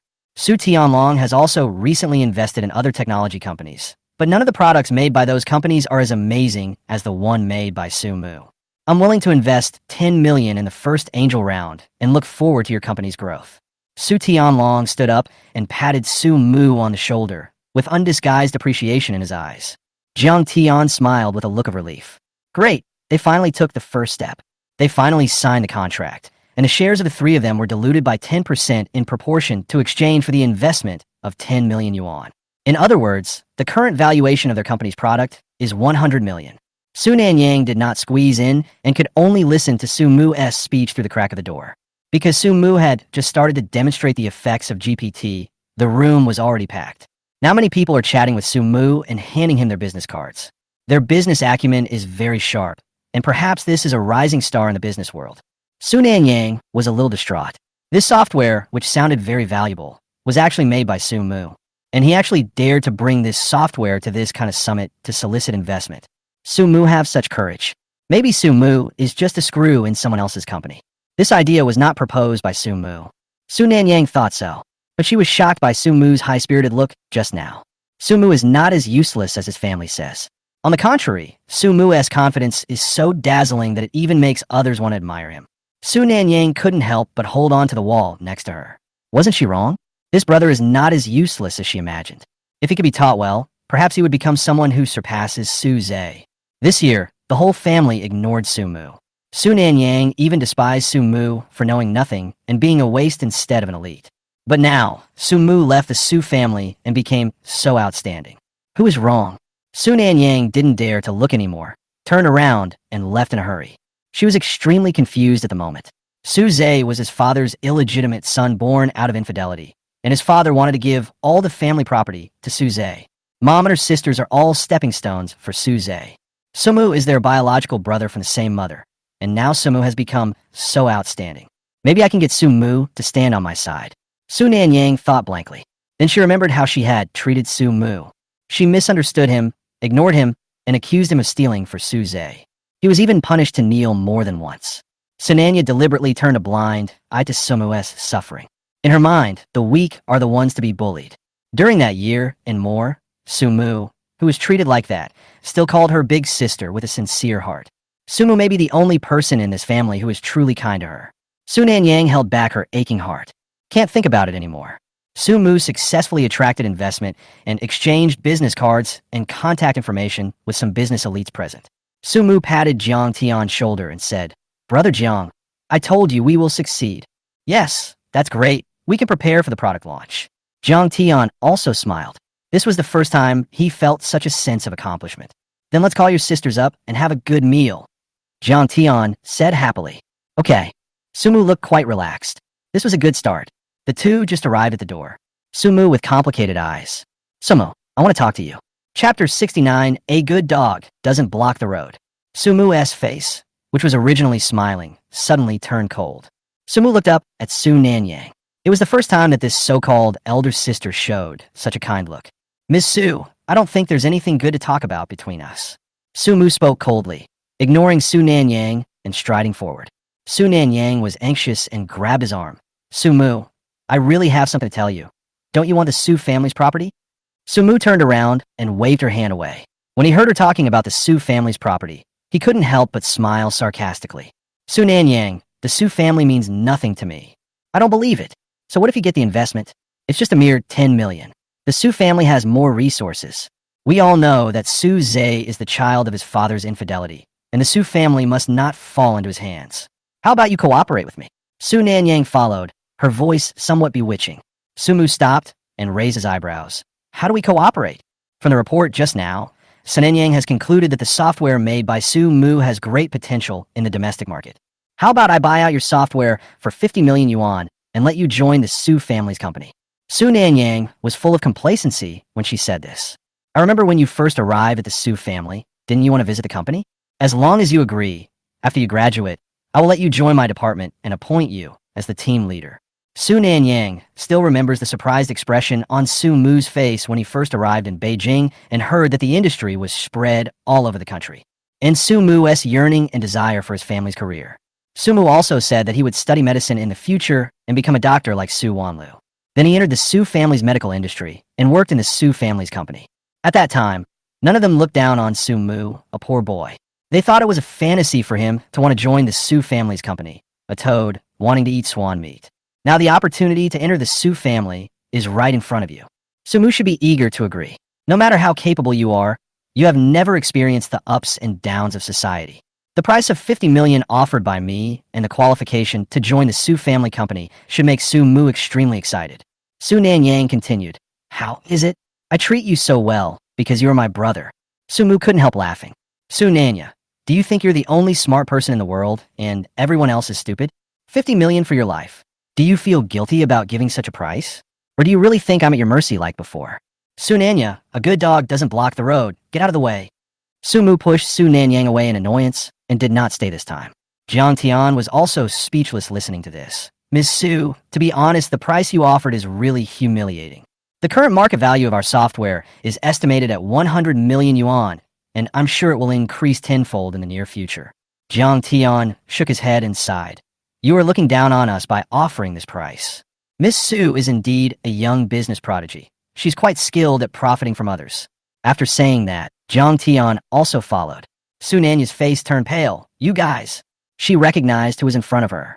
Jiang Tian, the only son of the Jiang family, actually created this software together with Sumu. The two of them have collaborated. That time when the reserve price was revealed, Su Nanyang clenched her fists immediately. It was indeed Sumu who did it. Sumu deliberately retaliated against them. Su Nanyang was so angry that she threw her bag against the wall next to her. Finally, she took a deep breath and calmed down. She was really upset and hateful. The sad thing is that she finally realized that she had lost someone who was sincere to her. Sumu really doesn't listen to everything he says like he used to. Sumu no longer looked at her with admiration and respect. Now his eyes were full of disgust and boredom. Su Nanyang had been hurt by that kind of gaze more than once. How did her brother become like this? He became so strange and unrecognizable. Sumu will take revenge on her. This was something he would never have done before. Su Nanyang's eyes felt sore, and she turned her head to wipe away the tears that were about to overflow. At this moment, she finally realized. She lost Sumu's love. Su Nanyang had no intention of chatting with other business people. She left the summit somewhat distraught. Zhang Yuding called her many times and asked her to go to the hospital. And Su Qianxi also called her many times. When Su Nanyang rushed to the hospital, she found that her third sister's leg was broken and her calf was comminuted. She would have to use a wheelchair for at least 3 months. When Su Yingying saw her elder sister, she felt like she had seen a life-saving straw and gritted her teeth and said, "Sister, it's all his fault. It's all Suma's fault. He had my legs broken. I'm going to kill him." Su Nanyang rubbed her brows with a headache. "Su Yingying, you'd better treat him honestly now. We can't do anything to Sumu now. He doesn't plan to go home anymore. He's now involved with the Jiang family." Su Yingying refused to give in. "Then let Xiaoza and I forget about our injuries." Brother Ozawa was beaten by Sumu and was hospitalized. Even my legs were broken by them. If we let it go like this, Sumu will definitely do something even more extreme. Su Nanya pursed her lips. "Then what do you want to do?" "I'm going to make him lose all reputation in school, and I'm going to find someone to beat him until he's crippled." Su Yingying did not hide her viciousness at all. "That's simply impossible. You've already graduated and basically said goodbye to campus. Beating him to a disability is even more unrealistic." Su Nanya looked at her third sister, who only knew how to use violence and couldn't help but pour cold water on her. "If I'm not mistaken, you should be the one who caused trouble for him first. If things get out of hand, it won't do you any good." Su Yingying twisted her face. "Anyway, I won't suffer this loss in silence. I want to avenge my brother Xiaoza." Listening to her brother Ozawa's constant chatter, Su Nanyang felt very annoyed. She also didn't dare to tell Su Yingying about Su Zai's true identity. With Su Yingying's violent temper, she couldn't hide anything. She could only persuade him tactfully. "Third sister, Su Zai was adopted by our family after all. He is not our biological brother, so you should not think too much about him sometimes." Su Yingying was immediately unhappy. "Sister, what do you mean by this? You actually said that brother Ozawa is an adopted son, right? I don't care about his identity. I've recognized him. He saved my life, and I have to protect him." Su Nanyang felt that she couldn't make any sense at all and felt very upset. Seeing Su Yingying so stubborn, Su Nanyang struggled for a while and decided to tell Su Yingying the truth. "Third sister, I want to tell you something. Please don't get excited." Su Nanyang spoke softly. There was a knock at the door and someone said, "I'm coming in. I'm a bit busy today, so I will update 2 chapters. Starting tomorrow at 7 p.m., I will update 3 chapters. I will ask for leave in advance if I have something to do, and occasionally update more thank you all for the flowers, likes, and bubble tea sent by big brothers. It is the first time I receive these gifts. I am flattered. There are also many big brothers who send me love. Thank you. Chapter 70 Zhang Yuning is just a chess piece. Su Nanyang immediately fell silent. Zhang Yuning pushed the door open and walked in. Seeing the sisters coming, his eyes turned slightly. What happened to Yingying? Why is she in the hospital too? Su Yingying complained. It's all because of Su Mu. He's lawless now. Sister, what did you want to tell me just now? Su Yingying turned around and asked. Su Nanya shook her head. It's nothing. When school starts, you can apply for a delayed enrollment. You won't be able to go to school with your leg. Su Nanyang saut, Su Muvas tu cruel. He treats his own family like this. It seems that he really doesn't care about family ties. I can't even go to the orientation party. Su Yingying was angry that she had missed a great opportunity to show off.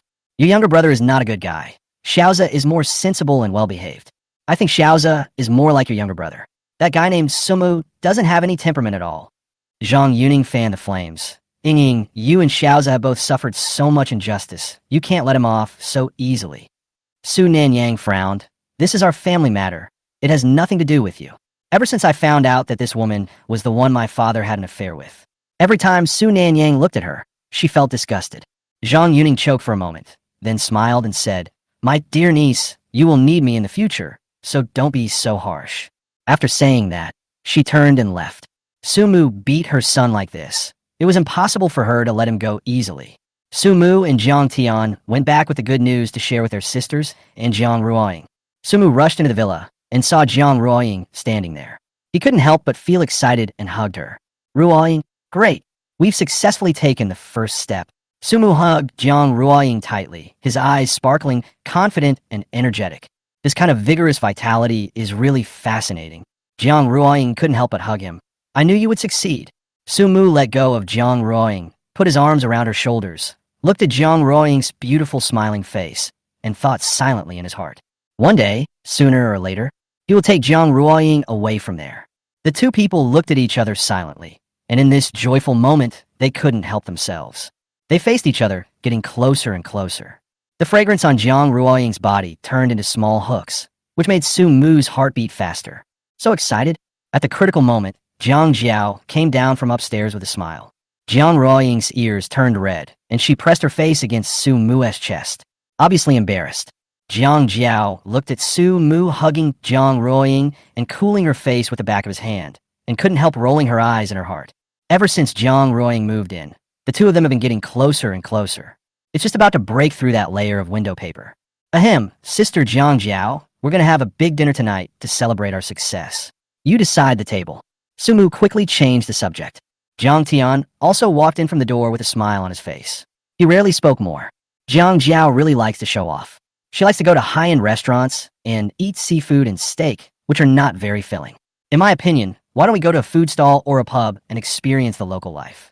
Jiang Tian is a very down-to-earth, rich second generation. Jiang Jiao's face turned cold. She stomped down the stairs and pinched his arm. What are you talking about? I want to go to a high-end restaurant. Brother Xiaomu, are you going? Not only do we want to go, but we also want to dress up beautifully with Xiao Yu Ruoying. Jiang Jiao snorted. With beautiful ladies like us supporting you too, wouldn't you be overwhelmed with joy? Su Mu couldn't help but laugh, and quickly agreed. Sister Jiang Jiao, whatever you say is right. I'll listen to you. I'll listen to you. Jiang Tian, learn from little brother Xiaomu. You deserve to have no girlfriend. Jiang Jiao pinched Jiang Tian again. Jiang Tian was backstabbed by his good brother. Hearing Jiang Jiao's words, he couldn't help but turn his head and coughed. Every time he was cheated by a woman, Jiang Jiao was gloating over it and told him not to look for another woman. Now let's talk about the fact that he doesn't have a girlfriend. Su Mu booked a high-end restaurant in advance. Let's go eat together in the evening. Afterwards, Su Mu discussed with Jiang Tian about putting the GPT plugin software on the mall and promoting it comprehensively. Now that they have received some investment, they can rent a studio outside and hire some employees to maintain the software. At the same time, an operations department can be established to promote the company's products. Currently, this is the core business of their company, and it can be expanded if necessary. The two people have almost finished their discussion. After that, Jiang Tian and Jiang Jiao were mainly responsible for the company's affairs. It was impossible for them to only focus on this one product. Su Mu will start school soon, and he will focus on studying and developing new products. After all, he has an amazingly sharp vision and can always see things that are ahead of the times. Sometimes an advanced idea can become a new trend. Night fell. Su-mu felt inexplicably nervous when he went out. He pressed his chest and looked up at the sky. There's only a half moon today, and the shadows of the trees are swaying, giving the impression of a dark and windy night. Before I could think more, Jiang Tian came over with 3 beautiful beauties. Jiang Jiao dressed up elegantly, looking sexy and bright. Jiang Ring was much simpler, wearing a white dress with a thin windproof blouse on the outside, her hair loose and a pearl headband, looking pure and charming. Su Qiaoyu is wearing a cloth skirt, as usual, which is very literary. It can be said that no matter where these 3 beauties appear, they are absolutely eye-catching. Jiang Tian drove a large SUV out of the garage, which could easily seat 5 people. Su-mu opened the car door with a smile and bowed. "Princess, please get in the car." Jiang Tian chuckled. This guy really knows how to pick up girls. "You, the prince, should get in the car quickly." Jiang Tian whistled. Su-mu looked up at the sky speechlessly, then turned around and sat in the passenger seat. We soon arrived at the restaurant. This restaurant is a 5-star restaurant specially selected by Su-mu, and it will definitely satisfy sister Jiang Jiao. What surprised Su-mu was that he met an acquaintance in this restaurant. I saw Su Nanyang walking upstairs with a man who looked familiar. There was a private room upstairs. In order to make it more lively, they planned to dine in the lobby on the first floor. Su-mu was sure that the people he saw in the villa area were Su Nanyang and her little lover. Su-mu ordered meals for a few people. He went to the bathroom. As a result, I met the boy who was with Su Nanyang on the road. He put the mask on his face and covered it tightly. Su-mu accidentally bumped into him, and Lumingza couldn't help but let out a cry of pain and actually fell down. Su-mu was a little stunned. I didn't use much force, I just bumped into him accidentally, so why would it hurt so much? Could it be a scam? Lumingza's injuries have not yet healed completely, and Su Nanyang has been particularly irritable these days for some reason. He had a new injury on top of an old one, and the wound broke again before it healed. But for the sake of resources, he fought hard. He glared at Su-mu, but was afraid of being discovered, so he turned around and left without saying anything. Su-mu returned and found that Su Qiaoyu had been looking in one direction. "Sister, what's wrong?" Chapter 71, is this a suicide or a murder? Su Qiaoyu hesitated a little. "My uncle and aunt are there." Su-mu looked up and saw that it was true. My uncle Zhang Ming was dressed in formal attire, his face showing the shrewdness and temperament unique to a businessman. Opposite him was an old man in his 60s, with a friendly smile. It was initially estimated that he might have some political power. Zhang Yuning was dressed up and sat next to the old man very intimately, sometimes attentively pouring wine for him, and sometimes approaching to talk to him. That's so flattering. Seeing this scene, Su-mu probably understood. It turns out that my uncle has been having this so-called aunt work in the company for this purpose. Su-mu couldn't help but laugh. What a fancy play. Su Qiaoyu was also a little uncomfortable. "I don't like this aunt very much, but this is a bit embarrassing." Su-mu saw that her sister was a little uncomfortable, so she whispered, "Sister, haven't I told you yet? Su Zhe is the child of my aunt and dad." "What?" Su Qiaoyu was stunned. She really didn't know. She had always felt that her aunt was a little too attentive to Su Zhe and was lukewarm towards her sisters. Especially when my aunt meets my mother. She sometimes makes some sarcastic remarks. Now I find that everything has a traceable path. Su Qiaoyu couldn't help but covered her mouth. Does Mom know? Mom would go crazy if she knew. Over the years, Mom loved Su Zhe the most. Sometimes, even her sisters were not treated as well as Su Zhe. Su Qiaoyu really couldn't understand why Su Zhe was treated so well at home. At that time, even his father, Su Zhe's teachers and the things he used were all top-notch. Sometimes Su Qiaoyu doesn't get anything she wants. The family took Su-mu's younger brother back home. The situation did not change. Su Qiaoyu figured out a lot in an instant. I haven't told her yet. Su-mu felt that if Zhang Yuning knew the truth, she would definitely make a big fuss. By then, he won't be able to start his own company outside. If the Zhang family also gets involved, he will definitely become a pawn being used. Su Zhe will not necessarily be kicked out. Zhang Yuning is still useful to his uncle. At most, his uncle and the second uncle will make a fuss and give Su Tianxi a warning. The only compromise is to take me back, raise me well, and then inherit the family business. It's good to have money, but he can't enjoy it in that kind of family life. Su-mu couldn't help but find it funny that Su Tianxi thought his white moonlight was Zhang Yuning. He probably doesn't know how many good brothers Zhang Yuning has out there. Su-mu had an ups and downs experience during this meal. The taste was not very good, but the service was okay. After eating and drinking, the few people planned to drive home. It was about 10 kilometers away from home, and Su Qiaoyu was worried. She never expected that her father would cheat on her. Sumu could only comfort his sister. Sister, don't think too much. That's their business.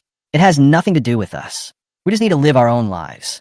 Su Qiaoyu nodded and understood this logic.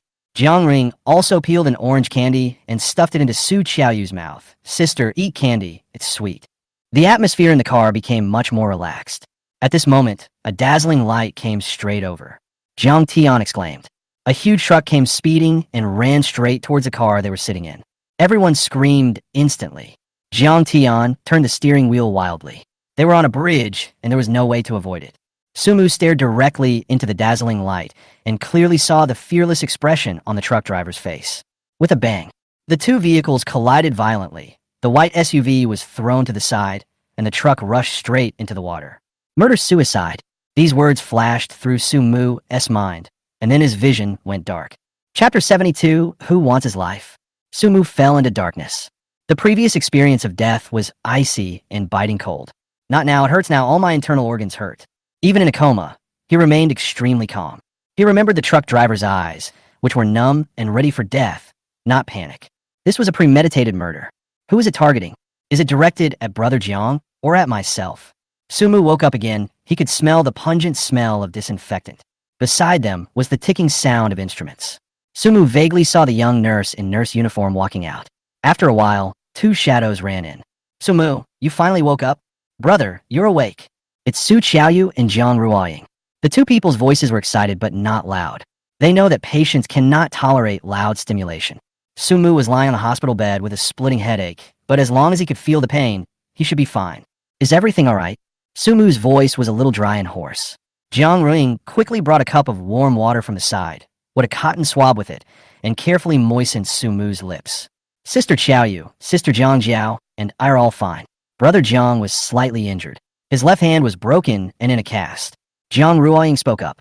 The three girls were sitting in the back, so the impact was smaller and they only suffered some cuts from the glass fragments. At that time, Brother Jiang turned the steering wheel quickly and did not hit the car directly. The person sitting in the passenger seat, Sumu, was hit the hardest. Sumu has been in a coma for a day, and she was so worried outside. That's good. Sumu looked straight at the ceiling and spoke softly. It's okay as long as they are okay. That person should be coming for him. Who wants to kill him? Are they the so-called parents?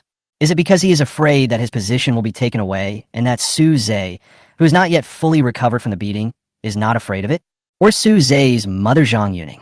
Was it Su Nanyang who was tricked and then discovered it? Or was it Su Yingying who came to the house and was beaten?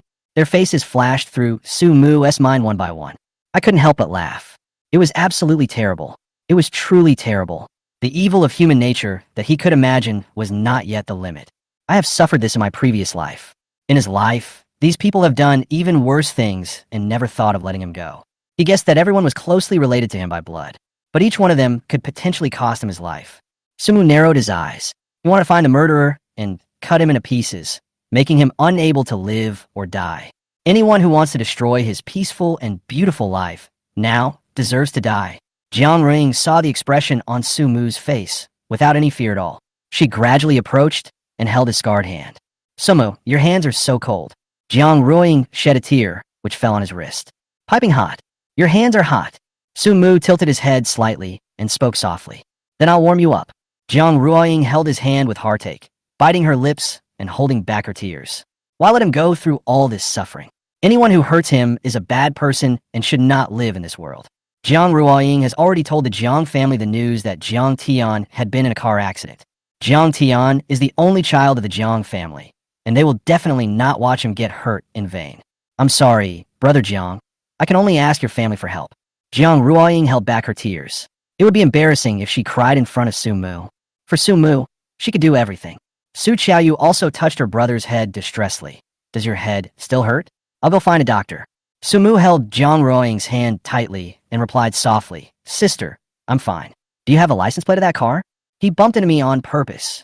Chapter 73, Who is the murderer? Intentional. Su Qiaoyu felt a chill down her spine. I've called the police, but they haven't given any clues yet. Su Qiaoyu didn't dare to think about who wanted to kill them. Jiang Ruoying fell into deep thought. If the car had hit her on purpose, it would have been premeditated murder. Only people with conflicts of interest would do such a thing. Sumu, whose way is he blocking? Jiang Ruoying held Sumu's hand even tighter. You should have a good rest first. We must investigate this matter later, otherwise there will be endless troubles. Jiang Ruoying knew that if this kind of murder for hire didn't work once, it would definitely happen a second time. Sumu nodded with difficulty. He was still in some pain, but luckily he hadn't suffered any fatal injuries. He would be fine after resting for a while. Sumu has been bettered in with injuries for this week. The other people also went for examinations, and their injuries were almost healed. Jiang Ruoying and Su Qiaoyu booked a room in a hotel next to the hospital and visited Sumu every day. Sumu was sitting on the hospital bed with a computer in front of him showing the information about the truck. They called the police a few days ago, and the police said that the truck and the people on board fell into the water and had died. The truck driver is suffering from cancer and got divorced 2 months ago. He has no parents and is now a bachelor. The driver's company was willing to compensate Sumu 50,000 yuan, but they could not afford the rest. This case ends here. Sumu heard the driver's news. He became more certain of one thing. This was a premeditated murder. No parents, terminal cancer, divorced. He really is the perfect person to kill. Jiang Tian and Jiang Jiao ordered food from a nearby restaurant and had it packed for them. Xiao Mu, our family checked the bank account of the driver's ex-wife and found a large amount of deposit was transferred into her account 3 months ago. The funds were transferred to 2 accounts, totaling 5 million yuan. The account was overseas, and the specific information could not be found in China. After Jiang Tian received the message from Sumu, he asked his family to check everyone around the driver. Sure enough, I guessed right. The driver hit me on purpose. The accident scared the Jiang family, and Jiang Tian's parents assigned more than 10 bodyguards to him. Even if he lacks the ability, he is still their biological son. If he really can't make it, the Jiang family can still support him. But we can't let this be revealed to outsiders without any explanation. Jiang Tian had no choice but to accept it. He put the porridge he bought on the table next to Su Mu and told him the information he knew. Where is his ex-wife now? Su Mu asked as he unpacked the box. His ex-wife and 2 children went abroad last week. It seems they were well prepared. Jiang Tian frowned. These people had actually been preparing for so long. He was a little worried about Su Mu. They didn't succeed, so they won't do it again, right? Su Mu put down the spoon after eating for a while. This kind of thing never happened in my previous life. Maybe I wasn't a threat in my previous life. This group of people really don't want him to have a better life. I probably won't do anything in the near future, but I can't say for sure what will happen in the future. I still want to find that person as soon as possible. Su Mu tapped the table with his fingers. This trick didn't work, so it should be quiet for a while. There's only a thief who can steal for 1,000 days, but no one can guard against thieves for 1,000 days. Su Mu doesn't want to live in fear every day. Su Mu looked up at the people around him who cared about him. Blame me this time. I brought you into danger. Su Mu was sure that the man was targeting him, and it was he who implicated the people in the car. Fortunately, they were all fine. Xiao Mu, you're being too polite. I've always considered you my own brother. Without you, I wouldn't be who I am today. Jiang Tan patted Su Mu's shoulder, his tone a little emotional. Mr. Su mentioned our project to my dad during a chat. My dad cited a pretty good job this time. Brother, what nonsense are you talking about? I don't blame you. I blame those who want to harm you. Su Qiaoyu also clenched her fists. Her intuition told her that the murderer was definitely related to the Su family. After Su Qiaoyu finished speaking, she walked out quietly. Su Qiaoyu felt that the murderer might be Su Yingying. After all, the last time Su Yingying appeared, she looked ferocious and threatened to beat Su Mu's brother to death. Maybe Su Yingying is the murderer who wants to kill her brother. Su Qiaoyu knew where Su Yingying was, and she wanted to find her to find out. Su Qiaoyu went downstairs, hesitated for a moment, and bought a fruit knife at the supermarket downstairs. Then put the fruit knife in a canvas bag close to your body. Su Yingying was too aggressive, and Su Qiaoyu didn't want to get hurt. After all, if she got hurt, her brother would be worried. If necessary, you can use a knife. Su Qiaoyu's face turned pale, and she took a few deep breaths. She took a taxi to the hospital where Su Yingying was. I went upstairs and went straight to the ward where Su Yingying was. Su Yingying has been in a very bad mood these days. She now needs help from others when taking a shower and going to the toilet. And this condition will last for several months. If the recovery is not good, you may not be able to stand up for half a year. Su Wanlio's surgery has been completed, but the doctor told her that there is still a risk of recurrence, and it is best to continue taking the previous medicine to prevent recurrence. Su Wanlu is now in Su Yingying's ward comforting her. Third sister, there are people to take care of you, so don't worry too much.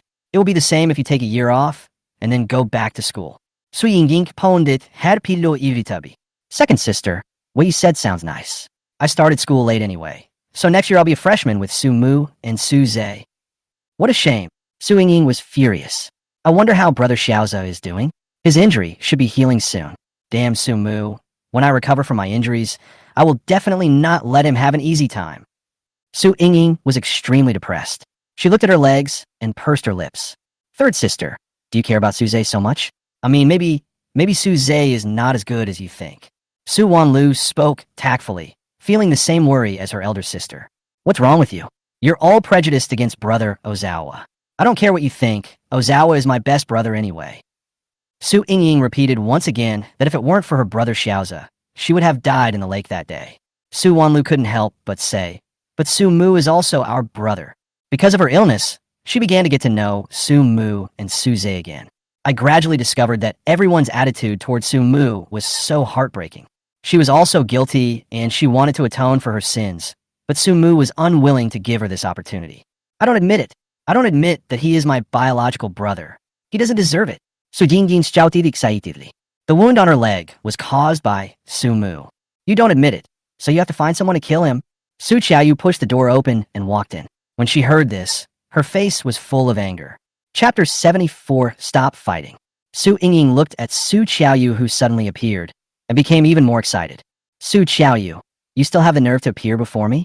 Even if I kill him, so what? He deserves to die. Anyway, he's your dog now, following you around every day. With a brother like him, you might as well let him die. Su Jingjin spoke sarcastically. He was extremely jealous of Su Qiaoyu and thought she was a hypocrite. Su Qiaoyu must be the same as herself, caring so much about Su Mu just because she wants to have a servant who is easy to use. Su Qiaoyu's eyes turned red. It was indeed her. Su Qiaoyu took a step forward, stretched out her palm, and slapped her face directly. Su Yingying, you're going too far. You deserve to die. Seeing this, Su Wanlu hurried to separate them. Why did they start fighting over a disagreement? Who wants to kill Su Mu? Third sister, fourth sister, stop fighting. Calm down. Su Wanlu stood between the two of them, and seeing Su Qiaoyu's hand put into the bag, she quickly grabbed her wrist. Calm down, what happened? Su Qiaoyu was dragged away, and Su Yingying still wanted to go crazy, so Su Qiaoyu kicked her injured leg directly. Su Yingying screamed in pain, covering her legs and crying miserably. Su Wanlu quickly pulled the two people apart. Fourth sister, what happened to brother Su Mu? Su Wanlu asked with some bitterness. She also wanted to go to her brother Su Mu to apologize and ask him to forgive her for what she had done in the past.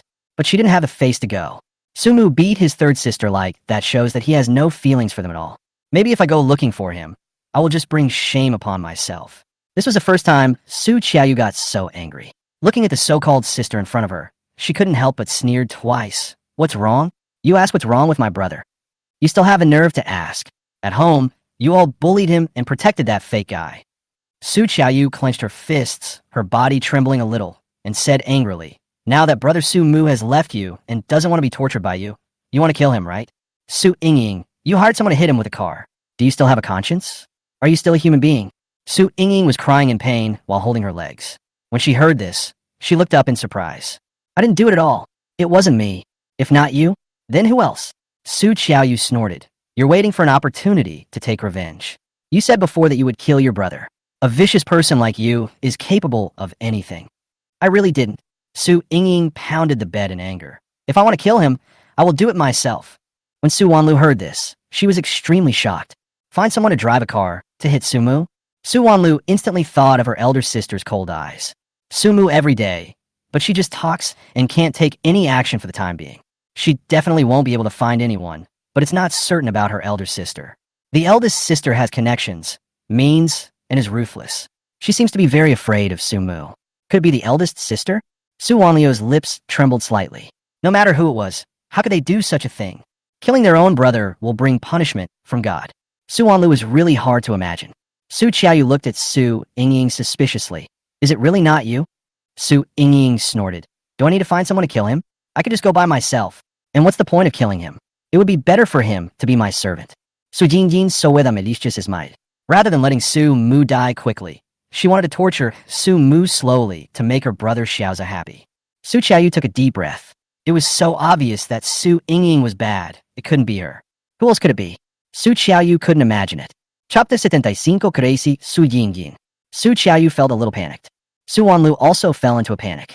Su Mu is their biological brother, and she has not yet made compensation or obtained his forgiveness. Fourth sister, can you tell me about this in detail? Maybe I can guess who wants to kill Brother Sumu. Su Wanlu looked at Su Yaoyu pleadingly. Su Qiaoyu was a little hesitant.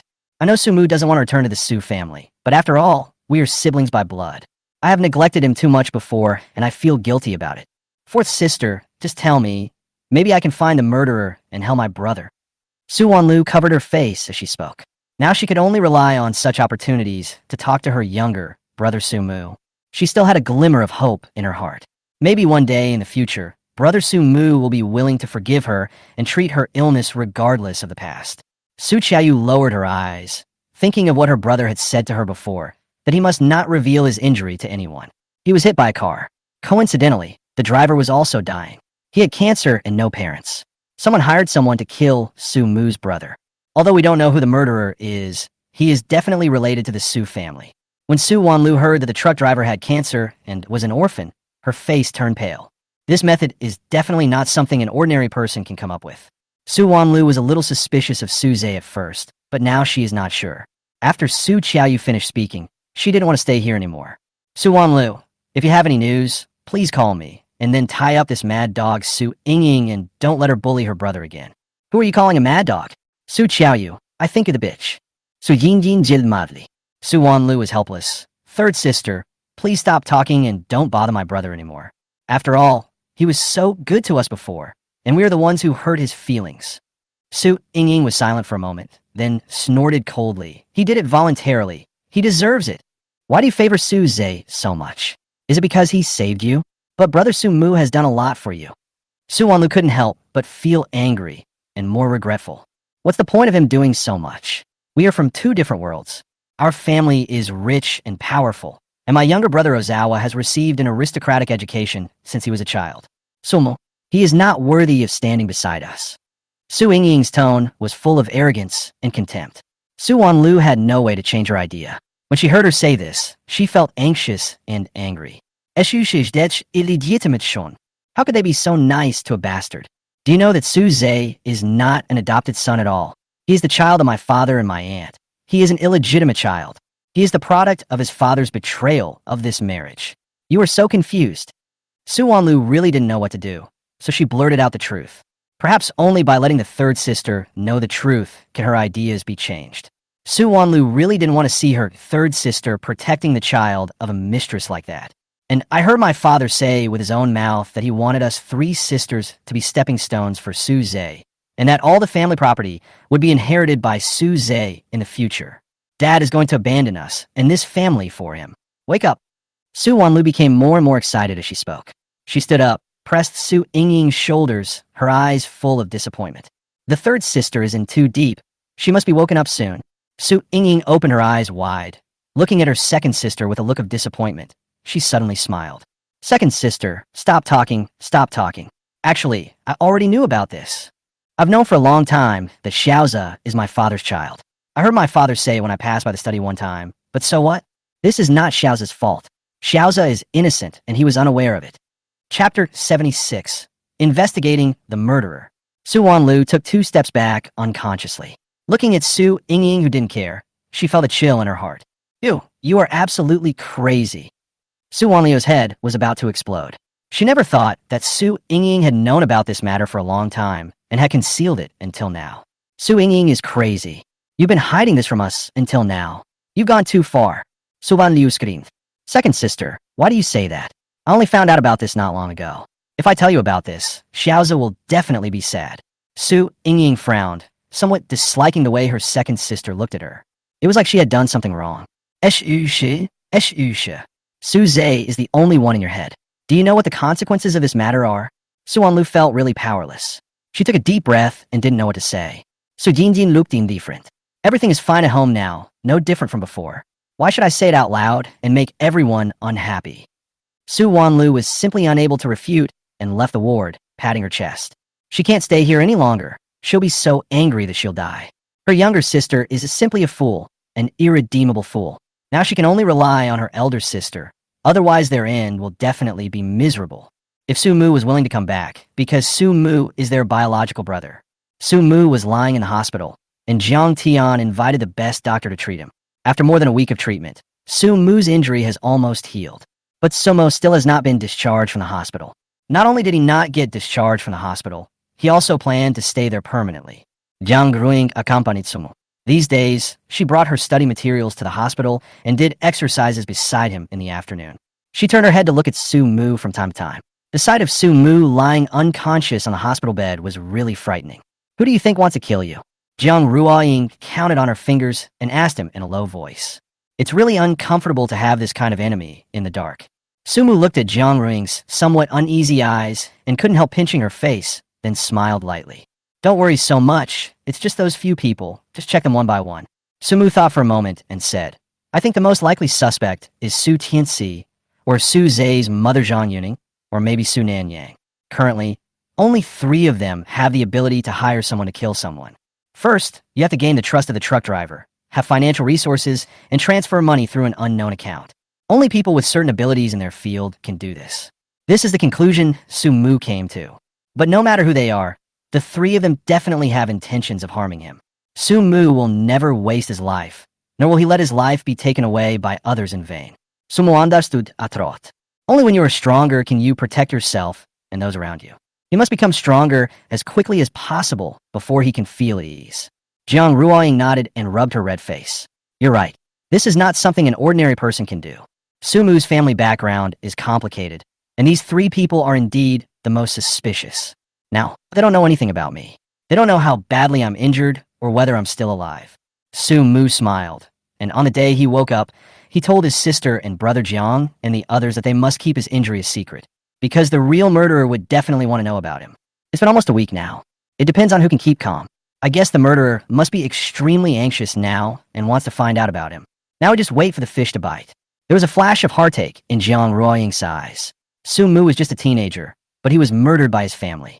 What a distressing thing this is. At this time, the phone on Su Mu's desk lit up, and it was an unfamiliar number. Sumu, someone called you. Jiang Ruoying picked up the phone and spoke. Chapter 77, the murderer has been identified. Su Mu smiled and said, Ruoying, you answer the call and turn on the hands-free mode. Su Zhe's voice came from the other end. Brother, I'm worried about you. You haven't contacted your family for so long. Are you doing well outside? Su Mu raised his eyebrows. He didn't expect that the first person to call was Su Zhe. Jiang Ruoying understood that Su Mu wanted to hide his injury, so she tried to test Su Zhe. Su Zhe, it's me. Su Mu's phone is with me. What do you want to say? I'll tell him for you. There was silence over there for a moment. When Su Zhe heard Jiang Ruoying's voice, a surge of jealous anger surged in his heart. Why is Su Mu's cell phone with Jiang Ruoying? They're still in touch.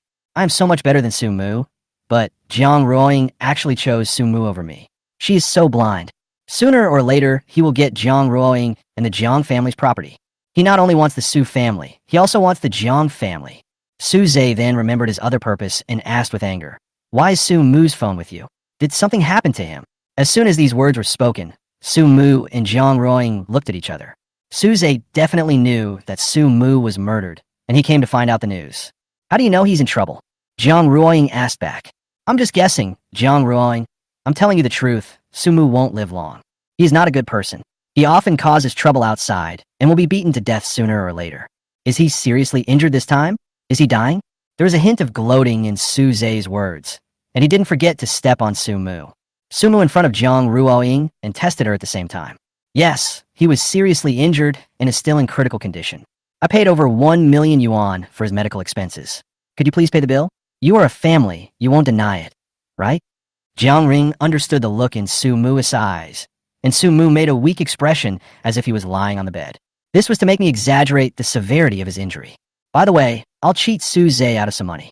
It cost him a lot of money to hire someone to beat Su Ying last time, so this is a good chance to make up for it. The wool still comes from the sheep. When Su Zhe heard that Su Mu was seriously injured, he couldn't help laughing. Then he covered his mouth, afraid of laughing out loud. Then he heard that the medical expenses would be 1 million, and he was stunned. But he couldn't show his weakness in front of the goddess he wanted to pursue. Otherwise, wouldn't it seem that he is heartless and has no money? He still has 100,000 yuan in pocket money for this month, but it is far from 1 million yuan. From childhood to adulthood, he had no awareness of saving money. His sisters spoiled him and gave him money, but he spent it all. Anyway, the money is all spent, and I will have more next time. He was not like Su Mu, that idiot who saved money to buy gifts for his sisters, but ended up not getting a penny and was beaten and scolded. Su Zhe was very proud. Then he stopped laughing because he really didn't have that much money on him. Jiang Ruoying asked again, Suze, you won't default on your debt, right? You say every day how rich you are, but I think it's all fake. I also heard that you are the adopted son of the Su family. I guess you don't have much money to spend, right? Jiang Ruoying smiled gently, but her tone was extremely destructive. If you don't have money, I won't make it difficult for you. I'll just ask your mother for it. No, how could I not even have 1 million? Jiang Ruoying, let me tell you, I'm not just the adopted son of the Su family. I have a lot of power in the family, and I have plenty of money. I'll transfer the money to you tomorrow. Su Si spoke firmly. He could ask Zhang Yuning for money, but he didn't dare ask Su Tianxi. If Su Tianxi knew that he used the medical expenses to treat Su Mu's injuries, he would definitely scold him. Then please transfer it to me sooner. I'm hanging up first. Jiang Ruoying hung up and looked at the phone with a thoughtful look. Su Mu, Suze also wants to harm you. Jiang Ruoying spoke. I should know who wants to kill me. It's Su Tianxi and Zhang Yuning. They're the only ones who dare to tell Suze about this. Su Mu slowly sat up, leaned on the bed, looked at the clear sky outside, but his heart was filled with darkness. Should have thought of it earlier. Su Tianxi had said before that he wanted to kill himself. A father is willing to kill one son for another. This doesn't seem like something that could happen in the real world, but it still happened. Su Mu thought about this. He found it really ironic. Su Tianxi and Zhang Yuning are simply too bold. Jiang Ruoying walked forward and saw that Su Mu's face was calm, but his eyes were like a pool of stagnant water. She held his hand distressfully. You still have me, your sister, your grandparents, and brother Jiang. We are always with you. Your so-called home is not home. It is hell. Don't think about it. They don't deserve it. Don't waste any more emotions on them. Jiang Ring seemed to sense the hidden pain in Su Mu's heart and comforted him softly. Thank you, Ruoying. I don't feel bad. I just feel angry. Su Mu withdrew his gaze and held Jiang Ruoying's hand. Perhaps only when they lose the same thing will they wake up. They will understand that I am not someone to be trifled with. Su Mu lowered his head and spoke. What are you going to do? Jiang Ruoying asked. No matter what Su Mu wanted to do, she would help. Treat others as they would have you treat them as you would have them treat you. Su Mu raised the corner of his mouth. They were killing him for Suze and paving the way for Suze. Then I will kill Suze myself. Don't they love Suze the most? Then let them lose Suze. But he didn't plan to tell anyone about this. He doesn't want others to worry about him. He would not let his hands get stained with even a trace of blood, because it's not worth sacrificing yourself for such a scum. He also wanted to build a big house for his grandparents, give his sister a good life, and let Jiang Ring freely choose her own life. But you can think of other ways to make Suze die. Suze has more than one enemy. When the snipe and the clam fight, the fisherman benefits. Su Mu wanted to be the fisherman. Are we about to start school? Su Mu asked Jiang Ruoying, thinking quickly in his mind. Yes, school starts in 3 days. Jiang Ruoying is a little reluctant to leave her current life. After school starts, her father will be returning home soon, and then she will not be able to live outside. But fortunately, they can meet at school. During these 3 days, Su Mu contacted some people who sent emails on the internet and sent the indecent videos of Jiang Qingya at the banquet to Jiang Qingya again in an anonymous form. Of course, it is in the name of Su Zhe. A threatening letter was also attached. The letter read, Jiang Qingya, you'd better be smart. I will never like a bitch like you. You still dream of becoming my girlfriend? You're just dreaming. My rich friends have seen all these videos of yours. They all call you a slut behind your back. You'll never marry into a wealthy family in this life. This letter was like a kick to Jiang Qingya's heart. Chapter 78, She is Obsessed. Jiang Qingya's parents are the driver and nanny of the Jiang family. They have been doing this for more than 30 years and have some savings. Jiang Qingya was a daughter born in old age, and they doted on her immensely. They even raised it as their eldest daughter, Jiang Ruoying. She was never allowed to do anything since she was a child, and all her salary was used to buy her various brand name jewelry. Jiang Qingya is quite beautiful and has always wanted to marry into a wealthy family and become a real wealthy lady and wife since she was a child. If anyone dares to break her dream of marrying into a wealthy family, she will go crazy. Su Mu knew Jiang Qingya very well, so he specially sent her this letter, believing that Jiang Qingya would not let him down. After Su Zhe hung up the phone, the first thing he did was to ask his elder sister for help. His elder sister was so rich that she should be able to give him 1 million directly. Sister, I'm Xiaoza. I recently saw a car that I really like. Sister, can you give me 1 million? Su Zhe spoke in a flattering tone, his voice very sweet. In the past, when he asked for money like this, his elder sister would give it to him without saying a word. When Su Nanyang heard Su Zhe's voice, she immediately clenched her phone. Ever since she knew that her father wanted to give all his property to Su Zhe, it felt like a thorn was buried in Su Nanyang's heart. The thorn penetrated deeper and deeper, and the wound began to fester and fester. It hurts every time I think of those words. Su Nanyang's feelings for Su Zhe became weaker and weaker, and now she only had the friendship for Su Zhe as they grew up together. As for the love between siblings, there really isn't much left. When Su Zhe called her and asked for money, her first reaction was vigilance and annoyance. This is all her money. Why should she give it to an illegitimate child? Xiao Zhe, I'm a little short on money lately. It's just a car. I'll buy it for you when you grow up. For the first time ever, Sun Anyang rejected him. Su Zhe stared at the phone in disbelief. My elder sister actually used such an excuse to evade him? After that, he could only call Zhang Yuning. Mom, I heard that Su Mu is seriously injured and his life or death is still unknown. He is probably half dead. Zhang Yuning was working in the office and went out after receiving the call. Hearing this, she couldn't stop laughing. That's good. It would be better if you died, so that no one would compete with you for the family property. I clearly told the truck driver at the time that he must hit Su Mu hard and kill him. It's a pity that he didn't die on the spot. Zhang Yuning spoke with some regret. Mom, can you give me 1 million? The girl I'm pursuing was in a car with Su Mu, and she paid 1 million for his medical expenses. Now she's asking me for it. Su Zhe said with gritted teeth. What? I still have to pay for Su Mu's medical expenses? Zhang Yuning was a little unhappy when she heard this. It was she and Su Tianxi who hired someone to hit Su Mu, and now she had to pay for Su Mu's medical expenses. Then she thought again, that girl is not a good person. Maybe she will find someone from the Su family, and it will be bad if the matter gets out of hand. Forget it, I'll transfer the money to you, and you should quickly chase her. This kind of woman has no ability, so when you inherit her family's property, just kick her out. Zhang Yuning found it hard to swallow this. Mom, I understand. Ambition flashed in Su Zhe's eyes. His body has recovered a little from the beating, and he should be able to go to school. When he gets to school, he will launch a fierce attack on Jiang Ruoying. He didn't believe that he couldn't take down Jiang Ruoying. And on the other side, Su Wanlu came out of Su Yingying's ward looking a little dazed. She never thought that her third sister actually knew Su Zhe's true identity and was so kind to him. The key point is that the third sister kept it a secret from all of them. This is really heartbreaking. She thought of Su Mu's car accident again and cried even harder, covering her face. She went upstairs to look for her mother and found Zhang Yuning holding cut fruit in her left hand and chicken soup in her right hand. Mom, where are you going with all these things? Xiao Zhe will be discharged from the hospital soon, so I'm going to give him a good meal today. These are premium fruits imported from abroad, which I specially asked my aunt to wash and cut, and I've also cooked chicken soup for 3 hours. It's good for replenishing both blood and energy. Zhang Yuting spoke cheerfully. Finally, something good happened at home these days. The injuries of several children made her extremely worried. Ozawa is finally okay. Su Wanlu saw her mother taking care of Su Zhe so attentively, and she felt a sense of frustration in her heart. Su Mu at all. Zhang Yuting was stunned for a moment, then curled her lips. Why bring him up for no reason? Didn't he already want this family? Who cares if he lives or dies out there? After saying that, she picked up her things and walked forward. Mom, did you know that brother Su Mu was in a car accident? Su Wanliu's voice was tearful. Ever since she discovered that she owed her brother Su Mu, she felt more and more uncomfortable. Now that she found that other people had the same attitude as she did before, she felt even more heartbroken. A quel accident? Zhang Yuting paused for a moment, her brows furrowed. Why didn't you contact us about the car accident? It must have been fake, trying to gain sympathy.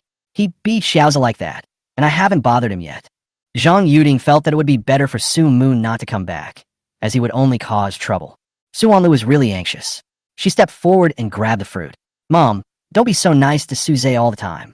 Don't take care of him like this anymore. You haven't been this nice to us sisters. Su Wanlu really couldn't imagine how devastated her mother would be if she knew that Su Zhe was an illegitimate child.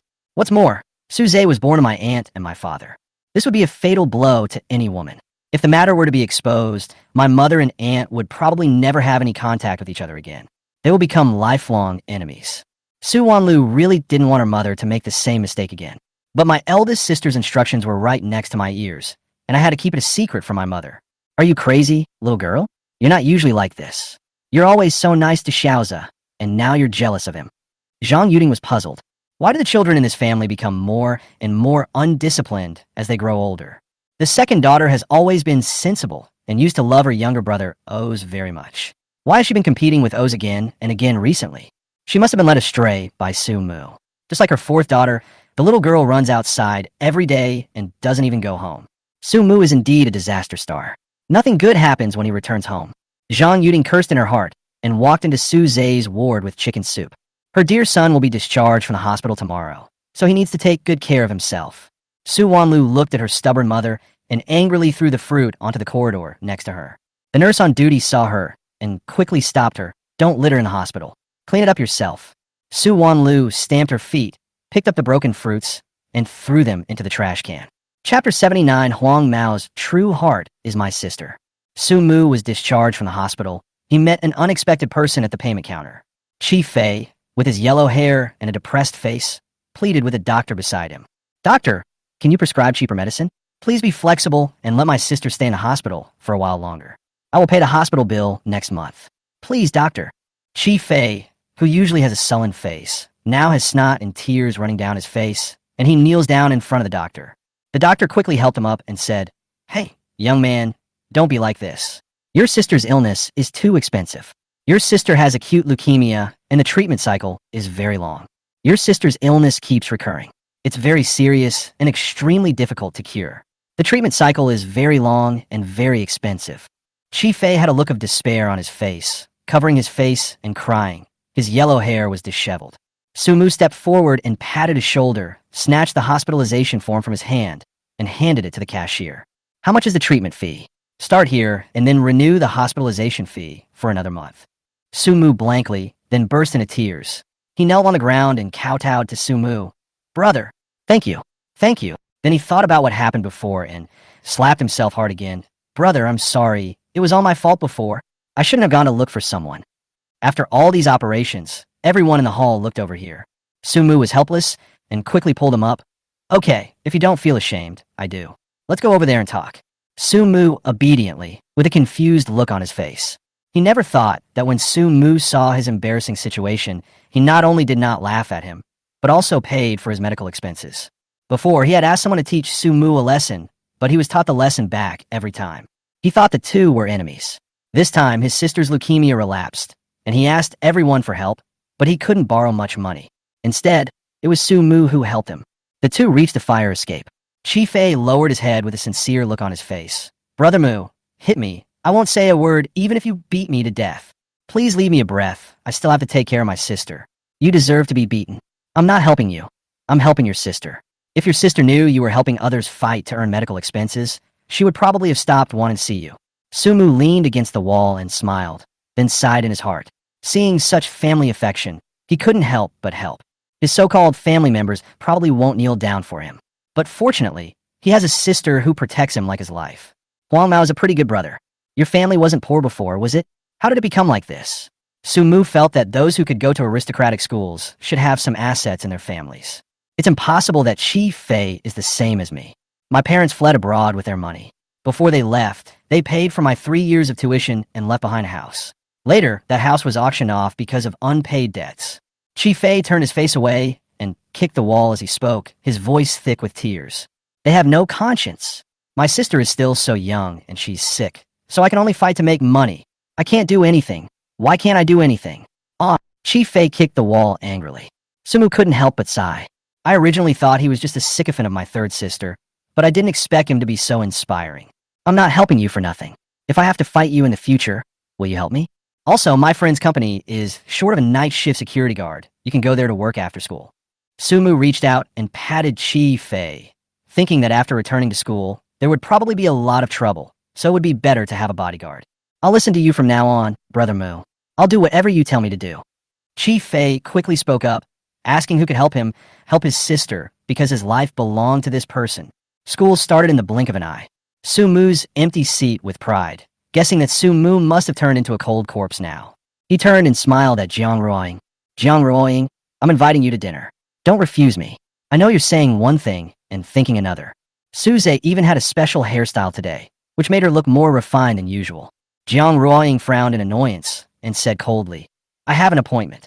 Is this your excuse to reject my idea? Who can you have a date with? Suze spoke confidently, and he dared to say that he was the undisputed male god in the school. Jiang Ruoying is usually very arrogant, and most boys don't dare to invite her. Come on, audience gentlemen, please give me some electricity. Chapter 80, your previous moves are no longer useful. Suze didn't believe that anyone else could get a date with Jiang Ruoying. A strong woman is afraid of being clingy, and since I am so charming, I don't believe that Jiang Ring won't be moved. It's none of your business who I'm dating. Get out of here. You're just poisoning my eyes just by standing in front of me. Jiang Ruoying turned her face away, not wanting to look at Suze at all. If she continued to look at him, she would probably want to slap him in the face. It was he who took over everything that originally belonged to Sumu. I don't believe it. Who is that man? I don't believe he is better than me. Suze felt that his male dignity was insulted. How could the woman he liked ignore him? He tidied his hair, showing his proud profile, lowered his head, and spoke softly. Jiang Ruoying, stop playing hard to get. I know you're trying to keep me in suspense. Sumu came from behind and heard what he said. He showed a disgusted expression, grabbed his shoulders, and threw him backwards. Harassing classmates? Suze, you learned this shamelessness from your dad, didn't you? Suze was thrown far away and looked up at Sumu in shock. Sumu did. Why is Sumu standing in front of him now? And it seems that I have become healthier than before. Sumu became taller and stronger thanks to a healthy diet, self-disciplined exercise, and the love of his sister. Sumu is now growing vigorously like a sapling. He practices boxing and martial arts, and when he clenches his fists, you can see the muscles flexing. Suze's small body is no match for him. Why are you here? Suze said in shock. Sumu walked forward and raised his eyebrows slightly. If I'm not here, where else can I be? Or rather, where do you want me to be? Sumu's soul-searching question made Suze shut his mouth guiltily. Next time I see you harassing classmate Ruoying, I will break your hand. Oh, and let me tell you, Ruoying and I have a date. Sumu looked down at Suze as if he were a clown. Jiang Ruoying smiled shyly, moved closer to Sumu, tilted her head to reveal half of her face, and looked at Suze, then looked annoyed. The contrast between their attitudes before and after is very obvious. Suze felt waves of hatred in his heart. Suze gritted his teeth. How come Sumu wasn't killed? Jiang Ruoying is actually dating Sumu. Damn it, Jiang Ruoying obviously belongs to him. At this moment, he saw Chi Fei walking in from the door, and his eyes lit up as if he had found a savior. Chi Fei, come and help me quickly. Sumu hitme. Third sister asked you to protect me. Suze shouted loudly and pointed at Sumu. Last time Chi Fei said that Sumu didn't do anything, but now that Sumu has done something, he has no reason not to do it again, right? The classmates around are gathered here. They didn't expect that Sumu was so different from before. Now he looked quite handsome. Ever since Suze falsely accused Sumu of plagiarism, the class's impression of Suze as a noble young man has been shattered. Now hearing him say this, the students' faces showed an indescribable expression. You can't beat them yourself, but you still ask for help. It's so embarrassing. When Chi Fei heard the voice, he stopped and walked over humming a song. Suze's face lit up with joy, and he quickly stood up. Sumu, wait for me. Chi Fei, slap him in the face and stop him from pretending. Suze said viciously, break Sumu's face and see how he can seduce Jiang Ruoying.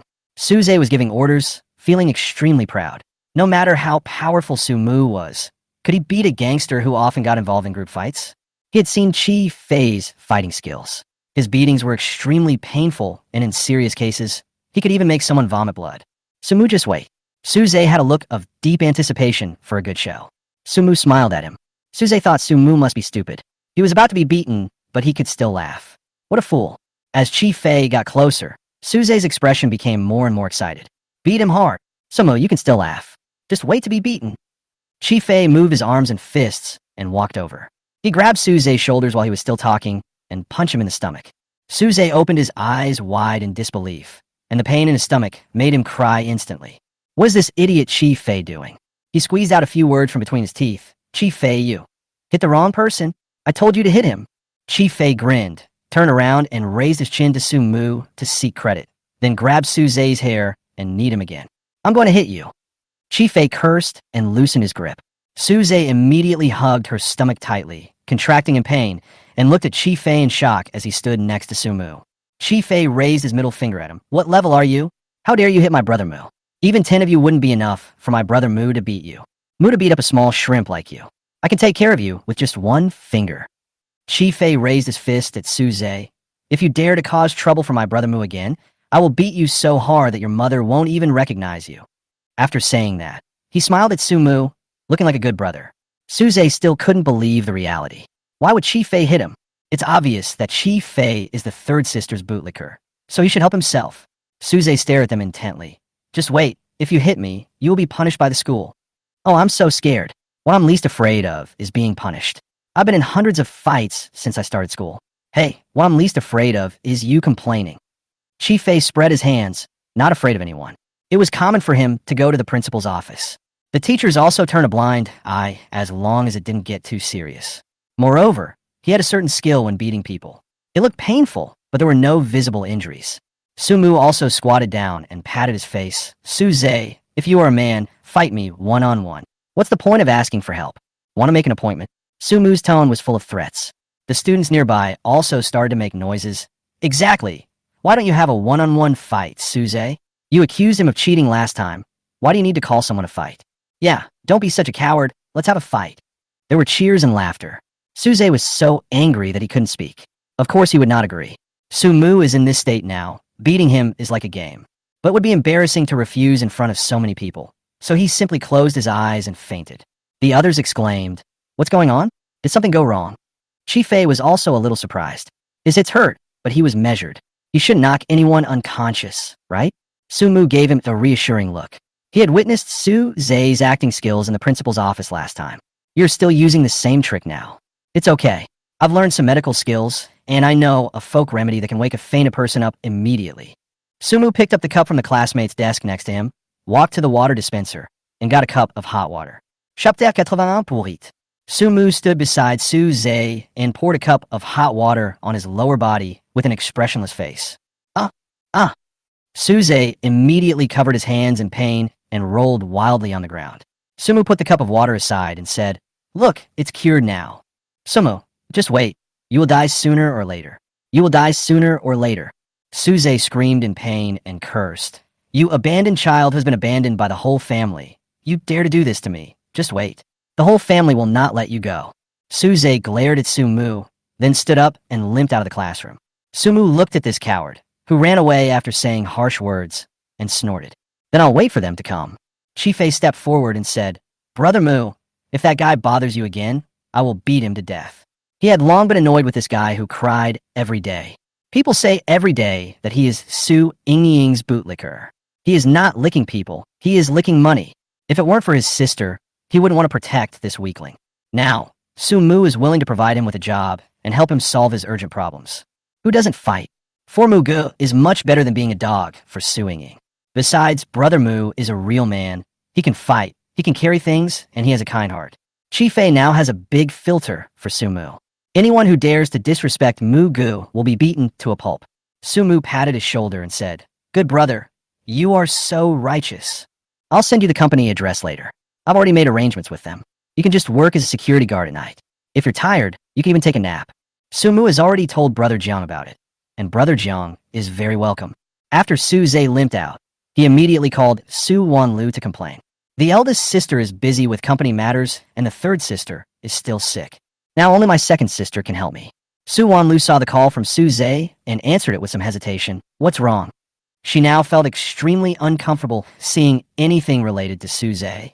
Occasionally I would think of the past, and my heart would soften a little. But when she thought of his identity and the annoyed and cold face of her brother Su Mu, she would cover her head in pain again. She really shouldn't be so soft-hearted. Su Mu's brother had been in a car accident, and it was someone else who caused it. The first people who flashed through her mind at that time were Su Zhe and Zhang Yuning. If anyone really wanted to kill Su Mu on purpose, it would only be the two of them. When Su Zhe heard the voice of his second sister, he burst into tears immediately. "Second sister, I'm so scared. Brother Sumu hired someone to beat me up at school. I can't even get into the classroom." Su Zhe howled, and after a while, he gave in. "Maybe I did something wrong and made my brother angry, so I should bear with it a little. Second sister, you don't have classes today, right? Can you pick me up from school in the evening? I'm afraid that Sumu brother will bring people to block me." After Su Zhe finished speaking, he waited for a reply. Sumu sees his second sister coming to pick him up from school. He will definitely be extremely jealous. After all, what Sumu wants most is the love of these sisters. Then he would snatch all the love away and not give him any. He also indirectly told his second sister that Sumu was unlearning in school, hanging out with those hooligans every day and not doing any serious work. If the second sister gets angry, she will definitely tell other people in the family, and then Sumu will be scolded again. Suze was very proud of himself. He thought he was really smart. After hearing these words, Su Wanlu was silent for a moment. If it were in the past, she would definitely agree to Su Zhe without saying a word. and then go to school to scold Su Mu. But now, she didn't have that idea at all. Suze, come back by yourself after school. Su Mu. Brother Su Mu is not that kind of person. He won't hit you for no reason. Su Wanlu hung up the phone after saying this. She covered her mouth, heartbroken. This sentence came out so easily. Why hadn't she thought of it before? Now when I think back to every scene in the past, it was Suze who complained. According to Suze, Su Mu had done countless wrong things. They also believed in Suze unconditionally and used cold violence against Su Mu, beating and scolding him. Sometimes it can even be called abuse. Su Wanlu still remembers that at the beginning, Su Mu always refuted and talked back.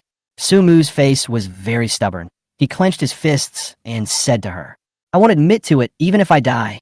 No matter how you hit me, I won't admit it. I'm upright and I stand tall.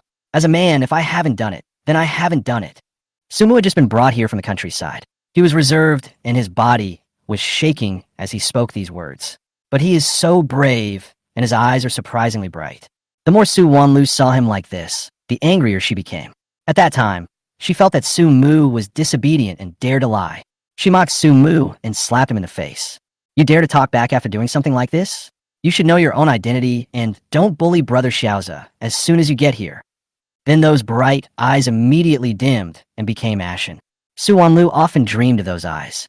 "Every time I dream about her, I feel scared and panic. She lost the brother who was kind to her, the brother who had a pure heart." Su Wanlu gritted her teeth and trembled, and finally sent a message to Su Mu. "I'm sorry, brother. I'm sorry I was wrong. I shouldn't have treated you like that before. I shouldn't have trusted Suze and not you. I've seen everything now. Please, brother, let me see you again. Let me explain everything to you." Su Wanlu edited a long paragraph and made up her mind to send it. The result is still a big red exclamation mark. Su Mu did not remove her from the blacklist. The scars of the past were already deep-rooted, and it was not possible for her to just apologize and pretend nothing had happened. Suze didn't expect to be rejected. He held the phone tightly. Why didn't everything go as he wished? Suze was extremely angry, and then told Zhang Yuning that Su Mu was safe and sound. His mother must have a way, definitely a way to kill Su Mu. Suze took a day off and went back to rest. The next day, Su Mu now, after all, Chi Fei is watching him covetously. Whenever he saw Su Mu, he would remember the pain of scalding the eggs that day. Sooner or later, he will take revenge. Su Mu is attending class seriously in the classroom. Other students also gave him the titles of King of Papers and God of Study. After all, their grades are so good, yet they are still studying. Shouldn't they be allowed to survive? After all, they're an aristocratic school. Everyone does it secretly. No one does it so openly. It makes them feel so pressured. Fortunately, they still have 2 physical education classes a week. I heard that all physical education classes in other schools have been suspended. Today they have a volleyball class. Wearing summer school uniform. The young and beautiful female students, wearing short-sleeved shirts and shorts, raise the volleyball high with laughter. Jiang Ruoying is undoubtedly very dazzling among them. She has a high ponytail and a bright smile, looking pure and sunny. Su Mu and she fought back and forth, and they talked and laughed. Suze's eyes turned red with jealousy, and he grabbed Lu Yiming and went on the court. "I'll play with you." Su Mu showed a disappointed expression. "Fight with me? I'm afraid I'll beat you to death." Suze raised his chin. "Are you saying this because you're afraid of losing to me? This is my strong point. Are you afraid?" Outside the school playground, a dark figure wrapped tightly in a baseball cap was wandering around, trying to find an opportunity to sneak into the school. Chapter 82. Stabbed the fake young master's kidney. Su Mu heard him say this. He held the volleyball in his hand and slammed it hard to the ground. A deep pit appeared on the ground. Suze immediately took a few steps back, with a hint of fear in his eyes.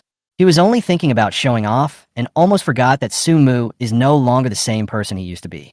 Su Mu now. After all, he saw it clearly when Su Mu beat Suze in the alley last time. Suze was a little scared and stepped back. He looked at Su Mu and Jiang Ruoying standing together and got angry. "I won't fight with a barbarian like you. Jiang Ruoying, why don't we fight together?" Su Mu hits people without thinking. If you hang out with such a violent person, he will beat you up sooner or later. There was another sentence he didn't say. After he was beaten yesterday, he immediately called Zhang Yuning to complain.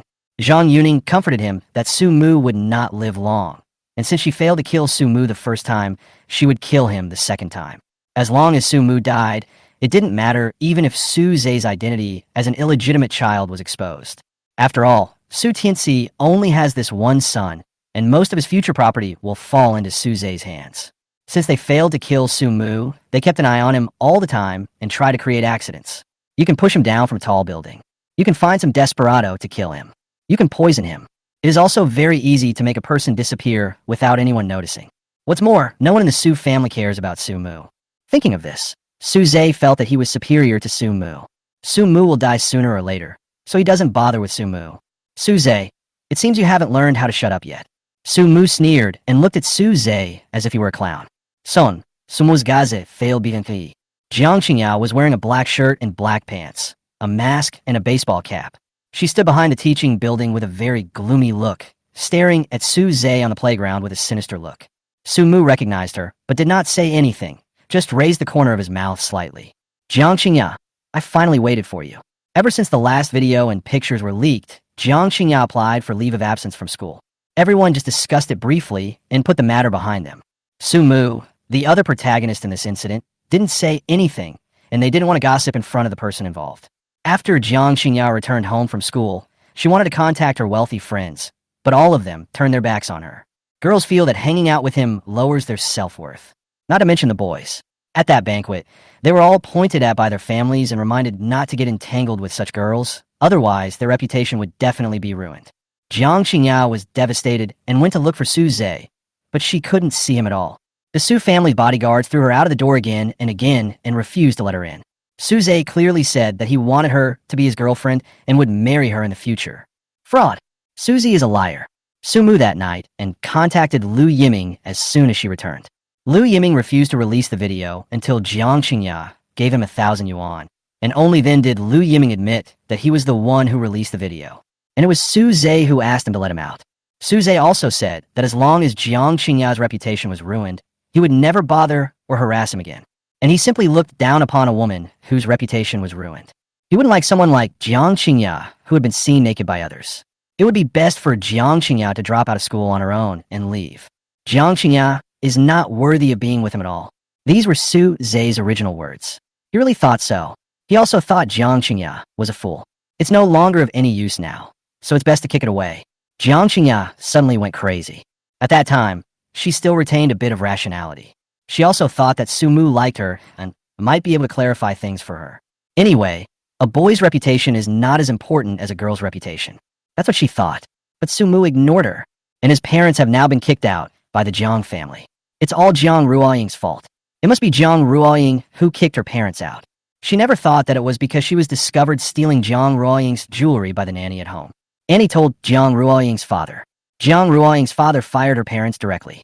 Jiang Qingyao lost her source of income and could no longer live the same luxurious life as before. Now even her dream of marrying into a wealthy family was shattered. And all this was because of Su Zhe. Su Zhe lied to her. At this moment, she has fallen into madness.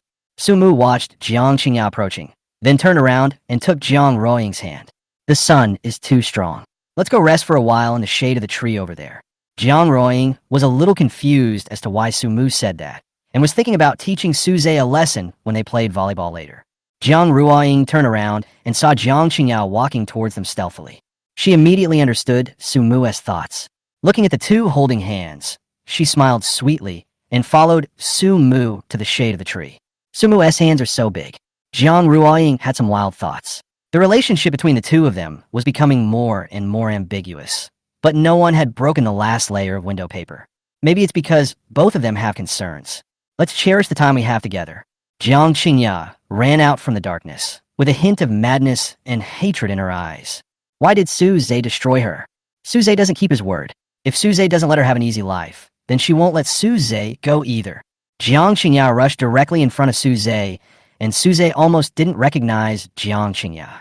After all, Jiang Qingyao was dressed sexy and hot before, but now she is wrapped tightly and looks crazy. Su Zhe, I'm going to kill you. Jiang Qingyao was heartbroken. She grabbed a knife in her hand and stabbed it into his stomach. Su Zhe was startled and his whole body stiffened. He felt a pain in his stomach and blood spurted out.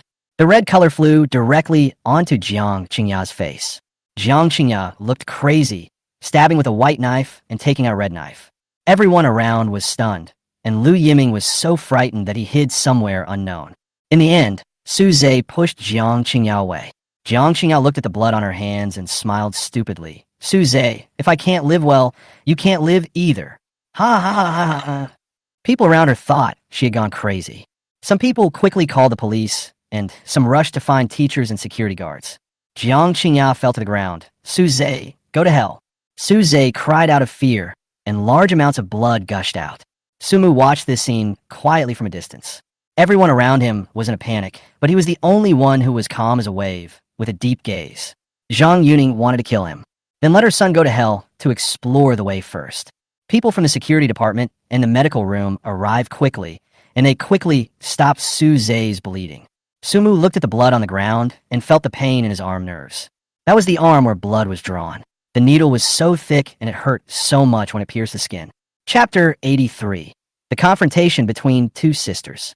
I still remember that at that time Suze was diagnosed with a blood disease and needed blood transfusions at any time. At that time, he was taken to the hospital by Su Tianxi, who said it was voluntary blood donation and directly drew 400 milliliters from him. He was a little dizzy at the time and didn't pay much attention to it. As a result, Su Tianxi said it was not enough and asked for another bag. Then I was stopped by the doctor, who said that so much blood could not be drawn. Later, Su Tianxi took Su Mu home and found a private doctor to draw blood at home. Su Mu was unwilling, so he was beaten by Su Tianxi, and Zhang Yuding was crying there. He said that as an older brother, he should take care of his younger brother. As an older brother, how could he watch his younger brother get sick and not help him? When he is of no use, he is a slave servant. When he is useful, he is Su Ze's brother. It's ridiculous. Sumu could never forget the pain of having his blood drained from his body, the pain and despair of losing too much blood and being in a state of hypothermia. What made him even more numb was the family he had always longed for wanted to drain his blood for another person. His mother knelt on the ground, begging him to draw more blood. His father had someone hold him down and force his blood to be drawn. The flesh and blood that his grandparents had raised with so much effort was torn apart by these fanged jackals and then given to Suze, who had always bullied him. I really hate it. Bags of blood were drawn from his body and then injected into Suze's body. His life gradually weakened, while Suze's life gradually became richer. The father and mother he longed for showed an ecstatic expression. Sumu thought of that scene. He clenched his jaw tightly, and a huge rage rose in his heart. That so-called home should be destroyed. Now looking at the blood flowing from Suze, a smile appeared on Sumu's lips. This was retribution. They drew his blood back then, and now Suze has to endure the same pain. If they want to kill him, then let them taste the excruciating pain first. Soon, Jiang Qingya was also taken away by the police. Suze was also sent to the hospital. When Zhang Yuding received the call, she was completely stunned. What? Say it again. They said Ozawa was stabbed by someone. How is that possible? There came a positive answer. Zhang Yuding's eyes went dark, and she went to find Su Tianxi in panic. Husband, it's over. Our son was stabbed and is now in the hospital. The doctor said he lost too much blood and his condition is not good. Su Tianxi was driving with Zhang Yuning sitting next to him. The two had just had a big battle and were taking a break at halftime. Hearing this, Su Tianxi couldn't hold the cigarette in his hand steadily. Which hospital? Zhang Yuning's face was also full of anxiety. They soon arrived at the hospital entrance. Suze was sent to the operating room, and the doctor told him that the incision was very deep and the patient was bleeding too much and his life was in danger. Zhang Yuning stumbled over in high heels, looking anxious and with messy hair. Seeing Zhang Yuning standing outside the operating room door, she rushed over and slapped her in the face. How do you look after children? The doctor said she would no longer be able to have children, and she only had this one son. When she heard the news that Suze was injured, she was more anxious than anyone else. Zhang Yuding was stunned and looked at Zhang Yuning in disbelief with her face covered. This bitch dares to hit her? Why did she hit her? What does it have to do with her if Xiaoza is injured? Zhang Yuding also slapped back with her backhand. Su Tianxi grabbed her wrist and said, "All right, can you please stop making trouble?" Chapter 84. I understood his feelings. Zhang Yuding's wrist was held tightly, and she couldn't move at all. She turned around and looked at Su Tianxi in disbelief. Husband, why did you stop me? You just watched me get beaten by her. Su Tianxi let go of his hand and touched his nose guiltily, then angrily scolded Zhang Yuding. I asked you to look after the child, but you couldn't even do it. Isn't it because of you that Xiaoza got hurt? Zhang Yuding immediately became discouraged, put down her hands, covered her face, and burst into tears. She didn't know this would happen. How could Xiaoza be stabbed? What is going on? Su Tianxi asked the school teacher standing next to him. The teacher was also very embarrassed when he saw this scene. Hearing this, he quickly spoke up. It was done today during physical education class by a classmate who had a grudge against him. The teacher couldn't understand it either. The two people seemed to have a good relationship. So why did they become like this just because of a disagreement? They all knew that Jiang Xingya had dropped out of school, but they didn't think it was Su Zhe's fault. Jiang Xingya has been arrested by the police. Don't worry, we will definitely give you an explanation, the teacher quickly assured. After hearing this, the three people's anger did not dissipate. Zhang Yuning walked back and forth anxiously in the corridor, and the sound of her high heels was very annoying. She complained as she walked, "Sister, I'm not saying anything bad about you, but can you take good care of Xiaoza? Xiaoza has been hospitalized several times in the past few days. Also, can you take good care of Sumu? Some time ago, Xiaoza was beaten by him and was hospitalized, but yesterday, he bullied Xiaoza again at school. Sumu must have done this many times. As parents, can you be more careful?" Zhang Yuning started to complain, obviously blaming Zhang Yuning very much. Zhang Yuning was also feeling bad. She had originally thought that she would wait for Sumu to come home and then teach him a lesson. As a result, school has started now, but there is still no sign of Sumu. Not only that, he also bullied Ozawa in school. Although she was angry at Sumu for being ignorant, she couldn't stand what Zhang Yuning said. "Xiao Zhe is my son. What does it have to do with you? You little bastard, get away and don't show up in front of me." Zhang Yuning doesn't indulge her. Zhang Yuning's face changed, and he looked directly at Su Tianxi with a face full of grievance. Su Tianxi was really overwhelmed. Su Nanyang also hurried over with her second sister, mainly because her mother called her and told them to come over. Hearing that her aunt Zhang Yuning was also there, she hurried over with her sister. During this period, she thrived in the Su family's company and quickly gained the trust of the board of directors. At the same time, she was also spending money secretly to buy scattered shares of the Su family. At present, individual investors have bought nearly 5% of the shares. As long as she is given another year or two, she will definitely become the leader of the Su family company. By then, even if Su Zhe's identity was exposed, it would not threaten her position. If you just hold on a little longer, you can tell your mother. Su Nanyang thought so, but she didn't expect the scene to be worse than she imagined. When Zhang Yuning was accused of being kept by a mistress, her expression changed immediately. She hated people using her identity to make trouble. This is a shame on her. "Sister, just because I call you sister, don't think you are superior to me. You're not as good as me in some aspects." Zhang Yuning spoke harshly. She turned her head and shed a few more tears, her expression pitiful. "It's not my fault that I was born. Sister, why do you treat me like this?" Brother-in-law. Su Nanyang was immediately furious when she saw this scene as soon as she arrived. Zhang Yuning is quite good at pretending. He pretends to be so weak in front of his father, but in fact he does all kinds of bad things behind his father's back. Su Wanlu frowned and stepped forward to speak. "Why are you pretending? Your identity is not presentable to begin with." Su Tianxi quickly spoke up to defend Zhang Yuning. "What are you talking about, rude thing? She's your aunt. Show some respect."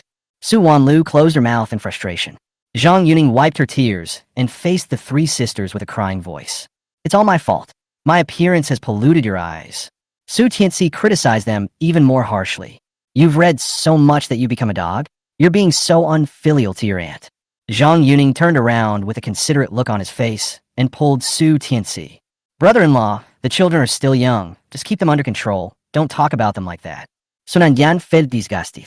If she hadn't had to consider her image in the hospital in front of so many people, she would have slapped him. But she felt that Zhang Yuning's figure was so familiar. She was a little dazed. It turned out that she had seen such a scene at home a long time ago. What Su Zhe said, did, and even his expression were exactly the same as Zhang Yuning's. I seem to have seen such scenes in every corner of my home. It was always Sumu who did something wrong. Then Su Zhe jumped out and pretended to be pitiful, saying that he didn't blame Su Mu and that it was all his fault. Then these sisters would become even angrier and scold Su Mu even more harshly. Su Mu would always stubbornly argue, "I did nothing wrong. This was never my fault. I won't apologize." He is a rebellious person. Su Mu like this, Sananyang felt extremely disgusted and thought he was difficult to discipline.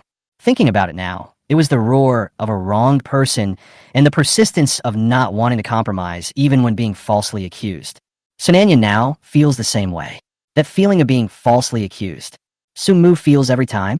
Nausea, powerlessness, anger, grievance. Su Wanlu also realized it. She turned to look at her elder sister, her lips trembling. "Sister, we used to treat our own brother like this. Turns out, Su Zhe did it on purpose every time. They are so blind." Su Nanyang also rarely refuted. At this time in the past, she would definitely say that Su Mu was pretending. Su Nanyang remembered the pen she had lost. Suze said it was stolen by Su Mu. She didn't seek verification, nor did she even let Su Mu say a few more words to defend himself. She beat Su Mu directly, thinking that he was a thief. Then they locked him in the cellar and starved him for 2 days. Su Nanyang was a little afraid to find out the truth. Her younger brother, who had been full of admiration for her, crawled out of the cellar that day and refused to look at her again. And those flowers. Her company was attacked by competitors at the time, and she felt very depressed for a while. During that period, she was in a bad temper and always got angry at Su Mu when she got home. At that time, she had not yet developed such a relationship with the young star Lu Mingze. She has to maintain the image of a decisive and strong woman outside, and be a sensible elder sister at home who can guide her younger siblings in their growth. She had nowhere to vent her stress. He often beat and scolded Su Mu. Su Mu always endured it silently, and then comforted her that everything would be fine. She still remembered Su Mu's appearance as a teenager, and when she smiled, her eyes sparkled. "Sister, you are the most powerful person I have ever met. You can overcome all the obstacles in this world. If you can run one company successfully, you can run many companies successfully. You will definitely succeed. Even if you can't run a successful company, you are still my elder sister. No matter who you are still my elder sister. Big sister, I sincerely wish you all the best. If there is a God, I would pray that he would share half of my good fortune with my elder sister, so that her company can turn the crisis into safety. May her be happy forever." Chapter 85. She lost the most precious thing in the world. Su Nanyang still remembers these words clearly. At that time, she also heard Su Mu talking about the past in the orphanage. "Everyone at the orphanage is so nice, and I have my grandparents who tell me to be content with what I have. I have a father, a mother, and sisters now, and I am very happy because the books say that family love is beautiful, and the love of family is the greatest thing in the world. I come here, and I can have the greatest thing." Su Mu's words are still ringing in my ears. Su Nanyang didn't take it seriously at the time, but it sounds really ironic now. Su Nanyang returned to work the next day. From then on, she received a bouquet of flowers every morning. The person who sent the flowers knew that she valued quality, so he specially bought her favorite flowers. The blessings on those cards can be seen to be carefully handwritten. If you think about it carefully, the handwriting is exactly the same as Su Mu's. Su Nanyang was a little unsteady on her feet. She originally thought that she had no emotions, but now I suddenly felt a surge of regret in my heart. In the same situation as Su Mu, she could understand Su Mu's feelings better. She couldn't imagine what kind of mentality Su Mu had when facing them, her sisters. At that time, they were definitely as confused about right and wrong as Su Tianxi and as hateful as Zhang Yuning. Su Nanyang leaned against the wall and took a heavy breath. She had lost a young man whose heart and eyes were filled with her. She lost a good brother who always believed in her and encouraged her. And she threw all of this away with her own hands. For the sake of an illegitimate child, they abandoned their beloved brother. Su Nanyang felt a chill all over her body and felt a little more disgusted with Su Tianxi and Zhang Yuning opposite her. Su Nanyang pressed her temples tightly and stared at Zhang Yuning opposite her. "This is our family's business. You are not welcome here." Zhang Yuning also quickly came to her eldest daughter and asked her to make the decision for her. Su Tianxi hates others challenging his authority, especially his children. "Su Nanya, how can you talk like that?" he shouted angrily. Zhang Yuning hooked the hair next to her charming face and said, "Brother-in-law, don't be angry. I won't argue with the child." Su Nanyang was so angry that she felt depressed and uncomfortable. I thought of Su Mu again, and all kinds of feelings came to my mind. At this time, the doctor hurried out of the operating room and asked, "Who among you is the patient's family member?" Zhang Yuning quickly squeezed over, and Su Nanyang couldn't hold her back. Su Tianxi and Zhang Yuning also squeezed over. Only Su Nanyang and Su Wanlu stood a little further away. The two people had different expressions, but they were thinking the same thing. As for Su Zhe, they no longer care about him. The doctor glanced at them, frowned when he thought of the patient's blood loss. The patient is in urgent need of O-type Rh-negative blood. This blood type is very rare. Our hospital blood bank doesn't have enough blood. We need someone to donate blood. Hearing about this rare blood type, Zhang Yuning quickly turned her gaze to Su Tianxi. "I have type A blood." Su Tianxi felt very troubled and a little irritated. "I am type B blood, and none of my 3 daughters have type O blood." Zhang Yuning bit his lip, staring at the people looking back and forth, very anxious. "I have type B blood." The doctor listened to their words and raised his head in disbelief. "You have so many relatives, and not one has the same blood type as him." Su Tianxi suddenly had an idea. There was a person whose blood type was the same as Xiao's. He almost forgot about it. He almost forgot the purpose of bringing Sumu back. There's someone whose blood type matches. Sumu. Sumu has this blood type. Chapter 86. The mother knows the true identity of the illegitimate child. Zhang Yuning's face lit up with joy. Great! Xiaoza is saved. Hurry and get him to the hospital. Su Zhe was injured suddenly and is now receiving treatment in a hospital next to the school. Sumu obliged smoothly. Zhang Yuding also breathed a sigh of relief. But then she remembered Su Mu's stubborn and indifferent look when he left home, and she couldn't help but feel a little worried. What if Su Mu doesn't want to? Su Mu doesn't like Xiaoza and might even watch him die without helping him. Her son is the most cold-blooded. If he won't even call me mom, how can you expect him to do anything else? Su Tianxi sneered. That's not up to him. Su Wanlu listened to the conversation between the three of them, her body shaking. No, we are already very sorry to Su Mu. Dad, Mom, please listen to my advice. Su Mu hates us very much, and there is no way he would give Su Zhe a blood transfusion. Doesn't he love you sisters the most? If you go to him and cry and make a scene, he'll give in. Su Tianxi sneered at Sumo. Su Wanlu thought that Su Mu was unwilling to give her cancer prescription, let alone give Su Zhe a blood transfusion. I'm not going. Su Wanlu refused. Su Nanyang also shook her head. I won't go either. It will be better to get blood from another hospital. Other hospitals take at least 4 hours to prepare blood, which is not enough time. The patient must receive a blood transfusion within 3 hours. Otherwise, his life may be in danger. The doctor heard their noise and raised his voice so that they could all hear. We tried our best, but the wound was very deep, about 7 or 8 centimeters, and it was caused by stabbing it in and moving upwards. It can be sutured, but the blood loss is too much, so I asked people from other hospitals to transfer blood as soon as possible.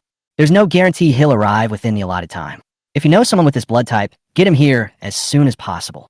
After the doctor finished speaking, he turned and went into the operating room. When Zhang Yuding heard that her life was in danger, she felt like the sky was falling. Her legs went weak, and she almost fell to the ground. No, I must save my son. Zhang Yuding stood up, her expression becoming stronger. Zhang Yuding was also very anxious. Then we can only find Su Mu first. We must get him to come over. Su Tianxi made a phone call and shouted, "Go to the school now and bring that rebellious son over. You have to beat him even if you don't want to." Zhang Yuding hurriedly trotted after him. The two of them were very fast and soon reached the door. Zhang Yuding also hurried over. If Su Mu didn't want to, at worst, she would kneel down for him. Su Mu can't possibly deny her as his mother, right? Su Wanlu saw her mother running around for Su Zhe, the illegitimate son, and even had to look for Su Mu. She was really a little broken. She couldn't keep it a secret any longer, or she would die. She would die of guilt. Sister, I can't hide this for you anymore. Mama's already like that. If this continues, everything will be over. Su Wanlu was so angry that her stomach hurt. She pressed it with her hands and pleaded to Su Nanyang in a low voice. Sister, tell Mom the truth. If you don't tell Mom now, Mom will definitely hate us in the future. And Brother Sumo, we've already let him down enough. If we keep hiding this, Brother Sumu won't come home. If we tell Mom, maybe we can get him back. After Su Wanlu finished speaking, she made up her mind, turned around, and caught up with Zhang Yuding. Su Nanya did not stop. Let's take it one step at a time. This matter really can't be kept secret any longer. Fortunately, she has acquired some shares, which is considered some gain. Su Wanlu grabbed Zhang Yuding and said, Mom, I want to tell you something. Zhang Yuding was so anxious that she slapped her hand away. What's the matter? Xiao's matter is the most urgent thing now. I have to go find Su Mu and ask him to give his brother a blood transfusion. Mom, Su Zhe is the son of Dad and Annie. Don't go looking for Brother Su Mu. Wake up. Su Wanlu grabbed Zhang Yuding, her voice hurried but clear. These words were like a thunderclap in the clear sky, shocking Zhang Yuding so much that she couldn't recover. Here I come. Here comes the 5th update. The keyboard is smoking from typing. Balls. Small gifts are coming. Chapter 87. Raising a son for the mistress. She suspected that there was something wrong with her ears, because Su Zhe was clearly the child adopted from the orphanage by her husband and her. How did it become my husband and Zhang Yuning's child? Su Wanlu looked at her stunned mother and couldn't help sobbing. Mom, can you please stop running around for Su Zhe? He's a bastard. Zhang Yuding's face was pale. For a moment, there was no other sound in the hospital corridor except Su Wanlu's sobbing. It was so quiet that it was terrifying. Zhang Yuding took a half step back and shook her head desperately. I don't believe it. Are you lying to me? How is that possible?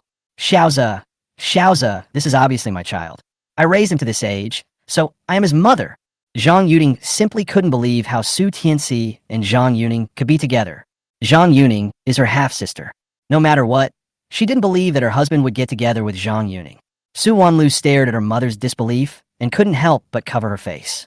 If she hadn't gotten the paternity test report, she wouldn't have believed that her beloved brother Ozawa was actually the product of their father's infidelity. And they actually put so much effort into such an illegitimate child. They even turned their backs on their own brothers because of this. Wanlu, are you lying to Mom? You're lying to me, right? Zhang Yuting screamed, suddenly pushed Su Wanlu away, looked at the door of the treatment room, and rushed over. Ozawa, I don't believe it. Ozawa. The nurse next to her hurriedly stopped her, and Su Nanyang and Su Wanlu also quickly grabbed Zhang Yuting and pulled her to the chair next to her. It's true, there's an appraisal report, Mom. Calm down. Sumu had sent her before on her mobile phone. The voices of Su Tianxi and Zhang Yuting rang out clearly in the space. Zhang Yuting was heartbroken and felt as if her brain was being pricked by needles. She wished she could faint. If you faint, you won't have to endure this unacceptable truth. Mom, Dad said he would leave all his property to Su Zhe, and he would kill our younger brother Su Mu. Su Wanlio's voice was trembling as she suddenly thought of the last time her fourth sister told her that Su Mu had been in a car accident. This strange car accident could be planned by Dad? Su Wanlu felt cold all over and her pupils dilated. No. She didn't dare think about it anymore. Even a tiger won't eat its own cubs. No matter what, Sumu is still his father's son. Dad shouldn't be so cruel. Zhang Yuting didn't come back to her senses for a long time. Her face was numb and her eyes showed a bit of madness. She has been devoting herself to this family for so many years and treats Su Zhe as her own son. I wish I could give all the good things to Su Zhe. When she first took Su Zhe back, all her guilt towards Su Mu and her joy at getting her child back were transformed into pampering towards Su Zhe. How grateful she was to God at that time for giving her such a lovely child. She lost Su Mu, but she gained another more well-behaved child. She thought it was God's mercy to her. Zhang Yuting thought of the time when she just brought Su Mu back home. Su Zhe was so upset that he couldn't eat. Afraid of being abandoned, he locked himself in the room and refused to come out. At that time, in order to pay attention to Su Zhe's mood, she ignored Su Mu and let the servants arrange everything for Su Mu. She stayed by Ozawa's side the whole time, comforting him that she would not abandon her own son even if he came back. She told Su Zhe at that time that he would always be a child of the Su family. It's so funny to think about it now. Su Zhe is indeed a child of the Su family. It's just the child her husband had out of wedlock. Zhang Yuting burst into tears and pounded the wall with her fists, wishing she could bang her head against it and die. She actually raised someone else's son as her own for more than 10 years. It had to be that bitch. It had to be that bitch Zhang Yuning. And Su Tianxi. When Su Tianxi married her, he vowed to treat her well for the rest of his life. Zhang Yuting's heart felt like it was pierced by several big holes, and she was in excruciating pain.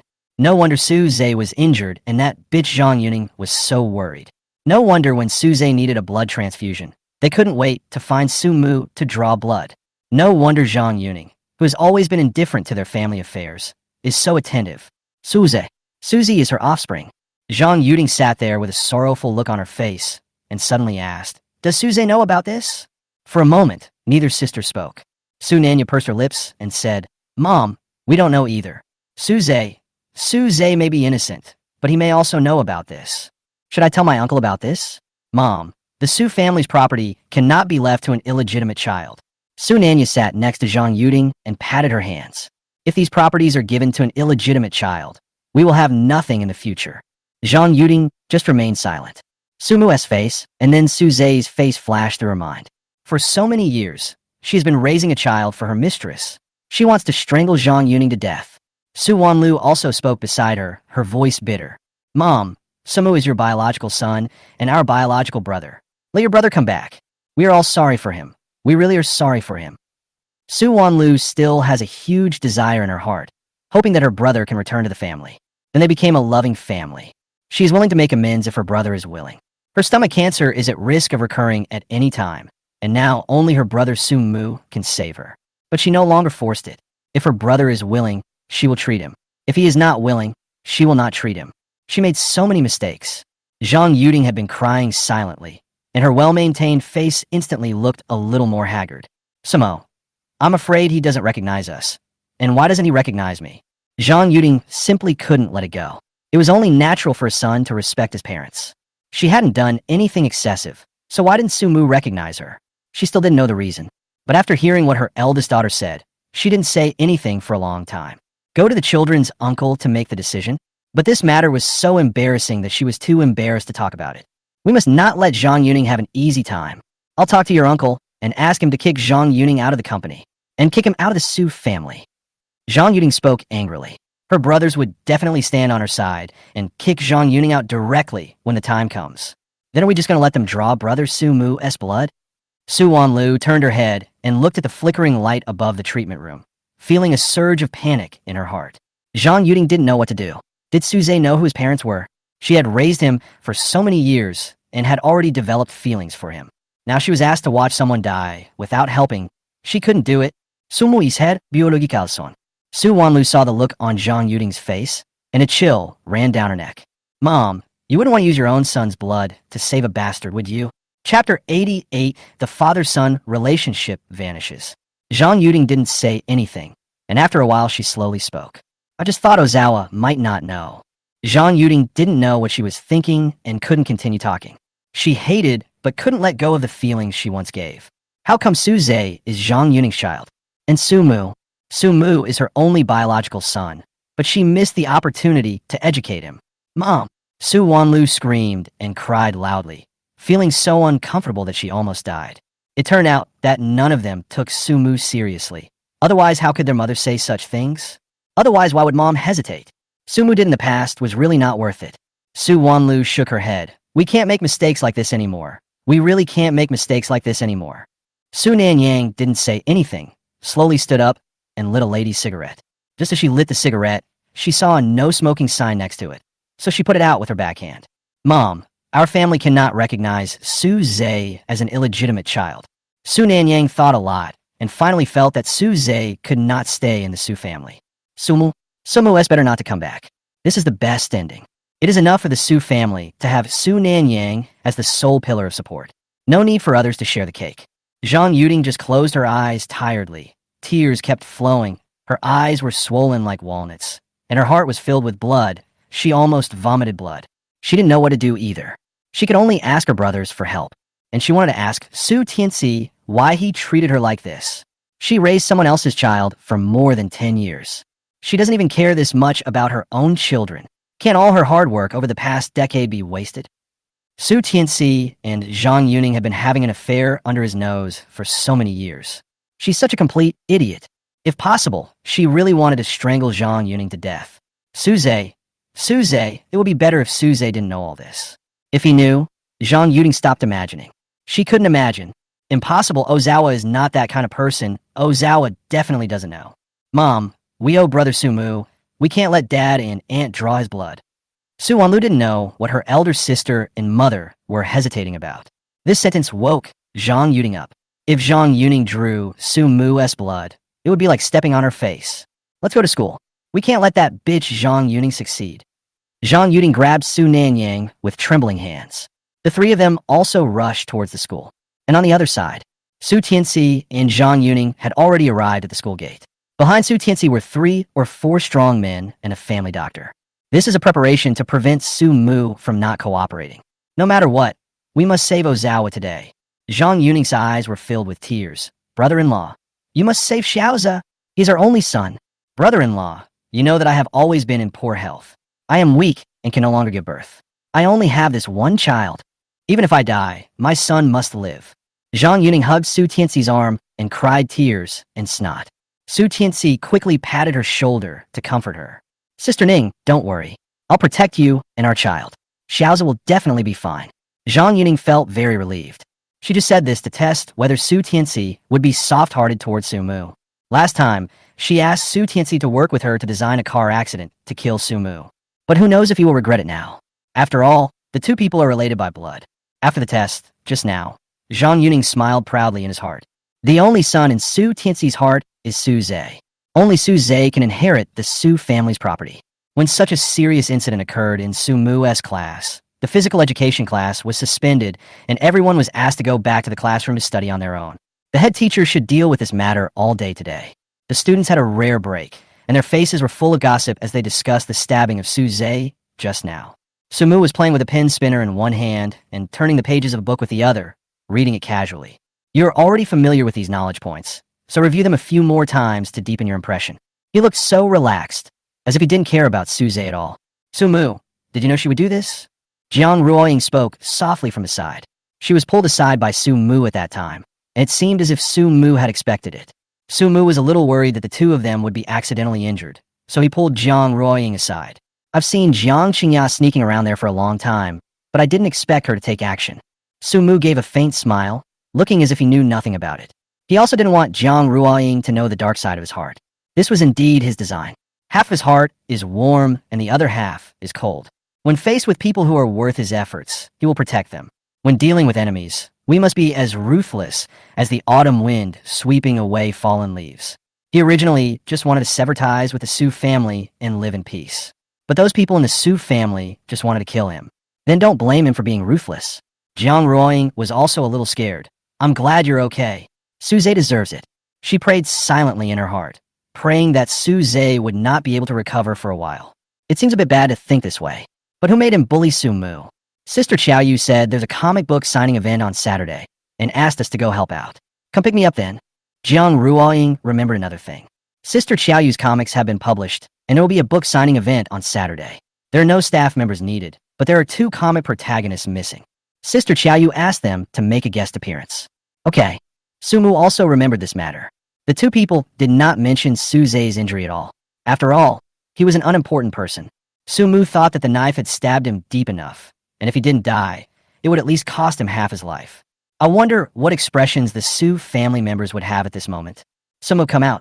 Su Tianxi finally found the class where Sumu was and shouted angrily at the door, calling out to Sumu. The sound attracted everyone's attention. The classmates looked outside and saw 4 or 5 people blocking the door. The monitor wearing glasses was smarter and slipped out through the back door to find the teacher. These people don't look like good people. Sumu frowned and looked outside. Why was Su Tianxi here? Then he saw a familiar face among the group of people outside.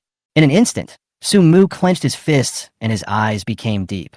It was the family doctor who drew his blood. Haha, does Su Tianxi want me to be Suze's blood bag like before? Sumu sat in his seat without moving, looking coldly at Su Tianxi, who was standing at the door with an anxious look on his face. Zhang Yuning was standing behind Su Tianxi, and his face was also full of anxiety. It seems that it is really for Suze. Sumu fiddled with his phone, turned on the camera, and handed it to Jiang Ruoying. Ruoying, no matter what happens, record it all. Su Tianxi still wanted to draw his blood like before. Absolutely impossible. He doesn't want a family like this. Su Tianxi couldn't wait any longer. Ignoring the gazes of so many students, he walked straight into the classroom and reached out to grab Sumu's arm to pull him out. Sumu stood up suddenly, pushed the desk forward and kicked it. Chapter 89, I've already broken my bones. Su Tianxi was caught off guard and was kicked in the stomach. He took a few steps back and held onto the table because he had not exercised for many years. Then he felt angry. As a father, he was kicked by his son. It's so fucking embarrassing. He stared at Sumu in anger. You rebellious son, how dare you hit me? You are such a rebel. He is the absolute authority in the family, and no one has ever dared to treat him like this. Sumu has been submissive ever since he was brought back. Su Tianxi looked down on his son. He brought Sumu back because Suze discovered a hidden blood disease during a physical examination and would most likely need a large amount of blood in the future. Only then did Su Tianxi think of a reason to bring Sumu back. At home, he also allowed Suze to frame Sumu and bully Sumu. In his opinion, Suze inherited his temper and personality. Sumu's son, who is obviously a waste, doesn't seem like his own son at all. Only children born to the woman you love most have good genes. As for Sumu, he is not worthy of inheriting the family business and property. It is Sumu's blessing that he can now give blood to Xiaoza. He didn't expect that his son, who had always been submissive, would dare to resist him in front of so many people. He took a few deep breaths and calmed down. Sumu cannot be taken away in front of so many people. Otherwise, if something happens to Sumu in the future, public opinion will definitely put pressure on him. He forced a few smiles. Sumu, I'm your father. How can a father and son hold grudges overnight? I want to talk to you. Come out. Sumu stood there, crossed his arms, and smiled. Let's talk about it here if you have anything to say. Also, we're just strangers. Don't claim any relatives. Sumu was not polite at all. He knew this old fox and was usually very good at disguise. If Suze had not been in urgent need of blood and had not forced Su Tianxi into a corner, Su Tianxi would probably have been thinking of kidnapping him home without anyone noticing and then drawing his blood. Looking at so many people around, Su Tianxi whispered, "Su Mu, I'm your father. You have to listen to me. Come out quickly." His voice was already filled with anger. Su Mu stood still. The way he looked at Su Tianxi was like looking at a clown. Su Tianxi gave a look to the people behind him, and they also came into the classroom, apparently wanting to forcefully pull Su Mu out. Chi Fei also quickly stood up and stood in front of Su Mu. "I also called a few people. What do you want to do? You want to beat up students in school?" Su Mu spoke calmly. Several people paused and turned back to wait for Su Tianxi's instructions. Zhang Yuning couldn't wait any longer and ran into the classroom from the door, crying with tears in her eyes and red and swollen eyes. "Su Mu, I'm kneeling down for you. Please save your brother. Your brother was just injured and is bleeding heavily in the hospital. He needs you to donate a little blood to him. You wouldn't be so cruel as to watch him die without helping him, would you? He's your brother after all." Zhang Yuning was sobbing, but his voice was very clear. Every word he said accused Su Mu of disregarding family ties and human ethics. While she was crying, she was paying attention to Su Mu's expression. She was putting pressure on Su Mu. If Su Mu doesn't agree, Su Mu's image in school will be ruined. Not only that, this matter can also be spread, letting everyone know that Su Mu is a cold-blooded and selfish person. Su Mu to inherit the property in the future. The most urgent task now is to let Su Mu give Xiaoze a blood transfusion. Zhang Yuning is very good at using this method. Su Mu stared at the crying Zhang Yuning and had to say that the mother and son were really of the same blood. He is an absolute master at using this method. The other students around were all scared. It turned out that they came here for Su Mu's blood. They always saw Suze bullying Su Mu. Moreover, Suze often ordered Su Mu around, and before that, they didn't even know that they were brothers. Suze said that Su Mu was his study companion. At that time, they thought Su Mu was a servant child, who knew that Su Yin was also a child of the Su family. Suddenly, no one in the class spoke. Zhang Yuning saw that no one supported her. Her eyes darkened, and she pulled Su Tianxi and started crying. "Su Mu, although your brother did something wrong, he is still young after all. You have the same blood, and you are a family. So how can you be so cold-blooded and cruel? The injury is inflicted on the son, but the pain is felt by the father. Do you really want your father to kneel down for you?" Zhang Yuning covered her face and cried. Several classmates who came from happy families showed expressions of pity on their faces. Some even whispered, "After all, we are a family. Is Su Mu really not willing to save us at all? How can this be family? This is simply an enemy. Su Mu is indeed a bit cold-blooded. I really can't imagine being in the same class with such a cold-blooded person." There was some whispering around. Jiang Ring said to the person over there angrily and coldly, "Shut up. Don't comment on things you don't know about. If you want to be a good person, then go to the hospital and donate blood now." This was the first time that Jiang Ruoying was so strict with her classmates, even angry. They immediately shut up. Since they were young, their families have taught them to protect themselves and not to donate blood. Moreover, I felt very embarrassed when I was confronted by the goddess of school. Su Mu didn't take those words to heart. He just looked at Zhang Yuning sarcastically. Then kneeled down. "I'm in a good mood, and maybe I can even reward him." The two men's expressions froze instantly. They had never expected Su Mu to say such a thing. "Why don't you kneel down? I'm ready." Su Mu smiled lazily and sat casually on the desk, facing the two of them. He looked as if he was really ready to accept the two men's kneeling worship. "You actually want me to kneel? You disobedient son. What a disobedient son." Su Tianxi really couldn't stand it anymore. He was provoked by his useless son again and again. He now wished he could strangle Su Mu to death. "Don't call me that anymore, rebellious son. I don't dare to be your son. If I become your son, I will die. You gave birth to me, but didn't raise me, so I don't owe you anything. I have even repaid you for giving me life. Do you remember my hand that day? You broke the bones there with your own hands. My blood and flesh have been returned to you. You are not worthy of being a father, or even a man." Su Mu stared at the strange man in front of him and spoke word by word. Is a man who wants to kill him worthy of being a father? Su Mu never imagined that the bottom line of evil was so low, and the family affection and fatherly love he longed for was so pathetic. In the past, Lin Neza took out his bones to repay his father, so he will break his bones to repay his relatives. Is there any father in this world who doesn't love his son? Su Mu didn't know, but he knew that his father only loved another son. Su Mu said made Su Tianxi take a few steps back, holding his chest, his hands trembling. "As a son, it's only natural for you to listen to me. I gave birth to you, so you have to obey me. Now follow me to save your brother." Su Tianxi slammed the table. Zhang Yuning, who was standing next to him, felt his knees go weak and he knelt down. Time was running out and his son must not be in any danger. She knelt down and forced Su Mu, and she didn't believe that Su Mu could still hold on. Su Mu, I'm begging you. I'm begging you on behalf of your parents. Please save your brother. Zhang Yuning knelt there and cried. Chapter 90, I kneel down to you. Everyone was stunned and turned to observe Su Mu's expression. Make an elder kneel to him? This is too fucking brave and too fucking against the moral principles and ethics. Su Mu didn't expect that she would actually kneel down. It is said that a shameless person is invincible. Zhang Yuning is so shameless. Su Mu grabbed Zhang Yuning and said, You are so bold towards Su Zhe? Is he your son? Su Mu knew the truth, but still asked deliberately, just to see the guilty expressions of the two people. Sure enough, Zhang Yuning stopped crying and looked at Su Mu in panic. Su Mu threw her aside, as if there was something dirty on his hands. His tone was cold and decisive. Kneeling is useless. Whether he is dead or alive has nothing to do with me.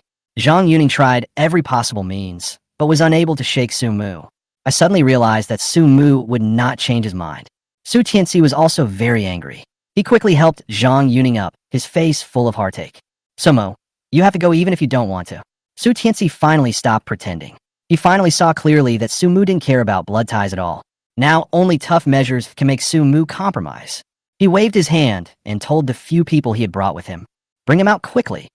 They came up and attacked without saying anything. Su Tianxi, think carefully about where this place is. If you use force, you will be ruined.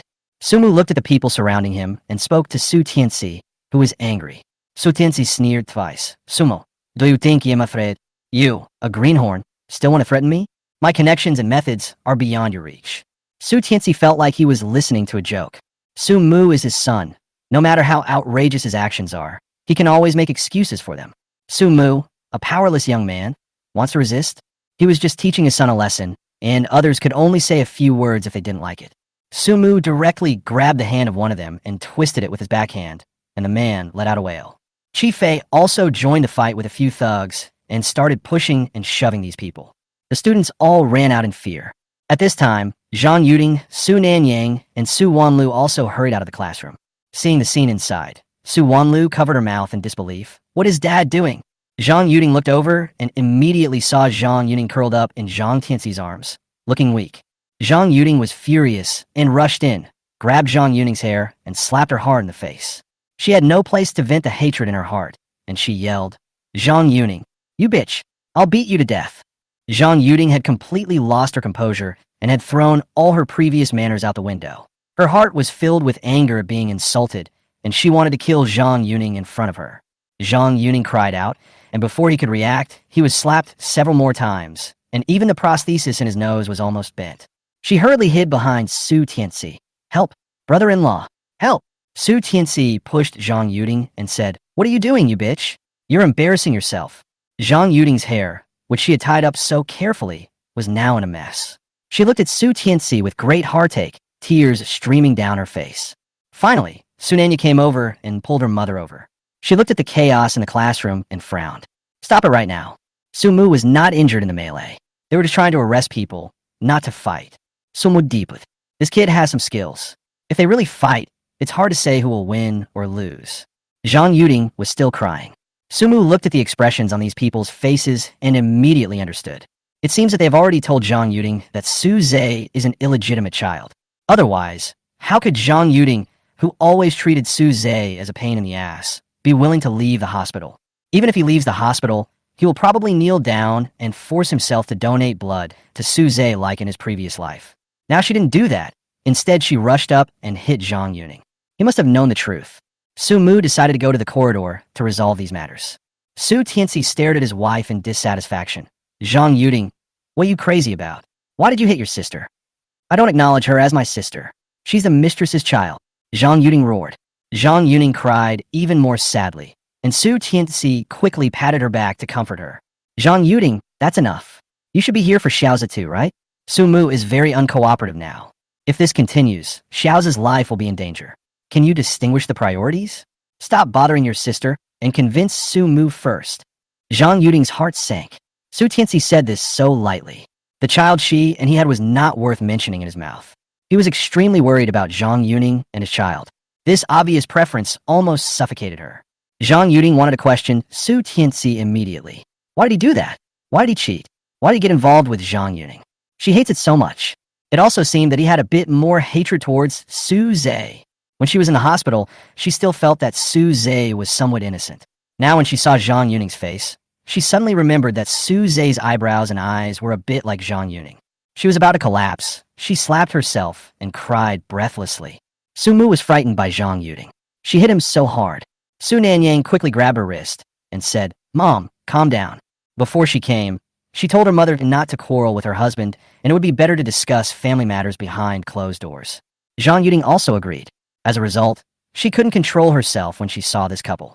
After hearing what her eldest daughter said, she calmed down a little. Su Tianxi, you want to use your own son's blood to save that son who is not related to you by blood? Impossible. Zhang Yuding said this with red eyes. At this moment, she completely understood.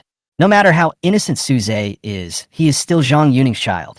Su Mu is still her child. She couldn't possibly use her own child's blood to save Zhang Yuning's child. On the contrary, the more painful Zhang Yuning was, the happier she was. Hearing this, Su Tianxi was surprised. Nonsense. Su Zhe is our child too. He's still lying in the operating room. You're making him feel heartbroken. Su Tianxi felt that Zhang Yuding was really crazy. Zhang Yuding has raised Su Zhe as her own son for many years. Su Wanlu slowly walked to Su Mu's side. Brother, don't worry. We won't use your blood to save him. Su Nanya frowned and looked at her father. Su Zhe is just an adopted child and has no blood relationship with us. Su Mu is our biological brother. We can't do this. Compared with Su Zhe, Su Mu is their brother from the same mother, and Su Mu is also easier to control than Su Zhe. She turned to look at Su Mu. Su Mu, don't worry. We won't let Dad do that. Su Mu felt that everything in front of him was very interesting, both interesting and ironic. I have never seen them so attentive in my previous life. Then I should thank you too? Su Mu looked at their enlightened expressions, and his heart did not soften at all. He doesn't want this so-called belated family affection. No, this is what should be done. Su Anliu hurriedly spoke to Sumu. Chapter 91, It is impossible to forgive you. Su Anliu was said, Sumu, you're our only biological brother. I hope you can come home and live with us. I will definitely make it up to you. Sumu heard these words. He felt as sick as if he had eaten a fly. Shut up now. Did you just find out today that I'm your biological brother? You only thought of me after you got sick, and that's why you keep posting to me. You know what you are thinking.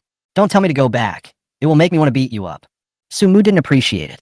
It wasn't the first day these people knew that he was their biological brother. There were countless opportunities in between they could have regretted, could have chosen not to cover up for Su Zhe, and could not have trusted Su Zhe. However, they made the wrong choice every time.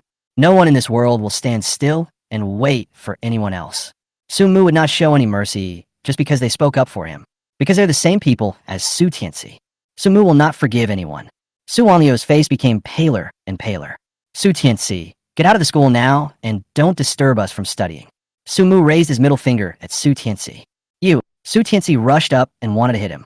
This unfilial son is really going against the will of heaven. Su Mu grabbed his wrist without hesitation and pushed hard, and Su Tianxi was pushed half out. The tailbone of his spine hit the ground hard, and he let out a scream. Zhang Yuning hurried to help him and looked at the time anxiously. More than an hour has passed. What about my son's life? At this time, the teacher and the security team downstairs hurried over, accompanied by several plainclothes policemen.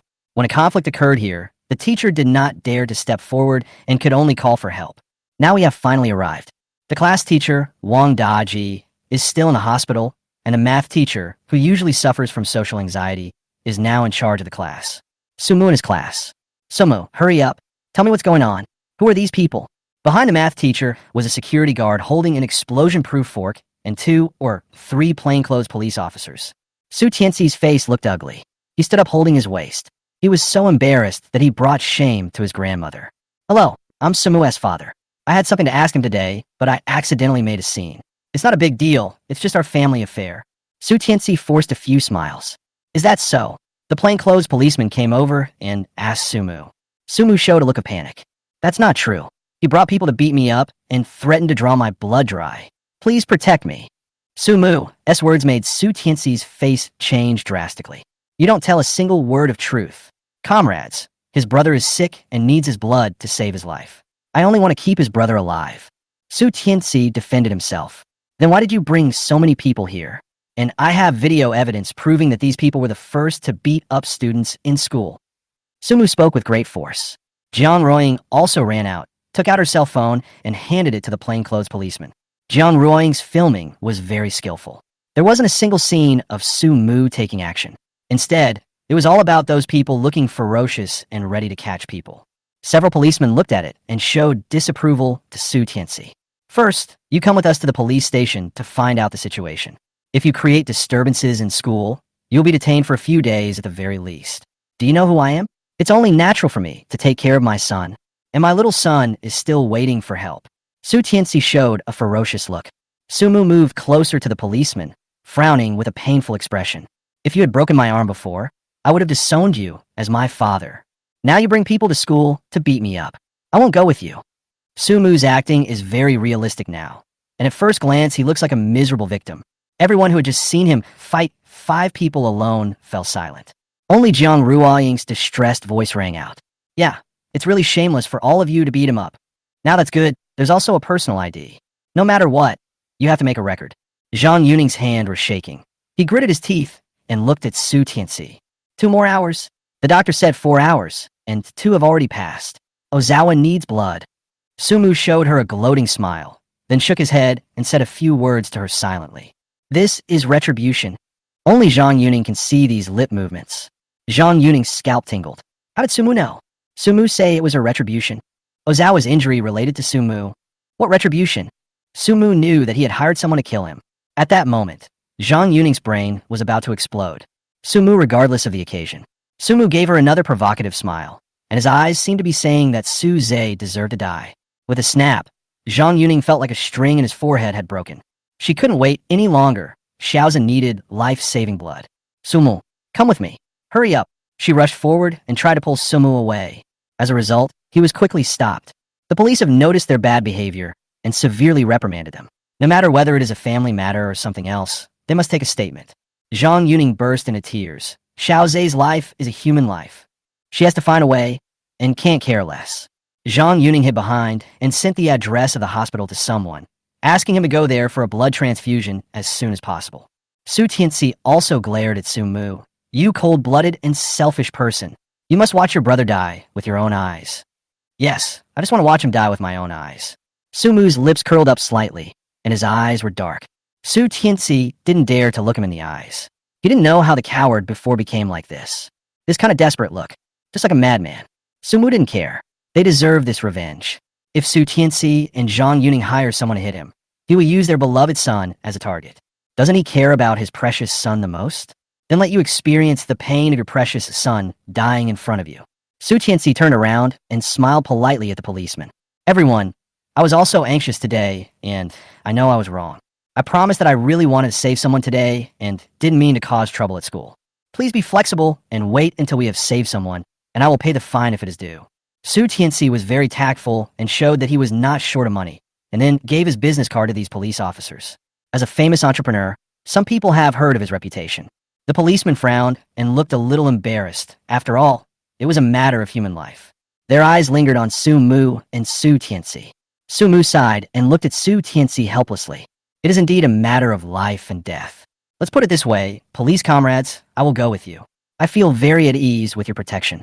Just let them go and deal with them later. Chapter 92, whose personal freedom do you want to restrict? Sumu was very understanding. Comrade police, since they want to save people, let them go. I don't want to save people, so I'll go with you. Sumu's face was full of righteousness. Su Tianxi was so angry that he couldn't breathe properly. He pointed at Sumu. You bastard, if you don't go, how can we save people? Sumu sneered. What? Are you still planning to restrict my personal freedom and forcibly draw blood? Speaking of this, the darkness in Sumu's eyes became even darker. It was really like this in his previous life. These people used threats and inducements, and used all kinds of methods, just for his flesh and blood, and they wanted to drain him dry. Now that I am unhappy, they're getting anxious. Su Tianxi choked up. He really thought so. But he certainly couldn't say in front of these policemen. He could only grit his teeth in hatred. Without Sumu, it would be useless for them to go to the hospital. Yes, Dad, we can't do such illegal things, and Su Zhe has no blood relationship with us, so there's no need to be so anxious. Su Nanyang spoke leisurely from the side, completely disappointed with Su Tianxi. She looked at Su Mu with a complicated expression in her eyes. Su Mu had changed so much that she hardly recognized him. Su Tianxi looked at his eldest daughter, whom he had always been proud of, and his fingers twitched with anger. Su Nanya, that's your beloved brother. Didn't you love him the most before? And Yuding, that's the son I found for you. When you lost Sumu, you cried every day, but it was Xiaoza who cured your heart disease. You don't care about his life or death now. This sentence silenced everyone. They didn't say anything. Sumu was too lazy to deal with them anymore. It was enough that Su Zhe got his comeuppance. It's really refreshing to see old man Su Tianxi get so anxious that he loses his composure. Please leave here. This is school where we study. Could you please stop disturbing your classmates? Time is very tight in the third year of high school. Sumu accused them from a moral high ground. Then he turned to look at the police officers and said, "Comrade police, I will go with you." The math teacher was still distracted and couldn't help but ask, "Student Sumu, aren't you going to stay and study?" "I have already completed all the courses by myself. Thank you, teacher. My personal safety is more important than studying." Sumu sighed, looking helpless, but in fact he was just putting a pen in his pocket. Su Wanlu also quickly spoke up, "I'll go too." She hasn't seen her brother Sumu for a long time. To see Sumu's brother are too few, and she must seize this opportunity to persuade her brother to come home. Now that Su Zhe's identity has been exposed, it will be best to get him out. Gun. Brother Sumu should be back soon, right? Su Nanyang and Zhang Yuding were naturally with Su Wanlu. They didn't want to go to the hospital to face Su Zhe, and they also wanted to discuss what to do next. Then you should settle the patient and come to the police station to make statement. You are also a family, and family members should love each other. If you have something to say, just talk it out, don't be so extreme. The police officer gave them a lecture and then let Su Tianxi and Zhang Yuning go. They are too lazy to care about such trivial family matters, but if it involves physical violence, they will educate the children. Sumu heard the words, "love each other." He almost laughed out loud. If these people knew what the situation was like in their family and could still say the 4 words, "love each other," they would be the modern masters of yin and yang. Su Tianxi wanted to say something else, but Zhang Yuning stopped him. She took a deep breath and forced out a few smiles. "That's great. Xiaoza can be saved." The hospital found someone with a matching blood type. Sumu didn't expect that Su Zhe was so lucky that he could even match such a rare blood type. He looked at Zhang Yuning deeply. "Readers, are you sending me love electricity?" I said no. Don't stop. Chapter 93 Su Tianxi was also played and applauded. Was this person with a matching blood type really just found, or had Zhang Yuning prepared him for a long time? Su Tianxi and Zhang Yuning should have known for a long time that Su Zhe had a blood disease. There can be no way to deal with it. Zhang Yuning, you should have known that Su Zhe needed a blood transfusion a long time ago, right? Did you arrange for someone with a matching blood type? Sumu stopped and turned to question Zhang Yuning. Zhang Yuning's heart skipped a beat. How did Sumu know? She bribed the doctors in the hospital, and once Sumu was on the operating table for blood draw, he could never get off the table again. Kill him directly in the operating room. It's all over. She didn't even tell Su Tianxi about this. She didn't trust Su Tianxi. After all, Sumu and Su Tianxi were related by blood. Unexpectedly, no matter what tricks were used, Sumu refused to budge. For the sake of her son's life, she couldn't delay any longer. She could only use the person with a matching blood type who had been arranged in advance. Of course, she couldn't admit it now, and she immediately shouted, "What nonsense are you talking about? How could I possibly do that? Ozawa is lucky to have met such a person. Your words and deeds do not sound like a good thing for Ozawa. You are so vicious." Zhang Yuning cried and put the blame on Sumu too. Sumu looked at the people in the corridor and the classmates who were peeking into the room and asked calmly, "Why is it impossible? After all, you are Su Zhe's biological mother. For your son, what can't you do?" This sentence was like a bomb thrown into the water, instantly causing thousands of splashes. Everyone looked at Su Tianxi and Zhang Yuning in shock. Zhang Yuding's face turned pale and blue, not to mention Su Nanyang, who was holding her cell phone tightly in her hand. Sumu actually told this matter in front of everyone. Su Nanyang didn't want everyone to know about this. It was true that Su Zhe was an illegitimate child, but he also had Su Tianxi's blood in his body. If Su Tianxi insisted on leaving his property to Su Zhe, it would only be morally flawed, but not legally wrong. Su Nanyang's plan was to not alert the enemy and join forces with her uncle to swallow up the Su family. If it is revealed now, Su Tianxi will definitely be alert, and it will be difficult for him to take action then. Sumu could also guess what they were thinking and didn't want to expose them so quickly. After all, what happens to the Su family has nothing to do with him. But now Su Zhe's life is saved. It would be better to make the water more muddy. No one should think it's easy. The people around them never expected that such an explosive thing would happen. Does this mean that Su Zhe was adopted on the surface, but was actually an illegitimate child? And the child was born from an affair with his sister-in-law? The people around looked at Su Tianxi and Zhang Yuning with strange eyes. Su Tianxi felt like he was pricked by a needle. You're talking nonsense. Sumo, ore spreading rumors. In order not to save Xiaoza's life, you actually told such an outrageous lie. Although Su Tianxi was panicked, he remained calm. It was impossible for anyone else to know about this. He has kept it a secret for so many years. Su Mu smiled again. His eyes lingered on Zhang Yuding's face, and he retorted, how is this a rumor? Su Nanyang and Su Wanlu should have done a paternity test for you. Why not let them take out the results and let us see? Su Mu finished speaking. He urged the police officers who were already stunned. Let's go. I have to go back to class after taking the statement. I don't want to waste time here. When the work is done, he will leave, hiding his achievements and fame. Su Mu followed several policemen leisurely. He didn't care at all how shocked and angry Su Tianxi behind him was. He looked at his wife and daughter, clenched his fists, and his eyes were as fierce as a wolf. You all know, Zhang Yuding looked at the person beside her. Su Tianxi's usual gentleness had all disappeared, and now there was only ferocity and murderous intent in his eyes. She took 2 steps back in shock and cried, yes, I know everything. You're not human. I will not let my brother let you go. Hearing Zhang Yuding mention his uncles, his expression softened a bit. Let's talk about this later. I won't embarrass myself here with you. With that, he hurried away. Su Tianxi and Zhang Yuning went to the hospital. In the car, Su Tianxi looked at Zhang Yuning with suspicion. Sumu just said that you had already prepared someone to donate blood to your son. Is that true or false? Zhang Yuning panicked, then wiped away her tears, her face looking pitiful. She quickly hugged Su Tianxi's arm, and the big landmine rubbed against his arm. How could they possibly arrange something like this in advance? Xiaoza is my biological son. How could I possibly delay his treatment? You don't believe me, but you believe that bastard Wu. Zhang Yuning twisted his body and cried with tears and snot. Su Tianxi was helpless. I'm just asking, I don't doubt you. He was more worried about something else. Zhang Yuning already knew. What if my uncle knows about us? Su Tianxi spoke gloomily. Brother-in-law, don't worry. My eldest brother and I are in the same boat. He won't be in any trouble. He's just afraid of my second and third brothers. Zhang Yuning was also a little flustered. She didn't expect that the affair would be exposed so quickly. The two arrived at the hospital quickly. The doctor came out of the operating room with a look of regret in his eyes. I have something to tell you. The patient is not in danger of life for the time being. However, due to untimely blood transfusion, complications arose and the blood disease in the recessive gene broke out.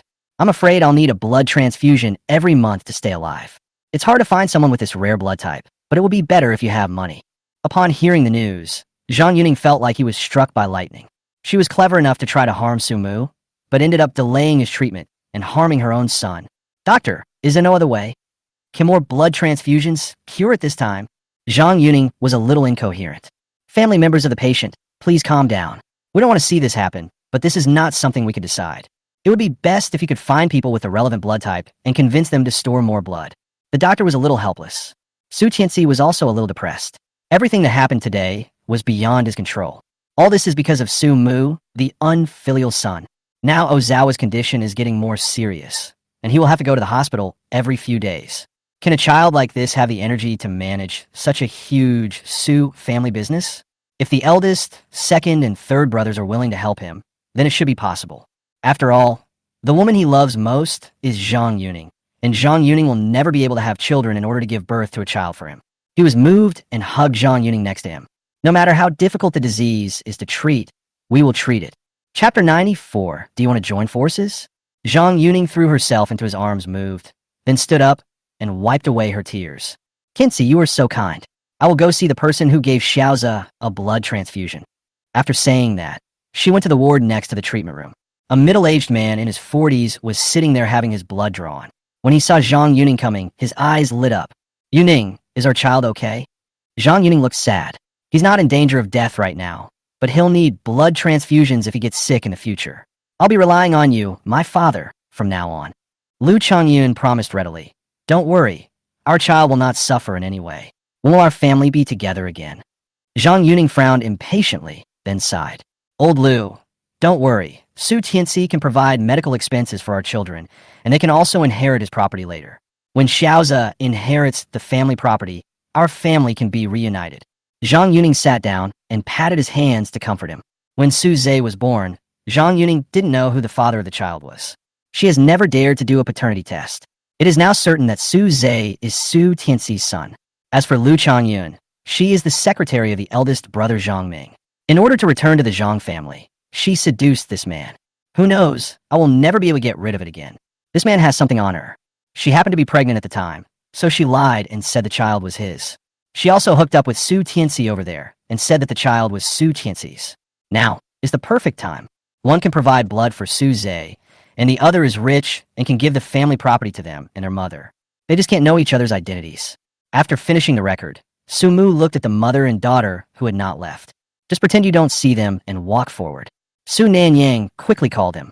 Sumo, now that the situation has become like this, let's talk. Is there anything we can talk about? Su Mu asked back. Sumo, I know we treated you badly before, but we now know we were wrong. As long as you return to the Su family, you will have a share of the family property. We're the closest relatives. You must be having a hard time out there, right? Come back to the Su family. We will all treat you well. I know you're starting a business out there, but how much money can you make? You might even lose all the money you've saved. Su Nanyang said this. She felt that even if Su Mu didn't like them, he would not go against money. And what she said was the truth. Su Mu didn't have much money on him, so how could he survive outside? Even if he attended the summit last time, is there any guarantee that the business he is starting will be successful? Su Nanyang has started a business before and has also come into contact with some entrepreneurs. Basically, the early stages are very difficult. No connections, no power, and even no money. In the end, I could only save money and sleep in the office. Sumu should be the same. Maybe he'll be cheated by others. When the company becomes bigger and stronger, others will kick him out. Sumu is still too young and doesn't understand how sinister human hearts are. Sumu should go home and work with her to take over the Su family's property, and then give Sumu some dividends so that he can have no worries about food and clothing. Su Nanyang has already thought about it. Now that this great opportunity is before him, it depends on whether he cherishes it or not. Sumu looked at the arrogance in the elder sister's eyes and felt very disgusted. She really hasn't changed at all. Everything is based on one's own interests. Sumu first came to the Su family. He felt that the eldest sister was decisive and a strong woman. He understood her hard work and felt that it was not easy for her to run a company, manage employees, or do anything else. He silently cared for his elder sister, giving her gifts and flowers. When she is in trouble, he would also long to grow up and help his elder sister solve her problems. As a result, Su Nanyang didn't even pay attention to him and thought he was just a clown. Even if Su Zhe took away all his credit, Su Nanyang didn't want to delve into it. It took a long time before Su Mu understood. How could the always shrewd elder sister not see through Su Zhe's disguise and the abnormality in these things? But she just didn't care. She didn't care what would happen to Su Mu, because Su Mu at that time was inferior to Su Zhe. She's closer to Su Zhe. Su Mu heard that his elder sister made a lot of money in the stock market. He wanted to talk to her, so he bought a lot of books on stock trading. In addition, I also communicate with some stock investors on the forum. After learning some knowledge, Su Mu went to find his elder sister with some trepidation, wanting to talk to her. In the end, all I got was indifference. No matter what he did, it didn't matter because he meant very little to her. How could such a person wake up in an instant?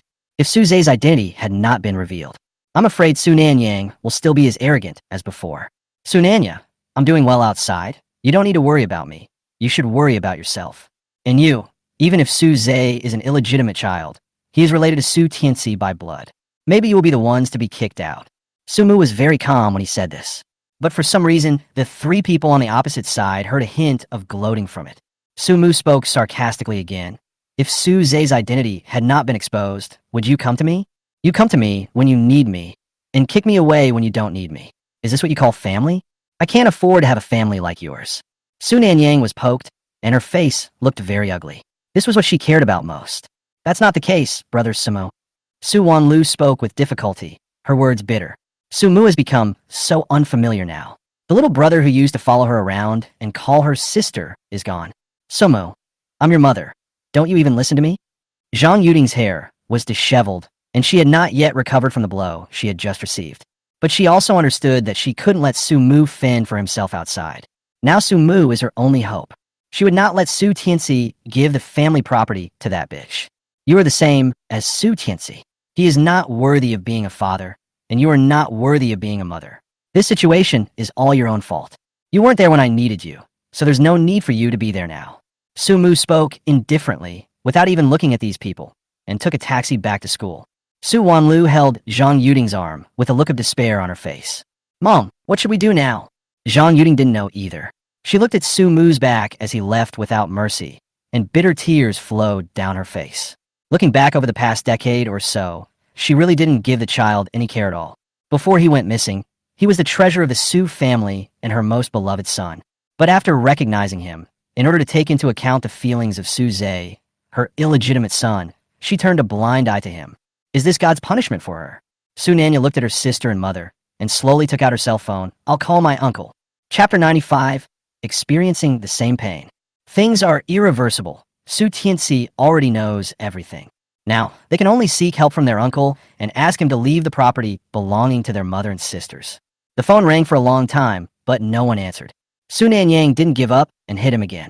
This time it worked. Hello, I'm Shaoli, Mr. Zhang's administrative secretary. Mr. Zhang is busy right now, so just tell me if you have anything to say. Su Nanyang heard the unfamiliar voice coming from the other side and unconsciously tightened her grip on the phone. Why didn't my uncle answer the phone?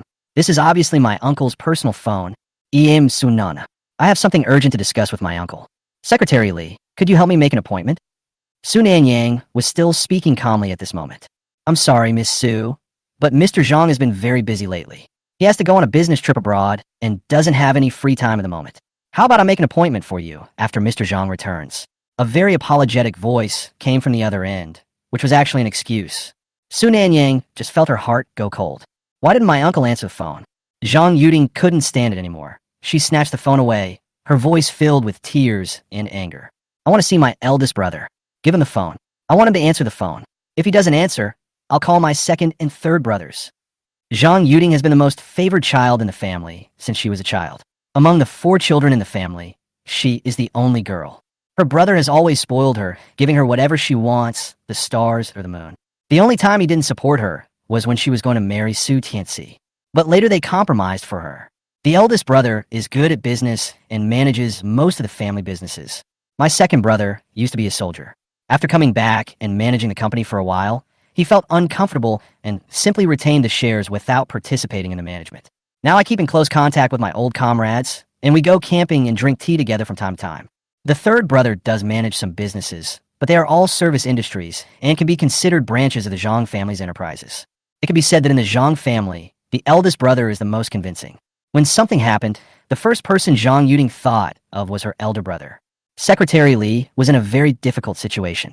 About 10 seconds later, Zhang Ming picked up the phone. A solemn and dignified voice came from the other side. Yuding, you are not a child anymore. Can you please stop messing around? Brother, you said I was fooling around? Do you know what that bitch Zhang Yuding did? She slept with my husband and gave birth to a huge, illegitimate child. They tricked me into raising a son for them. I want to kill them. Brother, you must help me. We absolutely cannot let that bitch get the Su family's property. I want to make that couple leave the house empty-handed. Zhang Yuding couldn't stop crying and felt more and more upset the more she spoke. The thought of 2 people having an affair under her nose for more than 10 years made her feel as sick as if she had eaten a fly. There was silence for a while, and then Zhang Ming said slowly, Yuding, you need to change your temper. Stop calling her a bitch. She is still your sister. I asked them to promise that they would never do anything to hurt you again. Please be kind and forgive your sister this time.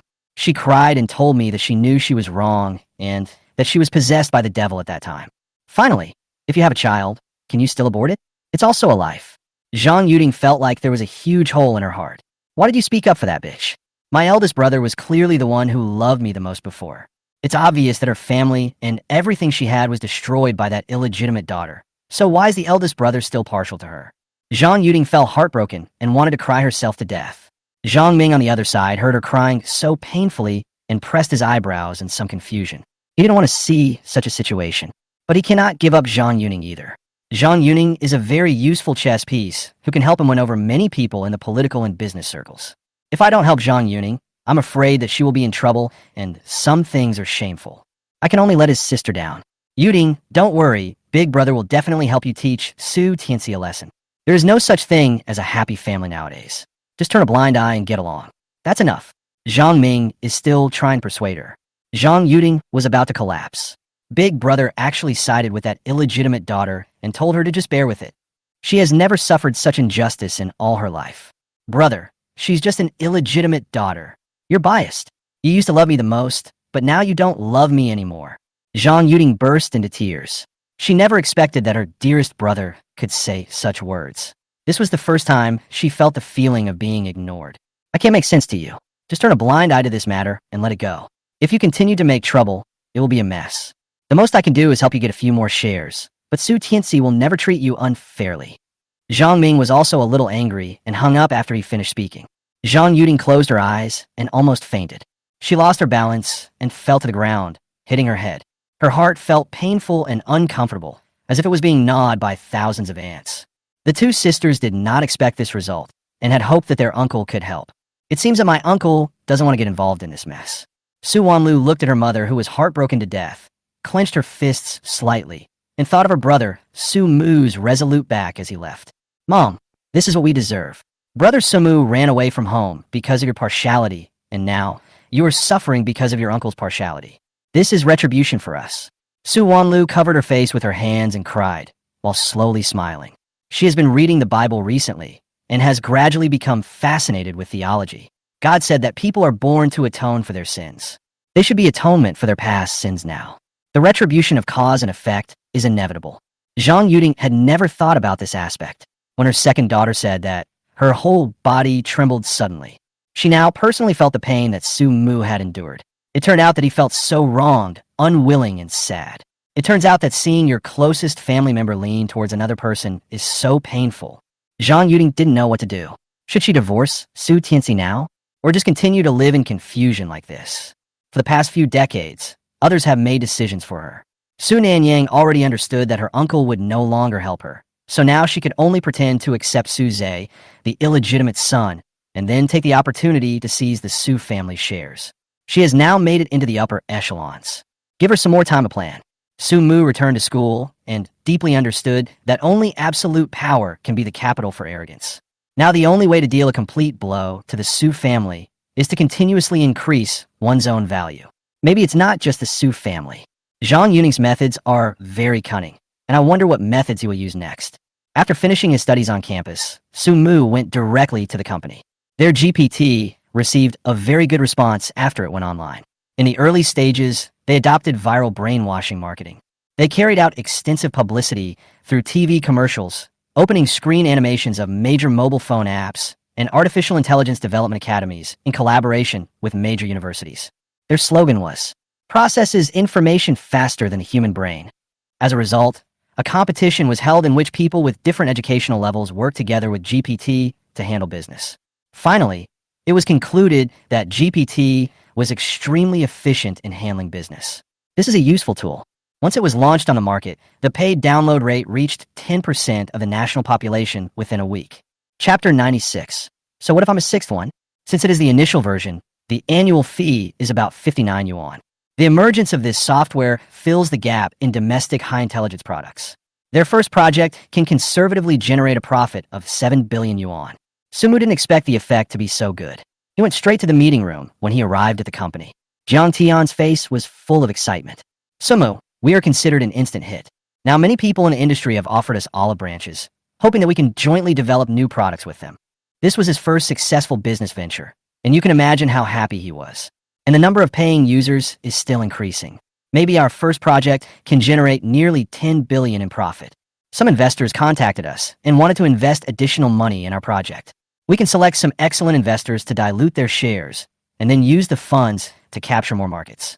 Maybe we can expand overseas as countries across the ocean are also interested in our technology. Jiang Tian became more and more excited as he spoke and couldn't help but walk around the conference room. Perhaps soon, you will be able to surpass the glory of the Jiang family. From then on, he was no longer anyone's son, nor was he anyone's son. He was himself. Entrepreneur Jiang Tian. Sumu looked at Brother Jiang's flushed face, but he was not so optimistic in his heart. First of all, their product is only the first generation. It still has many flaws and only has the most basic data processing functions. The success this time is simply because it is fresh, interesting, and has certain practical functions. This is what makes this software popular among young people. But Sumu knew that China was not short of talented people, and there were geniuses everywhere. It wouldn't be long before imitators of this software would be on the market. and the imitators may be better and more useful than their software. The key is that there is no way to apply for a patent for this software. GPT is essentially a model for data generation and training, and there is no intellectual property protection. Brother Jiang, calm down. We are just at the forefront of the market and have filled a gap in the market. We can consider cooperating with those people, but we will only select cutting-edge companies, and then we can invest in other projects. Sumo spoke calmly. For now, instead of wasting time and effort on projects, it would be better to pick companies that will take off in the future, invest in them, join them, and become their shareholder. The rising passion for success that had built up in Jiang Tian's heart due to his entrepreneurial success gradually cooled down. He took a deep breath and reminded himself to stay calm. Don't be tempted by some small profits in front of you. Sumo, you're right. Currently, many companies have extended olive branches to us. I took a look and found that some of them were willing to give shares, while some directly made an offer. The companies that gave more were Tianzi Technology, Jitai Technology, Kata Sufei, and Kingsoft. Two of these companies caught Su Mu's interest. One is Kata Sufei Company. At present, this company is very large in scale. Later, it occupied the largest market value in the country in terms of artificial intelligence plus products. Another one is Tianzi Technology Company. This name is very interesting. If I remember correctly, after Su Zhe graduates from high school, he will officially take over the company and become the CEO of the company. Su Mu remembered that at that time. Su Zhe went to college, and the whole family was celebrating for him. Su Tianzi was even more happy to give this well-run company to Su Zhe so that he could use it to practice. For a while, Su Zhe became very popular. He has been given all kinds of titles, such as academic master, genius, young entrepreneur, entrepreneurial star, and the most successful young school idol. It can be said that he has more nicknames than the famous host, writer, painter, BB owner, and wandering singer to Bing. At that time, Su Zhe ran up to him and boasted proudly, saying that Tianzi Technology Company was the best gift his father had given him. Su Mu has nothing. Su Mu thought it was a bit ridiculous. I originally wanted to wait until I had the capital to contact the Su family's rival company. After all, the enemy of my enemy is my friend. But unexpectedly, the Su family subsidiary came to the door first. In that case, let's start with him. Just consider it a surprise gift for Su Zhe. After all, it has been so long since I gave a gift to this so-called brother. Brother Jiang, let's focus on contacting Tianzi Technology Company and Kata Sufei Company. While our products are still selling well, negotiate terms with them. Su Mu lowered his head and wrote down the names of the two companies on the writing board in front of him. Jiang Tian nodded. Okay, when we discuss the price, I'll ask my sister, a negotiation genius, to come on board. She'll definitely not let us suffer any loss. It all depends on how they want to cooperate. I remember we made a few defective products before and were able to sell them to them at a high price. And when their leader comes, I will talk to them in person. Su Mu circled the name of the company with a red pen. Jiang Tian felt Su Mu's malice towards the company, but it didn't matter. He believed that his brother knew his limits. As for the Kata Sufei Company, if we discuss cooperation, it would be best to get their shares. We can take as much as they are willing to make concessions. Leave it to sister Jiang Jiao. Su Mu also circled this company with a blue pen. The company's market value soared a year later, so it was definitely worthwhile to hold shares. Finished talking about work. Jiang Tian couldn't help but sigh and looked at Su Mu with some worry. Are you okay today? I saw the video on your school forum. Your family members are worse than beasts. Su Mu was stunned for a moment. What video? Jiang Tian took out his phone, opened the video he saw in the afternoon, and patted Su Mu's shoulder. It was posted anonymously on your school forum. It turns out that Su Zhe is your illegitimate child. I was wondering why your family treated him so differently. The key point is that he is so close to an adopted son. Now I understand that Su Zhe is an illegitimate child. Your mother is also blind. Jiang Tian felt a little emotional. Fortunately, he was the only son in his family. Otherwise, he would never be able to defeat these people. Su Mu was at a loss for words. The comments below this video were all cursing Su Tianzi and Zhang Yuning. They said that they actually openly threatened students in school, and the student was their own son, which was worse than beasts. Even what Su Zhe did to Jiang Qingyao were exposed. Su Zhe used to be the school's idol. He had good grades and was rich, looking like a noble young master. But in fact, Su Zeke has flirted with many girls and took advantage of them. Not only that, he also paid thugs to beat up boys who were more handsome than him. Moreover, Su Zhe had said before that he was the young master of the Su family, and Su Mu was just his study companion. It's simply the opposite of Tian Gang. Su Mu is the legitimate young master of the Su family, and Su Zhe is actually an illegitimate child. This shocking reversal is simply jaw-dropping. There were a lot of comments. So what if Su-mu is the real young master? I think this biased father will probably still let this illegitimate child be the young master. I think so too. After all, we are related by blood. Su-mu is in trouble. Maybe Su-mu wants to take this opportunity to return to the Su family. After all, the Su family is so rich. I heard that Su-mu is from the countryside. He must be snobbish. Maybe he is jealous of Su-zae. Su-mu directly posted using his own authenticated forum account. Thank you for your attention. I have severed ties with the Su family. Everything about the Su family has nothing to do with me. Please don't bring me up when discussing this. He checked the IP account of the person who spoke last and found the person's identity information. He specifically tagged the student who spoke last. Zhang Ziki, classmate of class 2, grade 3. The rural people didn't eat your rice. You're full of shit. Have you read so much that you've become a dog? Chapter 97, Will There Be a Divorce? For a moment, everyone's speech stopped. Then he started speaking wildly again. No. Can Sumu check the real name authentication status? Oh my god, is it Zhang Ziki, the quiet one in our class? I originally thought he was an honest guy, but I didn't expect his true colors to be revealed online. That's right, they're still playing with discrimination. Zhang Ziki was even more shocked and angry. He didn't expect that his real name status would be revealed. He surfs the internet and says whatever he wants to say. He is Jiang Ruoying's secret admirer and has recently observed that Jiang Ruoying and Su Mu are very close. He was jealous and angry. Seeing that everyone in the forum was discussing this matter, he made slanderous remarks without thinking. Unexpectedly, Su Mu directly said his real name. Who surfs the internet using their real name? He is really socially dead. Not only that, but his friends around him also look at him strangely. He didn't dare to say a word and logged off in shame. Su-mu didn't know what Su-zae's current situation was, but even if Su-zae returned to school later, he would have to face rumors. Su-zae's father and mother really brought him a lot of attention. Su-mu was quite curious about what Zhang Yuding would choose. Would she endure the nausea and continue to live with Su Tianxi, or would she share some money and leave? Su-mu felt that Zhang Yuding would most likely choose to endure and move on. After all, people like her who can't tell right from wrong have no principles at all. She knew that this was also the greatest torture for her. The marriage and family that she was proud of were not happy at all, but a mess. In her circle of rich wives, Zhang Yuding must have become a complete joke. Su familia villa. Zhang Yuding and her two sisters have returned to the villa. It was the first time they felt that this huge villa was so cold and empty. Zhang Yuding sat on the sofa in a daze. Her elder brother actually stood on the side of that bitch and had no intention of helping her. She just couldn't understand it. She was the apple of the Zhang family's eye and had been spoiled since she was a child. I never thought that there would be a day when I would lose to my illegitimate daughter.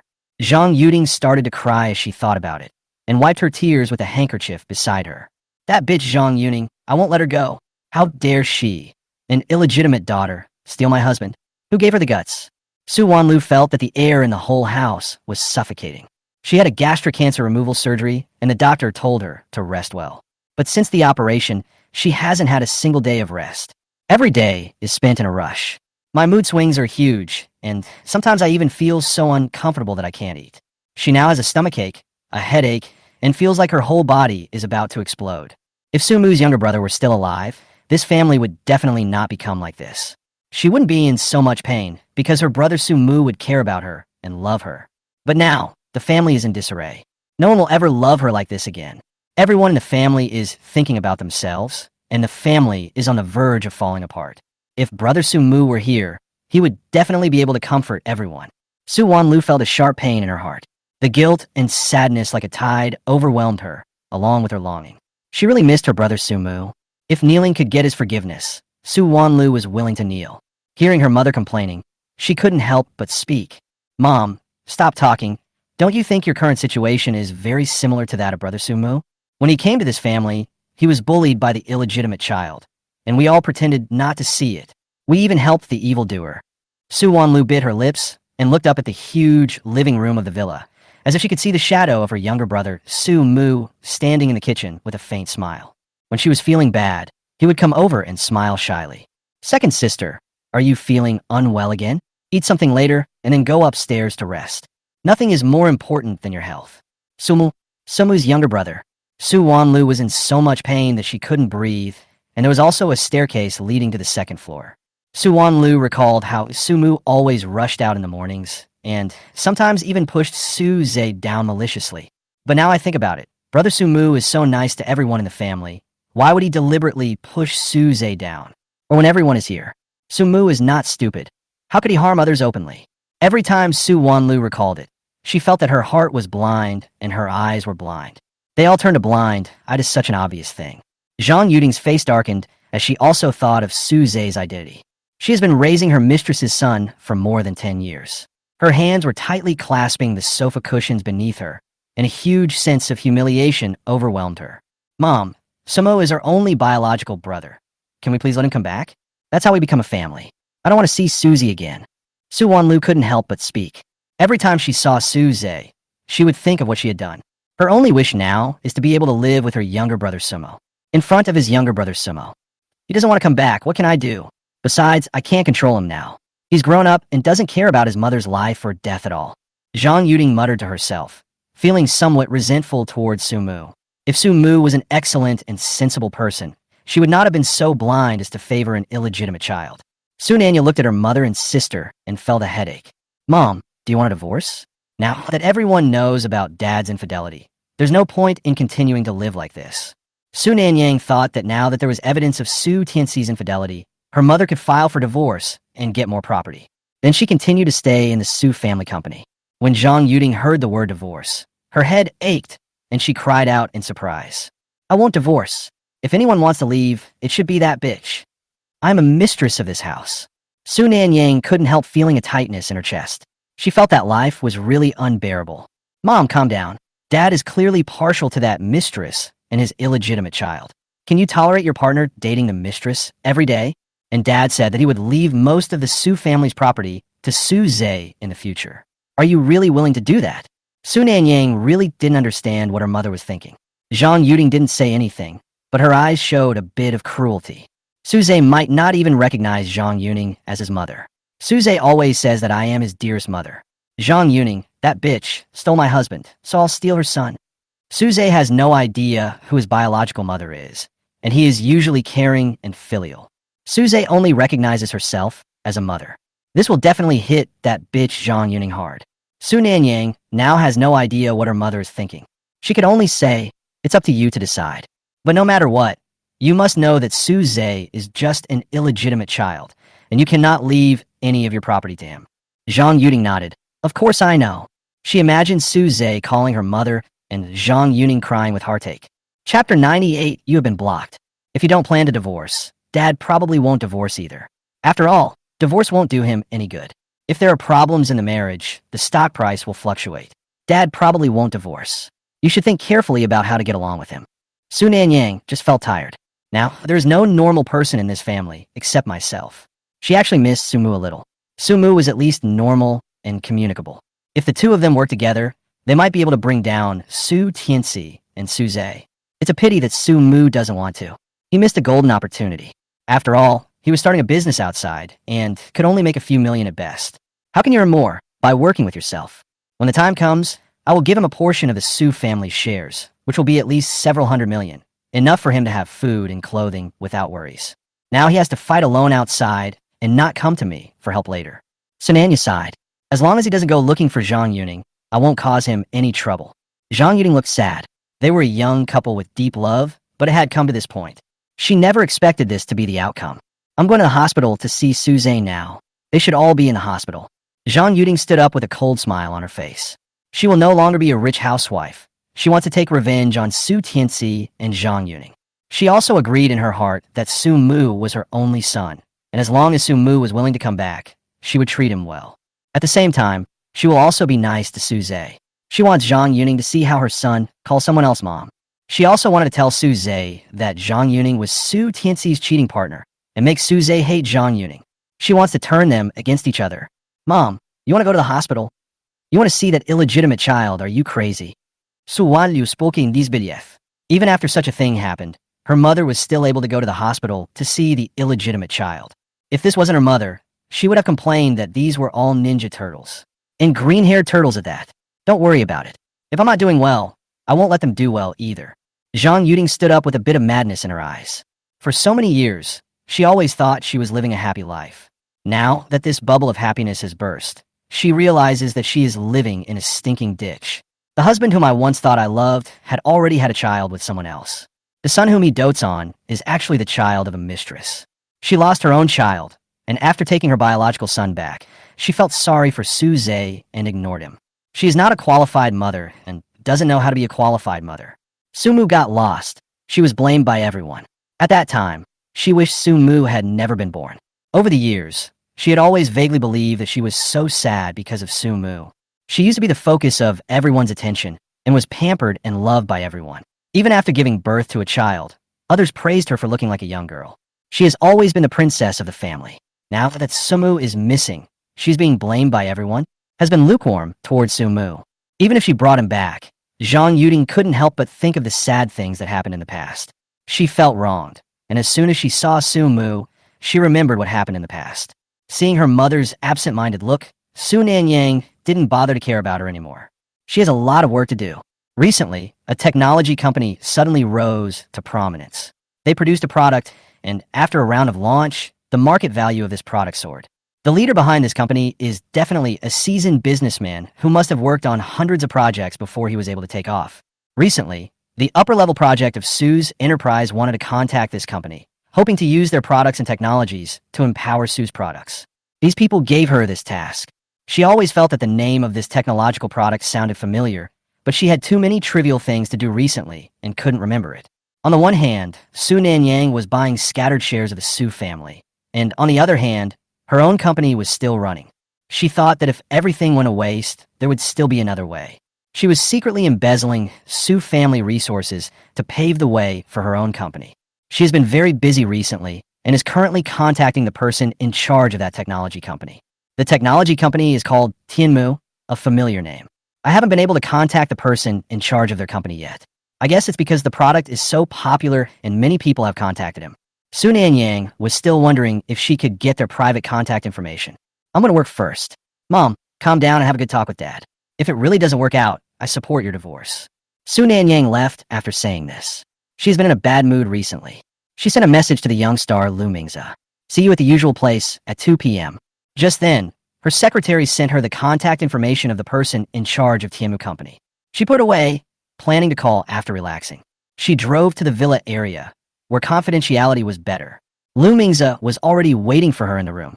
With this wealthy sponsor by his side, he did have a few more films to shoot. And because he has the youthful looks that little girls like, he has recently received a lot of advertisements. But he has bigger ambitions. He wants to enter the film industry. He wanted this Sananya to invest in a movie for him. Before Su Nanyang came, he had taken a shower, brushed his teeth, and even used a hairdryer to style his hair. He faced the mirror, smiled, and forced out his best smile. Then he waited there, covered in wounds. When Su Nanyang opened the door, she saw Lu Mingze like this. Su Nanyang was smoking a thin lady cigarette and pinched Lu Mingze's face in the smoke. This was the only one she could be sure of controlling. Lu Mingze gently massaged her shoulders. Sister Nanya, I've recently taken a fancy to a movie adapted from a comic book.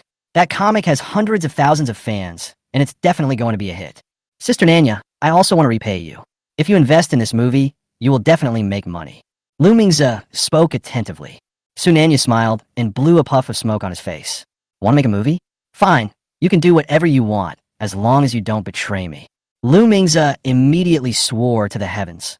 Sister Nanya, I will never betray you, or I will be struck to death by lightning. Su Nanyang smiled and kissed him. Then he took out his cell phone and called the person in charge of Tianmu Company. But why does this number seem familiar? Su Nanyang dialed the number, but the customer service voice came from the other end, saying that she had been blocked by this number. Su Nanyang began to feel doubtful. Mingze, give me your phone. I want to make a call. Thank you for the gifts from the audience. Chapter 99 Su Nanya becomes a clown. Sumu looked at the unfamiliar phone number and clicked the answer button. There are many companies wanting to cooperate with him recently, and his and Brother John's phones are almost blown up. Hello, which company are you from? What kind of business do you want to cooperate with? Sumu spoke. He turned on the computer and started recording. There is a table on the computer which contains the quotations of various companies as well as their main businesses and strengths. The form is very detailed. We will select those who can cooperate with us and then communicate further. Sumu never talks nonsense when answering the phone. When Su Nanyang heard the familiar voice from the other side, she felt as if she was frozen. If I heard correctly, the person who answered the phone was Sumu. Tianmu. Is there a wood character in it? This company and Sumu? Su Nanyang didn't dare to guess. She paused for a moment and said, Sumu, it's me. Sumu, who are you? Su Nanyang was a little angry. Now Sumu couldn't even recognize his own voice. Su Nanya couldn't help but raise her voice. Sumu, I am your elder sister. No, I'm not up to your standards. What can I do for you? Sumu smiled a bit coldly. Let the person in charge of your company answer the phone. I want to discuss cooperation with them. Felt uncomfortable listening to Sumu sarcasm. Sumu was just an employee of the company now, and his words were too harsh. I am discussing cooperation with the person in charge of your company on behalf of the Su family. Su Nanyang added that the Su family's business was of some weight. Su Nanya, I'm the person in charge. Su Mu was calm, without arrogance or sarcasm, just stating a fact. When Su Nanyang heard this, she opened her eyes wide in disbelief and almost blurted out impossible. Su Mu be the head of this emerging technology company? He was just the stupid little brother whom he had once despised. Even if you start a business, it is impossible to become so popular. Su Mu, there's no need for you to lie to me. Su Nanyang thought that Su Mu was just showing off. You are still as arrogant as ever, Su Nanyang. I can only say that the Su family has been kicked out of the cooperation list. Su Mu said nonchalantly. What? Impossible. Do you know how important the Su family is in the industry? Su Tianxi and I have invested in many companies, and they have all grown rapidly thanks to our investments. We have connections and resources. Sumu, you'd better think it over. I'll say it again, let your real person in charge answer the phone. Su Nanyang didn't believe that anyone would be indifferent to the Su family's cooperation. Moreover, for this cooperation, their senior management has reached a consensus and is willing to offer a sky-high price of 10 billion to discuss the cooperation. TMU's products are pioneering products, and companies with a keen sense of smell have already begun to take action. Su Mu heard Su Nanyang's firm voice. He hung up the phone directly. No matter what she says, Su Mu has better partners. If it weren't for the olive branch thrown by KUSD Su Fei, Su Mu might have hesitated whether to make a big profit from the Su family. There's no need now. The Su family shouldn't get involved. Don't get involved with Su Nanyang either. Su Nanyang looked at the hung-up phone and stood up angrily. Su Mu be the head of that company? Which company would let a greenhorn be the person in charge? That's crazy. Su Mu said over and over again. Grit your teeth. The Su family must get this cooperation and cannot fall behind others. Otherwise, those old guys on the board of directors will cause trouble again. Su Nanyang lit a cigarette irritably and started to call Su Mu, but the call was busy. Su Mu was talking to someone on the phone. Su Nanyang was anxious, thinking that people from other companies might want to cooperate with him. Su Mu company is very popular. Su Nanyang didn't know how things had come to this point. If Su Mu was still as close to me and dependent on me as before, the cooperation would have been secured long ago. Lu Mingze looked at the irritated Su Nanya and stood up to massage her shoulders. Sister Nanya, are you having any troubles at work? Su Nanyang never talked about these things with Lu Mingze on weekdays, but too many things had happened recently, making her physically and mentally exhausted. She couldn't help but say it out loud. This is my younger brother. I ignored him in the beginning, but now he has grown up and started his own business with some success. The company wants to cooperate with him, but he ignores me. Su Nanyang couldn't help but sigh. Lu Mingze comforted him. Family members don't hold grudges overnight. Maybe after a while, he'll figure it out. Is it really my fault? He spent more than 10 years outside on his own before being brought back. I initially neglected him because I was the adopted son in my family. But he is not short of things in his daily life. He has money to spend, goes to a private school, and he will inherit a family fortune in the future. I don't understand what he's thinking. Why doesn't he just go home? Su Nanyang rubbed her forehead, tied up her loose hair, looked outside the villa, and fell into memories. Sister Nanya, maybe that's not what he wants. Just like in our entertainment industry, some people are after money, some are just interested, some are for their art, and some want to become famous overnight. Maybe what you give him is not what he wants. Lu Mingze spoke. Su Nanya glanced at him and asked, what does he want? Maybe it's family ties. After all, I heard you say he wandered around for a long time before being brought back. Usually in TV dramas, people like this are even more lacking in love. Lu Mingze smiled. Sumo anything at all. It seems like the same thing happens to everyone else in the family. Su Nanyang didn't expect that Su Mu could really stand on his own now. One day, she actually went to ask Su Mu for cooperation. This is so shameful. Su Nanyang pushed Lu Mingze away and planned to go to Tianmu Company. Su Mu was the only one in control of the company. Su Mu sent invitations to 2 companies and first selected Tianzi Company and Keita Sufei Company. Su Mu plans to provide the first version of the model to Custasuf in exchange for their equity in the GPT second version project. As for the outdated version of the first edition, it was sold to Tianzi Company at a sky-high price. The cooperation with Ketasuf is going very smoothly. After negotiation, They can obtain 40% of the shares of this project. Sumu was also very satisfied.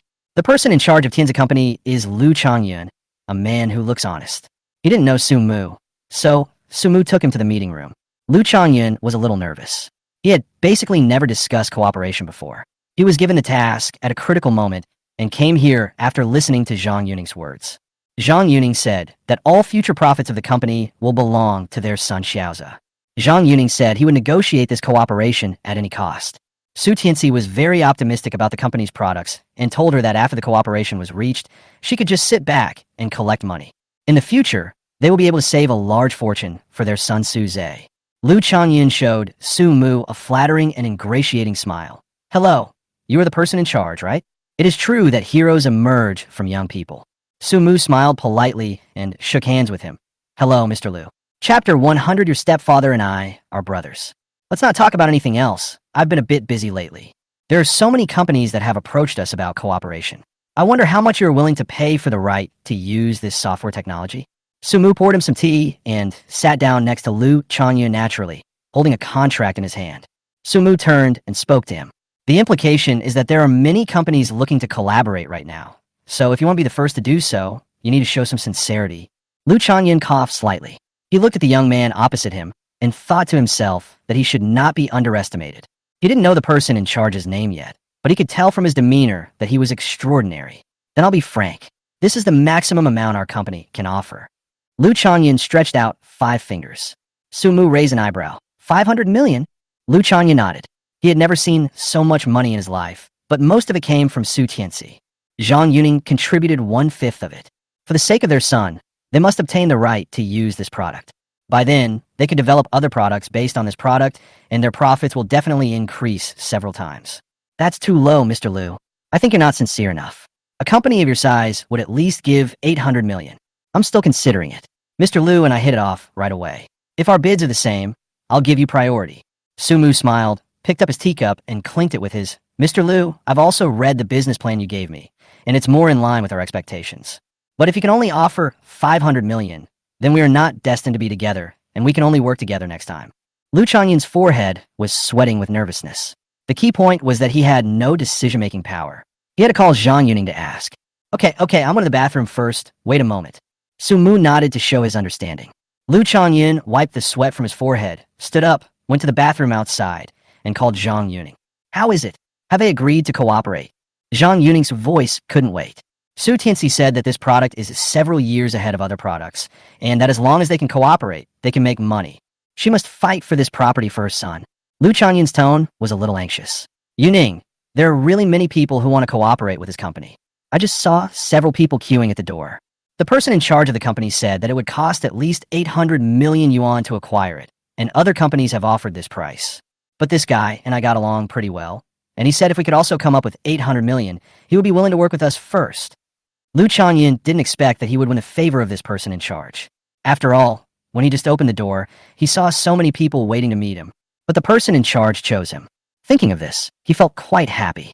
It's not that I'm inferior to Su Tianxi.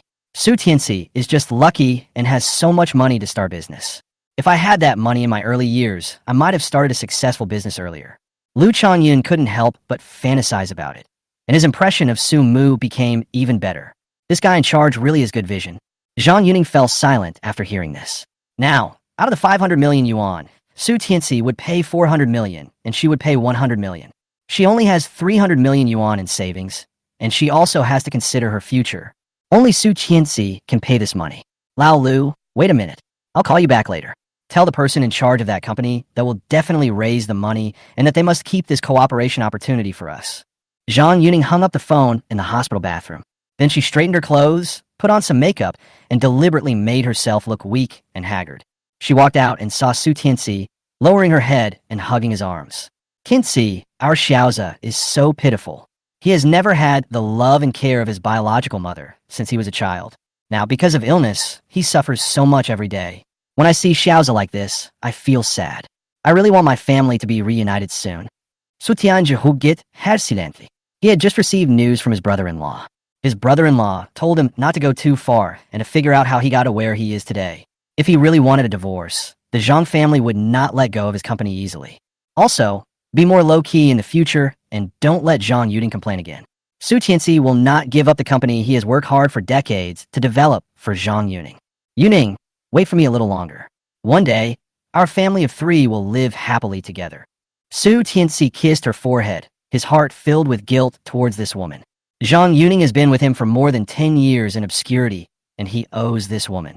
Zhang Yuning rubbed his tearful eyes and said, I know that my elder brother will not let you and my sister divorce. I just want my son to live a good life. Tianxi, I went to negotiate with someone about the collaboration you mentioned last time, and they asked for 800 million. I don't have the money. I'm so useless. I can't help my son Wu.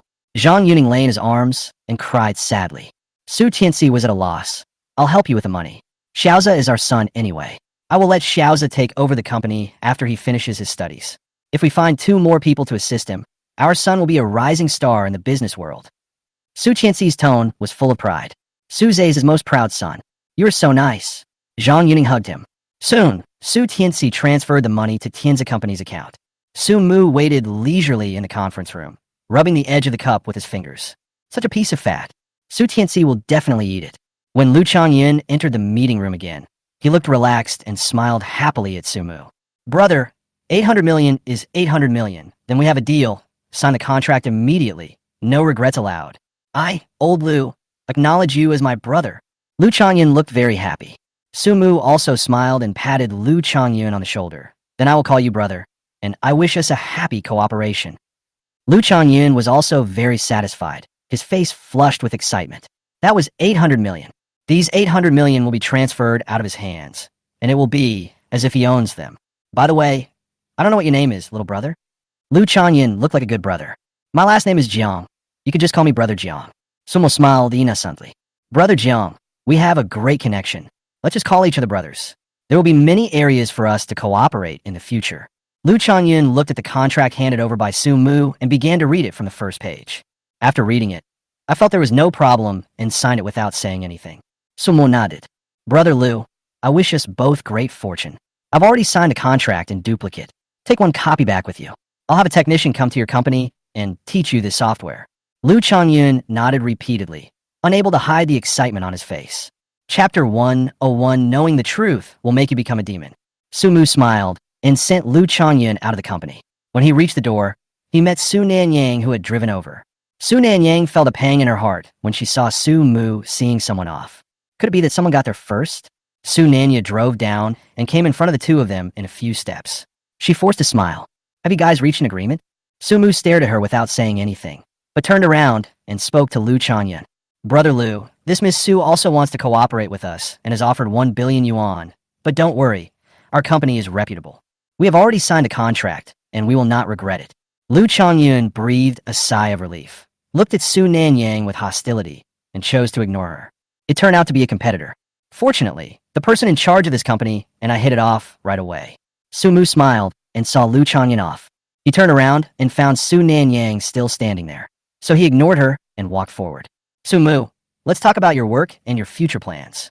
Su Mu with complicated eyes. She was a little uncomfortable seeing him dealing with others in such a skillful and mature manner. I'm your elder sister, Su Mu. There's no need for things to be so awkward between us. I want to meet the real head of your company. Su Nanyang spoke again. So what even if we have a partner?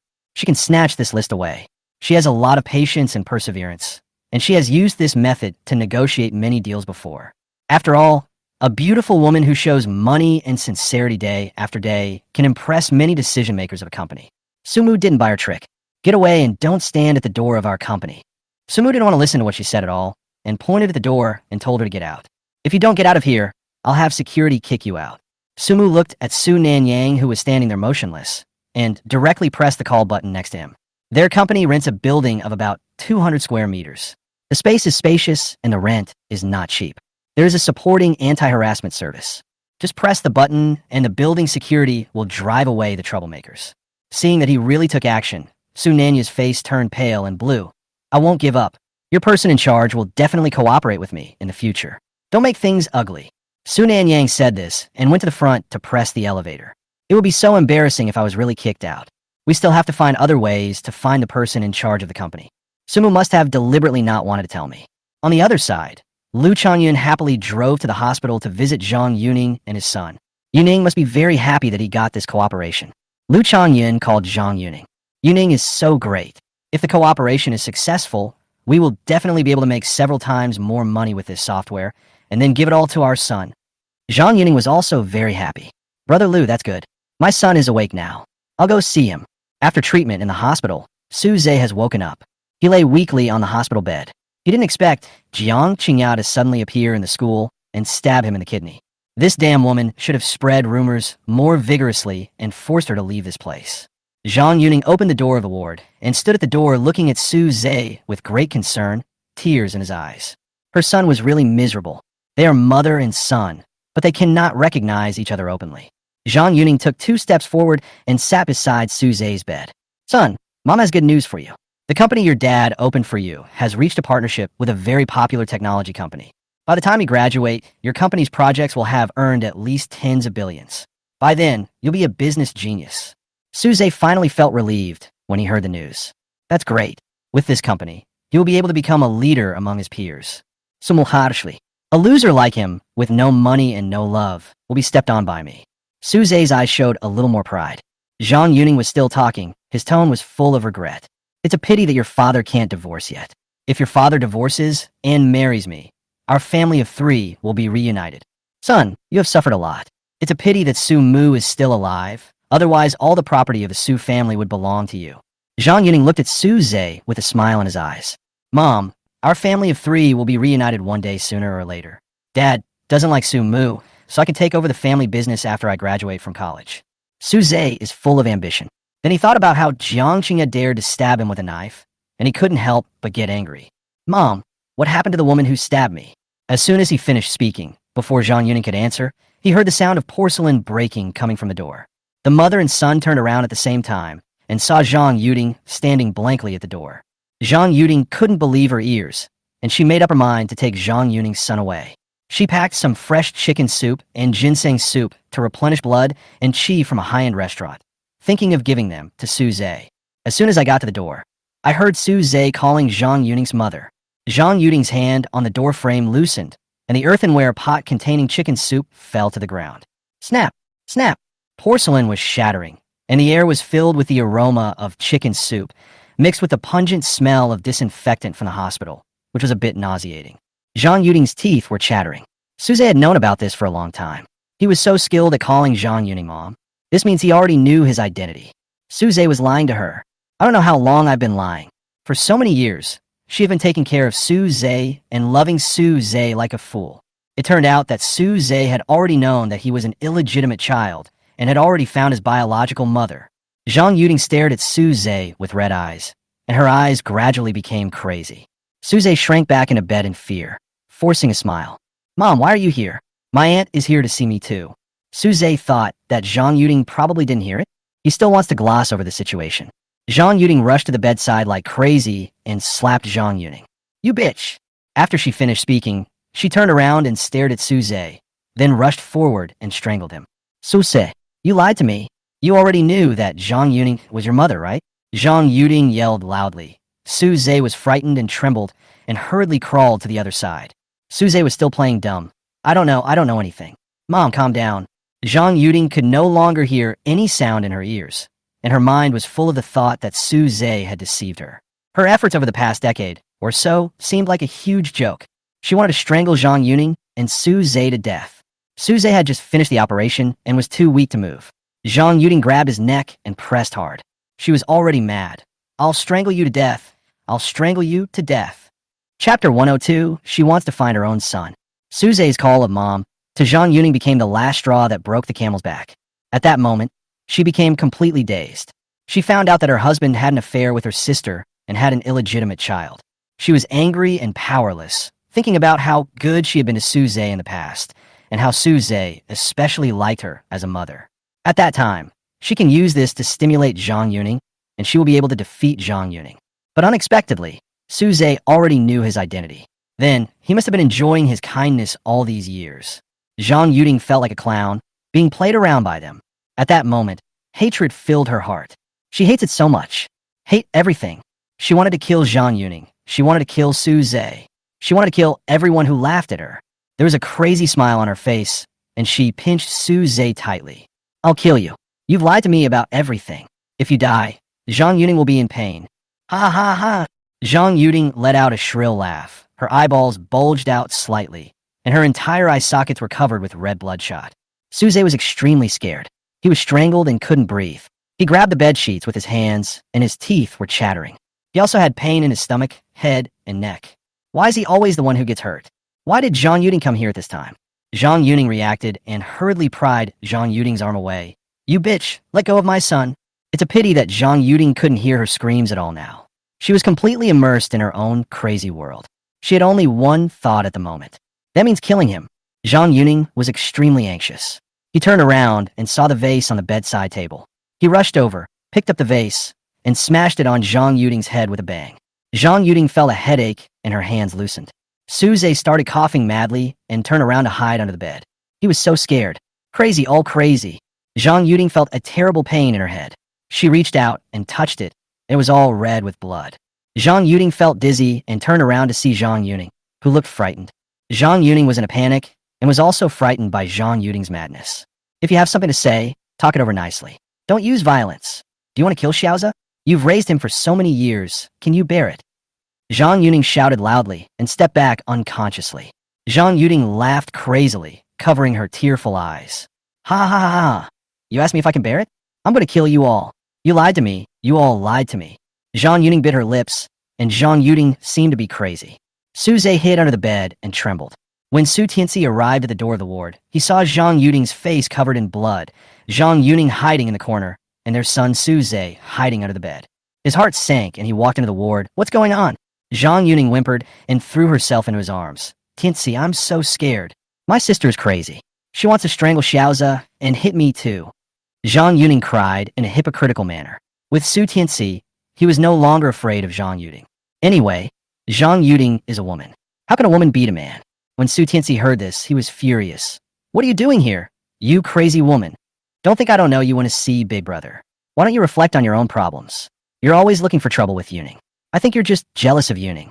And Xiaoze. Xiaoze is my son. Haven't you treated him as your son a long time ago? You actually attacked Xiaoze. Do you want to kill your son? You vicious woman. Zhang Yuning turned around in a daze, her heart feeling cold and a little scared. Su Tianxi's face looked very unfamiliar. He already knew that he was not my son.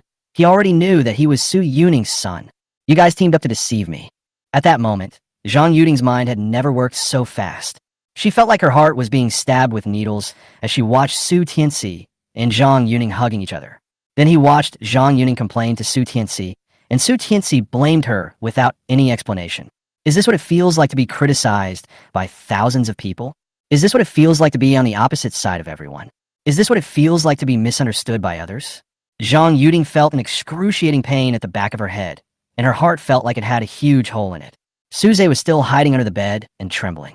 He, the fake son, once enjoyed everything that the real son had. Zhang Yuning was almost crying blood. What stupid thing had she done? Her real son suffered such pain and torture every day in the past years. And I only felt this pain today. Sumu suffers this pain every moment. Sumu is her only blood-related son. He was the only son she had carried for 10 months and who was born from her womb. Zhang Yuning had never felt so painful before. I'm a vicious woman? Then what are you? You're an adulterous couple. You deceived me so badly. I hate you so much. Zhang Yuning's steps were trembling as she slowly walked in front of Su Tianxi, her eyes full of hatred. Zhang Yuning seemed to have found her backbone and said sarcastically, You were deceived because you are stupid. Since you want to be Xiaoze's mother, then I will let you be it.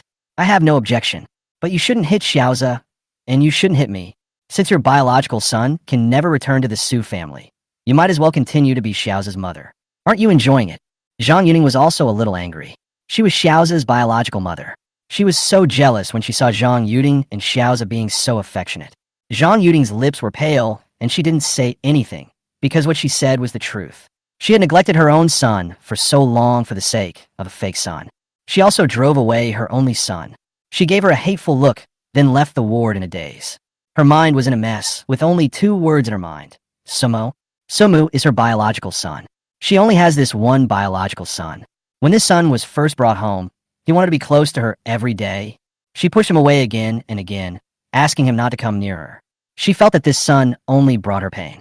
But now, She's in so much pain that she wants to die. She suddenly wanted to go back to the day when Su-mu just returned home. If she had treated her own son well, the current situation would definitely not have happened. My own son will definitely be on my side. Her own son will also protect her and will stand in front of Su Tianxi and Zhang Yuning to protect her as a mother. Who else in this world would care about her? Her own son would definitely care about her. Zhang Yuning cried as she walked. She no longer had the pride and beauty of a noble lady, only endless pain. The nurses around her saw her face and head covered in blood and couldn't help but reach out and hold her. Which ward are you from? Let the doctor treat you. Zhang Yuting was so stunned that she couldn't hear anything and just kept walking forward. She wanted to find Su-mu, wanted to find her own son. Chapter 103, No One Want Belated Family Love. Zhang Yuting kept thinking about what Su Zhe had just said in her mind. Her tears flowed like a river bursting its dam and could not be stopped. When Su-mu first returned home, he was quiet, but he did a lot of things. At that time, Su-mu actually helped the nanny clean the room, shy and silent. Su-mu said, I always feel embarrassed when I see others working, so I want to help. Su-mu is not used to being served by others, and Zhang Yuting looks down on Su-mu as pettiness. I feel that Su Zhe has the style of a rich young master who just asks for help and has food to eat. She praised Su Zhe in front of Su-mu more than once, and sometimes she even deliberately looked at Su-mu's lost and sad expression. This is the only way to alleviate the pain of being blamed. Zhang Yuting felt a little resentful towards Su-mu. If it weren't for this child, would she have been blamed by so many people? Sometimes she would think, if only Su-mu had never been born. It is obvious that there were happy memories between the two of them a long time ago. Su-mu was a quiet child when he was very young, and he didn't make a fuss after he was born. He often lay in the stroller alone and played with the toys hanging on it. He looked smart and clever. Zhang Yuting liked her son very much at that time and often took him out to show him off. But for some reason, Su Tianxi didn't like this child very much. He seldom goes home to see his children. Su Tianxi said that he couldn't bear to see Zhang Yuting suffer so much, and now that they had a son, they would not have more children in the future. Then he gave Zhang Yuting a card and asked her to go shopping, buy clothes, do her hair, and attend the party. Zhang Yuting took her child to the mall and left the child with a nanny. Zhang Yuting left her child with a nanny and went shopping with her best friend. When I came back, the child was gone. The nanny said she took the child out and let him walk for a while, but when she went to the toilet, the child ran away. Zhang Yuting was devastated and quickly contacted her family to look for her child, but they couldn't find her. At that time, she was criticized by thousands of people, and everyone said that she had lost her child, especially Su Tianxi. He comforted her during the day and beat and scolded her at night, saying that she was useless and couldn't even take care of a child. She began to feel guilty and anxious, and later she started to blame Su-mu, blaming Su-mu for all the pain. When she was about to collapse, Su Tianxi took her to an orphanage and adopted a child who looked very similar to Su-mu. That child is Su Zhe. For so many years, she raised Su Zhe as her own son, but it turned out that Su Zhe deceived her. Su Zhe had known for a long time that his biological mother was Zhang Yuning. Su Zhe didn't have a trace of sincerity in his heart and still called Zhang Yuning mom. Sumu only knows how to call herself mother. Zhang Yuting's shoulders kept shaking and she couldn't stop crying. Su-mu first returned home. She called her mother every day and would help her take the heavy shopping bags when she came back for shopping. I will also comfort her when she complains. Su-mu is not talkative, but he does a lot of things. Unlike Su Zhe, who always talks a lot but never actually takes any action. Zhang Yuting thought of this and wanted to kill herself. If she treated her own son well, treated Su-mu well, Su-mu will definitely support her now. Now she's being bullied by the three of them. Zhang Yuting left the hospital in a state of anxiety. She took out her cell phone several times, but ultimately did not press Su-mu's call button. She doesn't have the face. When Su Zhe was in trouble, she actually wanted Su-mu to donate blood to Su Zhe. Zhang Yuting reached out and slapped herself hard, then squatted down and cried loudly, ignoring the surprised looks of passersby. Su Wanlu saw her mother go out and say she was going to look for Su Zhe, so she felt uneasy and followed her. Not long after, I saw my mother walking out of the hospital in a daze. Su Wanlu almost didn't recognize her mother. Zhang Yuting is now in a mess, with blood all over her head and face, and her eyes are swollen like walnuts. She kept muttering to herself, "They lied to me. I want to find my son. Where's my son?" The passersby around her stayed away from her, thinking she was a lunatic. Su Wanlu quickly helped her up. Seeing her mother like this, she was also very sad. "Mom, why is your head broken? Let's go to the hospital first. Su-mu doesn't want to see us. Let's think of a way. After all, We are related by blood. He certainly won't be so heartless. Su Wanlu comforted her mother and also comforted herself. Besides, fourth sister has a good relationship with brother Su Mu. I'll take you to the hospital first. I'll call fourth sister to see if there's a chance to see my brother. Su Wanlu felt somewhat fortunate that she could still contact her fourth sister. The family is now in a mess. No one knows what the eldest sister is doing, and she has not responded. My third sister is in the hospital now and can only travel by wheelchair.